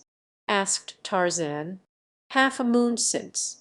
Without another word the ape-man sprang into the trees and fled like a disembodied spirit eastward in the direction of the forgotten city of Opar. Chapter. Stiv. How Tarzan came again to Opar when Clayton returned to the shelter and found Jane Porter was missing. He became frantic with fear and grief. He found Monsieur Thurin quite rational, the fever having left him with the surprising suddenness which is one of its peculiarities. The Russian, weak and exhausted, still lay upon his bed of grasses within the shelter. When Clayton asked him about the girl he seemed surprised to know that she was not there. "I have heard nothing unusual," he said, "but then I have been unconscious much of the time." Had it not been for the man's very evident weakness, Clayton should have suspected him of having sinister knowledge of the girl's whereabouts. But he could see that Thurin lacked sufficient vitality even to descend, unaided, from the shelter. He could not, in his present physical condition, have harmed the girl, nor could he have climbed the rude ladder back to the shelter. Until dark the Englishman searched the nearby jungle for a trace of the missing one or a sign of the trail of her abductor. But though the spoor left by the 50 frightful men, unversed in woodcraft as they were, would have been as plain to the densest denizen of the jungle as a city street to the Englishman. Yet he crossed and recrossed it 20 times without observing the slightest indication that many men had passed that way but a few short hours since. As he searched, Clayton continued to call the girl's name aloud, but the only result of this was to attract Numa, the lion. Fortunately the man saw the shadowy form worming its way toward him in time to climb into the branches of a tree before the beast was close enough to reach him. This put an end to his search for the balance of the afternoon. As the lion paced back and forth beneath him until dark, even after the beast had left, Clayton dared not descend into the awful blackness beneath him, and so he spent a terrifying and hideous night in the tree. The next morning he returned to the beach, relinquishing the last hope of succouring Jane Porter. During the week that followed, Monsieur Thurin rapidly regained his strength, lying in the shelter while Clayton hunted food for both. The men never spoke except as necessity demanded. Clayton now occupied the section of the shelter which had been reserved, and only saw the Russian when he took food or water to him, or performed the other kindly offices which common humanity required. When Thurin was again able to descend in search of food, Clayton was stricken with fever. For days he lay tossing in delirium and suffering, but not once did the Russian come near him. Food the Englishman could not have eaten, but his craving for water amounted practically to torture. Between the recurrent attacks of delirium, weak though he was, he managed to reach the brook once a day and fill a tiny can that had been among the few appointments of the lifeboat. Thurin watched him on these occasions with an expression of malignant pleasure. He seemed really to enjoy the suffering of the man who, despite the just contempt in which he held him, had ministered to him to the best of his ability while he lay suffering the same agonies. At last Clayton became so weak that he was no longer able to descend from the shelter. For a day he suffered for water without appealing to the Russian, but finally, unable to endure it longer, he asked Thurin to fetch him a drink. The Russian came to the entrance to Clayton's room, a dish of water in his hand. A nasty grin contorted his features.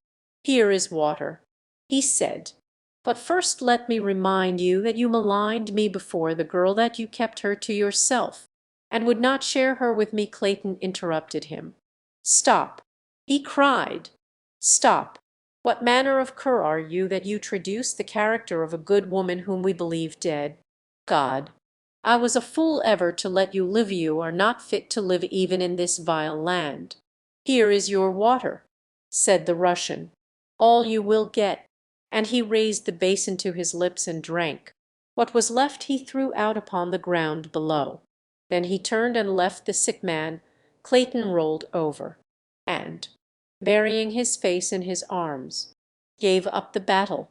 The next day Thurin determined to set out toward the north along the coast, for he knew that eventually he must come to the habitations of civilized men. At least he could be no worse off than he was here, and, furthermore, the ravings of the dying Englishman were getting on his nerves. So he stole Clayton's spear and set off upon his journey.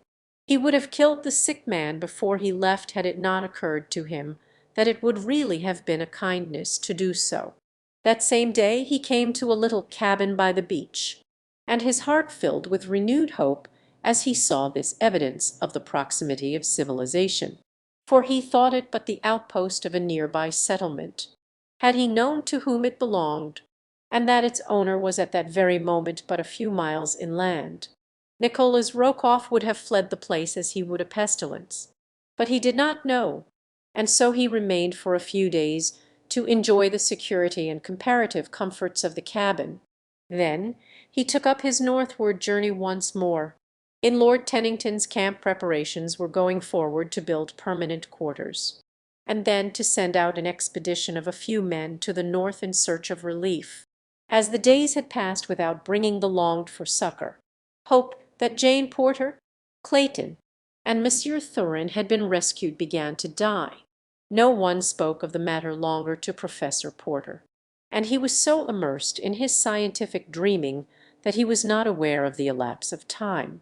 Occasionally he would remark that within a few days they should certainly see a steamer drop anchor off their shore, and that then they should all be reunited happily. Sometimes he spoke of it as a train, and wondered if it were being delayed by snowstorms. "If I did know the dear old fellow so well by now," Tennington remarked to Miss Strong, "I should be quite certain that he was not quite right. Don't you know? If it were not so pathetic it would be ridiculous," said the girl. "Sadly, I, who have known him all my life, know how he worships Jane. But to others it must seem that he is perfectly callous to her fate. It is only that he is so absolutely impractical that he cannot conceive of so real a thing as death unless nearly certain proof of it is thrust upon him. You'd never guess what he was about yesterday," continued Tennington. "I was coming in alone from a little hunt when I met him walking rapidly along the game trail that I was following back to camp. His hands were clasped beneath the tails of his long black coat, and his top hat was set firmly down upon his head, as with eyes bent upon the ground he hastened on, probably to some sudden death had I not intercepted him. 'Why, where in the world are you bound, Professor?' I asked him. 'I am going into town, Lord Tennington,' he said, as seriously as possible, 'to complain to the postmaster about the rural free delivery service we are suffering from here. Why, sir, I haven't had a piece of mail in weeks. There should be several letters for me from Jane. The matter must be reported to Washington at once.' And would you believe it, Miss Strong," continued Tennington, "I had the very deuce of a job to convince the old fellow that there was not only no rural free delivery, but no town, and that he was not even on the same continent as Washington, nor in the same hemisphere. When he did realize, he commenced to worry about his daughter. I think it is the first time that he really has appreciated our position here, or the fact that Miss Porter may not have been rescued.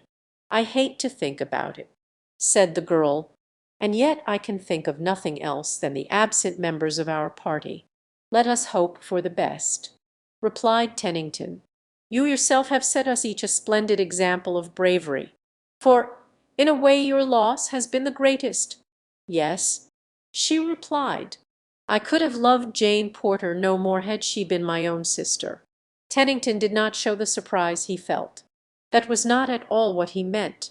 He had been much with this fair daughter of Maryland since the wreck of the Lady Alice, and it had recently come to him that he had grown much more fond of her than would prove good for the peace of his mind, for he recalled almost constantly now the confidence which Monsieur Thorin had imparted to him that he and Miss Strong were engaged. He wondered if, after all, Thorin had been quite accurate in his statement. He had never seen the slightest indication on the girl's part of more than ordinary friendship. And then in Monsieur Thorin's loss, if they are lost, you would suffer a severe bereavement, he ventured. She looked up at him quickly. Monsieur Thorin had become a very dear friend, she said. I liked him very much, though I have known him but a short time. Then you were not engaged to marry him? He blurted out. Heavens, no, she cried. I did not care for him at all in that way. There was something that Lord Tennington wanted to say to Hazel Strong. He wanted very badly to say it, and to say it at once. But somehow the words stuck in his throat. He started lamely a couple of times, cleared his throat, became red in the face, and finally ended by remarking that he hoped the cabins would be finished before the rainy season commenced. But, though he did not know it, he had conveyed to the girl the very message he intended, and it left her happier than she had ever before been in all her life.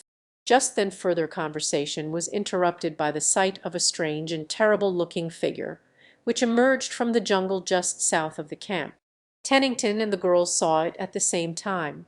The Englishman reached for his revolver, but when the half-naked, bearded creature called his name aloud and came running toward them, he dropped his hand and advanced to meet it. None would have recognized in the filthy, emaciated creature, covered by a single garment of small skins. The immaculate Monsieur Thurin the party had last seen upon the deck of the Lady Alice, before the other members of the little community were apprised of his presence Tennington, and Miss Strong questioned him regarding the other occupants of the missing boat. "They are all dead," replied Thurin. "The 3 sailors died before we made land. Miss Porter was carried off into the jungle by some wild animal while I was lying delirious with fever. Clayton died of the same fever but a few days since. And to think that all this time we have been separated by but a few miles, scarcely a day's march. It is terrible." How long Jane Porter lay in the darkness of the vault beneath the temple in the ancient city of Opera she did not know. For a time she was delirious with fever, but after this passed she commenced slowly to regain her strength. Every day the woman who brought her food beckoned to her to arise. But for many days the girl could only shake her head to indicate that she was too weak. But eventually she was able to gain her feet, and then to stagger a few steps by supporting herself with one hand upon the wall. Her captors now watched her with increasing interest. The day was approaching, and the victim was gaining in strength. Presently the day came, and a young woman, whom Jane Porter had not seen before, came with several others to her dungeon. Here some sort of ceremony was performed. That it was of a religious nature the girl was sure, and so she took new heart, and rejoiced that she had fallen among people upon whom the refining and softening influences of religion evidently had fallen. They would treat her humanely, of that she was now quite sure. And so when they led her from her dungeon, through long, dark corridors, and up a flight of concrete steps to a brilliant courtyard, she went willingly, even gladly, for was she not among the servants of God? It might be, of course, that their interpretation of the Supreme Being differed from her own, but that they owned a God was sufficient evidence to her that they were kind and good. But when she saw a stone altar in the centre of the courtyard, and dark brown stains upon it and the nearby concrete of the floor, she began to wonder and to doubt, and as they stooped and bound her ankles, and secured her wrists behind her, her doubts were turned to fear. A moment later, as she was lifted and placed supine across the altar's top, hope left her entirely, and she trembled in an agony of fright. During the grotesque dance of the votaries which followed, she lay frozen in horror, nor did she require the sight of the thin blade in the hands of the high priestess as it rose slowly above her to enlighten her further as to her doom. As the hand began its descent, Jane Porter closed her eyes and sent up a silent prayer to the Maker she was so soon to face. Then she succumbed to the strain upon her tired nerves, and swooned. Day and night Tarzan of the Apes raced through the primeval forest toward the ruined city in which he was positive the woman he loved lay either a prisoner or dead.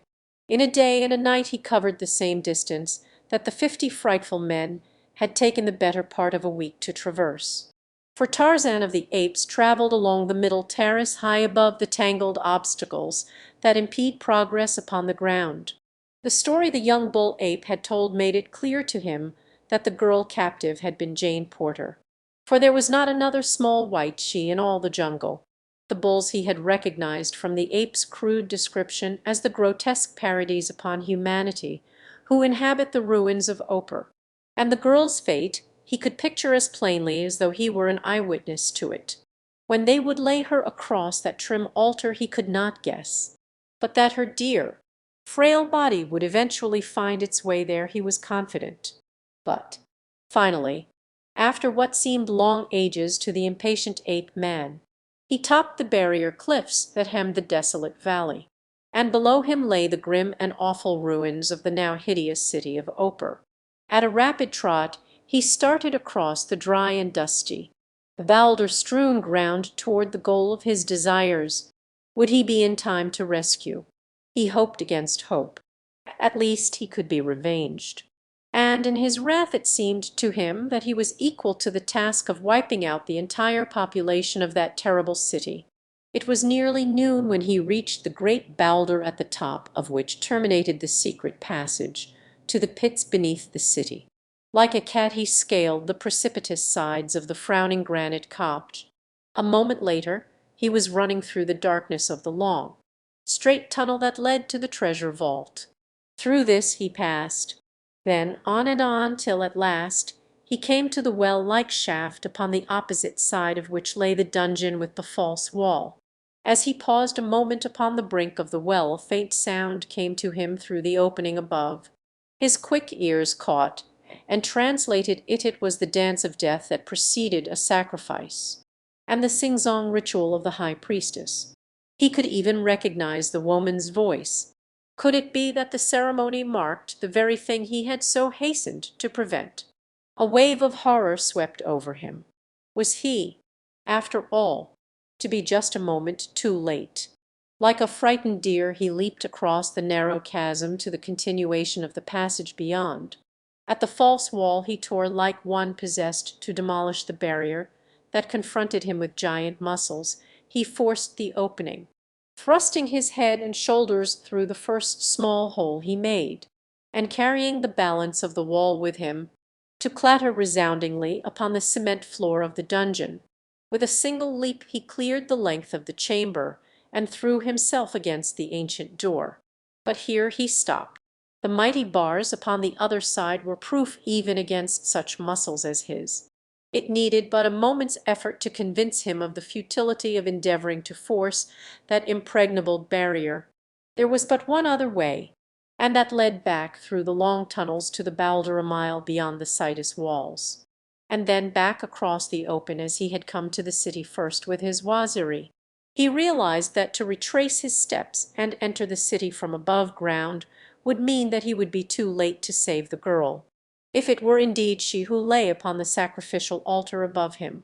But there seemed no other way, and so he turned and ran swiftly back into the passageway beyond the broken wall. At the well he heard again the monotonous voice of the high priestess, and, as he glanced aloft, the opening, 20 feet above, seemed so near that he was tempted to leap for it in a mad endeavor to reach the inner courtyard that lay so near, if he could but get one end of his grass rope caught upon some projection at the top of that tantalizing aperture. In the instant's pause and thought an idea occurred to him. He would attempt it, turning back to the tumbled wall. He seized one of the large, flat slabs that had composed it, hastily making one end of his rope fast to the piece of granite.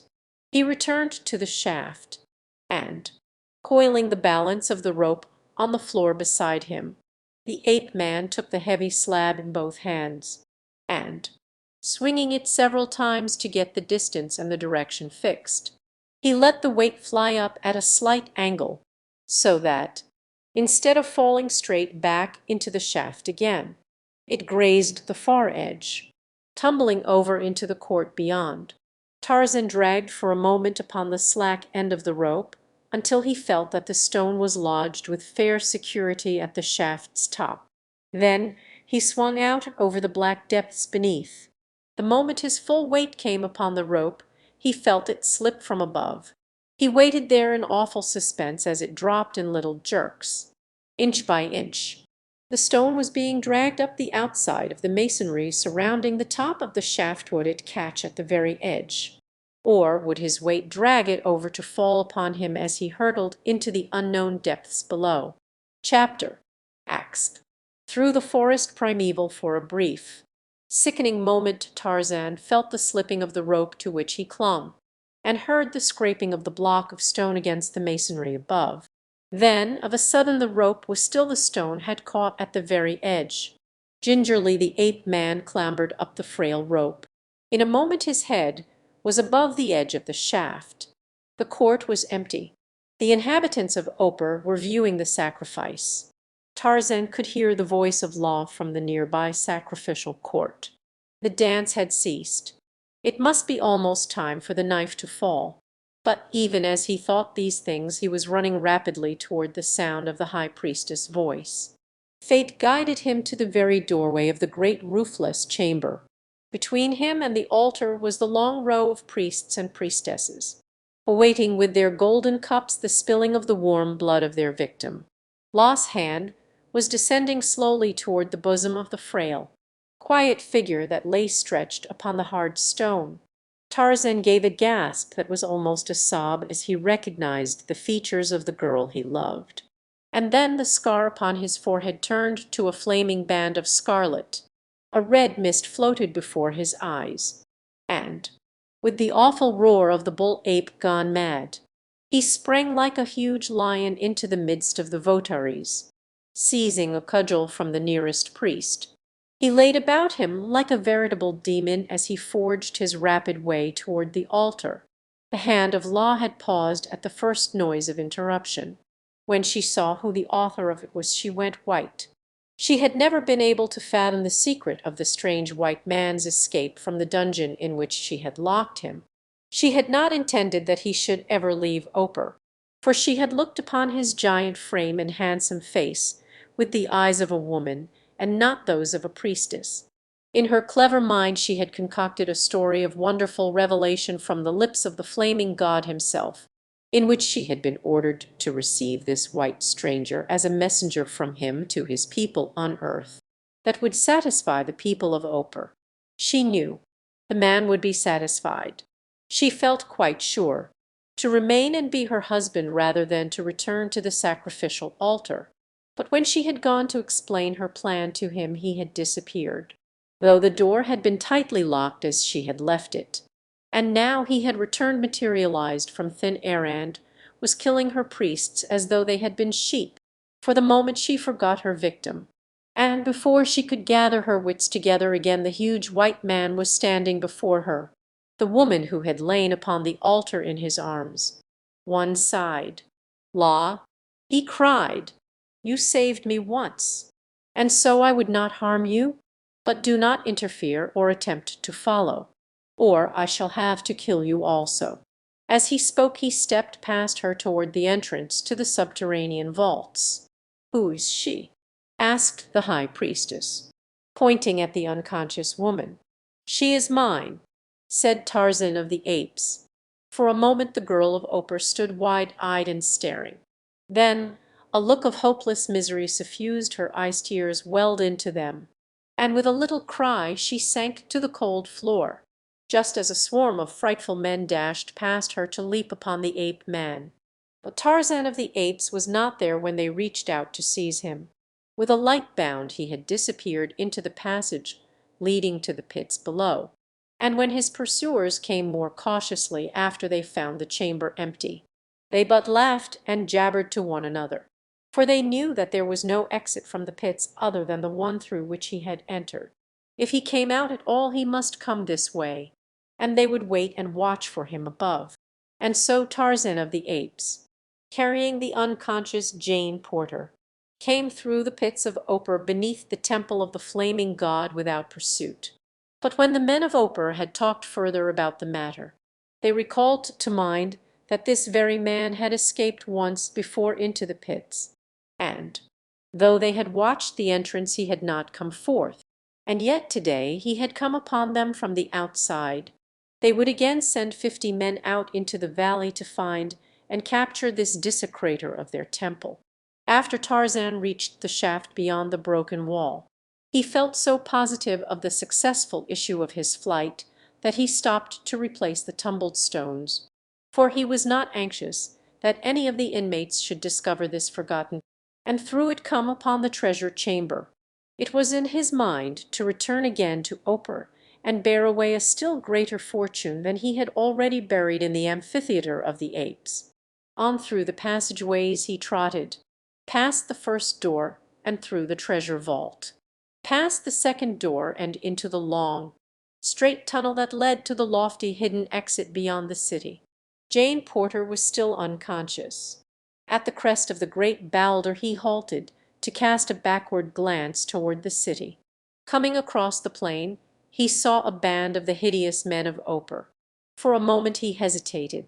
Should he descend and make a race for the distant cliffs, or should he hide here until night?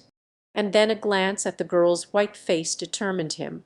He could not keep her here and permit her enemies to get between them and liberty. For aught he knew they might have been followed through the tunnels, and to have foes before and behind would result in almost certain capture. Since he could not fight his way through the enemy burdened as he was with the unconscious girl. To descend the steep face of the boulder with Jane Porter was no easy task. But by binding her across his shoulders with the grass rope, as the descent had been made upon the side away from the city, the searching party saw nothing of it. Nor did they dream that their prey was so close before them.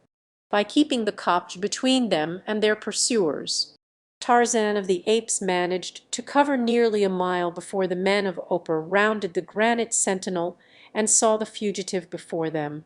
With loud cries of savage delight, they broke into a mad run, thinking doubtless that they would soon overhaul the burdened runner. But they both underestimated the powers of the ape man and overestimated the possibilities of their own short, crooked legs. By maintaining an easy trot, Tarzan kept the distance between them always the same. Occasionally he would glance at the face so near his own. Had it not been for the faint beating of the heart pressed so close against his own, he would not have known that she was alive, so white and drawn was the poor, tired face. And thus they came to the flat-topped mountain and the barrier cliffs. During the last mile Tarzan had let himself out, running like a deer that he might have ample time to descend the face of the cliffs before the Oparians could reach the summit and hurl rocks down upon them. And so it was that he was half a mile down the mountain side ere the fierce little men came panting to the edge. With cries of rage and disappointment they ranged along the cliff top shaking their cudgels, and dancing up and down in a perfect passion of anger. But this time they did not pursue beyond the boundary of their own country, whether it was because they recalled the futility of their former long and irksome search, or after witnessing the ease with which the ape-man swung along before them, and the last burst of speed, they realized the utter hopelessness of further pursuit. It is difficult to say, but as Tarzan reached the woods that began at the base of the foothills which skirted the barrier cliffs, they turned their faces once more toward Ophir, just within the forest's edge, where he could yet watch the cliff tops. Tarzan laid his burden upon the grass, and going to the near-by rivulet brought water with which he bathed her face and hands. But even this did not revive her, and, greatly worried, he gathered the girl into his strong arms once more and hurried on toward the west. Late in the afternoon Jane Porter regained consciousness. She did not open her eyes at once. She was trying to recall the scenes that she had last witnessed. Ah, she remembered now. The altar, the terrible priestess, the descending knife. She gave a little shudder, for she thought that either this was death or that the knife had buried itself in her heart, and she was experiencing the brief delirium preceding death. And when finally she mustered courage to open her eyes, the sight that met them confirmed her fears, for she saw that she was being borne through a leafy paradise in the arms of her dead love. "If this be death," she murmured, "thank God that I am dead." "You spoke." "Jane," cried Tarzan, "you are regaining consciousness." "Yes, Tarzan of the Apes," she replied, and for the first time in months a smile of peace and happiness lighted her face. "Thank God," cried the ape-man, coming to the ground in a little grassy clearing beside the stream. "I was in time. After all, in time." "What do you mean?" she questioned. "In time to save you from death upon the altar." "Dear," he replied, "do you not remember? Save me from death," she asked, in a puzzled tone. "Are we not both dead, my Tarzan?" He had placed her upon the grass by now, her back resting against the stem of a huge tree. At her question he stepped back where he could the better see her face. "Dead," he repeated, and then he laughed. "You are not, Jane, and if you will return to the city of Ophir and ask them who dwell there, they will tell you that I was not dead a few short hours ago. No, Dear, we are both very much alive. But both Hazel and Monsieur Thurin told me that you had fallen into the ocean many miles from land," she urged, as though trying to convince him that he must indeed be dead. "They said that there was no question but that it must have been you, and less that you could have survived or been picked up. How can I convince you that I am no spirit?" he asked, with a laugh. "It was I whom the delightful Monsieur Thurin pushed overboard. But I did not drown. I will tell you all about it after a while, and here I am very much the same wild man you first knew. Jane Porter." The girl rose slowly to her feet and came toward him. "I cannot even yet believe it," she murmured. "It cannot be that such happiness can be true, after all the hideous things that I have passed through these awful months." She came close to him and laid a hand, soft and trembling, upon his arm. "It must be that I am dreaming, and that I shall awaken in a moment to see that awful knife descending toward my heart. Kiss me, dear, just once before I lose my dream forever." Tarzan of the Apes needed no second invitation. He took the girl he loved in his strong arms, and kissed her not once, but 100 times, until she lay there panting for breath. Yet when he stopped she put her arms about his neck and drew his lips down to hers once more. "Am I alive and a reality, or am I but a dream?" he asked. "If you are not alive, my man," she answered, "I pray that I may die thus before I awaken to the terrible realities of my last waking moments." For a while both were silent, gazing into each other's eyes as though each still questioned the reality of the wonderful happiness that had come to them. The past, with all its hideous disappointments and horrors, was forgotten. The future did not belong to them. But the present, ah, it was theirs. None could take it from them. It was the girl who first broke the sweet silence. "Where are we going, dear?" she asked. "What are we going to do? Where would you like best to go?" he asked. "What would you like best to do? To go where you go, my man, to do whatever seems best to you," she answered. "But Clayton?" he asked. For a moment he had forgotten that there existed upon the earth other than they two. "We have forgotten your husband." "I am not married, Tarzan of the Apes," she cried, "nor am I longer promised in marriage. The day before those awful creatures captured me, I spoke to Mr. Clayton of my love for you, and he understood then that I could not keep the wicked promise that I had made. It was after we had been miraculously saved from an attacking lion." She paused suddenly and looked up at him, a questioning light in her eyes. "Tarzan of the Apes," she cried, "it was you who did that thing. It could have been no other." He dropped his eyes, for he was ashamed.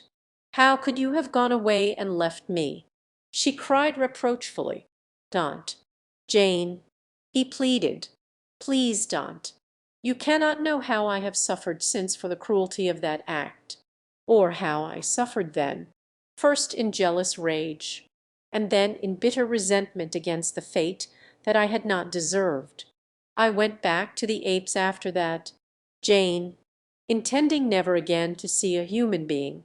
He told her then of his life since he had returned to the jungle, of how he had dropped like a plummet from a civilized Parisian to a savage Waziri warrior, and from there back to the brute that he had been raised.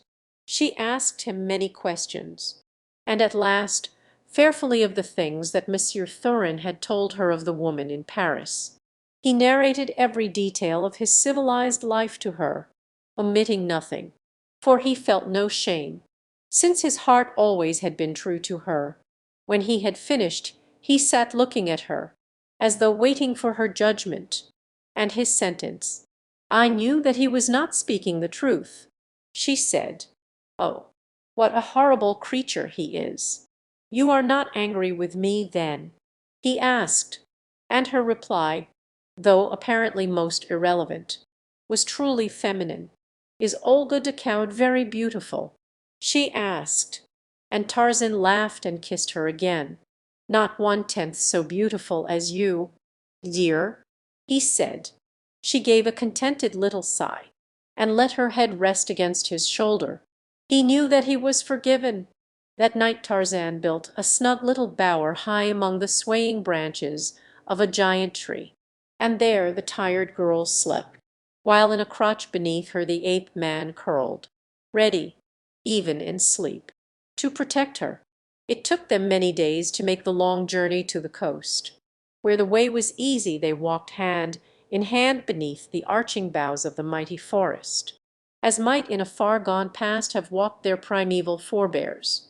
When the underbrush was tangled, he took her in his great arms, and bore her lightly through the trees, and the days were all too short, for they were very happy. Had it not been for their anxiety to reach and succor Clayton, they would have drawn out the sweet pleasure of that wonderful journey indefinitely. On the last day before they reached the coast Tarzan caught the scent of men ahead of them, the scent of black. He told the girl, and cautioned her to maintain silence. "There are few friends in the jungle," he remarked dryly. In half an hour they came stealthily upon a small party of black warriors filing toward the west. As Tarzan saw them he gave a cry of delight. It was a band of his own Waziri. Bissely was there, and others who had accompanied him to Ophir. At sight of him they danced and cried out in exuberant joy. For weeks they had been searching for him, they told him. The blacks exhibited considerable wonderment at the presence of the white girl with him, and when they found that she was to be his woman they vied with one another to do her honor. With the happy Waziri laughing and dancing about them, they came to the rude shelter by the shore. There was no sign of life, and no response to their calls. Tarzan clambered quickly to the interior of the little tree hut, only to emerge a moment later with an empty tin. Throwing it down to Bissely, he told him to fetch water, and then he beckoned Jane Porter to come up. Together they leaned over the emaciated thing that once had been an English nobleman. Tears came to the girl's eyes as she saw the poor, sunken cheeks and hollow eyes, and the lines of suffering upon the once young and handsome face. "He still lives," said Tarzan. "We will do all that can be done for him. But I fear that we are too late." When Bissely had brought the water Tarzan forced a few drops between the cracked and swollen lips. He wet the hot forehead and bathed the pitiful limbs.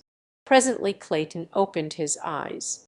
A faint, shadowy smile lighted his countenance as he saw the girl leaning over him. At sight of Tarzan the expression changed to one of wonderment. "It's all right, old fellow," said the ape man. "We've found you in time. Everything will be all right now, and we'll have you on your feet again before you know it." The Englishman shook his head weakly. "It's too late," he whispered, "but it's just as well. I'd rather die." "Where is Monsieur Thurin?" asked the girl. "He left me after the fever got bad. He is a devil. When I begged for the water that I was too weak to get he drank before me, threw the rest out, and laughed in my face." At the thought of it the man was suddenly animated by a spark of vitality. He raised himself upon one elbow. "Yes," he almost shouted, "I will live. I will live long enough to find and kill that beast." But the brief effort left him weaker than before, and he sank back again upon the rotting grasses that, with his old ulster, had been the bed of Jane Porter. "Don't worry about Thurin," said Tarzan of the Apes, laying a reassuring hand on Clayton's forehead. "He belongs to me, and I shall get him in the end. Never fear." For a long time Clayton lay very still. Several times Tarzan had to put his ear quite close to the sunken chest to catch the faint beating of the worn-out heart. Toward evening he aroused again for a brief moment. "Jane," he whispered. The girl bent her head closer to catch the faint message. "I have wronged you and him." He nodded weakly toward the ape man. "I loved you so it is a poor excuse to offer for injuring you, but I could not bear to think of giving you up. I do not ask your forgiveness. I only wish to do now the thing I should have done over a year ago." He fumbled in the pocket of the ulster beneath him for something that he had discovered there while he lay between the paroxysms of fever. Presently he found it a crumpled bit of yellow paper. He handed it to the girl, and as she took it his arm fell limply across his chest. His head dropped back, and with a little gasp he stiffened and was still. Then Tarzan of the Apes drew a fold of the ulster across the upturned face. For a moment they remained kneeling there, the girl's lips moving in silent prayer, and as they rose and stood on either side of the now peaceful form, tears came to the ape-man's eyes. For through the anguish that his own heart had suffered, he had learned compassion for the suffering of others. Through her own tears the girl read the message upon the bit of faded yellow paper, and as she read her eyes went very wide. Twice she read those startling words before she could fully comprehend their meaning. "Fingerprints prove you Greystoke. Congratulations. Darn it." She handed the paper to Tarzan. "And he has known it all this time," she said, "and did not tell you?" "I knew it first, Jane," replied the man. "I did not know that he knew it at all. I must have dropped this message that night in the waiting room. It was there that I received it, and afterward you told us that your mother was a she-ape, and that you had never known your father." She asked incredulously. "The title and the estates meant nothing to me without you." "Dear," he replied, "and if I had taken them away from him I should have been robbing the woman I loved. Don't you understand, Jane?" It was as though he attempted to excuse a fault. She extended her arms toward him across the body of the dead man, and took his hands in hers. "And I would have thrown away a love like that," she said. Chapter Axphy. The passing of the ape-man the next morning they set out upon the short journey to Tarzan's cabin. 4 Waziri bore the body of the dead Englishman. It had been the ape-man's suggestion that Clayton be buried beside the former Lord Greystoke near the edge of the jungle against the cabin that the older man had built. Jane Porter was glad that it was to be so, and in her heart of hearts she wondered at the marvellous fineness of character of this wondrous man who, though raised by Brutus and among Brutus, had the true chivalry and tenderness which only associates with the refinements of the highest civilization. They had proceeded some 3 miles of the 5 that had separated them from Tarzan's own beach when the Waziri who were ahead stopped suddenly, pointing in amazement at a strange figure approaching them along the beach. It was a man with a shiny silk hat, who walked slowly with bent head, and hands clasped behind him underneath the tails of his long, black coat. At sight of him Jane Porter uttered a little cry of surprise and joy, and ran quickly ahead to meet him. At the sound of her voice the old man looked up, and when he saw who it was confronting him he, too, cried out in relief and happiness. As Professor Archimedes Q. Porter folded his daughter in his arms tears streamed down his seamed old face, and it was several minutes before he could control himself sufficiently to speak. When a moment later he recognized Tarzan, it was with difficulty that they could convince him that his sorrow had not unbalanced his mind, for with the other members of the party he had been so thoroughly convinced that the ape-man was dead it was a problem to reconcile the conviction with the very lifelike appearance of Jane's forest god. The old man was deeply touched at the news of Clayton's death. "I cannot understand it," he said. "Monsieur Thurin assured us that Clayton passed away many days ago." "Thurin is with you?" asked Tarzan. "Yes. He but recently found us and led us to your cabin. We were camped but a short distance north of it. Bless me, but he will be delighted to see you both." "And surprised," commented Tarzan. A short time later the strange party came to the clearing in which stood the ape-man's cabin. It was filled with people coming and going, and almost the first whom Tarzan saw was Darnot. "Paul," he cried, "in the name of sanity what are you doing here? Or are we all insane?" It was quickly explained, however, as were many other seemingly strange things. Darnot's ship had been cruising along the coast. on patrol duty, when at the lieutenant's suggestion they had anchored off the little landlocked harbour to have another look at the cabin and the jungle in which many of the officers and men had taken part in exciting adventures 2 years before. On landing they had found Lord Tennington's party, and arrangements were being made to take them all on board the following morning, and carry them back to civilization. Hazel Strong and her mother, Esmeralda, and Mr. Samuel T. Philander were almost overcome by happiness at Jane Porter's safe return. Her escape seemed to them little short of miraculous, and it was the consensus of opinion that it could have been achieved by no other man than Tarzan of the Apes. They loaded the uncomfortable ape man with eulogies and attentions until he wished himself back in the amphitheatre of the apes. All were interested in his savage waziri, and many were the gifts the black men received from these friends of their king. But when they learned that he might sail away from them upon the great canoe that lay at anchor a mile offshore, they became very sad. As yet the newcomers had seen nothing of Lord Tennington and Monsieur Thurin. They had gone out for fresh meat early in the day, and had not yet returned. "How surprised this man, whose name you say is Rokoff, will be to see you," said Jane Porter to Tarzan. "His surprise will be short-lived," replied the ape man grimly, and there was that in his tone that made her look up into his face in alarm. What she read there evidently confirmed her fears, for she put her hand upon his arm, and pleaded with him to leave the Russian to the laws of France. "In the heart of the jungle, dear," she said, "with no other form of right or justice to appeal to other than your own mighty muscles, you would be warranted in executing upon this man the sentence he deserves. But with the strong arm of a civilized government at your disposal it would be murder to kill him now.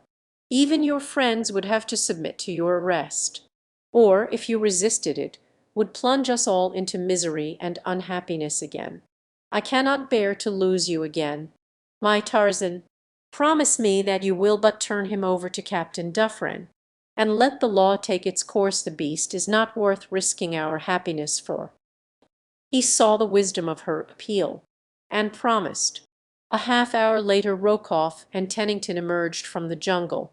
They were walking side by side. Tennington was the first to note the presence of strangers in the camp. He saw the black warriors palavering with the sailors from the cruiser, and then he saw Lyde, Brown Giant, talking with Lieutenant Darnett and Captain Dufresne. "Who is that, I wonder?" said Tennington to Rokoff, and as the Russian raised his eyes and met those of the ape man full upon him, he staggered and went white. "Sapristi!"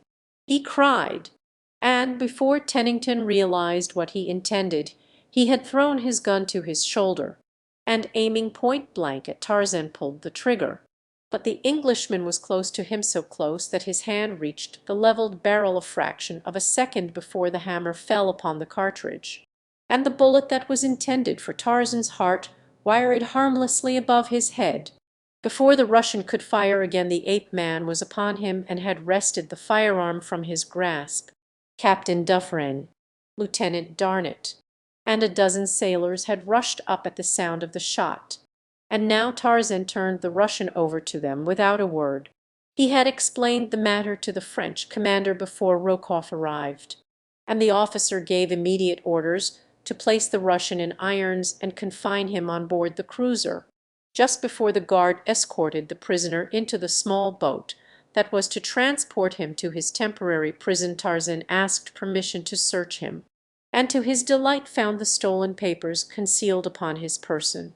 The shot had brought Jane Porter and the others from the cabin, and a moment after the excitement had died down she greeted the surprised Lord Tennington. Tarzan joined them after he had taken the papers from Rokoff, and, as he approached, Jane Porter introduced him to Tennington. "John Clayton, Lord Greystoke." "My lord," she said. The Englishman looked his astonishment in spite of his most Herculean efforts to appear courteous, and it required many repetitions of the strange story of the ape man as told by himself, Jane Porter, and Lieutenant Darnett to convince Lord Tennington that they were not all quite mad. At sunset they buried William Cecil Clayton beside the jungle graves of his uncle and his aunt, the former Lord and Lady Greystoke, and it was at Tarzan's request that 3 volleys were fired over the last resting place of a brave man who met his death bravely. Professor Porter, who in his younger days had been ordained a minister, conducted the simple services for the dead. About the grave, with bowed heads, stood as strange a company of mourners as the sun ever looked down upon. There were French officers and sailors, 2 English lords, Americans, and a score of savage African braves. Following the funeral, Tarzan asked Captain Dufresne to delay the sailing of the cruiser a couple of days while he went inland a few miles to fetch his belongings, and the officer gladly granted the favour. Late the next afternoon Tarzan and his Waziri returned with the first load of belongings, and when the party saw the ancient ingots of virgin gold, they swarmed upon the ape-man with 1,000 questions. But he was smilingly obdurate to their appeals. He declined to give them the slightest clue as to the source of his immense treasure. "There are 1,000 that I left behind," he explained, "for every one that I brought away, and when these are spent I may wish to return for more." The next day he returned to camp with the balance of his ingots, and when they were stored on board the cruiser, Captain Dufresne said he felt like the commander of an old-time Spanish galleon returning from the treasure cities of the Aztecs. "I don't know what minute my crew will cut my throat and take over the ship," he added. The next morning, as they were preparing to embark upon the cruiser, Tarzan ventured a suggestion to Jane Porter. "Wild beasts are supposed to be devoid of sentiment," he said, "but nevertheless I should like to be married in the cabin where I was born, beside the graves of my mother and my father, and surrounded by the savage jungle that always has been my home. Would it be quite regular, dear?" she asked. "For if it would, I know of no other place in which I should rather be married to my forest god." And when they spoke of it to the others they were assured that it would be quite regular, and a most splendid termination of a remarkable romance. So the entire party assembled within the little cabin and about the door to witness the second ceremony that Professor Porter was to solemnize within 3 days. Darnett was to be best man, and Hazel strong bridesmaid, until Tennington upset all the arrangements by another of his marvellous ideas. "If Mrs. Strong is agreeable," he said, taking the bridesmaid's hand in his. "Hazel and I think it would be ripping to make it a double wedding." The next day they sailed, and as the cruiser steamed slowly out to sea a tall man, immaculate in white flannel, and a graceful girl leaned against her rail to watch the receding shore line upon which danced 20 naked black warriors of the Waziri, waving their war spears above their savage heads, and shouting farewells to their departing king. "I should hate to think that I am looking upon the jungle for the last time, dear," he said, "were it not that I know that I am going to a new world of happiness with you forever." And, bending down, Tarzan of the Apes kissed his mate upon her lips.